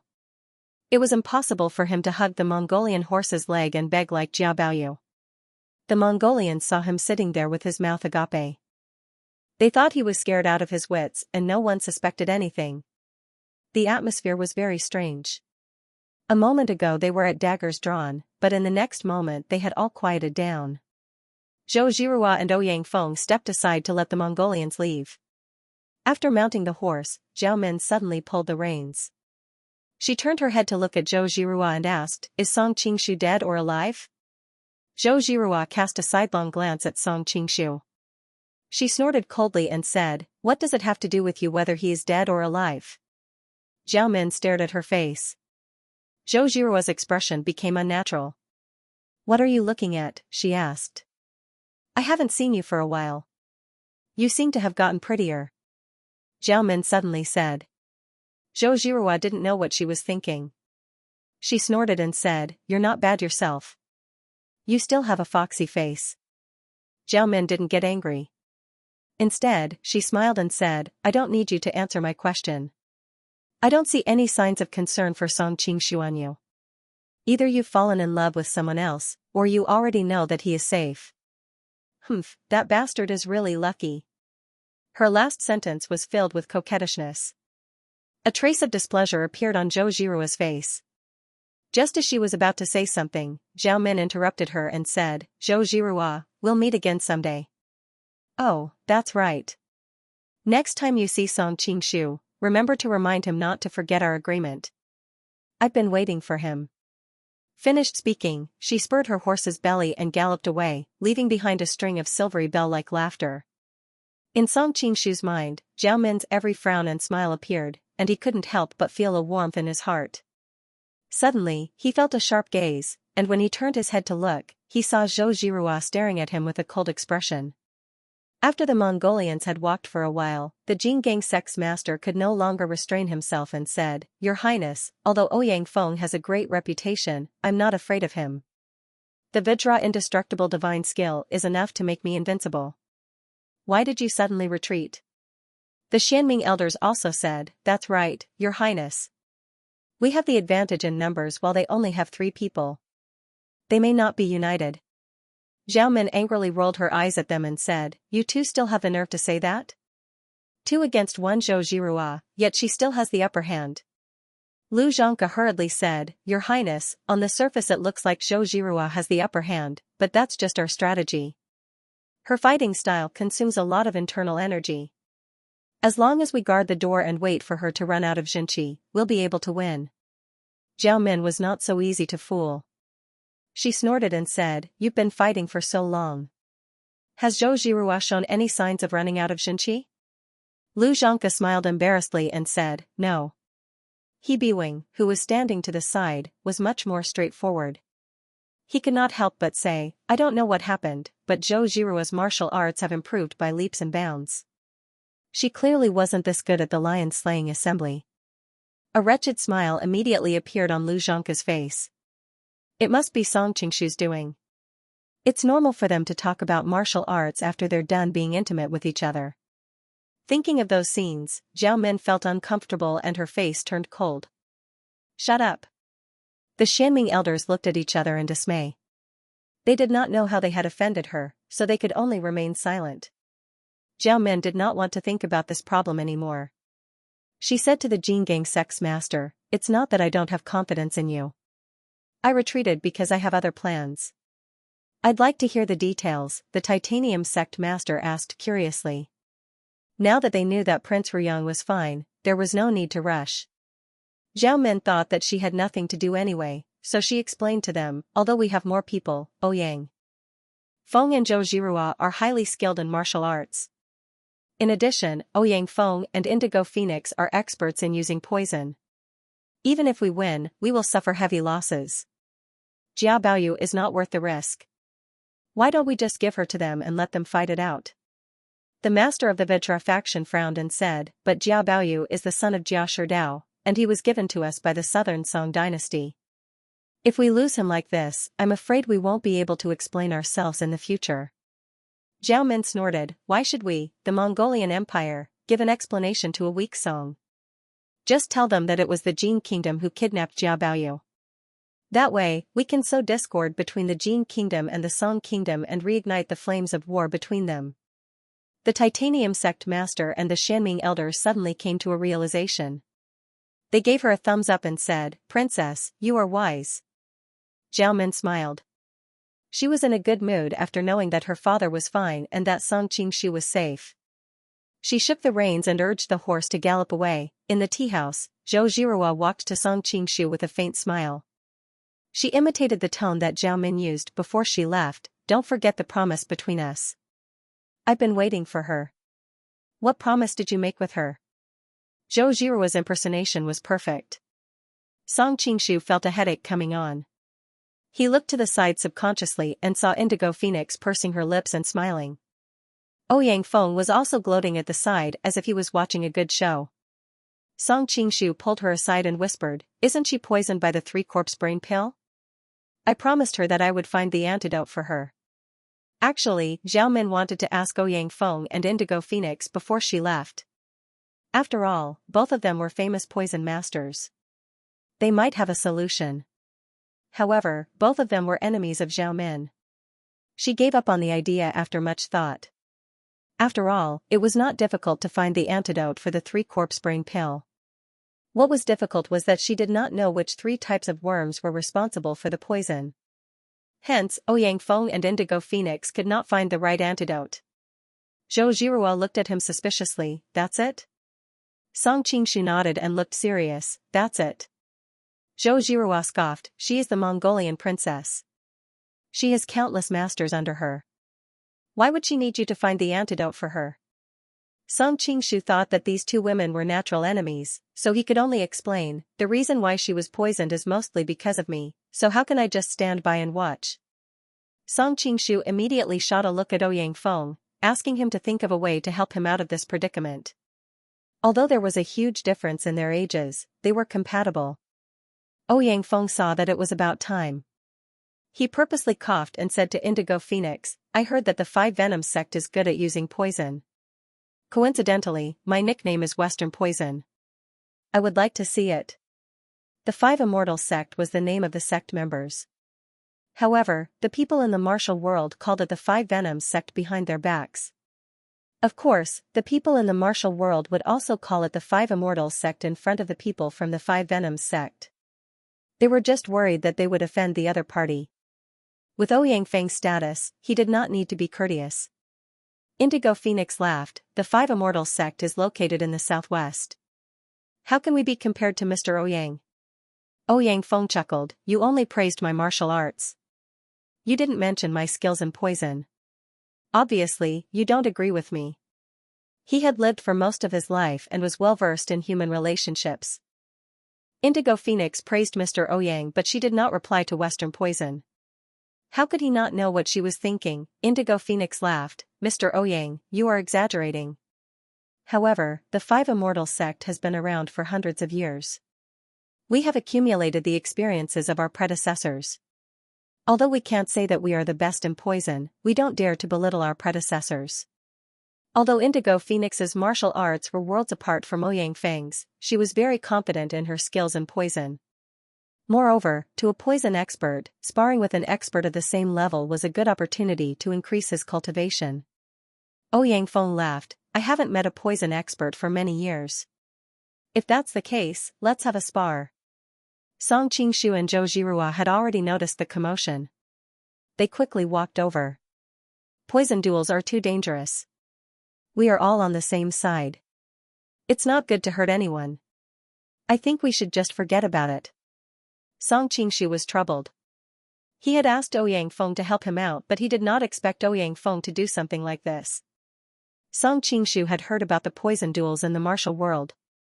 Usually, two people would take turns to poison each other. The one who was poisoned would use what he had learned to detoxify the poison. If he could detoxify the poison, it would be his turn to poison his opponent. If he could not, the winner would be decided. Because they were both poison experts, the poisons they used on each other were not ordinary poisons. They were all extremely powerful poisons. Usually, when the victor was decided, life and death would be decided. Song Qingshu did not want to see that happen. Ouyang Feng laughed. You don't have to worry. We will not use such a dangerous way of sparring. He then looked at Indigo Phoenix. I have long heard that the five poisons of the Five Poisons sect are snakes, spiders, toads, scorpions, and centipedes. Coincidentally, I have a white camel snake here. Why don't you invite your five poisons to spar with my snake? Indigo Phoenix had already noticed that there was a slender snake coiled around the head of Ouyang Feng's snake staff. Its body was as black as ink and there was a glimmer in the snake's eyes. It was obviously not an ordinary creature. Song Qingshu knew even more. This strange snake had been carefully cultivated by Ouyang Feng. In the past, he had used the venom of this strange snake to kill thousands of sharks in the sea. Later, he had used this strange snake to bite Hong Qigong. Even with Hong Qigong's profound internal energy, he had immediately fallen into a coma. In the end, after much difficulty, the venom had been forced out of his body. Unfortunately, his internal energy had basically been destroyed.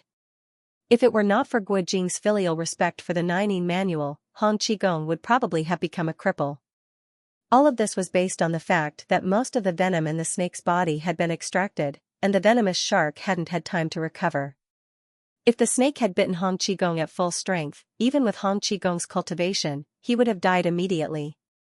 That's great. The Indigo Phoenix was excited. She found a big basin and pointed at it with her finger. Indigo Phoenix's finger was as white as jade. Her long nails were dyed bright red. Soon, a small green snake slithered out of her sleeve and slid into the basin along her finger. The three colors of white, red, and green intertwined and formed a strong visual impact. Song Qingshu sighed. If he did not know her identity beforehand, who would have thought that such a beautiful woman would have venom all over her body? Ouyang Feng smiled. Unless you have all five venoms, I'm afraid you are no match for my snake. Then, I shall take advantage of you. Indigo Phoenix nodded. It was obvious that she agreed with him. Then, she released the hairy spider, the spotted scorpion, the red-backed toad, and the 100-legged black centipede. Zhou Jirua sucked in a breath of cold air when she saw this. She quickly turned her face away and buried herself in Song Qingshu's embrace. She didn't dare to look again, causing Song Qingshu to burst out laughing. As soon as the 5 venomous insects were released, they occupied a few corners of the basin. They looked at each other cautiously. Ouyang Feng smiled. If I don't put the snake in, I'm afraid they will fight each other. He did not want to take advantage of them. Hence, he put the snake in the middle of the basin. The 5 venomous insects were at each other's throats. However, as soon as the snake entered the basin, the 5 venomous insects trembled and took a step back. The indigo phoenix frowned and blew a strange whistle from her red lips. The 5 poisons gradually calmed down. After all, they were elites trained by the 5 poisons order. Although they were a little afraid of the strange snake in the middle, they had the advantage in numbers.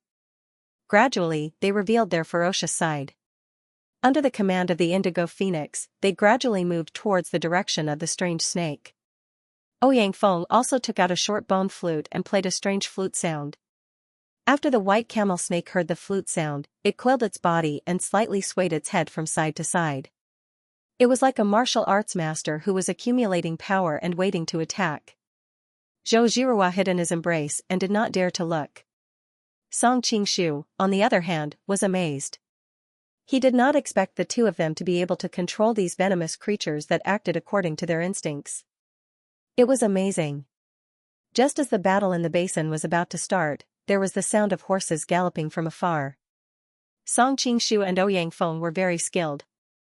They could tell that these people were coming from different directions. They surrounded them in the middle. It was obvious that they did not come with good intentions. While they were talking, a group of warriors on horseback had already surrounded the tea house. The group of warriors did not speak, only quietly sizing up the crowd. Only the snorting of the horses could be heard at the scene, which was extremely strange. Although these warriors were in casual clothes, their tough aura revealed that they were soldiers. Song Qingshu's heart skipped a beat. Was this Jiao Shida's arrangement? He dared to go against the world and secretly mobilize an army to kidnap people. How audacious! There were about 500 warriors in that group. Although 500 wasn't much on the battlefield, when dealing with lone Jianghu people, 500 people as a black mass was very oppressive. Moreover, the warriors were all cavalry. The Song dynasty had always been short of horses, so cavalry had always been scarce. Back then, Nong Zhigao's rebellion swept through Guangxi and Guangdong. He had tens of thousands of troops under his command, which shocked the entire court. Di Qing, who was fighting against Xianxia, was sent to the south to quell the rebellion. Facing such a large-scale rebellion, Di Qing's army only had 500 cavalrymen. There were actually 500 cavalrymen in this barren mountain. It was a shocking move. Gentlemen, where are you going? Among the crowd, Song Qingshu was deep in thought. Ouyang Feng couldn't be bothered with them. Zhou Jirua wasn't used to dealing with so many men. Indigo Phoenix stepped forward and asked. The first knight looked at her curvy body greedily, but he didn't answer. Instead, he said to his companion, "Why does it seem like there's something wrong with a number of people?" "The Mongolians are gone," the other knight said. "Boss, what should we do?" The knight in the middle was obviously the leader. He said coldly, "Follow the plan." The first knight looked at Indigo Phoenix and Zhou Jirua. He lowered his voice and said, "These 2 ladies are so beautiful. It would be a waste to kill them. Why don't we?" Although he lowered his voice, Song Qingshu and the others were all masters. Their faces were as cold as ice when they heard him. The leader of the cavalrymen lifted his head to look at Zhou Jirua and Indigo Phoenix. He couldn't help but feel amazed. He nodded and said, "Kill the man on the spot and take the woman away." Not only did he not lower his voice, but he deliberately said it loudly for his subordinates to hear. As soon as his voice fell, he raised his hand and the group of knights behind him seemed to be prepared. Each of them raised a short crossbow and in an instant, a large number of arrows shot towards Song Qingshu and Ouyang Feng. Crossbows were different from bows and arrows. Bows and arrows had a long range and were usually shot at a 45-degree angle, attacking indiscriminately. Crossbows were different. Compared to bows and arrows, their range was much shorter. However, be it accuracy or speed, they were far superior to bows and arrows. Even in the hands of a child, this thing could easily kill a well-trained soldier. Therefore, crossbows had always been strictly controlled by the imperial court. Moreover, the craftsmanship of crossbows was complicated and its cost was high. It wasn't as easy to mass-produce as bows and arrows. Usually, only some special troops were equipped with them. This group of people shot without any warning and the speed of the crossbow was extremely fast. If it was an ordinary martial arts expert, he might have been shot into a porcupine before he could even react. However, these few people were the best of the best.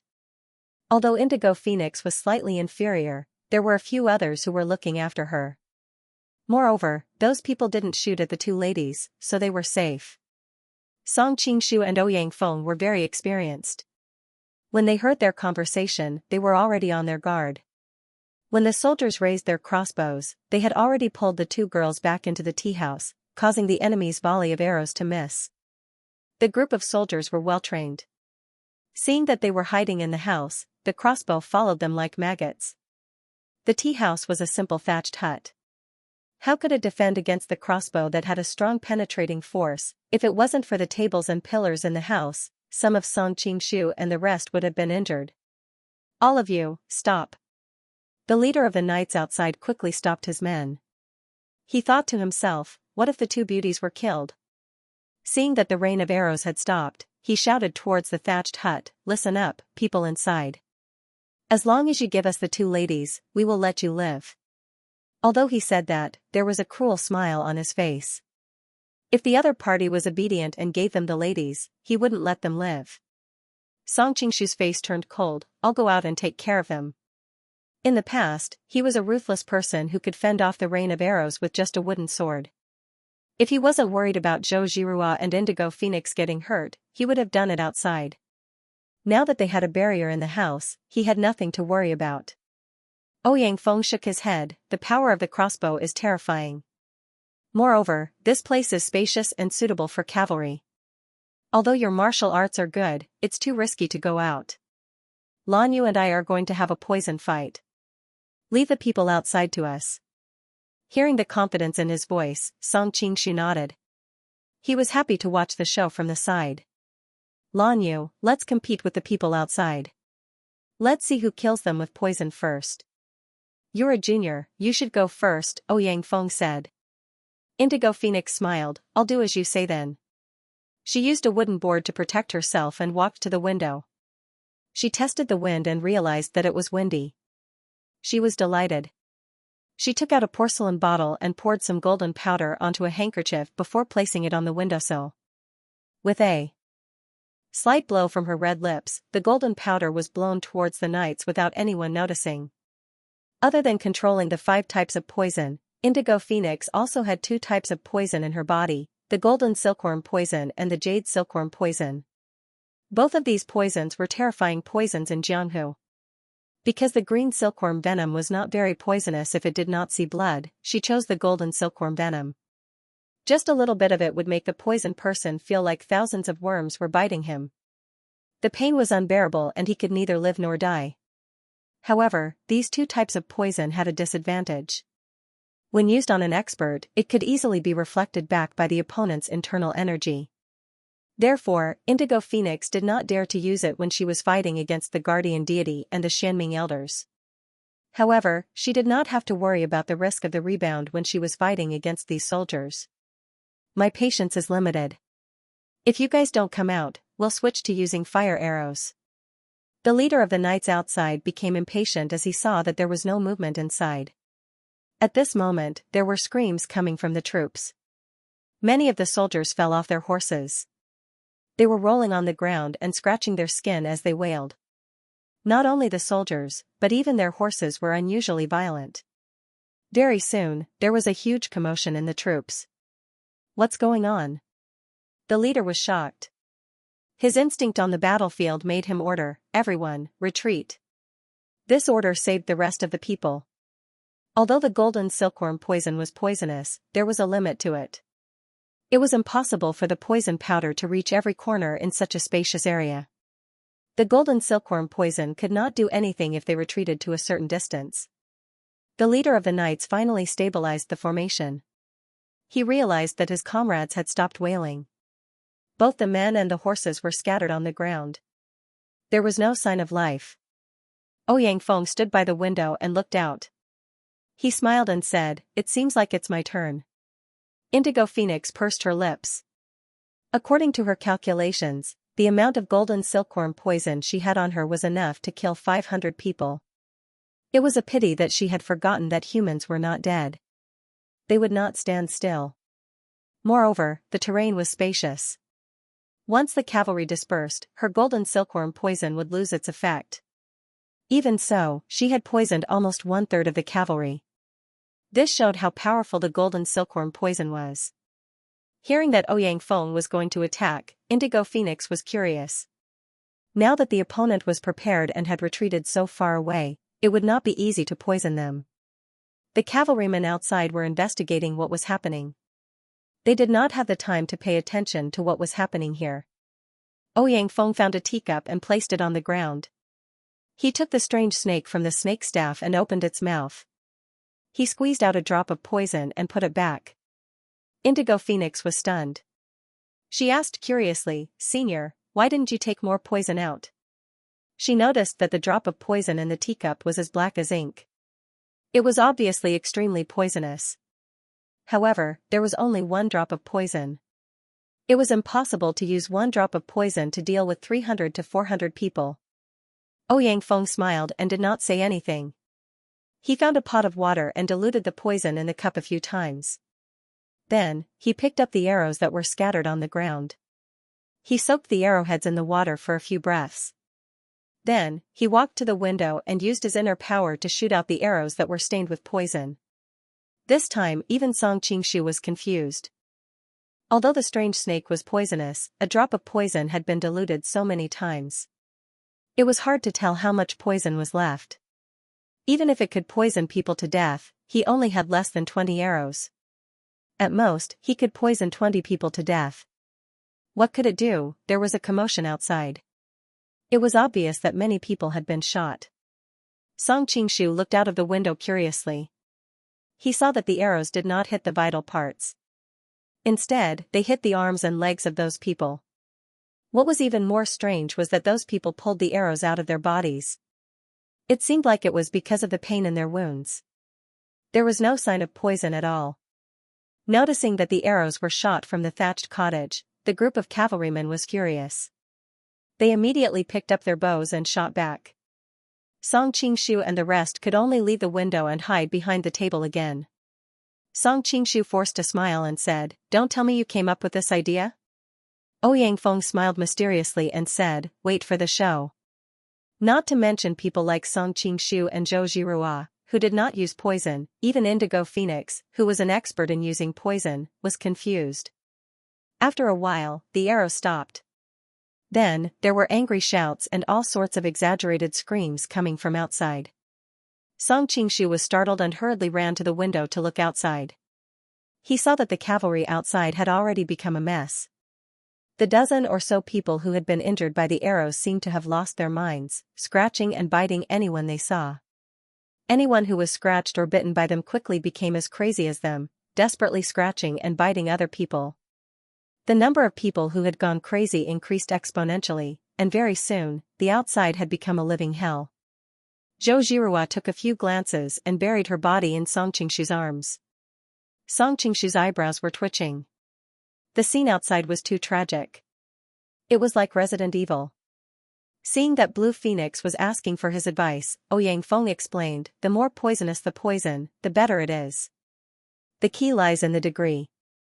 Different purposes have different effects. My strange snake's poison is definitely not inferior to your golden silkworm goose poison. However, it's meaningless to just poison a few people to death. It's better to reduce the toxicity and make these people go crazy from the poison but not die immediately. Then, they will help me spread the poison to their companions and naturally achieve the goal of wiping them all out." Zhou Zhirua, who was at the side, asked curiously, "It is just a drop of snake poison and it has been diluted so many times. How can it kill so many people?"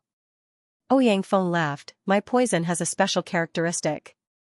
Once it comes into contact with blood, it can turn all the blood into a new poison. An adult man would have at least 7 to 8 kilograms of blood. That would be 7 to 8 kilograms of poison. When new people are poisoned, there will be an additional 7 to 8 kilograms of poison. How can it not be enough? Song Qingshu sighed and said, "This is the legendary 10,000 poison stream." He was secretly glad that Ouyang Feng did not live in the modern era. Otherwise, with the help of technology and his understanding of poison, he could easily create the zombie virus in the sci-fi movies. Indigo Phoenix was in awe as well. "Senior, your poisoning technique is really exquisite." Ouyang Feng seemed to have thought of something and sighed. Actually, this was also an inspiration from an old matter. He didn't finish his sentence. Everyone seemed to see something sparkling in his eyes, and they couldn't help but be stunned.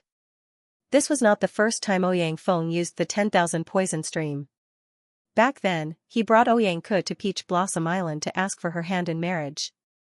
In the end, they returned in defeat. On the way back, they saved Zhou Badong, Gu Jing, and Hong Qigong, who were trapped in a school of sharks. They used this method to kill all the sharks in the sea. It was a pity that it was easy to poison a school of sharks but difficult to poison a group of people. After all, humans were not like sharks who would eat their injured companions. However, later on in the Iron Spear Temple, the truth of Ouyang Ke's death was revealed. In order to silence her, Yang Kong struck Huang Rong with his palm, but was stabbed by the soft hedgehog armor on her body. What was even more coincidental was that one of the 7 freaks of Jiangnan, Nan Shiren, had also struck Huang Rong with his palm after being poisoned by the snake, so the soft hedgehog armor was contaminated with the snake's poison. After several cycles of circulation, the toxicity of the snake's venom had been greatly reduced, so Yang Kong did not die immediately. However, he became crazy. Sha Tong Tian, who was beside him, tried to calm him down, but Yang Kong scratched his arm. If Ping Lianhu had not decisively cut off his arm, Sha Tong Tian would have died from the poison. That incident was related to Ouyang Ke's death and Ouyang Feng did not want to recall it. However, it gave him some inspiration and allowed him to improve the method of using the 10,000 poison stream. From now on, he could not only poison sharks but also kill people on a large scale. By this time, the screams outside had gradually subsided. When everyone looked up, they found that there were only a few people left standing. Song Qingshu's figure flashed. When he returned, he had already captured a survivor. Coincidentally, the last survivor was the leader of the cavalry. "Who sent you?" Song Qingshu did not want to talk nonsense with him and directly used the soul transfer technique. The man's mind had already been destroyed by the hellish scene outside and his soul was easily moved. Lord left Prime Minister. Machi Rua? Song Qingshu was startled. How dare he do this? The current Prime Minister had openly sent troops to kill the son of the Privy Emissary. Once it was exposed, it would definitely cause an uproar in the court. Fortunately, the leader of the cavalry seemed to be Machi Rua's trusted aide and knew a lot of things. From his words, Song Qingshu had a rough idea of what had happened. This cavalry's mission was not only to kill Jia Baoyu but also to kill the Mongolian emissary and his entourage.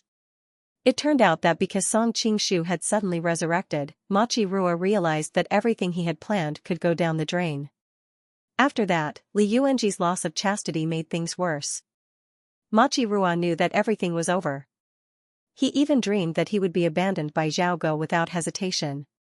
Having been in the political arena for decades, Machi Rua had a wealth of experience and keen intuition. He knew that it would not be long before he would be removed from his position as Prime Minister. When he thought about how he had offended so many people, especially Song Qingshu, he knew that once he was removed from his position, he would be doomed eternally. After thinking about it, Machi Rua decided to stake everything on one throw. He sent his trusted aide to lead the troops to kill the Mongolian emissary and his entourage and kill Jia Baoyu. As long as no one was left alive, no one would know that he had done it. The Mongolians valued envoys the most. Back then, the powerful Khorasan had only executed a few ordinary Mongolian envoys, and the Mongolians had already destroyed the country in retaliation. Moreover, the one who had died this time was a noble princess. The Mongolians would definitely start a war with the southern Song dynasty. Naturally, there would be no mention of returning Sichuan. Then, Li Keqiu's Jianghuai would become unprecedentedly important. During this period of time, the debate in the court about whether to take Sichuan or Jianghuai would disappear. Jiao Sherdao would vent his anger on the Mongolians because of the pain of losing his son and support the war with the Mongolians.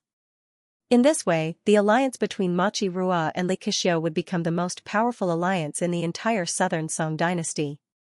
Of course, he also knew that there was no such thing as an impenetrable wall in the world. This matter would eventually be discovered, but so what? By that time, the southern Song dynasty would be at war with the Mongolians. The truth would no longer be important. Song Qingshu was speechless. No wonder Machi Rua and Qin Hui would be infamous for thousands of years in history. They were indeed extremely vicious. For their own selfish desires, they tried to tie the fate of the entire southern Song dynasty to him, regardless of how many lives would be lost and how many people would die. Seeing that he couldn't get any more information, Song Qingshu broke the man's meridian with a palm.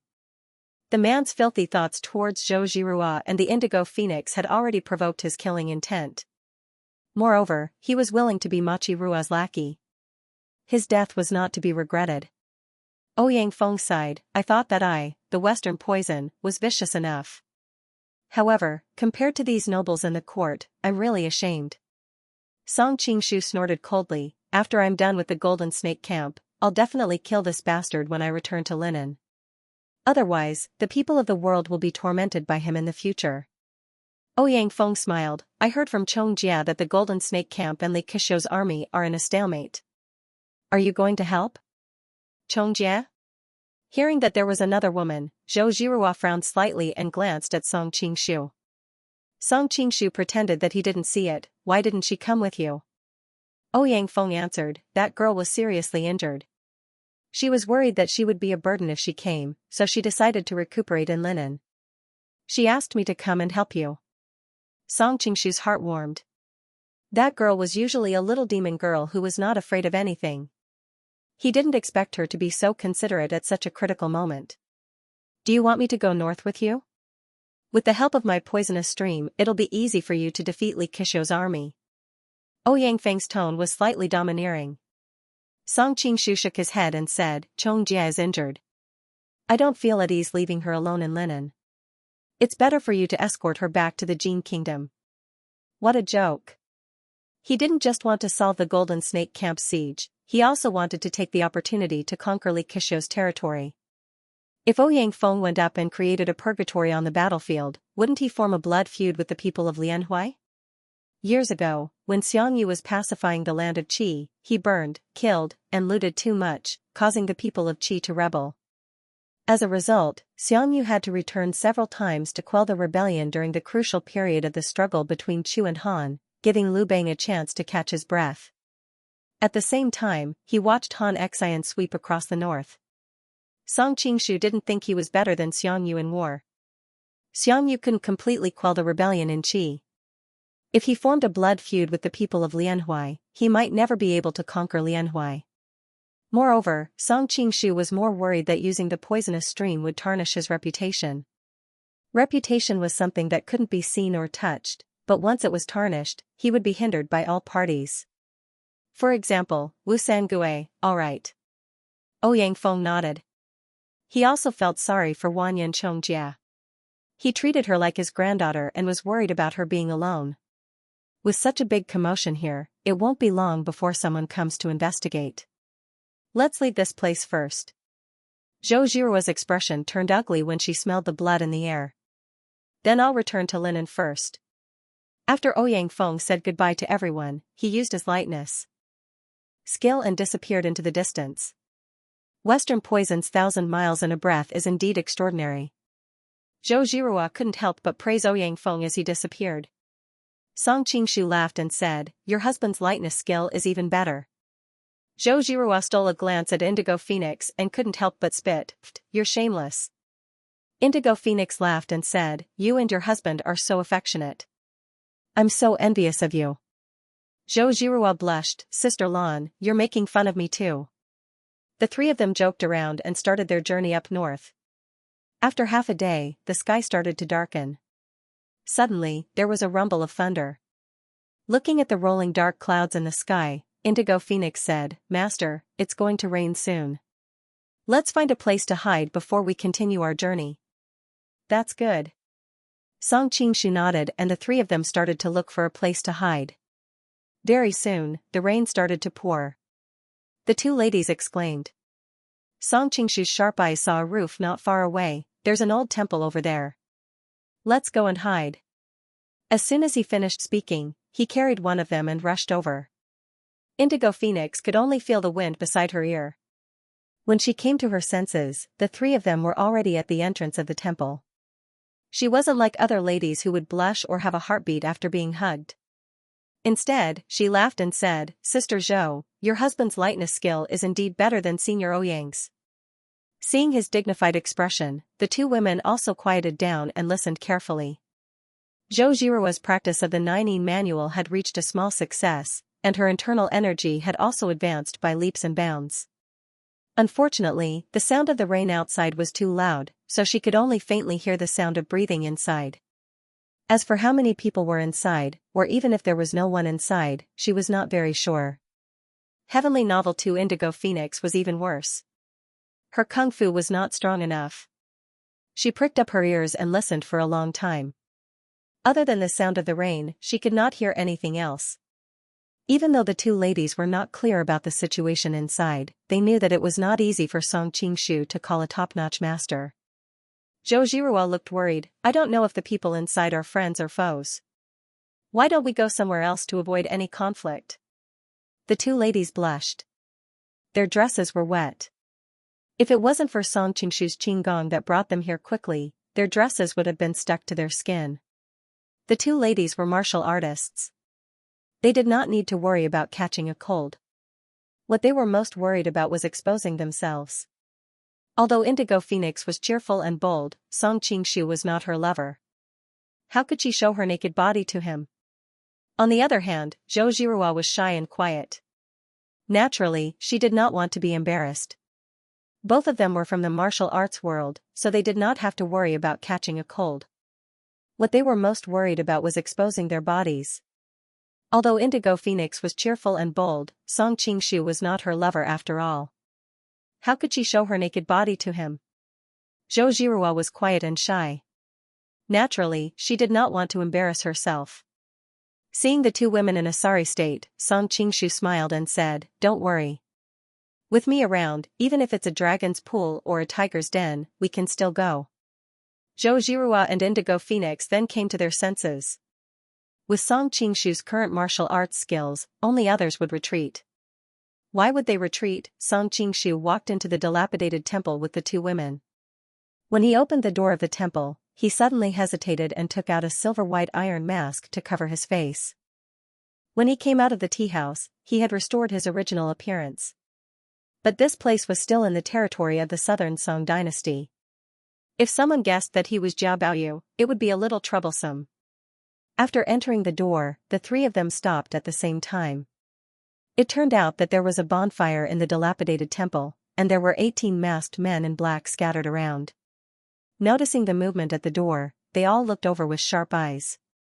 Zhou Jiruo and Indigo Phoenix felt a little uncomfortable as they felt the murderous intent in Song Qingshu's eyes. They could not help but lean against Song Qingshu. They only calmed down when they felt his aura. "Let's take shelter here for a while and leave in a while." Song Qingshu smiled as if he did not feel anything. After that, he pulled Zhou Jiruo and Indigo Phoenix to a corner and sat with their legs crossed. The masked men in black in the temple looked at each other. Initially, they thought that the people who entered the temple would leave after seeing the situation in the temple. They had important matters to attend to and did not want to cause any more trouble. Hence, they thought that this matter would be over. Who knew that this man and two women would walk in directly? It was beyond their expectations. Could it be that they were bold? This was the first thought that popped up in the minds of the masked men. However, they quickly denied it. Among the three of them, only the young lady's kung fu was slightly better. The other woman's kung fu was not good enough to catch their attention. As for the man, he did not have any vital qi on him at all. The group of masked men looked at each other for a while. In the end, no one said anything.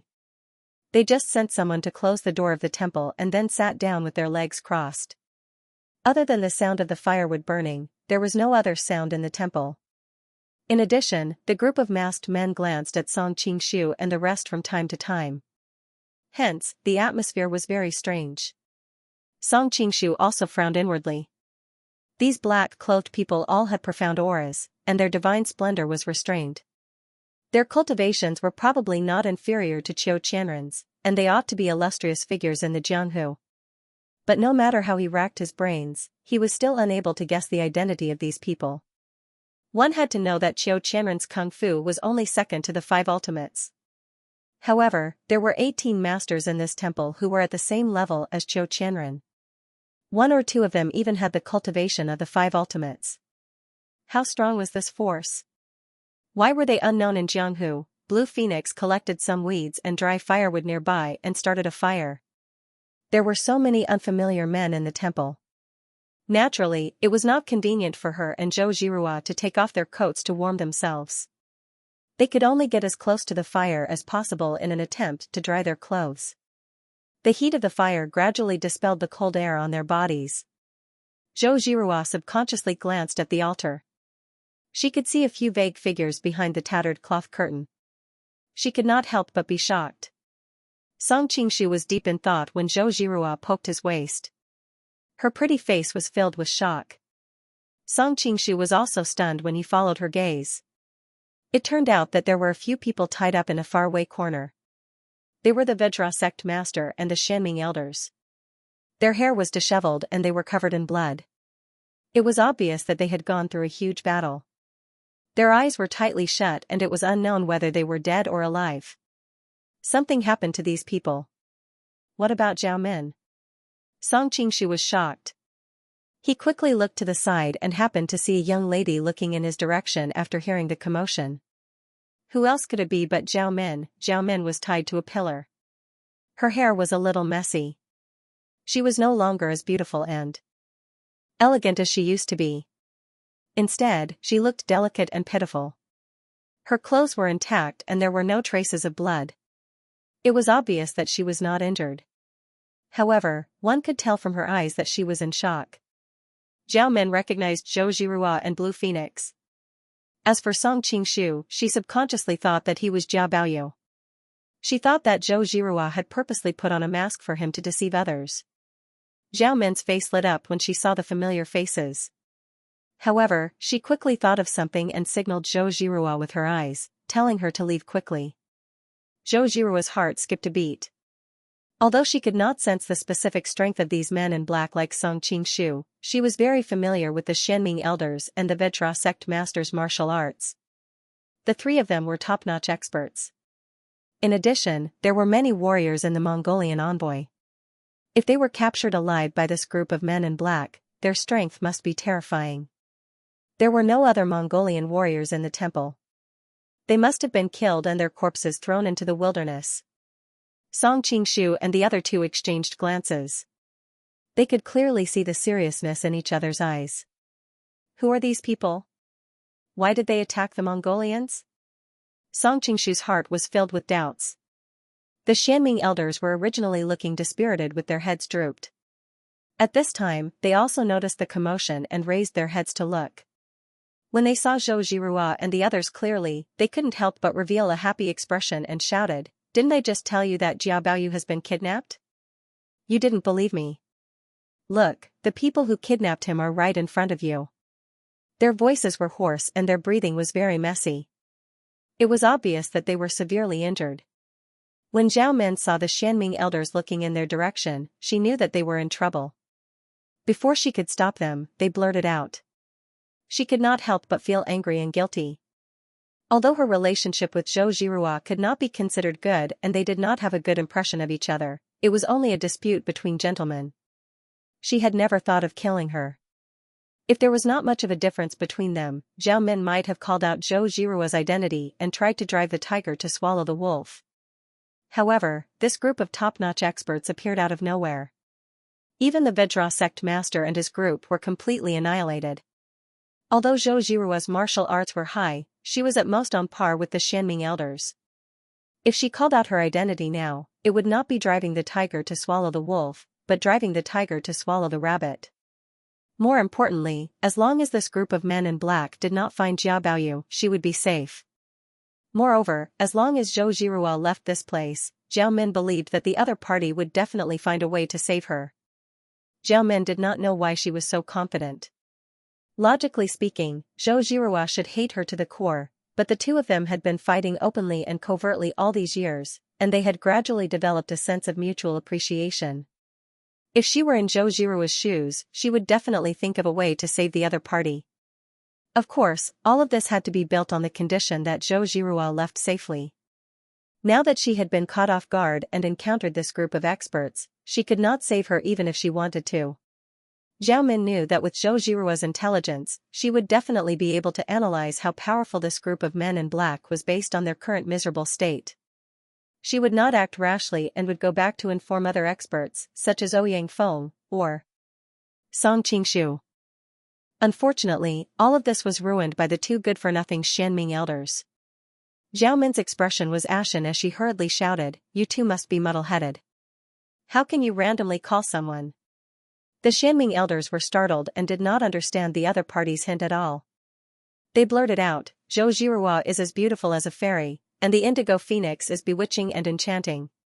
How can we mistake her?" Jiao Min could not help but close her eyes and lamented endlessly in her heart, "These two fellows can't do anything right." Zhou Zhirua was exceptionally intelligent and quickly understood that Jiao Min was covering up her identity. When she thought of how the other party was still trying to save her even though her life was hanging by a thread, an indescribable feeling instantly welled up in her heart. The group of men in black was quickly alarmed by the Xianming elder's voice and stood up one after another. The person in the lead chuckled and said, "So it's sect leader Zhou of the Amei faction and order leader Lan of the Five Venoms faction. You really have eyes but failed to recognize Mount Tai."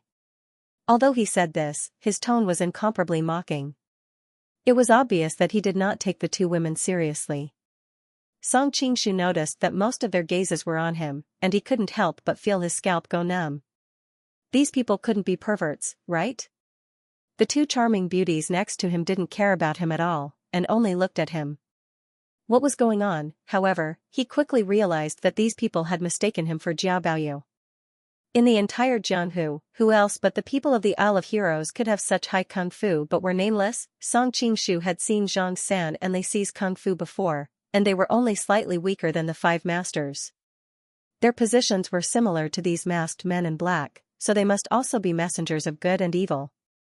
Song Qingshu looked around and didn't see Zhang San and Lei Si among the masked men. Although they were masked, with Zhang San's wide and plump physique and Lei Si's special aura that was like profound ice, even a mask couldn't conceal their appearance. He quickly felt relieved. Zhang San and Lei Si were the representatives of the Isle of Heroes, after all. Jiao Sherdao was worried that people would find out about his relationship with the Isle of Heroes, so he sent some messengers of good and evil, who had never appeared in the Jianhu, to carry out this mission. Looking at the 18 masters who were close to the 5 masters, Song Qingshu couldn't help but sigh. No wonder even the Vajra faction master and the Xianming elders were in trouble. Jiao Sherdao was really generous. While he was deep in thought, the leader of the men in black gave an order, "Capture 2 women alive." As soon as he said that, a few men in black jumped toward Zhou Zhirua and Indigo Phoenix. Zhou Zhirua shouted and unsheathed her sword to fight the enemies. She had learned her lesson. Although the temple wasn't small, it wasn't big. She couldn't use her long whip, so she used her sword. Seeing that there were 4 men in black rushing toward Zhou Zhirua, Jiao Min couldn't help but worry for her. These people were very skilled at kung fu, but they didn't care about the rules of the Jianhu at all.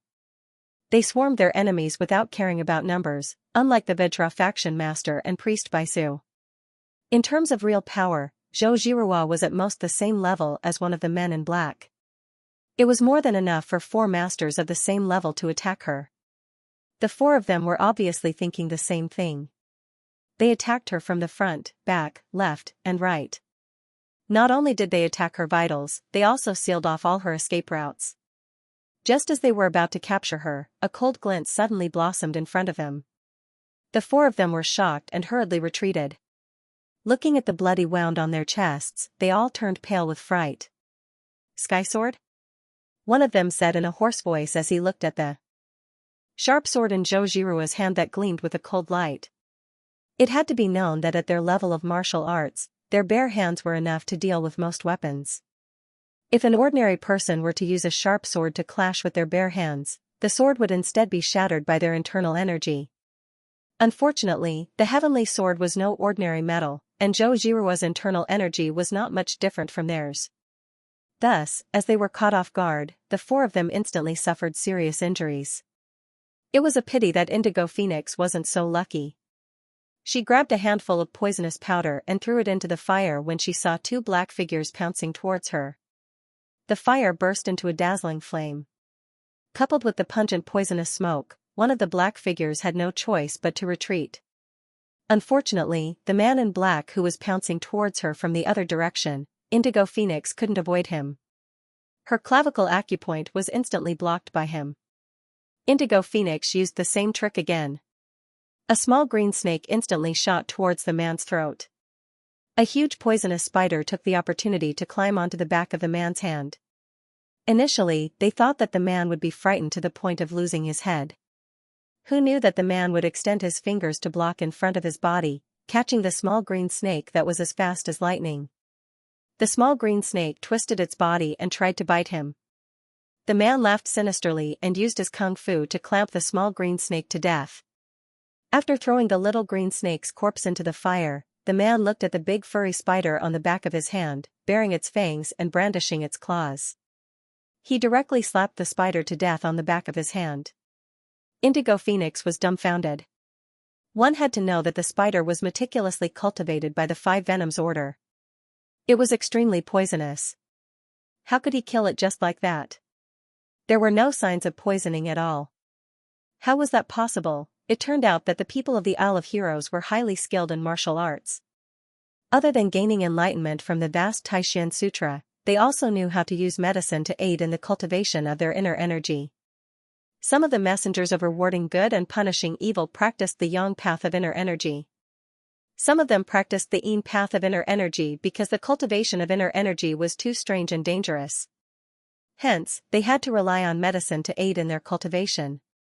Although the group of people in black was masked, there was an obvious characteristic on their bodies. They all had a gourd hanging on their waists. Some of them had a red gourd hanging on their waists while some had a blue gourd hanging on their waists. These gourds contained the medicine wine.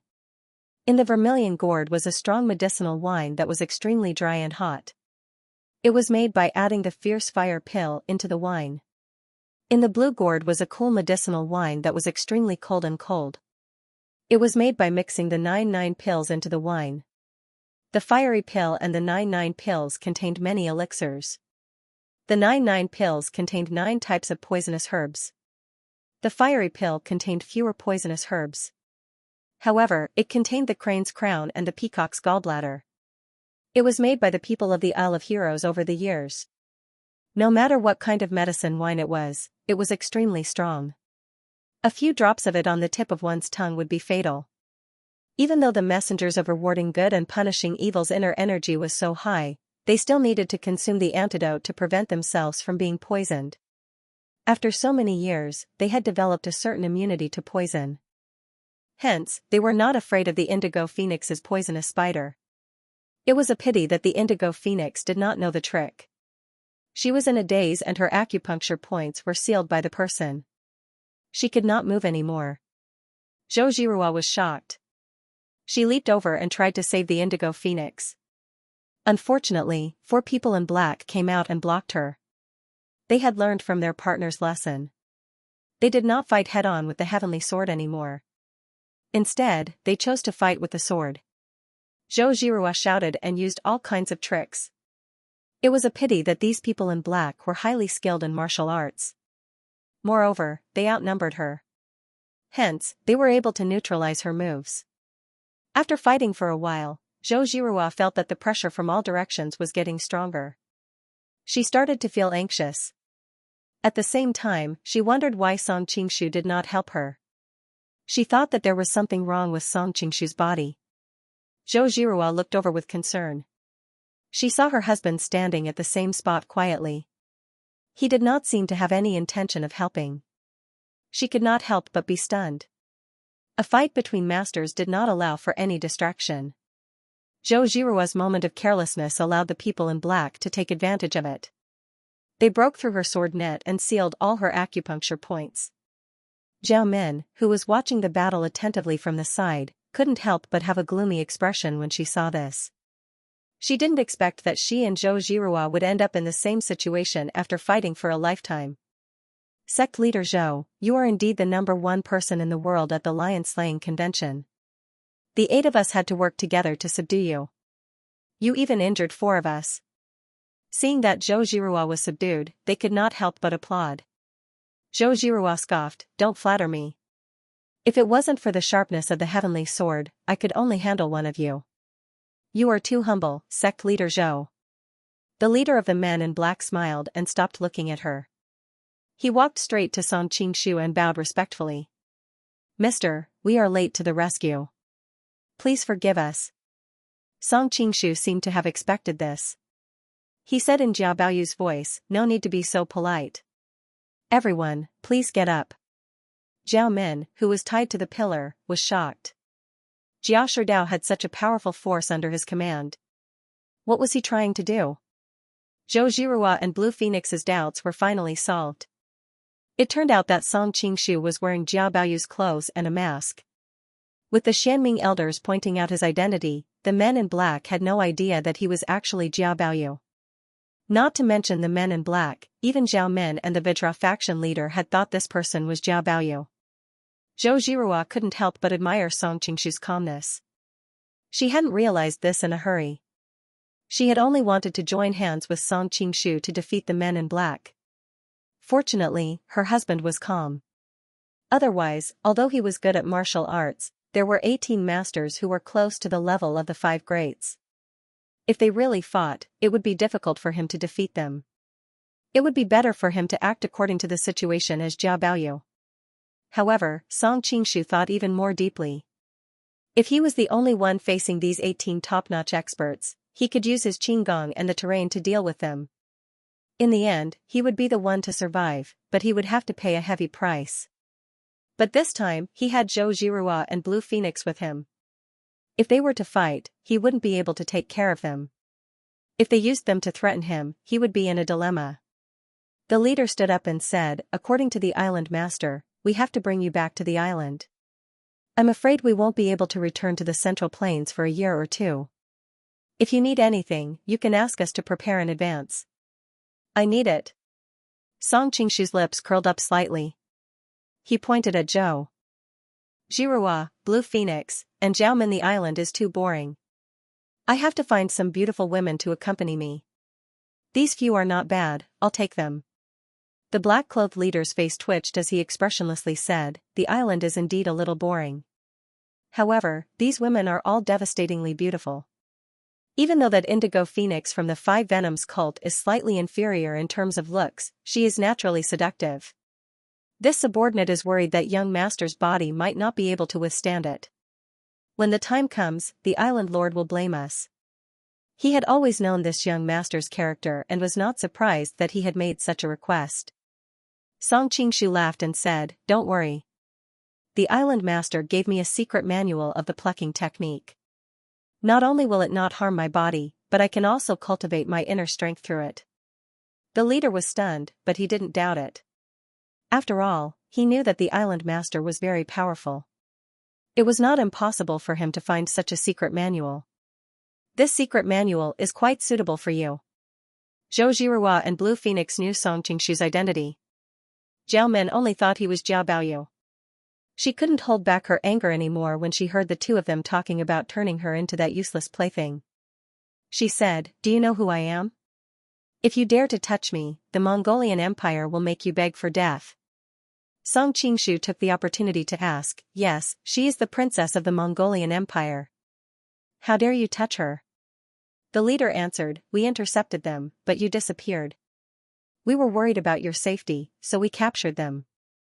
Along the way, we interrogated them about your whereabouts. Luckily, we met you here.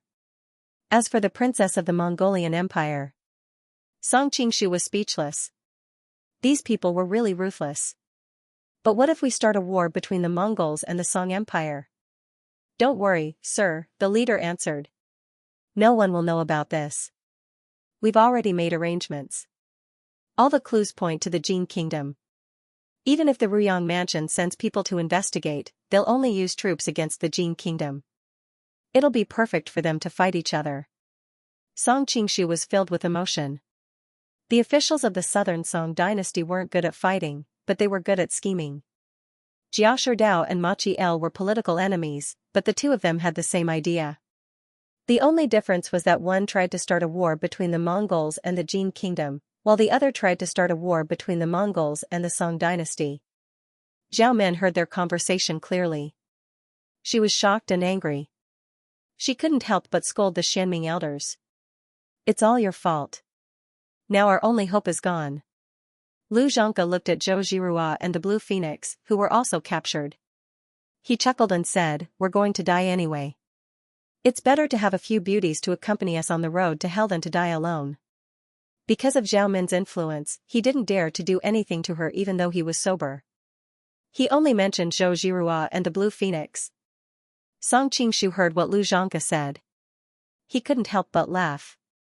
Who said they would accompany you on the road to hell? He walked over as he spoke. Hugging Zhou Zhirua with his left hand and Zhao Min with his right, he could feel the astonishing softness of the two's delicate bodies.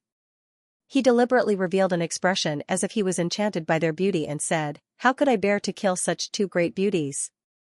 Zhou Zhirua was fine being hugged by him. After all, she knew who he was. However, she was still angry when she saw him hugging Zhao Min in front of her. If she wasn't worried about exposing his identity, she would have jumped on him and bitten him. Zhao Min, on the other hand, raised her eyebrows and shouted, "Take your filthy hands away." "What if I don't take it away?"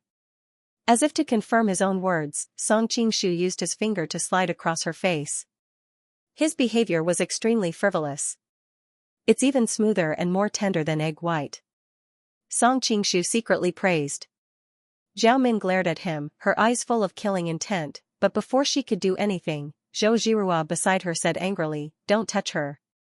Song Qingshu reflexively said, "If you don't touch her, do you want me to touch you?" As soon as the words left his mouth, he cursed inwardly. He had been too engrossed in his role and had forgotten her identity in that moment. Zhou Zhirua also blushed. Who knew that she would sit up straight and puff out her chest? Pursing her lips, she snorted, "If your hands really can't stay still, you can touch me." Seeing the husband and wife throwing a tantrum, Indigo Phoenix wanted to laugh but she did not dare to. She could only turn her head away and hold it in. However, Zhao Min did not know the reason. Seeing that her rival in love was taking care of her, she could not help but feel touched. "Zhirua, why are you so nice to me?" Noticing the weird looks from the people around, Zhou Zhirua also realized that her behavior was illogical. She was worried that she would expose Song Qingshu's identity, so she quickly explained, "I'm just returning the favor for reminding me to leave. I don't like to owe favors, especially to you." Zhao Min, who knew that Zhao Min was still smiling, "I suddenly think that you're quite cute at that time." Zhou Zhirua spat and turned her head away, too lazy to care about her. Song Qingshu laughed, "That's right. Sisters should be united and friendly. That way, I won't have to worry about things in the harem in the future." "Shut up." The two ladies glared at him at the same time. Cough, cough. The leader of the men in black could not stand him teasing the two ladies. He could not help but remind him, "Let's leave this place as soon as possible. Once we're back on the island, you can do whatever you want." Of course, of course. Song Qingshu was trying to think of a way to get out of trouble while he was dealing with them. The rain outside is almost over. Let's get going. The leader of the men in black began to arrange for his partners to escort Zhao Min and the rest. When he passed by Song Qingshu, he suddenly stopped and looked at him strangely. "Mister, why are you wearing a mask on your face?"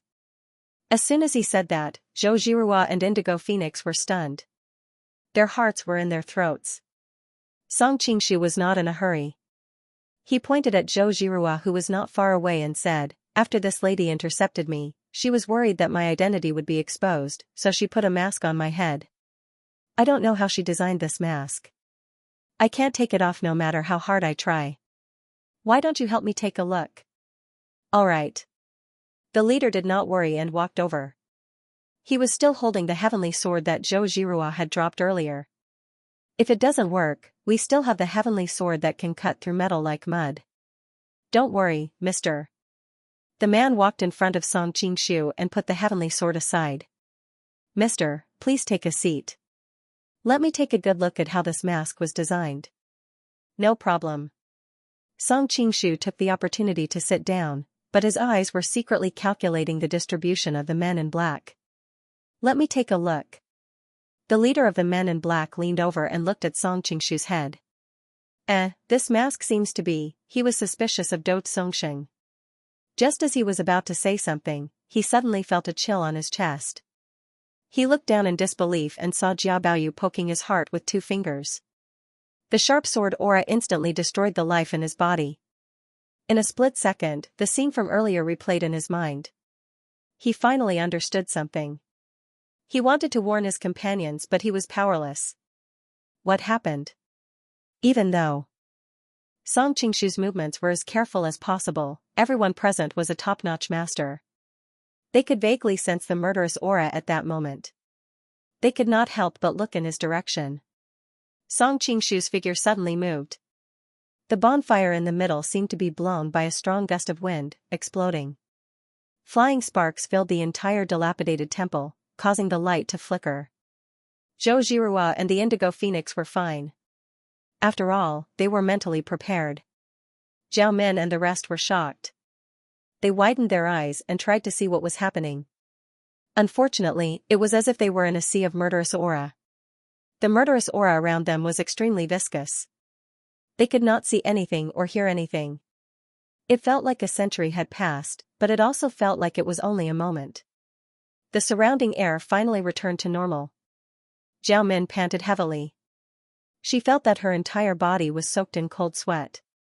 She did not need to look to know that the guardian deity and the Xianming elders were not any better than her. The dancing sparks in the sky gradually dissipated. Zhao Min could finally see the scene not far away clearly. Other than the leader of the men in black who was kneeling on the ground with his head lowered, the other 17 men in black were glaring angrily. They were like ferocious tigers that were ready to pounce. They surrounded a young man with fluttering long hair in the middle. The man had sword-like eyebrows and bright eyes. The corner of his mouth seemed to always have an annoying yet alluring smile. Who else could it be but Song Qingshu? It turned out that the mask on his face could not withstand the murderous aura that had exploded in that instant. It had long been lost. Seeing that the 17 men in black were about to pounce on him, as if they could tear him into pieces in an instant, Zhao Min was anxious. She blurted out, "Be careful, these people's martial arts are very, very." She was so shocked that she could not speak. She had noticed that Song Qingshu was holding the heavenly sword in his hand. There was a drop of fresh blood hanging on the tip of the sword. As if they were shaken by her sound waves, the men in black's necks simultaneously released a cloud of blood mist. Under the reflection of the fire, one could vaguely see bright and strange rainbows. As the blood mist sprayed out, the men in black seemed to have been drained of all their strength. One by one, they fell limply to the ground. It was only then that Zhao Min clearly saw their eyes. They were not glaring angrily as she had initially thought. Instead, they were incomparably shocked and, in disbelief. The jaws of the guardian deity and the Xianming elders were about to drop to the ground. They had personally experienced the martial arts of this group of mysterious experts in black before. The Xianming elders could only deal with 1 man in black each. The guardian deity was slightly better, as he could barely deal with 2 or 3 men. Zhao Min was startled when she heard that. Because she was shocked by what had happened in front of her, coupled with the fact that Song Qingshu had taken liberties with her, her reaction was slower than usual. When she heard Zhou Zhirua's words, she instantly realized that she was in great danger. Since Song Qingshu pretended to be Jia Baoyu, the real Jia Baoyu was obviously dead. Once the impersonation was exposed, Jia Sherdao would fight him to the death. After all, Jia Sherdao was the top military man in the southern Song dynasty. Although Song Qingshu's Golden Snake camp was full of vigor, it was still weak and couldn't compete with the southern Song dynasty. Moreover, it was now fighting with Li Keshou's Jiangnan Green camp. Once the Southern Song dynasty officially joined the war, the Golden Snake camp would be defeated. But this was not the most important thing. If it was just Jiao Baoyu, Zhao Min was very sure that Song Qingshu wouldn't do anything to her because of their friendship. However, Song Qingshu pretended to be Jiao Baoyu and not only deceived her, but also the whole linen. Even Jiao Sherdao didn't find out that his son had been killed. What a magic disguise! Last time when he saw Jiao Baoyu disguise himself as Tang Qibian in the Jin kingdom, he thought it was just a coincidence. After all, Tang Qibian had a full beard, which was too obvious and easy to disguise. But this time, Jiao Baoyu was a rich playboy without a beard. Without the beard, every inch of skin on his face could be seen by familiar people, but still no one found out, which proved that Song Qingshu had the ability to disguise himself as anyone. If he had this ability, many powerful people would have trouble sleeping and eating. It would be easier for him to become the public enemy of all men in the world. After all, no man would want another man to disguise himself and make out with his wife. Recalling Tang Qibian of the Jin kingdom, Zhao Min suddenly recalled that Song Qingshu had tried to assassinate Kangxi of the Qin kingdom. She had felt that there was something fishy about the whole thing. Based on her understanding of Song Qingshu, how could he have acted so recklessly? Could it be? Seeing Zhao Min's expression change several times, Song Qingshu smiled and said, "It seems that your highness has thought through many things." Zhao Min smiled bitterly. "At this time, I suddenly feel that it would be better if I wasn't so smart." Song Qingshu also sighed. "If it was any other matter, I could let you go, but this matter involves too many people, and it concerns the lives of countless people. I have to nip any risk in the bud." Zhao Min's face was pale as she murmured, "I understand. If I were in your shoes, I would have made the same choice." Seeing the two of them tangling with each other, Zhou Zhirua could not help but snort. "Are you done yet? If you can't do it, then let me do it." After saying that, she reached out to grab the heavenly sword in Song Qingshu's hand. In fact, if it were any other woman, Zhou Zhirua would not have lost her composure like this. However, every time she saw Zhao Min's beautiful face and the proud expression between her brows, she would feel suffocated. Zhao Min pursed her lips and smiled. "Girl, do you want me to die so badly?" Zhou Zhirua turned her face away and snorted. "Lest you, vixen, go and harm people again." Zhao Min smiled even more happily. "You hate me so much. Is it because of Zhang Wuji, or are you afraid that I will steal your man again?" "You." Zhou Zhirua was speechless for a moment. Her pretty face turned red. She did not know how to reply. Could she say that it was because of another man in front of her husband? She was not that stupid. However, if she admitted the latter reason, wouldn't she think that her charm was far inferior to the other party? She could admit defeat to anyone but Zhao Minhumph, this vixen. I don't even know what I owed her in my previous life. Now, she still wants to harm me even when she is on the verge of death. Zhou Zhirua thought indignantly. Song Qingshu did not give the sword to Zhou Zhirua. Instead, he raised it and pressed it against Zhao Min's fair and jade-like neck. The cold air from the tip of the heavenly sword caused goosebumps to form on Zhao Min's skin. She took a deep look at the man in front of her and then closed her eyes. With Zhao Min's intelligence, she knew that if she begged softly, there might be a turn for the better. However, if she did that, wouldn't she be unable to raise her head in front of Zhou Zhirua for the rest of her life? However, what made her even more dispirited was that Song Qingshu really wanted to kill her. She suddenly felt that life seemed to have lost all meaning. Looking at Zhao Min's slightly raised chin and the silent pride on her face, Song Qingshu frowned. He could not stab her no matter how hard he tried. While he was hesitating, He Biwing cried out, "Song Qingshu, do you really want to kill the princess? Do you still have a conscience? Do you know that the princess immediately traveled thousands of miles to Jiangnan when she heard that something had happened to you? She even faked the Great Khan's decree to pressure the Southern Song dynasty." "Shut up." Before he could finish, Zhao Min suddenly opened her eyes and glared at him. "We Mongolians only have heroes who die in battle, not cowards who beg for mercy." "Princess, I'm not a Mongolian." Seeing that Song Qingshu seemed to really want to kill her, the Vajra sect master could no longer sit still. He hurriedly said, "Prince Song, with the relationship between you and our princess, you'll be a family sooner or later." What enmity can't be resolved? Isn't it just pretending to be Jia Baoyu?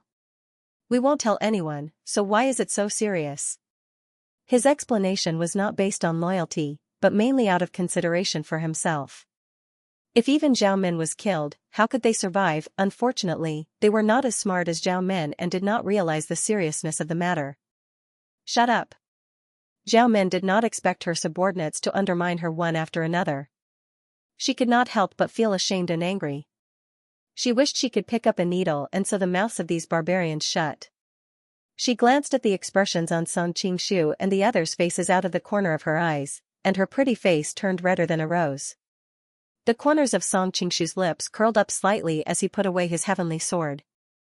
The Vajra sect master and the others had just sighed in relief when the heavenly sword instantly appeared at their throats again. Since you're so loyal to your master, I'll kill you first. I'll let you scout the path to hell for your master. The Vajra sect master instantly felt his head straighten up when he sensed the killing intent on the tip of the sword. Although he had been bald for decades and did not have a single hair on his head, he still felt his head straighten up. Prince Song, great hero Song, I've indeed offended you in the past. Please be magnanimous and spare us for the sake of the princess. Although he was a grandmaster, he lived in the western regions and abided by the code of conduct where the strong were respected. He was not like the sect masters of the Central Plains who cherished their wings and wings, so he did not hesitate to beg for mercy. Zhao Min said angrily, if you want to beg for mercy, then beg. Why are you dragging me into this? Although she said that, she still spread her arms in front of them and said to Song Qingshu, they're my subordinates. If you want to kill them, you'll have to kill me first. Song Qingshu lifted her chin with the tip of his sword and said coldly, do you really think that I won't dare to kill you? Zhao Min bit her lip and said indifferently, you're a great hero. Is there anyone in this world that you don't dare to kill?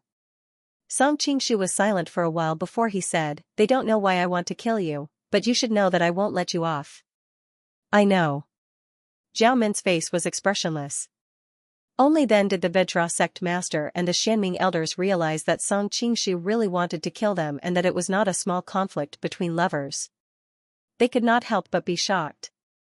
Great hero Song, let's talk this out. As long as you let us off, we'll work for you from now on. Although our martial arts are far inferior to yours, we're still passable in the martial arts world. We'll still be of some use, the Xianming elders said eagerly. Although Zhao Min knew their characters very well, she was not surprised to see them acting so servile. She kept a straight face and did not say a word throughout the entire process. Unfortunately, I don't trust you, Song Qingshu said coldly. The Xianming elders were not surprised when they heard that his tone had softened. Instead, they were delighted. May I know how you can make us brothers trust you, young master? Song Qingshu took out 2 bright red pills and placed them in front of him. With your knowledge, I'm sure you've heard of the 3 corpse brain pills. Eat them, and I might spare your lives. The Xianming elders looked at each other and saw the fear in each other's eyes. They had been in the martial arts world for many years, so how could they not know what the 3 corpse brain pills were? Apart from the person who poisoned them, no one else could cure it. Even Zhao Min, a dignified princess, could not find an antidote even after using the entire Ruyang imperial residence's resources. Once they ate the 3 corpse brain pills, they could only listen to Song Qingshu in the future. Otherwise, if he did not give them the antidote, the corpse worms would gnaw on their brains. That would be a fate worse than death. Unfortunately, they had no other choice now, so they could only swallow the pills with a bitter expression. Very good. Song Qingshu nodded in satisfaction. Look into my eyes. The Xianming elders subconsciously raised their heads and felt their vision plunge into darkness. After making them consume the 3 corpse brain divine pill, Song Qingshu was still not at ease, so he branded a mark in their souls so that they would subconsciously not dare to betray him. Soul Transfer Technique. With the Titanium Order Master's cultivation base and knowledge, he had naturally heard of this technique from the Nining Manual. When he saw that Song Qingshu had easily transferred the souls of the 2 great experts, he could not help but feel shocked and afraid. Song Qingshu said indifferently, Order Master, you have 2 choices. Either you die immediately, or you open your mind and be like them. The Titanium Order Master's skills were far superior to the Xianming elders. Moreover, now that he was on guard, it was quite risky for him to perform the soul transfer technique on him. Of course, Song Qingshu's current skills would not cause him to suffer a backlash, but it was very likely that the Titanium Order Master's consciousness would be completely destroyed if he resisted. Song Qingshu did not want to have another idiot as his subordinate. The Titanium Order Master's expression changed. His pride as a member of the imperial family made him unwilling to be ordered around like this from now on, but his longing for the world of sensual pleasures made him unwilling to die just like this. After a long time, he finally exhaled and said, "Do it." When Song Qingshu saw the grief and indignation on his face, which looked like a young girl about to endure the humiliation of a burly man, he was speechless. He suppressed his disgust and performed the soul transfer technique on him. Perhaps it was because he had witnessed the scene of Song Qingshu instantly killing 18 top-notch experts, but the Titanium Order Master was very sensible. He did not resist at all, and the entire process went very smoothly. After Song Qingshu fed him the 3-corpse brain divine pill, he said to them, "All of you should return to Mongolia first. I've already told you how you're going to report to your superiors. Everything else remains the same, and I'll let you know if I need anything in the future." "Yes, young master." The three of them looked at each other. They did not feel any changes in their bodies, but they vaguely felt that something was added to their minds. They looked at Zhao Min sheepishly before they turned around and left dejectedly. "You're trying to poach my people right in front of me. Have you ever considered my feelings as your master?" Zhao Min had been watching from the sidelines the entire time and only spoke now. Song Qingshu smiled. "You can still order them around like you usually do, but they'll still listen to me in the end." Song Qingshu was shocked. He hastily withdrew his Yiqian sword and glared at Zhao Min with both shock and anger. "Are you crazy?" Zhao Min turned her head away and replied coldly, "I'm not afraid of death like the Xianming elders, so you'd better give up the idea of threatening me with death as soon as possible. Heavens, speak. Speak. I know you'd rather die than submit, okay?" Even now, Song Qingshu was still a little scared. Fortunately, he had reached the level where he could control himself. Otherwise, if he had been a little slower, Zhao Min would probably have died. Zhao Min didn't look happy at all. Instead, she said indifferently, "I've already been poisoned by the 3-corpse brain pill. You can't use medicine to control me. Instead of letting you use the soul-shifting technique, I'd rather die." Song Qingshu knew that Zhao Min wasn't lying. She wasn't the kind of person who would give up her principles for the sake of survival. Otherwise, she would have listened to Murong Jingyue's 3-corpse brain pill. Seeing her determined look, Song Qingshu smiled bitterly. "Who wants to use the soul-shifting technique on you?" He did consider using the soul-shifting technique to control Zhao Min, but he quickly rejected the idea. After all, if he did that, Zhao Min would no longer be the cunning and witty demoness in his mind. Zhao Min was startled. "Then how do you plan to control me?" Song Qingshu said gloomily, "I haven't thought about it yet.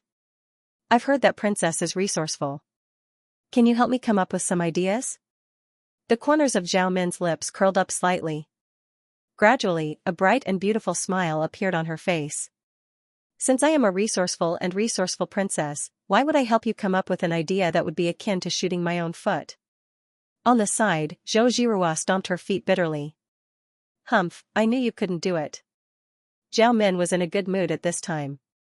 She looked at her with a smile, "Are you very disappointed now?" Unexpectedly, Zhou Zhirua was not as exasperated as he imagined. Instead, she breathed a sigh of relief. "I am indeed a little disappointed. But if Qingshu really chooses to kill you for his own benefit, I will be more disappointed." Although she said it in a roundabout way, as a woman, Zhao Min instantly understood what she meant. Song Qingshu couldn't help but say gloomily, "So you were testing me when you kept pressuring me just now?" Zhou Zhirua smiled like a flower. She pulled his arm and begged for mercy. "Aya, if it wasn't like this, how could I tell whether my husband is a loyal person or a cold-blooded and ruthless person?" Zhao Min snorted. "Aren't you ashamed of pulling me in public?" "What's there to be ashamed of pulling my own husband? If you have the ability, you can also pull me," Zhou Zhirua said and even gave her a provocative look. "Pull me, who's afraid of you?" If it was in normal times, Zhao Min would at most flirt with her verbally and would never dare to put it into action. But everything that happened just now made her heart sweeter than honey at this moment. She reached out and hugged Song Qingshu's other arm. "Brother Qingshu, do you like me to pull you?" Listening to her sweet voice, coupled with the faint soft touch on his arm, Song Qingshu only felt that there was nothing more happy in the world than this. There was a trace of an enjoyable smile on his face. Zhou Zhirua never thought that she would really dare to pull him. She couldn't help trembling with anger. "Don't you have any shame?" Zhao Men also blushed, but at this time she was full of tenderness and sweetness, so she wasn't angry at all. "It was obviously you who asked me to pull you. Why are you blaming me now?" Zhou Zhirua was stunned. She didn't expect to shoot herself in the foot. For a moment, she didn't know how to refute. Song Qingshu felt a headache coming on. Although it was blissful to have two beauties on his left and right, the risk was not ordinary. Before the two of them really started fighting, he deliberately coughed and said, "Your Highness, don't be too happy too early. Although I can't bear to do anything to you, this matter is of great importance. Before I think of a perfect plan, I can't let you go." "Well, I don't want to go back to Mongolia anyway." After being interrupted like this, Zhao Min was finally embarrassed to hold his hand in front of other women. She let go of his hand without a trace, but she leaned over and said, "Who else have you disguised in the past 2 years? Tang Quebian? Kangxi?" On the side, Zhou Zhirua couldn't help but admire this former rival in love. In a short time, with limited information, he could guess the truth almost correctly. If they were in each other's shoes, she didn't think she had this ability. Looking at Zhao Min's shining eyes, Song Qingshu deliberately put on a straight face and snorted, "It's easy to get killed if you know too much." "Humph, if you don't want to say it, then forget it. I will find out by myself sooner or later." Zhao Min pouted and didn't get to the bottom of it. For some reason, when Zhao Min's frown and smile fell into her eyes, Zhou Zhirua felt that she was deliberately showing off in front of her husband. This feeling made her feel extremely uncomfortable. She couldn't help but interrupt their conversation. "Qingshu, now the rain has stopped. Let's hurry up. I don't want to spend the night in this place full of dead people." Song Qingshu nodded, "That's good too. These men in black might have an accomplice. Although I'm not afraid, it's inevitable that we'll be delayed. Let's leave this place as soon as possible." Naturally, the ladies didn't object. As they passed by the group of men in black's corpses, Zhao Min couldn't help but ask, "How did your martial arts reach such a high level?" According to the Vajra faction master and the Xianming elders, each of these men in black's ability was no weaker than the 5 greats. "I can't believe you killed them in an instant." This is really, although she was experienced and knowledgeable, she didn't know how to describe the entire incident. She had witnessed the arrogant Vajra faction master and the Xianming elders being beaten like dogs by the group of men in black. In the end, Song Qingshu, who she thought was slightly superior to the Vajra faction master, had killed the group of mysterious experts in an instant. It was really subversive of her understanding. Zhou Zhirua and the Blue Phoenix looked at him at the same time. Zhao Min's question was also on their minds. After all, they had just exchanged blows with those men in black and knew that their cultivation level was already at the pinnacle of the martial world. Song Qingshu stopped and glanced at the men in black on the ground before explaining, "Firstly, I disguised myself as Jia Baoyu, so they weren't on guard against me. Moreover, my movement technique was fast enough, so they didn't have time to react when I found the right opportunity to attack." However, the most important reason was that although these men in black had skills that were comparable to the 5 greats, they didn't have the battle consciousness that the 5 greats had. Otherwise, I wouldn't have been able to kill them so easily. "What do you mean?" Zhao Min was stunned and asked blankly, "What do you mean?" Song Qingshu squatted on the ground and took the wine pot from the man in black's waist. He took a sniff and nodded thoughtfully. "To put it more bluntly, these men in black are top-notch experts that have been trained by a mysterious organization with special medicine to boost their inner energy. Together with the mystical secret manuals, they have been trained to be pinnacle experts." Shaking the gourd in his hand, Song Qingshu said, "This gourd contains a special medicinal wine. It's extremely poisonous, but as long as the dosage is controlled, it's extremely effective in increasing one's skills. After cultivating like this for tens of years, all of them will be able to cultivate an astounding inner energy. It's a pity that although their skills are sufficient and their techniques aren't bad, they lack a martial artist's soul that has been tempered, so they can't unleash much of their abilities. In terms of pure inner energy, these men in black aren't much weaker than Eastern Heretic, Western Poison, Southern Emperor, and Northern Beggar. However, in a real life and death battle, any one of the five greats should have no problem fighting against 4 to 5 men in black. Zhao Min came to a realization. I understand now. The reason why the Titanium Faction Master and the Xianming Elders were beaten senseless was mainly because these men in black were extremely skilled in martial arts and there were too many of them. They gained the upper hand by a show of strength. If they had known that they were strong on the outside but weak on the inside, they wouldn't have lost so badly. Song Qingshu smiled and said, in theory, the Titanium Faction Master's strength is still in the middle of the five greats. Unfortunately, he's willing to be the Imperial Court's dog and has long lost the heart of a Grandmaster. How can he compare to the heroic spirit of Eastern Heretic, Western Poison, Southern Emperor, and Northern Beggar? If they really fought, I'm afraid he wouldn't be a match for any of the five greats. As for the Xianming Elders, let's not talk about them. Initially, Zhao Min felt a little embarrassed when he looked down on the few experts under her that she had always been proud of. However, on second thought, these B** stards had already changed sides. She instantly calmed down and said, anyway, they're already your people now. You can slowly train them in the future. Song Qingshu felt disgusted when he heard that. Can you not use words so casually? It's disgusting to hear. However, Zhou Zhirua, who was at the side, said, can the two of you stop flirting? We should hurry on with our journey. She then ignored the two of them and walked straight out. Seeing that Zhou Zhirua was jealous, Zhao Min couldn't help but purse her lips and smile. Song Qingshu also looked resentful as he hurriedly chased after her. Indigo Phoenix, who was walking at the back, had a strange look on her face. She thought that compared to Song Qingshu, she was even more uncomfortable. The three of them were fighting for Song Qingshu's affections while she stood at the side without any sense of existence. It was so awkward. Previously, the men in black had captured Zhao Min and the rest. They had seized many horses and placed them behind the temple. Song Qingshu and the rest picked a few horses and started their journey north. They sped all the way and finally arrived at a small town before the sky turned dark.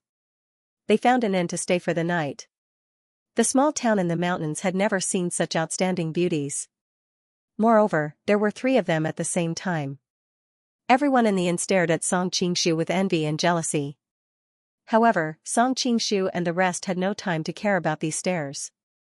They had rushed for a day and fought a few battles. Their stomachs were already rumbling. What was even more awkward was that they were all martial artists. Their hearing was much sharper than ordinary people. They could hear the rumbling of their stomachs clearly. Zhou Zhirua blushed.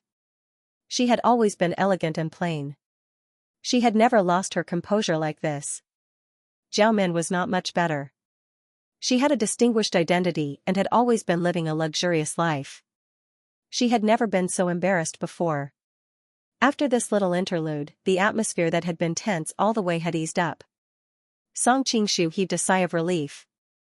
Who knew that the two of them would start arguing about the dishes again?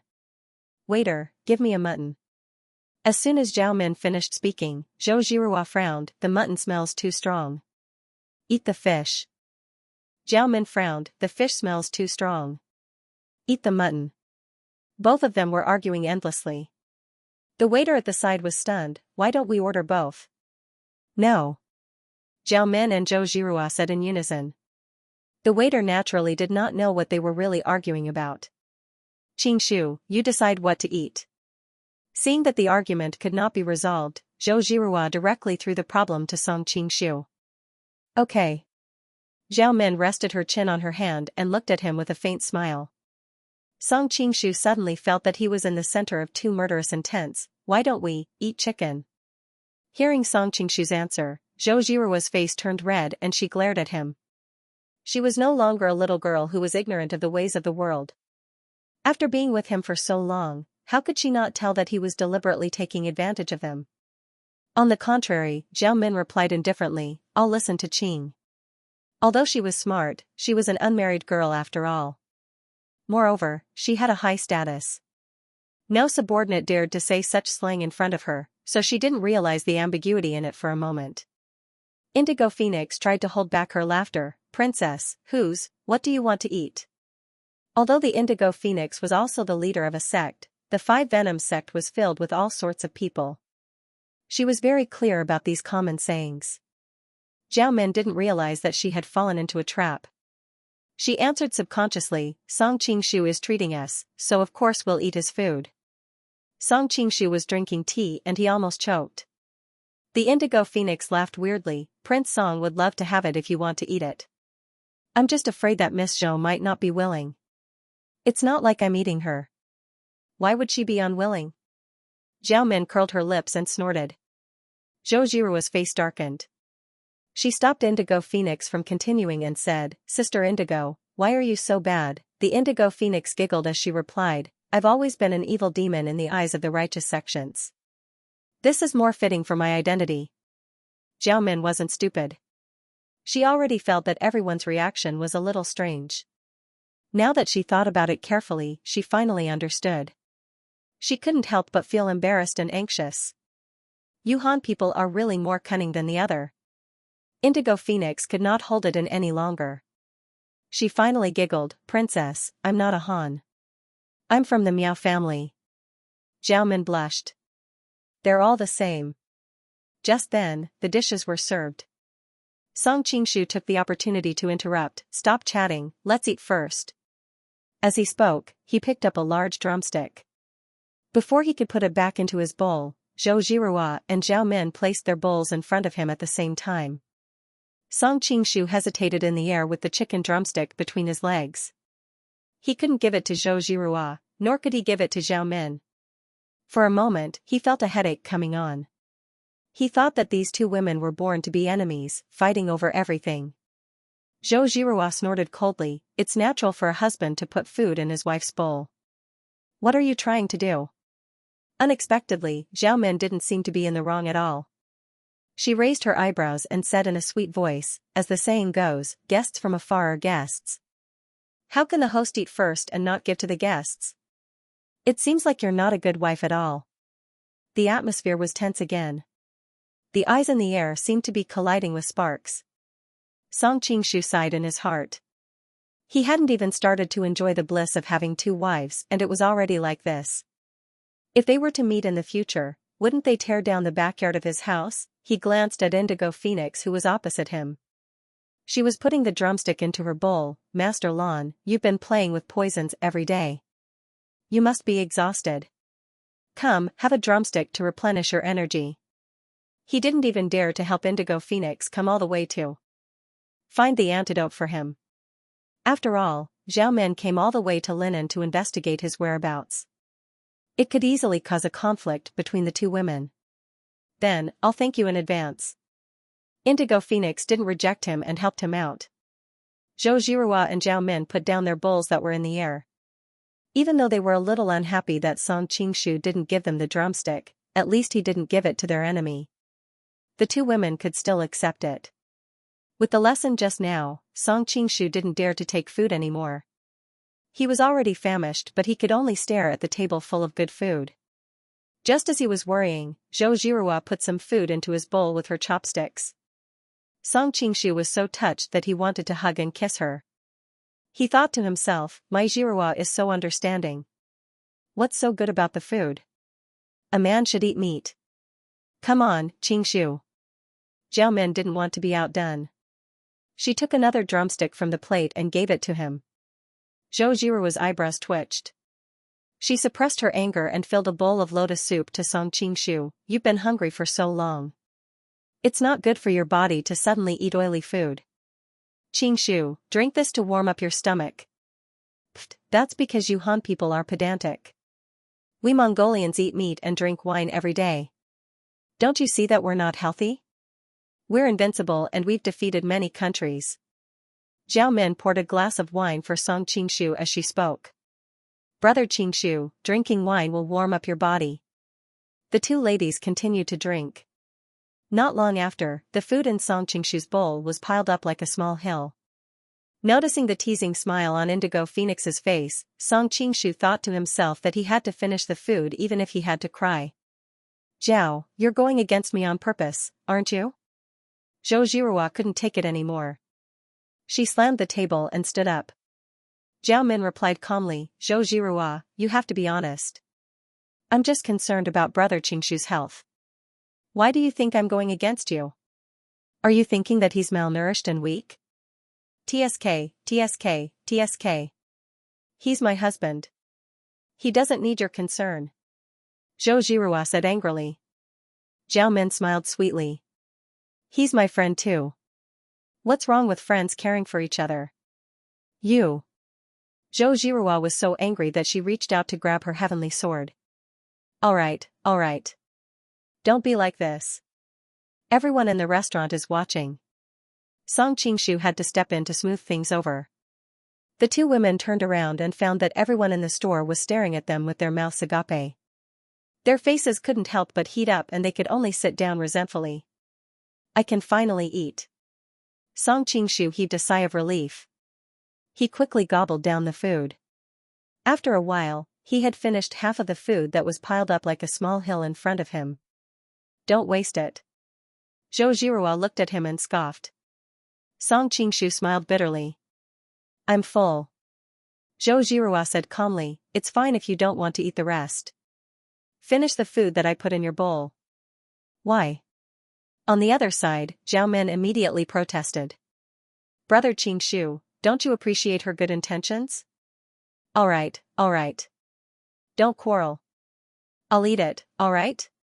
Song Qingshu hastily interrupted them and began to stuff the rest of the food into his mouth with tears in his eyes. While eating, Song Qingshu suddenly felt that something was wrong. He looked under the table and found that the two women's feet were fighting fiercely.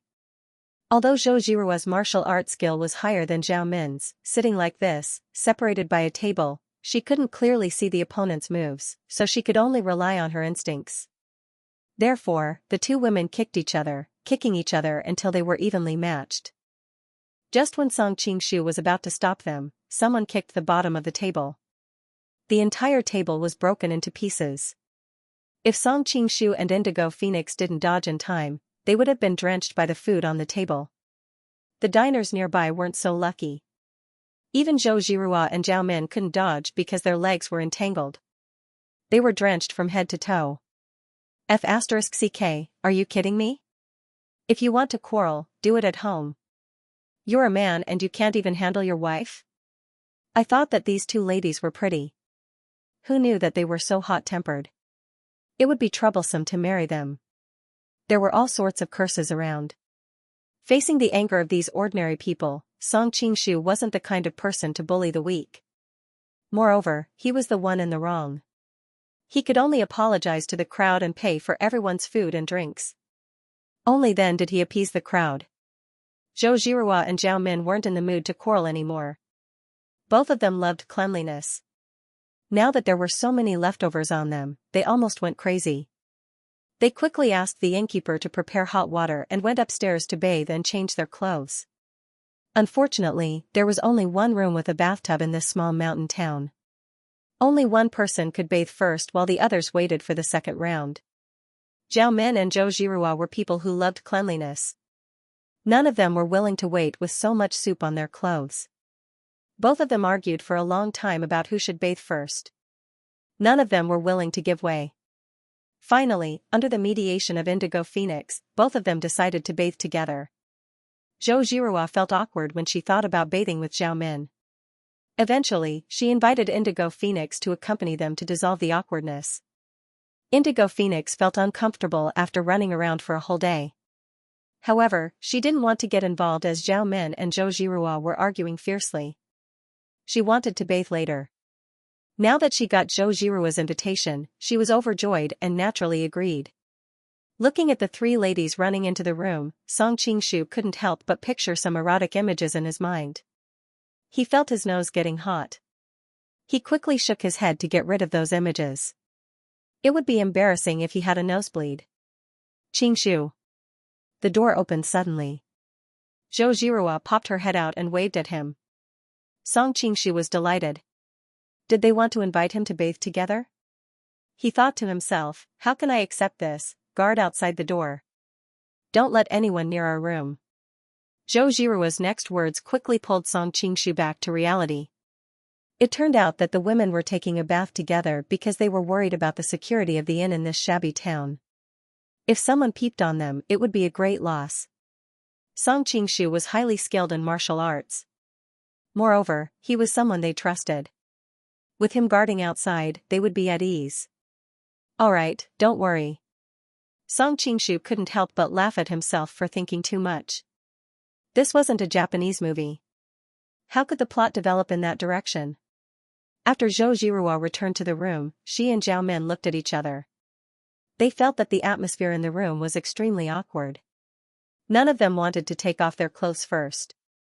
On the contrary, the Indigo Phoenix was more generous. If you guys aren't going to move, I'll go in first. She smiled and took off her dress. She stepped into the bathtub.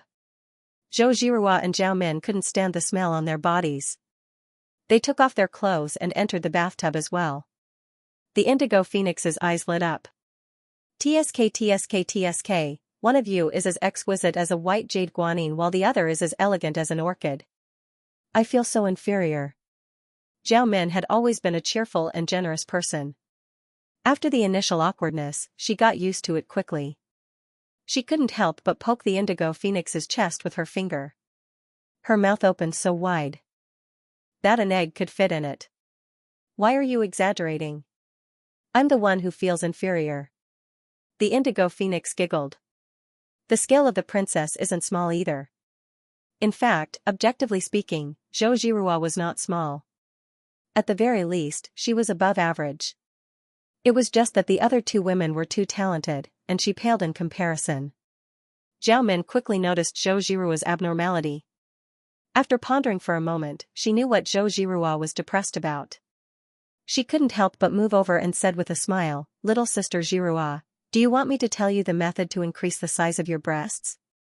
No need. Zhou Jiruo straightforwardly refused, and her face turned even darker. She had been with Zhao Min for so many years, how could she not know what kind of person she was? Zhao Min glanced at her chest and showed a faint smile on her face. I heard that after a woman gets married, that place will become more plump. It seems that rumors can't be completely trusted. Zhou Jiruo stood up and said angrily, Zhao Min, are you done? Ioyo Zhao Min patted her chest and pretended to be scared. She hid behind the Indigo Phoenix and said, I didn't say anything. Why are you so angry?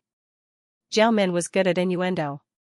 She knew that she was talking about her, but Zhou Jiruo did not know what to do even though she was angry. She felt terrible. Princess, you women from the grasslands grew up eating beef and drinking horse's milk. Your body's nutrition must be better than other ethnic groups. Sister Zhou is considered pretty good among the Han people. The Indigo Phoenix tried to ease the tense atmosphere between the two. Zhou Jiruo's face finally relaxed. Zhao Min knew that it was enough to tease Zhou Jiruo. If she went overboard and angered her, she would not be able to defeat her. Leader Lan, I don't think you grew up eating beef and drinking horse's milk. Why are you so impressive? Hearing her question, Zhou Jiruo pricked up her ears. She could not learn from Zhao Min's ethnic advantage. On the contrary, the Indigo Phoenix's situation was similar to hers. Perhaps she could learn from it. Faced with such a sensitive question, the flirtatious Indigo Phoenix looked embarrassed. Actually, I don't know what's going on. It seems like I was born this big. Zhou Jiruo, who was waiting to hear the advanced experience, almost fainted. What the Indigo Phoenix said was a critical hit to her. She felt that if she stayed with these two women any longer, she would definitely go crazy. So, she hurriedly wiped her body, got up, put on her clothes, and sat down to sulk. Noticing her reaction, Zhao Min looked proud. She purposely brought up the topic of the Indigo Phoenix's breasts. The Indigo Phoenix did not realize that she was talking to Zhou Jiruo on purpose. Hence, she started discussing with her without any precaution. Zhou Jiruo's beautiful face was shrouded in a layer of frost. She stood up and walked out of the room. Just as she was about to leave, out of sight, out of mind, her peripheral vision swept across Zhao Min's exposed skin that was sparkling and translucent like jade. Her eyes rolled around, and a plan formed in her heart. She sat down again. Zhao Min saw that Zhou Zhirua looked like she had just swallowed a fly. She was satisfied. Who knew that Zhou Zhirua would be calm again? No matter what she and the Indigo Phoenix said, Zhou Zhirua was unmoved. Instead, she smiled as if she was thinking about something happy. Zhao Min felt bored. She chatted with the Indigo Phoenix for a while and got out of the bathtub. Just when she was about to get her clothes, Zhou Zhirua took the opportunity to throw a pancreas at her. With Zhou Zhirua's martial arts skills, she could even throw a concealed weapon accurately. What more, a pancreas? The pancreas happened to be in the path that Zhao Min was walking on. She stepped on it. Zhao Min was caught off guard. She screamed in fear and instantly lost her balance. Her whole body fell heavily to the ground. Because she was not wearing any clothes, she had an intimate contact with the floor. It was so painful that tears came out of her eyes and she could not help but moan. The anger that Zhou Zhirua had been holding in for the whole night was finally released. She wanted to jump up and clap her hands. The Indigo Phoenix stood up from the bathtub and stretched her body out. She asked with concern, "Princess, how are you?" Before Zhao Min could answer, the door was pushed open. Song Qingshu rushed in like a gust of wind. What happened? When he saw the scene in the room, he couldn't help but be dumbfounded. Zhao Min was lying on the ground completely naked. Every inch of her skin was completely exposed to him. Her skin was sparkling and translucent like jade. Because she had just come out of the bath, there were still tiny droplets of water hanging on her skin. Under the illumination of the light, it was as if she was overflowing with light and vibrant colors. Her beauty was breathtaking. Perhaps it was because of the pain from the fall, Zhao Min's eyebrows were slightly furrowed at this moment, which made people feel pity for her. Half of the Indigo Phoenix's body was exposed outside the bathtub. She was so white that it was dazzling. Zhao Min's skin was as white as jade. The Indigo Phoenix's skin was as white as milk. Especially when her breasts were pressed against the edge of the bathtub, the exaggerated squeezing feeling was very impactful. Song Qingshu felt hot at the tip of his nose. The nosebleed that he tried to suppress earlier finally flowed out. The three women in the room were dumbfounded. Originally, Zhou Zhirua just wanted to mess with Zhao Min to vent her anger, but she didn't expect that Zhao Min would scream so exaggeratedly when she fell. Song Qingshu, who was guarding outside the room, thought that something had happened inside and hurriedly rushed in. Although on the surface, it seemed that Zhao Min was the one who suffered a loss when she was exposed, Zhou Zhirua felt sour in her heart. It seemed that she was the one who suffered a loss. Zhao Min, on the other hand, stared blankly at the man in front of her, her mind completely blank. Although she and Song Qingshu had an ambiguous relationship before and there was no lack of physical contact, it had never been as unguarded in front of him as she was now. She wanted to scream. However, she realized that screaming could not make up for anything. Because she was too smart, countless thoughts surged in her mind at this moment. An incomparably complicated feeling filled her whole body, and she just stood there in a daze like she had lost her soul. The Indigo Phoenix had been through a lot. Even though her body was almost naked, she covered her chest and retreated back into the water after the initial shock. She calmed herself down and noticed that Song Qingshu and Zhao Min were looking at each other. She couldn't help but laugh. "Prince Song, are you that good looking? You can't bear to move your eyes away after looking at me for so long?" Song Qingshu came to his senses. He said embarrassedly, "Would you believe me if I said that I didn't do it on purpose?" The Indigo Phoenix giggled. "If you say so, then so be it." Zhou Zhirua humped with a black face. However, she knew that her husband couldn't be blamed. She regretted it. She shouldn't have messed with Zhao Min if she knew this would happen. Zhao Min finally recovered from her daze. She was embarrassed and annoyed when she realized that he had no intention of avoiding her. "You damn pervert, stinky pervert. Why are you still looking at me?" Song Qingshu smiled. "I've already seen you anyway. What's the difference if I look at you more or less?" Zhao Min almost fainted from anger. She thought that there was such a shameless person in this world.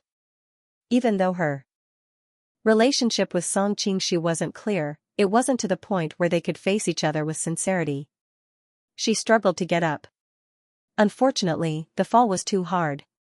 Her bones felt like they were broken. She tried a few times, but she couldn't get up. Song Qingshu noticed the fragrant pancreas on the ground and then looked at Zhou Zhirua at the side. He could roughly guess what had happened in the room just now. He could not help but let out a bitter laugh. With a wave of his hand, the blanket on the bed was sucked into his hand. He walked in front of Zhao Min and gently covered her body. "Don't be agitated, I'll help you." Zhao Min didn't expect him to carry her in his arms in front of two other women. Especially when one of them was Zhou Zhirua. Feeling the strong masculine aura, she was completely stunned. Her mind, which was usually full of wisdom, was blank at this moment. She could only hear the thumping of her heart. At this moment, she could no longer tell whether it was the other party's or her own. The indigo phoenix's red lips opened so wide that an egg could be stuffed inside. She was in awe as she looked at Hu Jinyao. Zhou Zhirua couldn't take it anymore. She stood up. "Qingshu, what are you doing?" Song Qingshu smiled bitterly. "I'm cleaning up for you." As he spoke, he gestured in the direction of the door. It turned out that the guests nearby had already been alarmed by the commotion. Some of them were already poking their heads out to see what was going on in the room. Naturally, he couldn't let others see Zhao Min's flawless body. Zhou Zhirua bit her lips and appeared at the door in a flash. She glared at the people nearby with her beautiful eyes and said, "All of you, scram." At this moment, she was extremely depressed in her heart. She was unable to describe the pain of lifting a rock only to smash her own foot to others. She could only transform into a ruthless 9-inch white bone claw and claw out 5 deep finger holes on a nearby pillar to vent the depression in her heart. Frightened by this move of hers, the onlookers outside did not dare to stay nearby. One after another, they fled in terror. At this time, Song Qingshu had already carried Zhao Min and placed her on the bed. It was rare to see her reveal such a pitiful expression. His heart skipped a beat and he couldn't help but lean forward to kiss her tender red lips. Zhao Min's eyes were wide open. She covered her mouth and couldn't believe it. She whispered, "Are you crazy?" She looked at the door. She heaved a sigh of relief when she saw that the other two ladies were blocked by Song Qingshu. They didn't see what was going on. "Yes, I'm crazy." Song Qingshu smiled and kissed her again. Zhao Min stared dumbfoundedly at the scene before her eyes. She finally came to her senses when the other party opened her mouth, and she fiercely bit down her pearly white teeth in a mixture of shame and anger. Song Qingshu seemed to have expected her to do this. He retreated in time and looked at her with a smile. Zhao Min's face turned red. She said bitterly, "Song, you're getting more and more of a bastard." "What are you talking about?" Zhou Zhirua came over. "Is that so?" Zhou Zhirua looked at the two of them suspiciously. Zhao Min looked away guiltily. Thank you." Her tone was very strange, as if she had said it through gritted teeth. Seeing that she did not expose him, Song Qingshu could not help but feel very happy. He secretly winked at her and said, "Since there is nothing else, I will go out first. You guys rest well and conserve your energy. We have to hurry on the road tomorrow morning." Looking at Song Qingshu's back as he left, Zhao Min bit her teeth. She did not understand why she did not expose him in front of everyone. Instead, she had to cover for him. It was as if he was having an affair and was found out by his legal wife. As this thought suddenly flashed through her mind, Zhao Min felt a chill run down her spine. She hastily shook her head and dispelled those random thoughts. However, a smart person's brain couldn't stay idle. After a while, she seemed to have thought of something and became extremely depressed. Zhou Zhirua originally thought that Zhao Min would come to settle the score with her for what she had done to her earlier. Who knew that after Song Qingshu left, she quietly curled up in her bed without saying a word. She was not at all like the high and mighty Mongolian princess. She was more like a Jiangnan girl full of grievances. Indigo Phoenix also came out of the bathtub. She wiped her body and changed her clothes. She was also depressed. "I am also a victim, okay? Why does no one care about my feelings?" The three women each had their own thoughts and quickly fell asleep. Song Qingshu, who was next door, could not sleep. He got up several times to go next door, but in the end, he gave up. He could not help but sigh. As expected, 3 monks have no water to drink. The night passed uneventfully.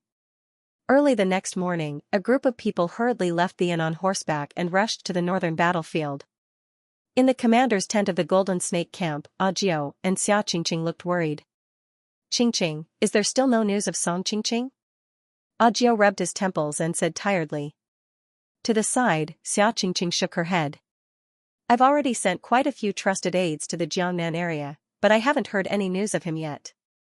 Audiobook held her hand as if he was comforting her and also comforting himself. "No news is the best news. Song Lang's martial arts are high, he is quick-witted, and he has always been blessed. This time, he will definitely be able to turn misfortune into blessing." Xianxia sighed. "Audiobook, you're still the wisest. I'm already in a mess." Audiobook smiled bitterly and said, "Isn't it the same for me? But if we lose Song Lang's foundation, how will I explain it to him when he returns safely in the future?" After all, Audiobook was a princess of the Ming dynasty. The royal education she had received since she was a child had made her far more knowledgeable and magnanimous than an ordinary person. In addition, she had hanged herself on Chongzhen Coal Mountain. In this life, she had not only experienced the golden branches and jade leaves, but also experienced the fall of her country and the destruction of her family. Her heart had long since changed from weak to incomparably strong. "You're right." Xianxia wiped the corners of her eyes and tried to pull herself together, but she quickly said worriedly, "Audiobook, how do you know his good fortune is deep?" Audiobook couldn't help but reach out and touch her forehead. "If he wasn't dead set on you, how could he have made you so dead set on him, Qingqing?" Xianxia originally looked at her with anticipation, but when she heard this answer, she couldn't help but blush. She said in annoyance, "You're good, Audiobook. You used to be as pure as a little white flower, but now, under the influence of your man, you've actually become so bad." Audiobook giggled and said, "Isn't my man also your man?" Xianxia's face reddened. After playing with her for a while, she couldn't help but quietly ask, "If Brother Song really meets with some mishap, what will you do?" Audiobook's expression became cold. "I will take revenge for him and kill Li Keqiu, Wan Qichen, Wan Gui, and the others. Then, I will go to the Yellow Springs to find him. I hope he won't drink Grandma Ming's soup so quickly." Xianxia grabbed her hand and resolutely said, "I'll accompany you. Aren't you worried about Brother Yuan's reputation?" She and Audiobook were like sisters. How could she not know the knot in Xianxia's heart? She would rather be Song Qingshu's secret lover than have their relationship be made public. That was to protect Yuan Qingji's reputation. Xianxia bit her red lips. "I've already experienced the pain of losing my true love once. I don't want to go through it a second time. I also don't have the courage to live alone in this world." Audiobook patted her hand to comfort her, but a thought surfaced in his mind. If Yuan Qingji and Song Qingshu were to fight on the road to the Yellow Springs, who would Xianxia help? The two women poured out their worries and finally felt a bit better. Xianxia then remembered that there was still business. Right now, Golden Snake Camp's morale is incomparably low. The possibility of defeating Li Keqiu's army this time is very low, let alone killing him to take revenge for Brother Song. That's right. Audiobook also faintly sighed. It turned out that Song Qingshu was traveling all over the world. Golden Snake Camp was led by Audiobook who disguised himself as Song Qingshu.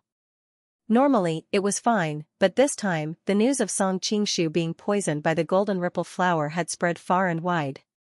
Everyone in Golden Snake Camp began to suspect Audiobook's identity. Although the two women tried hard to suppress it, it had already caused panic and rumors to spread everywhere.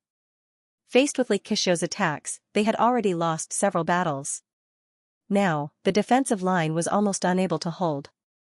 It's almost time. The generals are about to arrive. Let's get ready. Xianxia reminded. As if to confirm her words, the generals of Golden Snake Camp quickly filed in.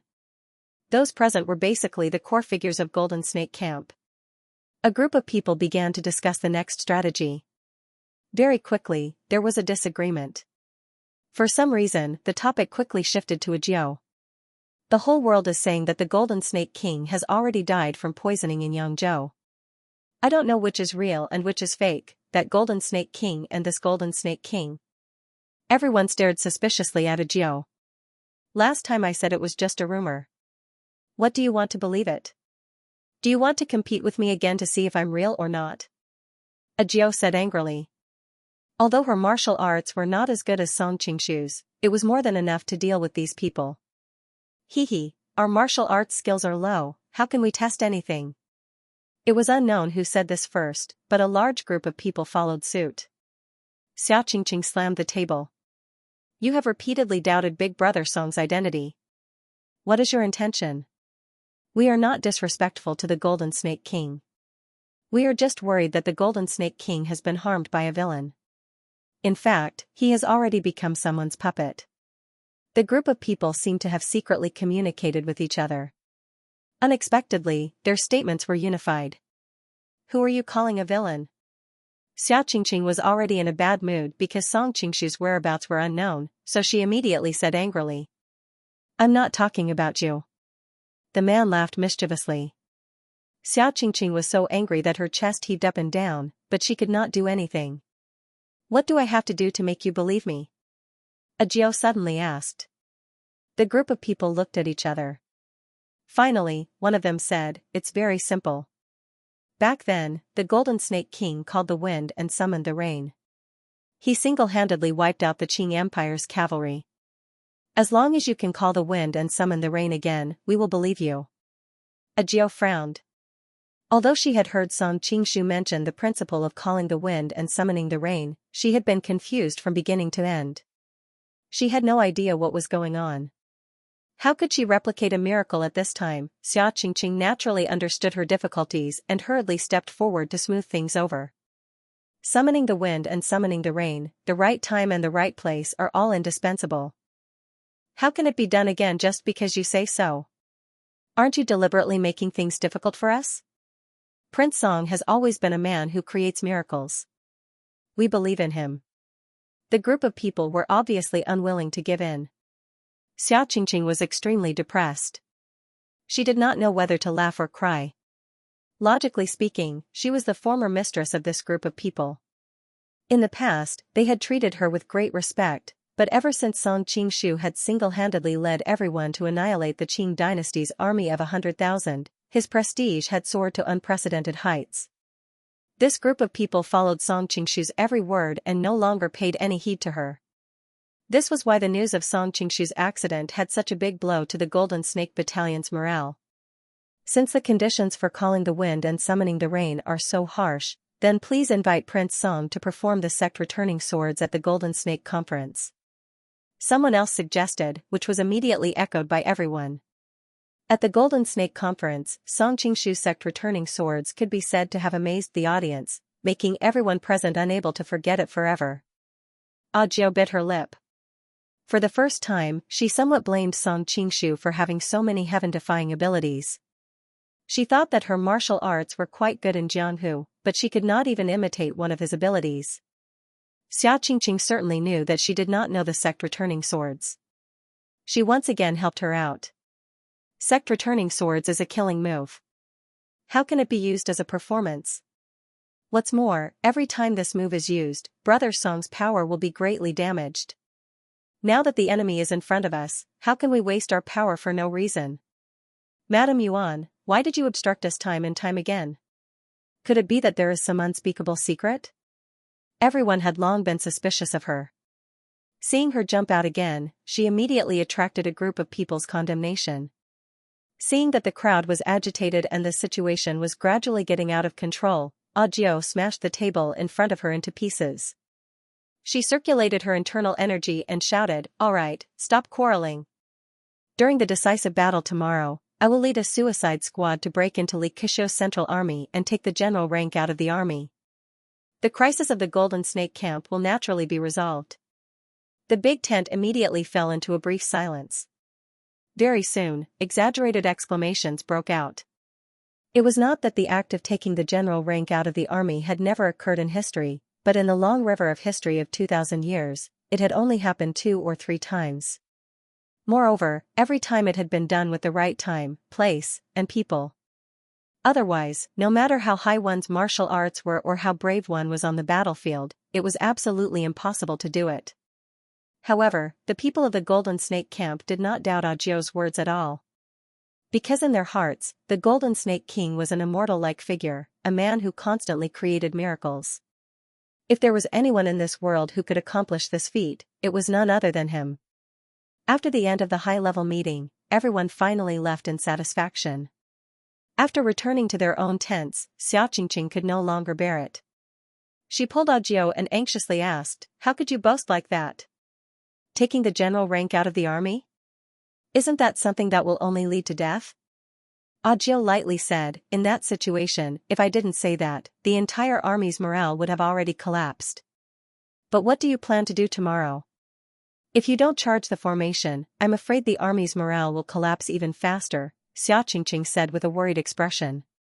"Of course I'm going to charge the formation," Audiobook lightly said. When it fell into Xianxia's ears, it was like a bolt from the blue. "What?" Xianxia suddenly stood up. "You. Aren't you courting death?" Audiobook smiled slightly. "There are only two outcomes to charging the formation. Either I succeed by a fluke and avenge Song Lang, or I fail and die. If I can't avenge Song Lang, there's no point in living in this world. I'll just go down and accompany him." Audiobook took off the mask on her face. Although she spoke lightly, her tone was filled with determination. Xianxia couldn't help but feel deep respect for her. She had always thought of Audiobook as someone with a weak temperament. She didn't expect that she was actually soft on the outside and hard on the inside. Heavenly Novel 2-inch Audiobook, I'll always be with you. Xianxia went over and hugged her tightly. Just as the two women were feeling dejected, a teasing voice suddenly came from the door. "Although it's a bit difficult, it's not completely impossible to take the rank of general from among thousands of soldiers." Hearing that familiar voice, the two women's bodies trembled. They quickly turned around and saw a handsome man standing at the door with a faint smile.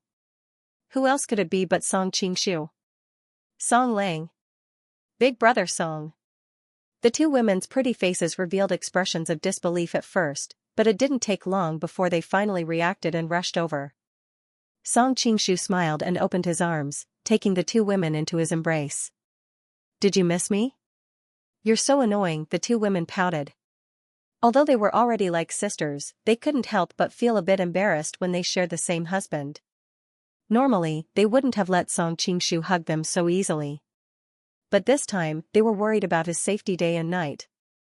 Now that they knew he was safe and sound, they were so excited that they forgot about it. Seeing the two women's delicate and fair skin, each with their own charm, Song Qingshu's appetite was greatly aroused. He lowered his head and gave each of their faces a kiss. Audiobook and Xianxia frowned. After the initial surprise, they gradually regained their composure. They didn't know why, but this Song Qingshu's body was filled with an unfamiliar aura. They subconsciously glanced at each other. The two women were like sisters, and during this period of time, they had long understood each other. They saw the same worry in each other's eyes and nodded without a trace. Then, they simultaneously grabbed Song Qingshu's hands that were on their shoulders and attacked his ribs with their other hand. Their attacks were incomparably ruthless. They didn't have any of the tenderness and sweetness they had at the beginning. It was as if the other party was an irreconcilable enemy. His hand was bound, and it was a close-range attack. No matter how skilled he was, it would be difficult to defend against it. Song Qingshu was clearly caught off guard, but at the critical moment, he twisted his body in an inconceivable fashion to avoid the two women's killing moves. Then, he transferred his inner force to his wrist and shook off Audiobook and Xianxin's hands. His figure flashed and he appeared on a nearby table. "Could it be that you two have an affair with a man? Are you trying to murder your own husband?" Song Qingshu half-squatted on the table and teased while guarding against the two women's next attack. "Pay." Audiobook spat with a red face, "Where did you come from? How dare you impersonate Song Lang?" As it turned out, as Song Qingshu's lover, Audiobook and Xianxin were naturally aware of the existence of the miraculous art of disguise in this world. Compared to other defenseless women, they were much more vigilant. Once they sensed that something was wrong, they would immediately wonder if the other party was in disguise, unlike other women who were muddle-headed. After Audiobook finished speaking, he and Xianxin attacked together. The two women were first-rate experts in Jianghu, especially Audiobook, who could be ranked among the top. In addition, they were familiar with each other, so when they worked together, their power more than doubled. Even though Song Qingshu was skilled in martial arts, he was still forced into a fluster. With great difficulty, he managed to push back the two women's attacks. That Song Qingshu hurriedly made a gesture to stop. Stop. How did you two beauties see through my disguise? Audiobook and Xianxia looked at each other and saw the bewilderment in each other's eyes. That person no longer deliberately disguised his voice as Song Qingshu and revealed his original voice. It was clearly a woman's voice. Who are you? Xianxia asked in a deep voice. She quickly went through all the disguise experts in Jianghu, but she still had no clue. Miss Qingqing, don't you remember me? That Song Qingshu tore off the mask on her face, revealing a devastatingly beautiful face. However, she was different from ordinary beauties. Her temples were like clouds, and her phoenix-like eyes exuded a majestic aura. Compared to ordinary women, she was more heroic and domineering. Who else could it be but Dongfang Mushui? Miss Shui? Xianxia exclaimed and hurriedly stopped Audiobook beside her. Why are you here? She explained her identity to Audiobook. So it's Miss Shui. Audiobook also put away his sword, showing a trace of surprise in his eyes. He had always known the existence of this woman and was very curious about what kind of extraordinary woman could make Song Qingshu trust her so much, and also be able to create havoc in the Forbidden City and control such a huge empire. Now that they finally met, she was really like an immortal. Ninth Princess. Dongfang Mushui returned a salute. Miss Shui is too polite. The heroic woman in front of him seemed to have an inexplicable aura, and Audiobook couldn't help admiring her. Dongfang Mushui smiled slightly and asked curiously, how did you find out the flaw? I thought I disguised it flawlessly. Your breath is different from his. Audiobook replied with a slightly red face. I see. Dongfang Mushui suddenly understood and looked at the two with a faint smile. You are very familiar with his breath. Audiobook was still okay, after all, he was Song Qingshu's official wife. On the contrary, Xianxia was a little embarrassed. After all, she was Mrs. Yuan on the surface. She hurriedly changed the topic and asked, Miss Shui, why are you here? Can you leave the capital? I have to leave even if I can't. If the boy surnamed Song comes back and finds that his two beautiful lovers are in trouble, and I stand by and do nothing, it will be strange if he doesn't fall out with me. Dongfang Mushui let out a long sigh. Miss Shui, even Audiobook couldn't stand it anymore. Alright. Dongfang Mushui saw that the teasing was almost over and also became serious. She said with a dignified expression, according to the intelligence agency of the stick, the Golden Snake Camp's current situation is not optimistic. I combined all the information and deduced that the situation is worse than expected. I'm afraid that this side is already on the verge of collapse. So I arranged everything in the Forbidden City and came to see if there is anything I can help with. Audiobook said worriedly, but the 3 border defenses are in full swing, and the situation in the imperial court is not optimistic.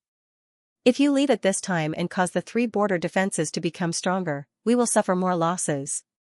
She clearly regarded the Qing court and the Golden Snake Camp as Song Qingshu's property, which was why she kept saying we. Dongfang Mushui and Xianxia did not reveal any strange expressions. It was obvious that the 3 girls had the same idea. Don't worry, I have arranged everything before I left. Fei Yan is there to take charge of the overall situation. In addition, I have promoted many very capable confidants to help me these past 2 years. It shouldn't be a big problem if I leave for a few days and return as soon as possible. Dongfang Mushui answered.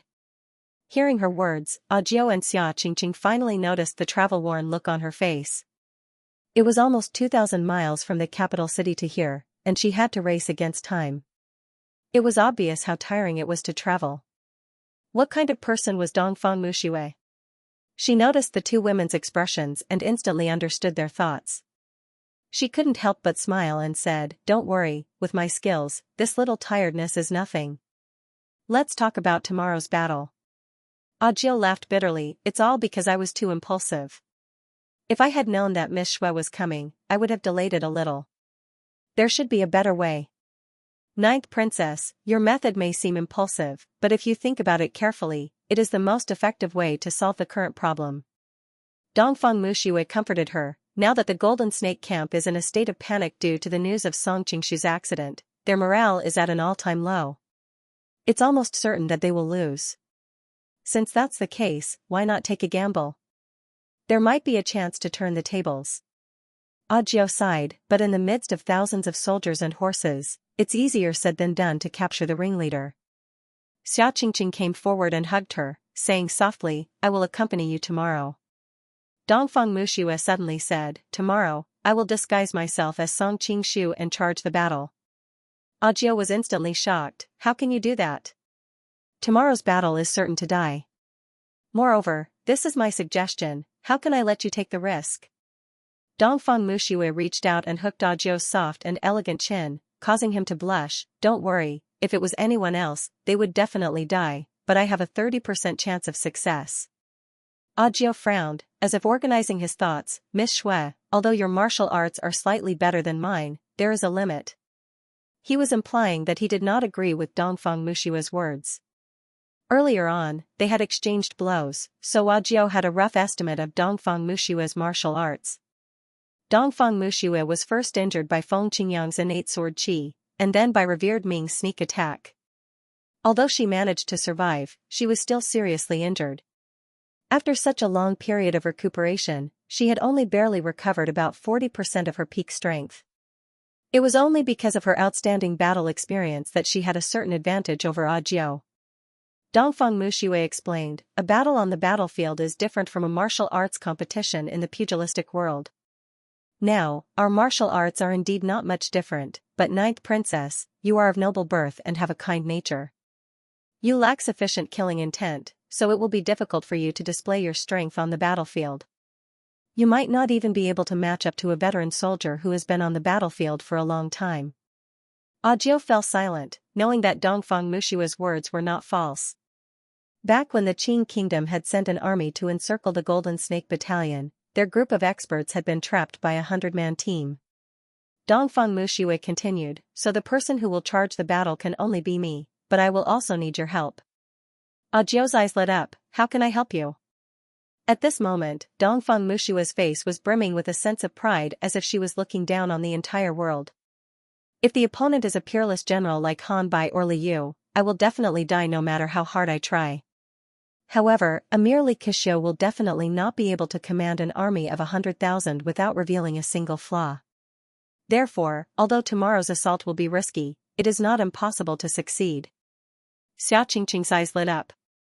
"Miss Shui's analysis makes me feel confident about tomorrow." Audiobook frowned. "I will find someone else to send the signal. I will accompany Miss Shui when the time comes." Xianxia was about to say something when Dongfang Muxue shook her head. "I am a suspicious person. I have to make sure that the person who sends the signal is reliable." "Then Qingqing will send the signal and I will accompany you," Audiobook said hurriedly. Xianxia exclaimed. "No, Audiobook, you send the signal. I will accompany Miss Shui. You don't have to argue." Dongfang Muxue stopped the two. The situation on the battlefield changes rapidly. Ordinary people can't accurately judge which direction to charge in. Ninth princess, you are from the royal family and have experienced many battles. You are more suitable than Qingqing to send the signal." Xianxia nodded and agreed. "Audiobook, I can lead a motley crew to fight in the pugilistic world. You will be the one to command the army." Audiobook bit his lips. Clearly, he had made up his mind. "Alright, I'll give you a signal tomorrow. If anything happens to you, I'll come down and accompany you." Audiobook Xianxia was so touched that her eyes turned red. Dongfang Muxue's eyes flashed when she saw the deep love between the two sisters. Although she spoke in a dignified manner, she didn't say the most fundamental reason. She could only make Xianxia accompany her when Audiobook was commanding from above. Dongfang Muxue didn't think much of Yuan Qingji's death on Mount Tai. She didn't think much of it and killed him. Who knew that she and Xianxia would become sisters? Although Xianxia didn't know that Miss Shui was invincible east, there was no such thing as an impenetrable wall. She would find out the truth sooner or later. Who knew what would happen then? As the sect leader of the Sun Moon sect for many years, Dongfang Muxue had long developed a ruthless and decisive personality. She decided to nip all dangers in the bud as soon as possible, and this charge was the perfect opportunity. Charging straight into the middle of the enemy's army on the battlefield was already a matter of life and death. At that time, if Xianxia accidentally died on the battlefield, no one would think that she was behind it. It could be said that no one would know. Xianxia was completely unaware of the impending disaster. After calming themselves down with Audiobook, they discussed with Dongfang Muxue what secret signal to use the next day. First, they suggested using flags, but it was quickly rejected by Dongfang Muxue. When the time came, the battlefield would be extremely dangerous and the opportunity would be fleeting. After much discussion, they finally decided to use the sound of war drums as a signal. The volume of the drum, the length of the interval, and the different combinations had different meanings. If Song Qingshu was here, he would definitely be surprised that these three women had actually come up with something similar to Morse code. Early the next morning, Golden Snake Camp and Li Keqiu's Green Camp confronted each other on a plain. The battle was imminent. It could be said that Li Keqiu had turned out in full force this time. He had brought a total of 80,000 Green Camp soldiers, all of whom were carefully selected. The old, the weak, the sick and the disabled were left behind to guard the rear. Therefore, these people were full of fighting spirit and were in good order. On the other hand, the Golden Snake Camp was, after all, a group of Lulin bandits. Their military discipline was innately inferior to that of the regular army. Originally, after 2 years of serious management by Song Qingshu, Audiobook, and Xianxia, the fighting strength of the troops under their command was increasing day by day. Unfortunately, the news of Song Qingshu's death from poisoning in Yangzhou had spread like wildfire. From top to bottom, everyone in the Golden Snake Camp was terrified. Coupled with suspicion, their morale had already fallen to the bottom. The Golden Snake Camp was mainly made up of Jianghu bandits. The advantages and disadvantages were obvious. Once their morale was high, they were all starving wolf cubs. Once they lost their morale, they were defeated like a landslide and had no fighting strength at all. Li Keqiu, who was in charge of the Central Army, couldn't help but laugh out loud when he saw the dispirited soldiers on the opposite side. He pointed to the generals around him and said, "This group of disorderly people, one charge will be able to break their formation. Then, we will have to rely on everyone to chase after them. We must completely destroy the Golden Snake Camp. When the time comes, the land of Shandong will be in my pocket. The admiral is invincible in battle and victorious in attack. Congratulations to the admiral. Even if Sun Wu came back to life or Bai Zhonglin came back to life, I'm afraid they wouldn't do better than the admiral." The group of generals was obviously very optimistic about the outcome of this battle. They all crazily flattered Li Keqiu. The result is not yet known. Everyone still needs to work hard. Although Li Keqiu said this, he couldn't suppress the smile on his face. Obviously, these flattery made him feel very comfortable. Although it was very risky to plot to kill Song Qingshu, the result was still very rich. First, he allied with the Southern Song dynasty and became the Southern Song dynasty's imperial uncle. If his daughter really became the empress, it would be even more perfect. Second, he took advantage of the situation and annexed the Golden Snake Camp. His territory instantly doubled and the troops under his command could also increase to hundreds of thousands. Looking at the world, he could completely compete with the surrounding countries and sit on equal footing. Thinking of this, Li Keqiu's mood immediately surged. He waved his hand to signal his subordinates to start the general attack. The front lines of both sides collided. Not long after, the Golden Snake Camp's formation showed signs of collapse. Li Keqiu saw this clearly. He sneered and commanded the reserve troops to continue to attack the gap that had been torn open. He wanted to finish the battle in one fell swoop. Seeing that the Golden Snake Camp was about to be defeated, a cavalry suddenly rushed out from the side and charged into Li Keqiu's army. The person in the lead was wearing a sinister bronze mask. Everywhere he passed, no one was a match. All the Green Camp soldiers in front of this person were like the first snow meeting the blazing sun. They were all turned to ashes. Every single one of the cavalrymen seemed to have a fierce and resolute aura about them. Both sides quickly noticed the situation here, and both sides quickly noticed the situation here. "Golden Snake King, that's the Golden Snake King!" Someone on the battlefield roared. The soldiers of Golden Snake Camp who were on the verge of collapse seemed to have been injected with chicken blood. They forcibly blocked the tide-like attacks of Li Kishou's troops and stood firm in front of them. Golden Snake King? Li Kishou sneered. He had clearly noticed this special cavalry. Song Qingshu died long ago in Yangzhou. I don't know where this impostor came from, but he still wants to attack the root of the problem. Li Kishou was a veteran of the battlefield after all. Although he knew that the other party was fake, he did not let his guard down. He hurriedly ordered the corresponding troops to surround the lone cavalry. Let me personally crush the last hope of the Golden Snake Camp. Following Li Kishou's arrangement, the cavalry's irresistible momentum indeed slowed down. The surrounding Green Camp soldiers increased.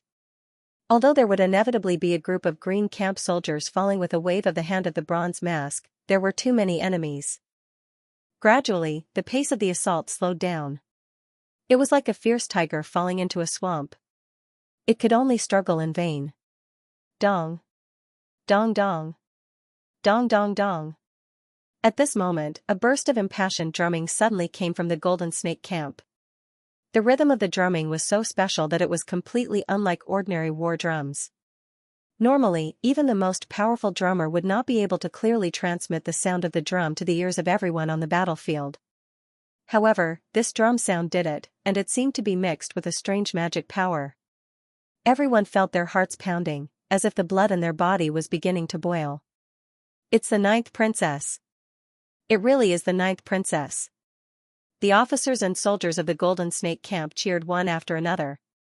They saw a woman in fluttering white like a fairy from the ninth heaven waving the drumsticks in the middle of the formation. Waves of drumming spread in all directions. Everyone who saw this scene became absent-minded for a moment. In their hearts, this kind of fairy-like young girl should play the flute to match her temperament, and something like beating the drum should be left to the fierce-looking, curly-bearded man. But for some reason, at this moment, when they saw Audio beating the drum in the array, they didn't feel the slightest bit out of place. The bronze-masked person seemed to have been waiting for the drumming. When she heard the sound, her whole body trembled and she shouted, "Over here." Then she raised her saber and charged towards a certain place in the southeast. With a wave of her hand, another large group of Green Camp soldiers fell. Demonic magic, this person knows demonic magic. The Green Camp soldiers did not see that he had a weapon in his hand, but their companions fell inexplicably one after another. They were all inexplicably terrified. Someone shouted. Wherever the bronze-masked rider went, the formation of the Green Camp showed signs of collapse. This cavalry was naturally the suicide squad led by Dongfang Muxue. She had mastered the Sunflower Treasure Manual and was so fast that using any weapon would slow her down. She was most comfortable with the embroidery needle. She had made preparations for this trip south and had prepared thousands of embroidery needles. Although she was injured and her cultivation was greatly damaged, it did not affect her against some ordinary soldiers. Although the Green Camp soldiers were fully armored, Dongfang Mushue's embroidery needles were aimed at their eyes. So what if they were armored? Therefore, under the guidance of the drumming, the heavy army was forced to open a bloody path. This cavalry was like a god descending from the heavens, charging left and right in the battlefield. The 80,000 Green Camp soldiers could not stop them. Seeing that the cavalry was getting closer, Li Kishou also panicked. She hurriedly used all her backup cards and ordered them to stop the murderous cavalry. Dongfang Muxue blinded a few more Green Camp soldiers blocking her way. She looked in the direction of Li Kishou and saw that the commander's flag was only a few hundred steps away from her. Her mind raced and she decided to use the suicide squad behind her to distract the enemy while she rushed over with her qinggong. Perhaps she could really kill the flag and seize the commander's position. Heavenly Novel 2. Just as he was about to move, he suddenly heard a cry of alarm from behind him. He turned around and saw that Xiaxing's mount had been shot. It whimpered and fell to the ground. Xiaxing was caught off guard and also fell. Seeing that a few spears were aimed at her, Dongfang Mushue's eyes narrowed. Although she had the strength to help, she did not do anything and just watched from the side. At the critical moment, Xiaxing pushed off the ground with the tip of her foot. Like a drunken concubine, she used the strength of her waist to forcibly stop her upper body in midair and dodge the spears. Then, with a flash of golden light, she swung her golden Snake sword and forced those people back. The flexibility of this small waist, tsk, I wonder how many positions it can unlock. That Song Qingshu is really lucky with women. Dongfang Muxue didn't know why she would have such a thought at such a critical moment. Seeing more green camp soldiers rushing towards her, Dongfang Muxue sneered. She knew that she would soon be drowned in the sea of people. Just as she was about to leave, she heard Xia Qingqing's voice, "Miss Shui, don't worry about me. Hurry and catch Li Keqiu." It turned out that she had noticed Dongfang Muxue looking in her direction and thought that she was going to save her. Dongfang Muxue frowned. If Xia Qingqing had called for help, she would have ignored her and left. However, the current situation made her hesitant. Seeing that Dongfang Muxue was stunned, Xia Qingqing panicked. She threw out a few golden snake spikes and killed a few soldiers who were planning to sneak up on her. "Miss Shui, hurry and leave." Dongfang Muxue seemed to have woken up from a dream. She snorted and used her qinggong to rush towards the commander's flag. "Miss Shui, take good care of Qingshu in the future." Looking at her leaving figure, Xia Qingqing had a smile of relief on her face. She used the last of her strength to shout. She no longer had the strength to deal with the spears coming at her from all directions. Hearing the voice behind her, Dongfang Muxue paused and showed a painful expression. Finally, she gritted her teeth and went back, pulling Xia Qingqing back from the jaws of death. "Why did you come back?" Xia Qingqing's face did not reveal the joy of escaping. Instead, she was a bit angry, because she could see that there was clearly hope just now. Now that the opportunity was fleeting, it was probably impossible to catch Li Keqiu again. "I didn't know why I came back." Dongfang Muxue snorted coldly. She would never admit that she was a soft-hearted person. After thinking for a long time, she finally found a reason to convince herself, although my plan of killing with a borrowed knife can deceive everyone in the world, that brat Song Qingshu is as cunning as a ghost and will definitely guess the truth. "There's no need to hold a grudge against him for a pretty widow," Dongfang Muxue snorted. She would never admit that she was a soft-hearted person. After thinking for a long time, she finally found a reason to convince herself. "Although my plan to kill with a borrowed knife can deceive everyone, Song Qingshu is as cunning as a ghost. He will definitely guess the truth. There is no need to hold a grudge against him for a beautiful widow." Dongfang Muxue comforted herself and continued to kill in Li Keqiu's direction with Xia Qingqing. Unfortunately, after this delay, Li Keqiu's troops had already reacted. More and more people surrounded them. After fighting for an unknown period of time, Dongfang Muxue and Xia Qingqing could no longer see any of their comrades. There were only enemies in all directions. How could they not know that the entire Dare to Die cavalry had already been annihilated? "Miss Shui, your qinggong is good. Find a chance to escape. I will cover you." Xia Qingqing and Dongfang Muxue stood back to back. Xia Qingqing gritted her teeth and said. She could not muster up any strength and knew that she could not hold on for much longer. However, Dongfang Muxue was different.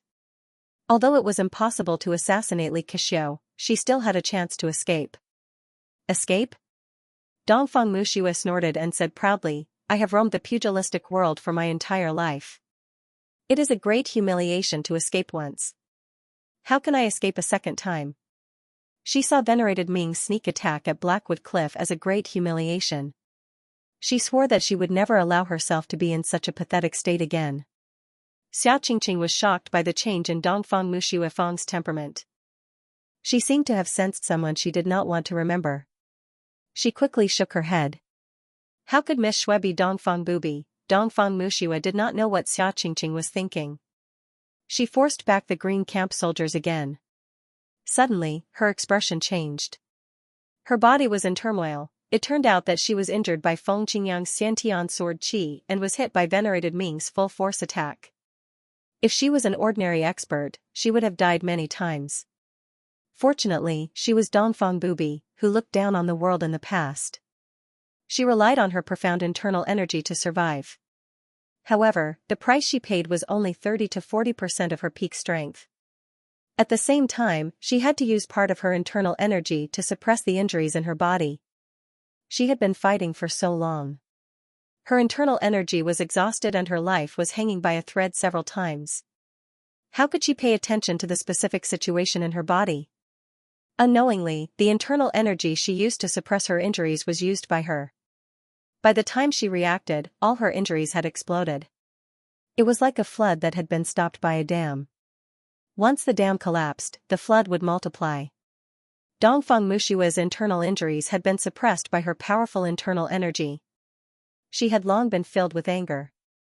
Now that she had the chance to retaliate, she was naturally unstoppable. Ugh! Dongfang Mushue spat out a mouthful of blood. She felt all her strength leaving her. Her meridians felt like they were being stabbed by knives. Miss Shui, what's wrong? Xiaoqingqing was shocked when she felt Dongfang Mushue's body turn soft like cotton.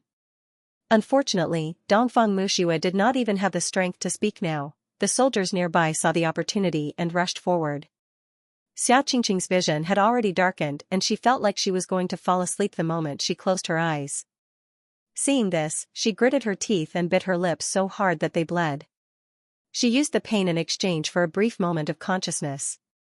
Xiaoqingqing used the golden snake sword to cut off a few spears that were aimed at Dongfang Mushue. She felt dizzy and no longer had the strength to stand up. She could only watch helplessly as the group of green camp soldiers surged forward again. The gleaming spears were inches away from her. Xiaoqingqing subconsciously hugged Dongfang Mushue tightly in her arms. There was only one thought left in her mind: I wonder if the spears will hurt when they pierce into my body. Just as the group of soldiers raised their spears and were about to turn the two girls in the center of the circle into candied haws, a divine weapon filled with sword chi suddenly descended from the sky. The scattered sword chi caused the group of soldiers to be unable to withstand it any longer. Their armors were shattered into pieces, and they all fell to the ground. When the dust settled, an extraordinarily handsome man appeared in front of the two girls. Brother Song. Xiaoqingqing's eyes widened in disbelief. Her voice was choked with sobs. Although Dongfang Mushue could not speak due to her internal injuries, her eyes were still shining brightly as she looked at his back. I'm sorry, I'm late. Song Qingshu helped the two women up. He was curious about the identity of the person wearing the bronze mask, so he took off her mask and said in surprise, "It's actually you." Are you surprised? Dongfang Mushue finally managed to squeeze out a sentence. Her hoarse voice showed that her current condition was not optimistic. Surprised indeed? Song Qingshu smiled and quickly checked her condition. He frowned slightly but soon relaxed. Don't worry, leave the rest to me. Dongfang Mushue nodded with a smile. She seemed to have absolute trust in him. At this moment, there was a sudden burst of cheers from the direction of the Golden Snake camp. It turned out that the entire Golden Snake camp had always regarded the bronze-masked Dongfang Mushue as their leader. Seeing that she was unstoppable, the entire Golden Snake camp seemed to explode. Seeing that she was gradually drowned by the green camp soldiers, the entire Golden Snake camp was like a silent war. Everywhere was shrouded in a kind of despair. Now that the real Song Qingshu had descended from the heavens, the Golden Snake camp, after a short period of silence, suddenly burst into a tsunami of cheers, as though the suppressed emotions had finally been released. Song Qingshu? Li Kexiu, who was far away, also saw the scene and couldn't help but sway.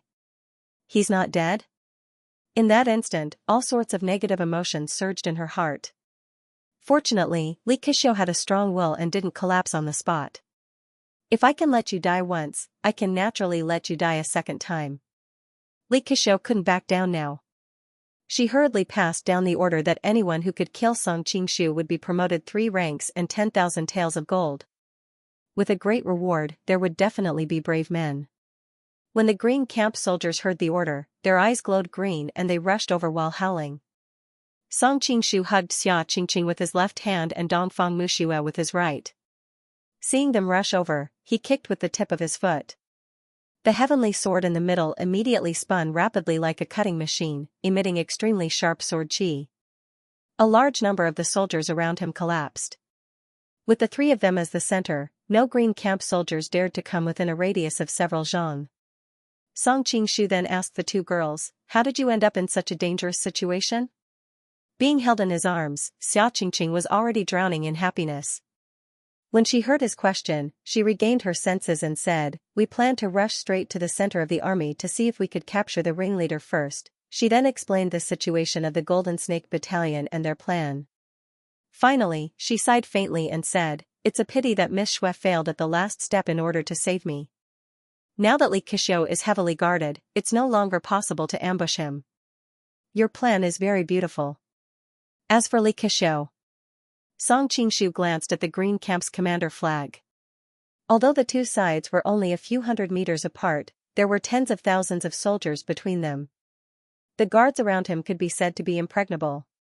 Even Dongfang Muxue was about to persuade him to take the opportunity to retreat and come up with a plan when she heard Song Qingshu continue, "Taking the rank of general from the midst of tens of thousands of soldiers is as easy as taking something out of your pocket." Before the two girls could react, a soul-stirring poem from the Tang dynasty rang out on the battlefield. Guests of the Zhao dynasty wear the tassel of a beard. Silver saddle, shining, white horse. Song Qingshu obviously did not use any strength to shout. He was only reciting the poem calmly.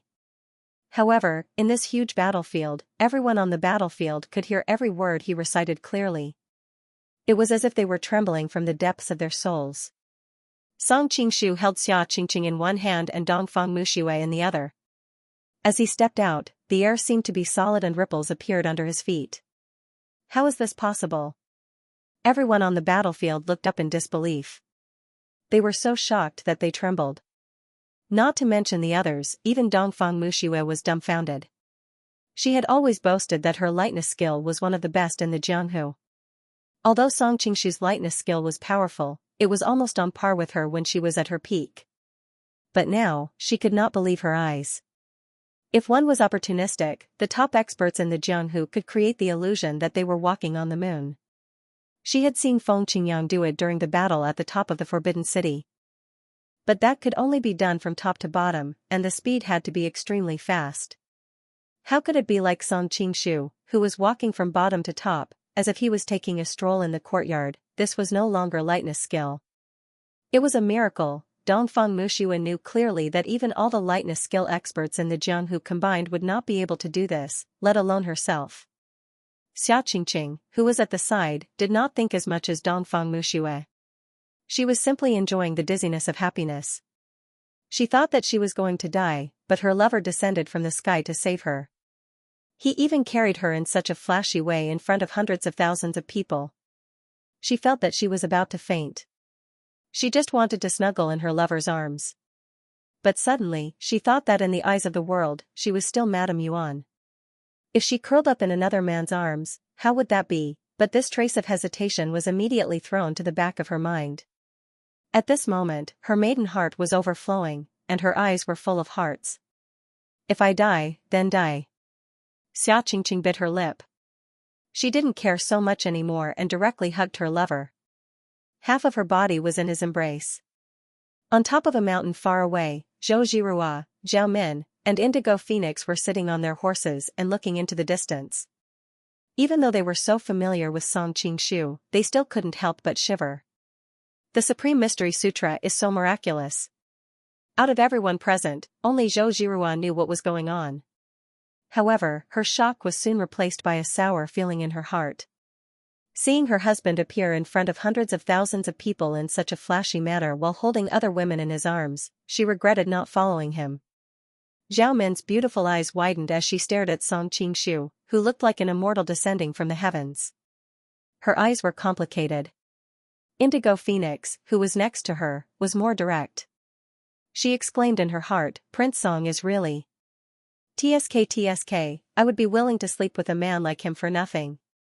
Hearing what she said, Zhao Min couldn't help but think that the women of the Miao family were more passionate and unrestrained than the Mongolians. She seemed to be right. If it were me, I would be willing to sleep with him for nothing as well. Zhao Min's pretty face instantly blushed.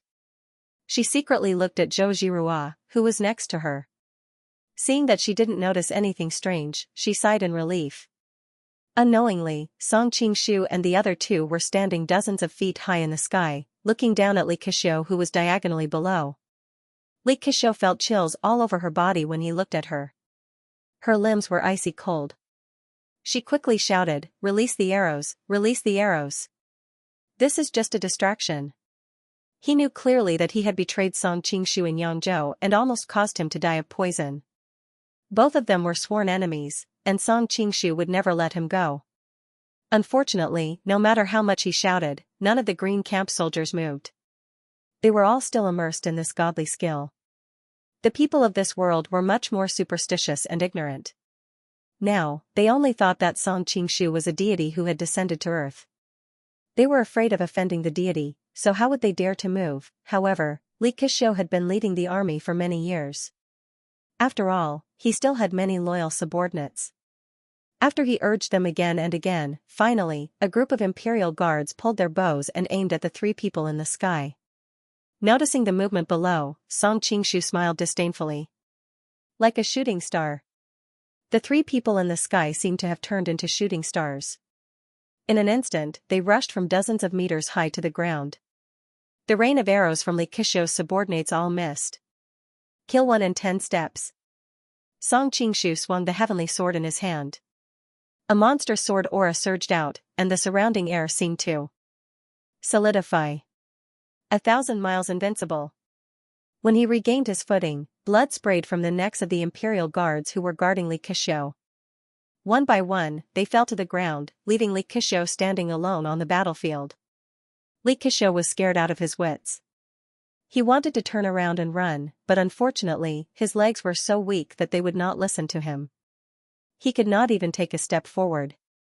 Wait for me here. Song Qingshu whispered to the two women. He then let go of their arms and appeared in front of Li Keqiu in an instant. He grabbed him and flew to the commander's flag.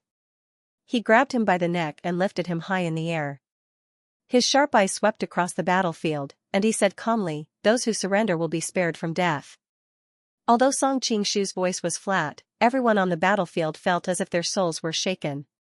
Looking at Li Keqiu in his hands, who looked like a dead chicken, the tens of thousands of soldiers of the Green Camp looked at each other.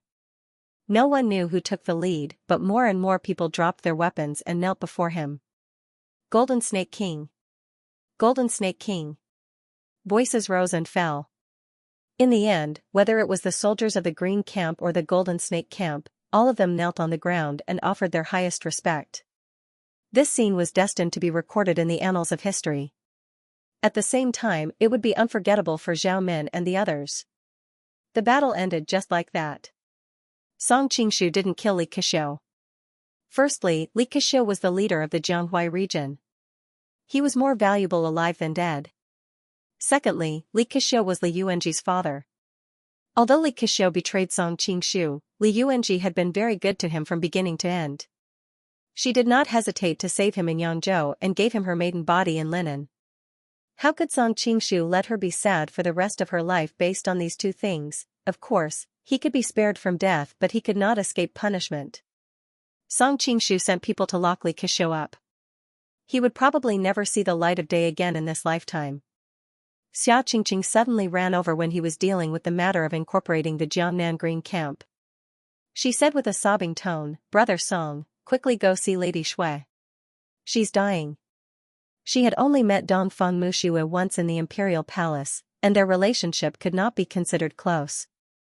However, the two of them had experienced life and death together, and Dongfang Muxue had saved her life several times. In her heart, she had long regarded her as a sister. Song Qingshu was shocked. He then remembered Dongfang Muxue's internal injuries. He quickly handed over the matter at hand to his subordinates and rushed to Dongfang Muxue's tent. Zhao Min and the other girls were already in the tent. Among them, Zhou Zhirua and Ajiu were the tallest. They were desperately transferring vital energy into Dongfang Muxue's body. Indigo Phoenix paced back and forth anxiously. Zhao Min finally could not take it anymore. "Sister Lan, don't walk around like this. Not only will it not help, but it will also disturb their recovery." "I didn't think it through." Indigo Phoenix stopped and looked at Dongfang Muxue's pale face worriedly. Zhao Min sized up the immortal-like figure on the couch. She was secretly startled. How come Song Qingshu is surrounded by women who can bring calamity to the country and people? Who is she? It seems like she has an unusual relationship with Song Qingshu. Zhao Min was not as worried as the other girls. After all, she did not know Dongfang Muxue. She was not a compassionate Virgin Mary. Why would she worry for a woman who had nothing to do with her? Moreover, Dongfang Muxue could be her potential love rival. She was already giving her face by not clapping her hands. Other than Xia Qingqing and Indigo Phoenix, Audiobook should be the other person who was worried about Dongfang Muxue.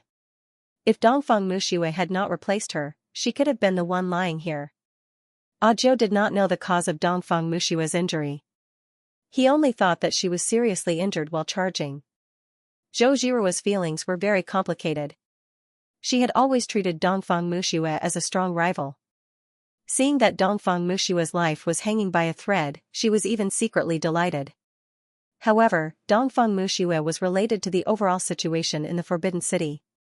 If anything happened to her, Song Qingshu's good situation in the Qing dynasty would be ruined. Moreover, she was injured because of Song Qingshu's career. Zhou Jiruo was not a ruthless and heartless woman.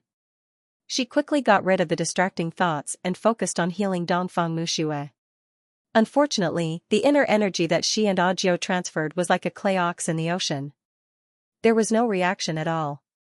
Just when she was at her wit's end, Song Qingshu finally rushed over. "Prince Song, you must save my master's life." Indigo Phoenix knelt in front of Song Qingshu. After witnessing such a miracle, she knew that there was nothing in this world that Song Qingshu could not do. "Master?" Xia Qingqing, who was standing at the side, was shocked. She finally noticed her dressing style and frowned slightly. Song Qingshu nodded and came to the side of the bed. He stretched out his hand to check on Dongfang Muxue's injury. "Qingshu, Lady Shui, she." Zhou Jiruo and Audiobook spoke one after another, explaining the strangeness of her body. "We don't know why, but we've injected so much inner energy into her, but Lady Shui's injuries haven't improved at all. She did not suffer from ordinary internal injuries." Song Qingshu explained, her meridians were injured by the innate sword qi. Later on, she was ambushed by revered Ming. He attacked her with all his might. She only managed to survive because of her profound inner energy. This time, when she attacked Li Kishou's army, she used too much strength and caused her old injuries to backfire. Therefore, your usual healing method is useless. Xia Qingqing, who was standing at the side, turned pale. She mumbled, "The innate sword qi injured her meridians? Revered Ming?" There were only a handful of experts in this world who could use the innate sword qi. Moreover, she knew that revered Ming was Zhang Wuji. Dongfang Bubi had been thrown off the cliff by Zhang Wuji. Lady Shui's identity was obvious. After answering the lady's questions, Song Qingshu used the Yiyang finger to seal a few major acupuncture points on Dongfang Muxue's body. With the help of his vigorous inner energy, Dongfang Muxue finally regained consciousness. Heavenly novel, you should know the condition of your injuries. You have to save them as soon as possible. Otherwise, even the gods won't be able to save you, Song Qingshu said as he transferred his inner energy to her. Dongfang Muxue closed her eyes to feel her injuries. She smiled bitterly and said, "The meridians in my body are in a mess now. I'm afraid even the gods won't be able to save me now." The Indigo Phoenix wailed and knelt in front of the bed. "Master, don't be discouraged. Prince Song is still here. He's a god." She had always respected Dongfang Muxue as a god. Since she said that, there was no way she could be saved. Her only hope was on Song Qingshu. "Little Phoenix, there's a limit to one's strength. You can't force it." Dongfang Muxue patted the Indigo Phoenix's head. She looked at her lovingly. However, such a simple action made her cough because of her injuries. Song Qingshu had a weird expression on his face. He wondered what was the relationship between Dongfang Muxue and the Indigo Phoenix. Why did he smell the sour scent of love? Dongfang Muxue's awareness was very advanced and the Indigo Phoenix was very loyal to her. Seeing the Indigo Phoenix hugging Dongfang Muxue and crying, Zhao Min couldn't help but cough. Brother Qingshu said that her injuries are more serious. He didn't say that she can't be saved.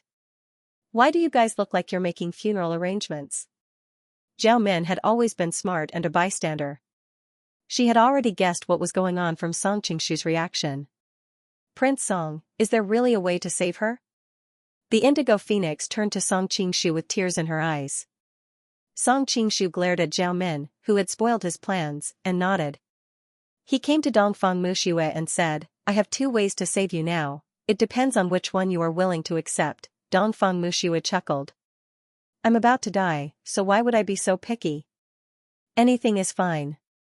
Listen to me first. It's not too late to decide later. Song Qingshu had a strange expression on his face. The first method is to use the solitary sun finger to open up all the meridians in your body. However, there are two problems with this method. First, your injuries are too severe, and I will consume a lot of my inner force. I'm afraid that I won't be able to fight for several years. Second, although you will be able to keep your life, it will be very difficult for you to return to your peak. Before he could finish, Dongfang Muxue interrupted, there's no need to say anything else, just choose. Song Qingshu was stunned. Don't you want to hear what it is? I know what it is. Dongfang Mushua's expression was a little strange. Don't forget who sent you to Tubo.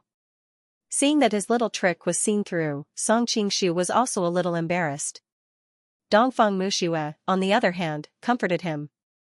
This is a crucial time for you to start your business. If you can't fight for several years, it will be too fatal. Moreover, I don't want to become a cripple after I recover. You don't have to worry. I've been mentally prepared for this day. Previously, you weren't strong enough. Now, your cultivation is even stronger than mine when I was at my peak. She didn't finish her sentence, but her meaning was clear. What are you guys talking about? Zhao Min was confused. What exactly is it? At the side, Ajio's face turned red. Clearly, he recalled the scene of Song Qingshu saving him all those years ago, and he hurriedly said, Qingshu, properly treat Lady Shue's injuries. I won't disturb the two of you. As he spoke, he walked out of the tent. When he passed by Xiaxia, he reached out to pull her. Qingqing, let's go. Unexpectedly, Xiaxia didn't react at all. Instead, she stared fixedly at Dongfang Muxue on the bed. Qingqing, a life is at stake. Now is not the time to be jealous. Ajio lowered his voice and comforted her. He thought that her abnormal behavior was due to jealousy. Moreover, Lady Xue saved you on the battlefield. Xiaxia bit her lip. Her expression was complicated.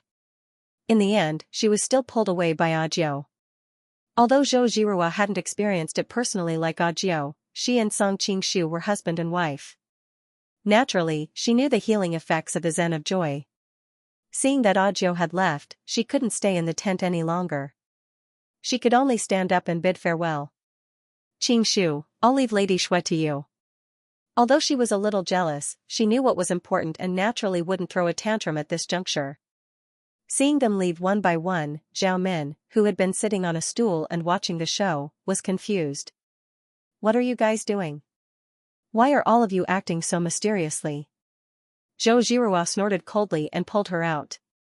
Ouch, ouch, ouch, it hurts. Zhou Zhirua, you're doing this on purpose, right?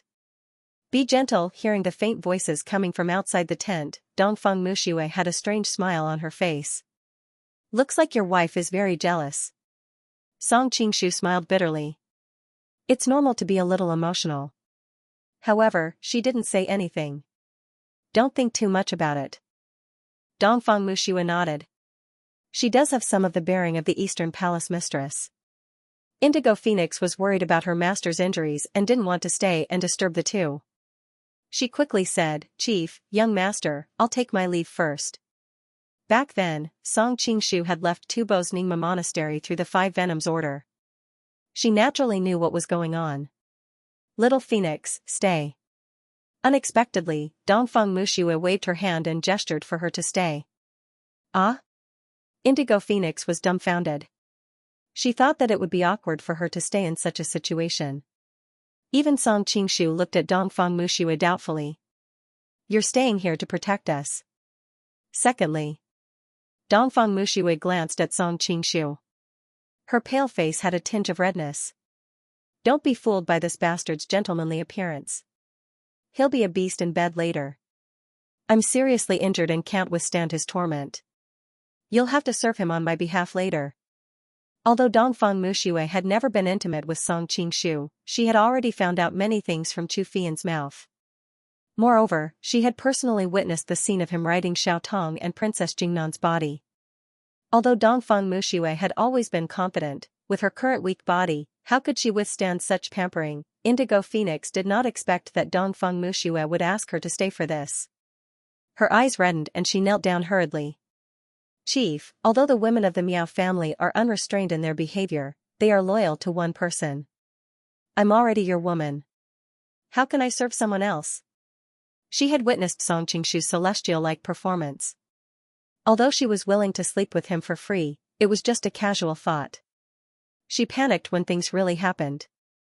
Dongfang Mushua's face darkened. You're my woman and I'm his woman now. Naturally, you're his woman too. He's a man that even I like. Do you think you'll be wronged?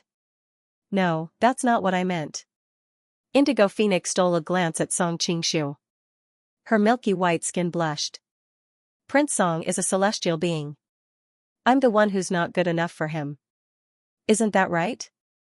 Dongfang Mushua's face relaxed. You'll serve him on my behalf after he's healed me. But.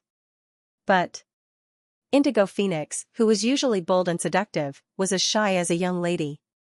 She stuttered and did not know how to reject. Dongfang Mushua's voice softened when she saw that Indigo Phoenix was about to cry. Little Phoenix, I'm a woman after all. I have to get married too. I can't give you a lifetime of happiness. I'm willing to do anything as long as I can stay by Master's side forever. Indigo Phoenix replied hurriedly. All right then. Dongfang Muxue pointed at Song Qingshu. From today onwards, he's your master too. You'll serve him the same way you've served me in the past. Since Master has asked me to do this, I'll do as you say. Indigo Phoenix's beautiful eyes were filled with tears as she sobbed. Song Qingshu was speechless. He could not help but say, Hey. The two of you have been talking for half a day. Have you considered my feelings? Dongfang Muxue chuckled. Do you have a problem with such a good thing? Song Qingshu said seriously, I'm not a beast. Who was the one who peeked at my breasts and butt in the past? Dongfang Mushua's nonchalant question made the other two blush. Song Qingshu was upset. I'm just appreciating beautiful things. It's not as dirty as you think. Dongfang Muxue wanted to say something but she suddenly coughed violently. If you guys continue to waste time, I'm afraid I'll have to report to the King of Hell. Indigo Phoenix was shocked. She was so anxious that she sounded like she was about to cry. It's my fault. I'm willing to listen to Master's arrangements. Song Qingshu did not have the time to care about Indigo Phoenix. He quickly pressed a few of Dongfang Mushue's Qimeng acupoints. Shui'er, I'm going to start now. Dongfang Muxue had a weird look on her face when she heard the way he addressed her. Back then, everyone in the pugilistic world was terrified of me. I didn't expect to have such a weak title now. If you don't like it, I can change it to something else, Song Qingshu said. Forget it. I'll go with this one. It's quite fresh. Dongfang Mushue's beautiful face revealed a faint smile. Song Qingshu nodded and helped her to sit opposite him. He instructed, relax your body and mind later. Remember not to resist it. Let my vital energy control your body. You talk too much. Dongfang Muxue rolled her eyes at him. I'm already prepared. Are you coming or not? Song Qingshu laughed bitterly. She was indeed the overlord of the pugilistic world. She was so tough even at this stage. A faint blush appeared on Dongfang Mushue's skin. Although she was usually domineering, she was still a woman. She had never exposed her body in front of other men. Thinking about what was about to happen, her heart was filled with fear, but at the same time, she felt a little shy. To hide her emotions, Dongfang Muxue snorted. Don't you know how to untie my belt? I didn't bring a change of clothes with me. Song Qing stretched out his hand to lift her chin and said with a faint smile, You are the cult leader of the devil cult. Why do you suddenly care about a set of clothes? Are you very nervous now? Dongfang Muxue was hit where it hurt. She couldn't help but spit. Pfft, I've slept with more women than you have. What's there to be nervous about?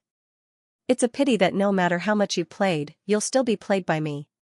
Songqing kissed her on the neck. Humph. Dongfang Muxue turned her head away as a shiver ran down her delicate skin from the prickling of his beard. Indigo Phoenix's face was red. She seemed to be trying hard to hold back her laughter. Her master, who had always been like a queen, had finally met her nemesis. Indigo Phoenix, if you laugh again, I'll stab your eyes blind. Dongfang Muxue seemed to have sensed something. She turned around and glared at her. Dongfang Muxue was still intimidating. Indigo Phoenix's heart skipped a beat and she quickly stopped laughing. Why are you scaring her? Do you think she's easy to bully? Songqing said. Why? She hasn't even slept with you and you're already feeling sorry for her? Dongfang Muxue sneered. You're like a porcupine with thorns all over your body. You're curled up to hide your soft and terrified heart. Songqing smiled. Relax. Dongfang Muxue raised her eyebrows. Just as she was about to fly into a rage, Songqing had already kissed her and forced her anger back into her mouth. Dongfang Muxue tried to push him away. Unfortunately, she was severely injured and had no strength left.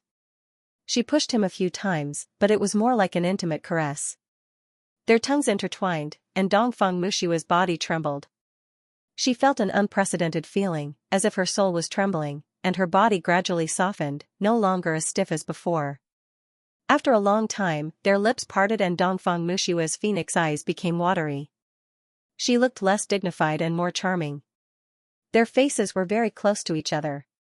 Songqing said affectionately, "You are so beautiful." Dongfang Muxue's arms were wrapped around his neck, and for the first time ever, she lowered her head with a bashful expression. Songqing took out 2 dragon phoenix red candles and passed them to Indigo Phoenix. Little Phoenix, light these red candles. The Indigo Phoenix took it and laughed. Master, you are very thoughtful. Dongfang Muxue's eyes also revealed a hint of surprise. So you've already planned everything. Things happened in a hurry, so we can't hold the wedding ceremony first. We can only use these 2 red candles to represent our hearts. Songqing smiled and said, today is our wedding night. I hope you don't mind that everything is too simple. Dongfang Muxue snorted, what kind of person am I? How can I be like those ordinary people with all those unnecessary formalities? Using the sky as a blanket and the earth as a seat is only worthy of my identity. Songqing complained in his heart.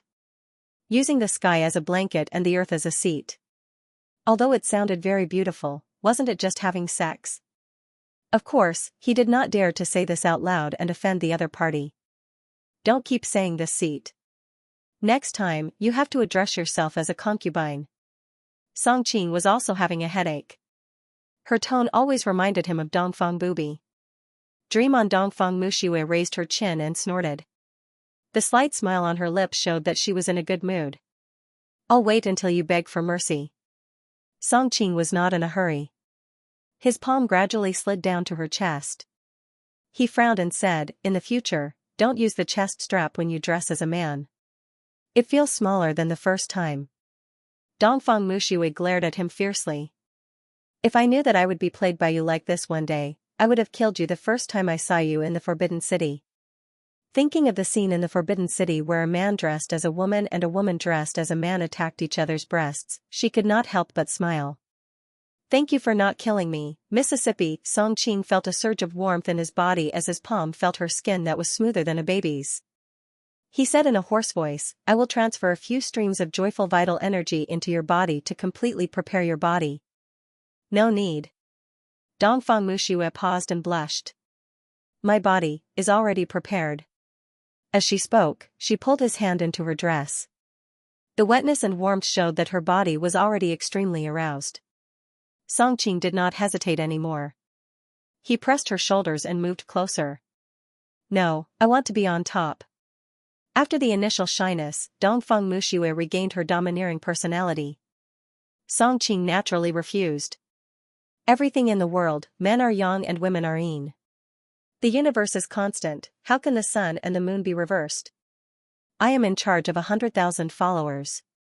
Countless men grovel at my feet, Songqing interrupted her.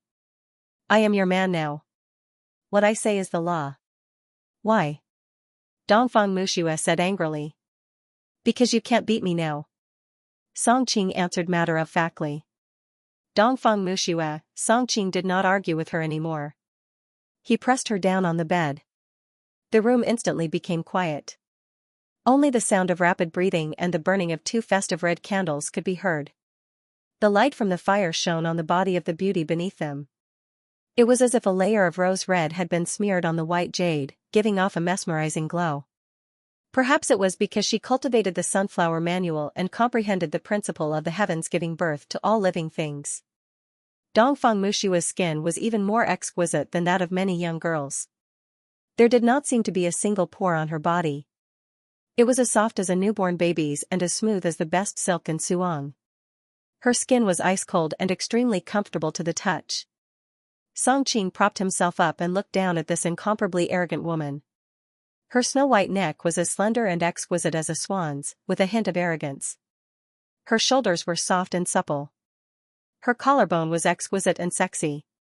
There was not a single trace of fat on her flat and tight abdomen. Her slender waist seemed to be too small for a person to hold.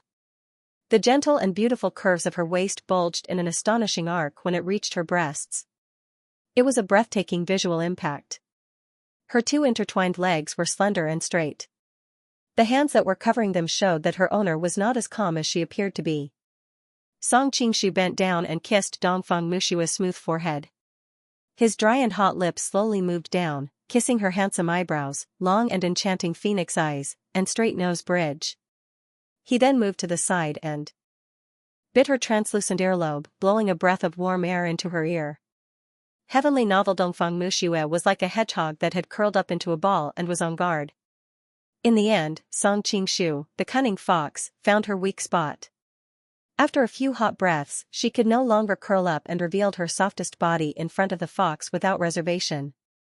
Feeling that her breathing was getting heavier and that her swaying waist seemed to be expressing a silent invitation, Song Qingshu naturally did not stand on ceremony. He lowered his body and pressed down on her.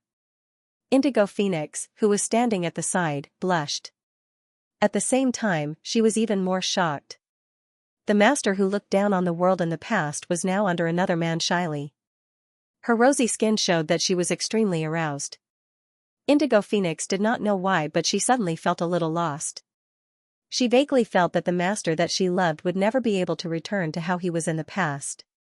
Noticing Dongfang Mushua's slight frown, Song Qingshu stopped and asked, "Is it very painful?"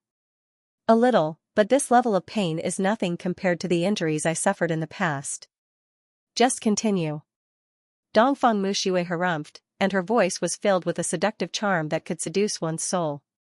Why isn't there any blood?" Song Qingshu asked curiously. Judging from Dongfang Mushua's body's reaction and the difficult feeling just now, it was obvious that she had never done it before. However, there was no blood at all. My body has already been ruined by myself. After all, who would have thought that there would be a day when I would be pressed down by a man? Dongfang Muxue waved her long and slender fingers as she smiled proudly. Indigo Phoenix, who was standing at the side, blushed. She recalled that she had also broken her body with this finger. Noticing their expressions, Song Qingshu suddenly realized that this was very much in line with Dongfang Mushua's character. It was no wonder that even though she had lost her virginity, it was still so difficult for her to enter. After all, how could her slender fingers compare to a real man? Song Qingshu was a little depressed. He was actually robbed of the lead by a finger. He bit down on it and said, "That's what you get for fighting with me." Dongfang Muxue giggled as he bit her finger. "Don't mess around, it's ticklish. Hey, don't lick me." After the 2 of them fooled around for a while, Song Qingshu remembered that the matter at hand was more important. He quickly used the yin and yang qi in his body to cleanse her meridians and marrow. Dongfang Muxue also completely relaxed her body and mind, welcoming the other party's essential qi into her body. After some time, Dongfang Muxue pushed away the man on top of her with a flushed face.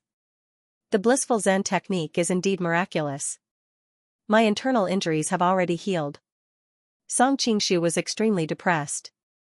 "Hey, I used up a lot of essential qi to heal you, but aren't you a little too quick to burn the bridge after crossing the river?"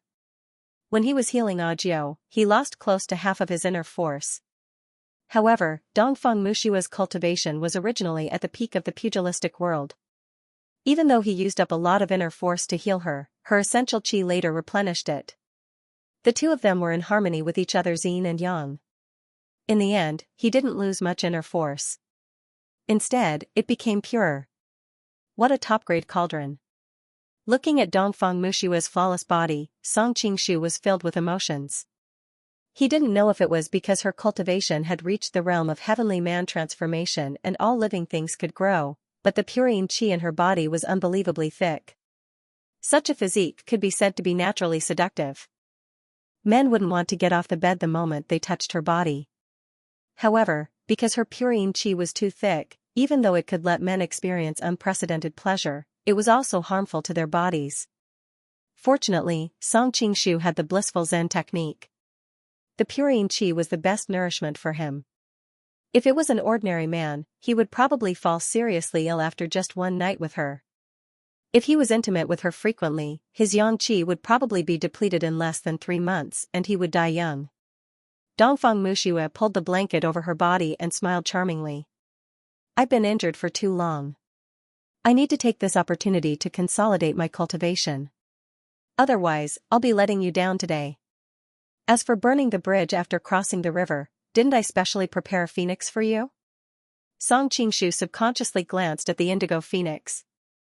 The indigo phoenix hurriedly lowered her head. Even the roots of her neck were red. Phoenix, serve my man well. Dongfang Mushua reached out and stuffed the indigo phoenix into Song Qingshu's arms. Then, she said to him, go ahead. Don't stand on ceremony. My woman is naturally your woman too. Song Qingshu was dumbfounded as he hugged the soft and voluptuous body in his arms. What was going on? Meanwhile, Zhao Min followed Zhou Zhirua back to her own tent.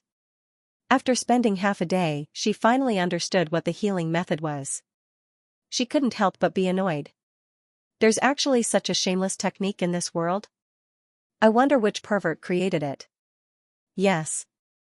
This was the first time Zhou Zhirua realized how cute Zhao Min was.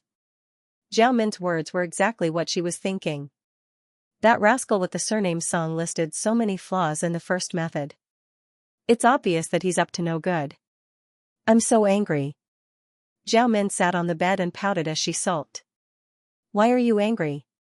Zhou Zhirua asked plainly. Zhao Min rolled her eyes and moved closer to her. She giggled and said, aren't you angry at all? Why should I be angry? Zhou Zhirua was actually a little uncomfortable. However, if she showed it, wouldn't she be fulfilling Zhao Min's wish? Since Zhao Min was angry, Zhou Zhirua naturally had to be different from her to show her magnanimity. Imagine that scene. Your husband is running wild with other coquettish bitches in front of you. He didn't even care about your feelings just now. Zhao Min said as she gestured with her hands. She looked like she had learned it well. Zhou Zhirua's eyelids twitched. In the end, she couldn't take it anymore. Shut up. Do you believe that I'll find a needle and sew your mouth up if you continue to talk? Zhao Min curled her lips. TSK, you're still saying that you're not angry? Don't try to drive a wedge between us sisters. Zhou Zhirua snorted. Sisters? Zhao Min had a strange look on her face. If you were the kind of person who was willing to share your husband with another woman, you wouldn't have fought with me so fiercely back then. As soon as she said that, the two women remembered something from the past and couldn't help but fall silent. Are you still going to avenge Brother Wuji? Zhao Min suddenly asked. Zhou Zhirua pursed her lips and replied coldly, my husband is Song Qingshu now. If you want to avenge Zhang, you can do it yourself. Women who have a change of heart are really heartless. Zhao Min curled her lips and said sarcastically. Zhou Zhirua sneered. Am I the only one who has a change of heart? Zhao Min opened her mouth to refute, but in the end, she didn't say anything. Many readers think that it's too troublesome to subscribe to the official website and often give me red packets in private. Let me be clear here. The monk will not accept red packets in private. If you want to support the monk, but it's really inconvenient to subscribe, you're welcome to tip the article on the monk's official account. Recently, the official account has been updated with many hand-drawn pictures of the female characters in the novel. End of chapter 12:10. Don't forget to subscribe, like, and share the video to support the channel.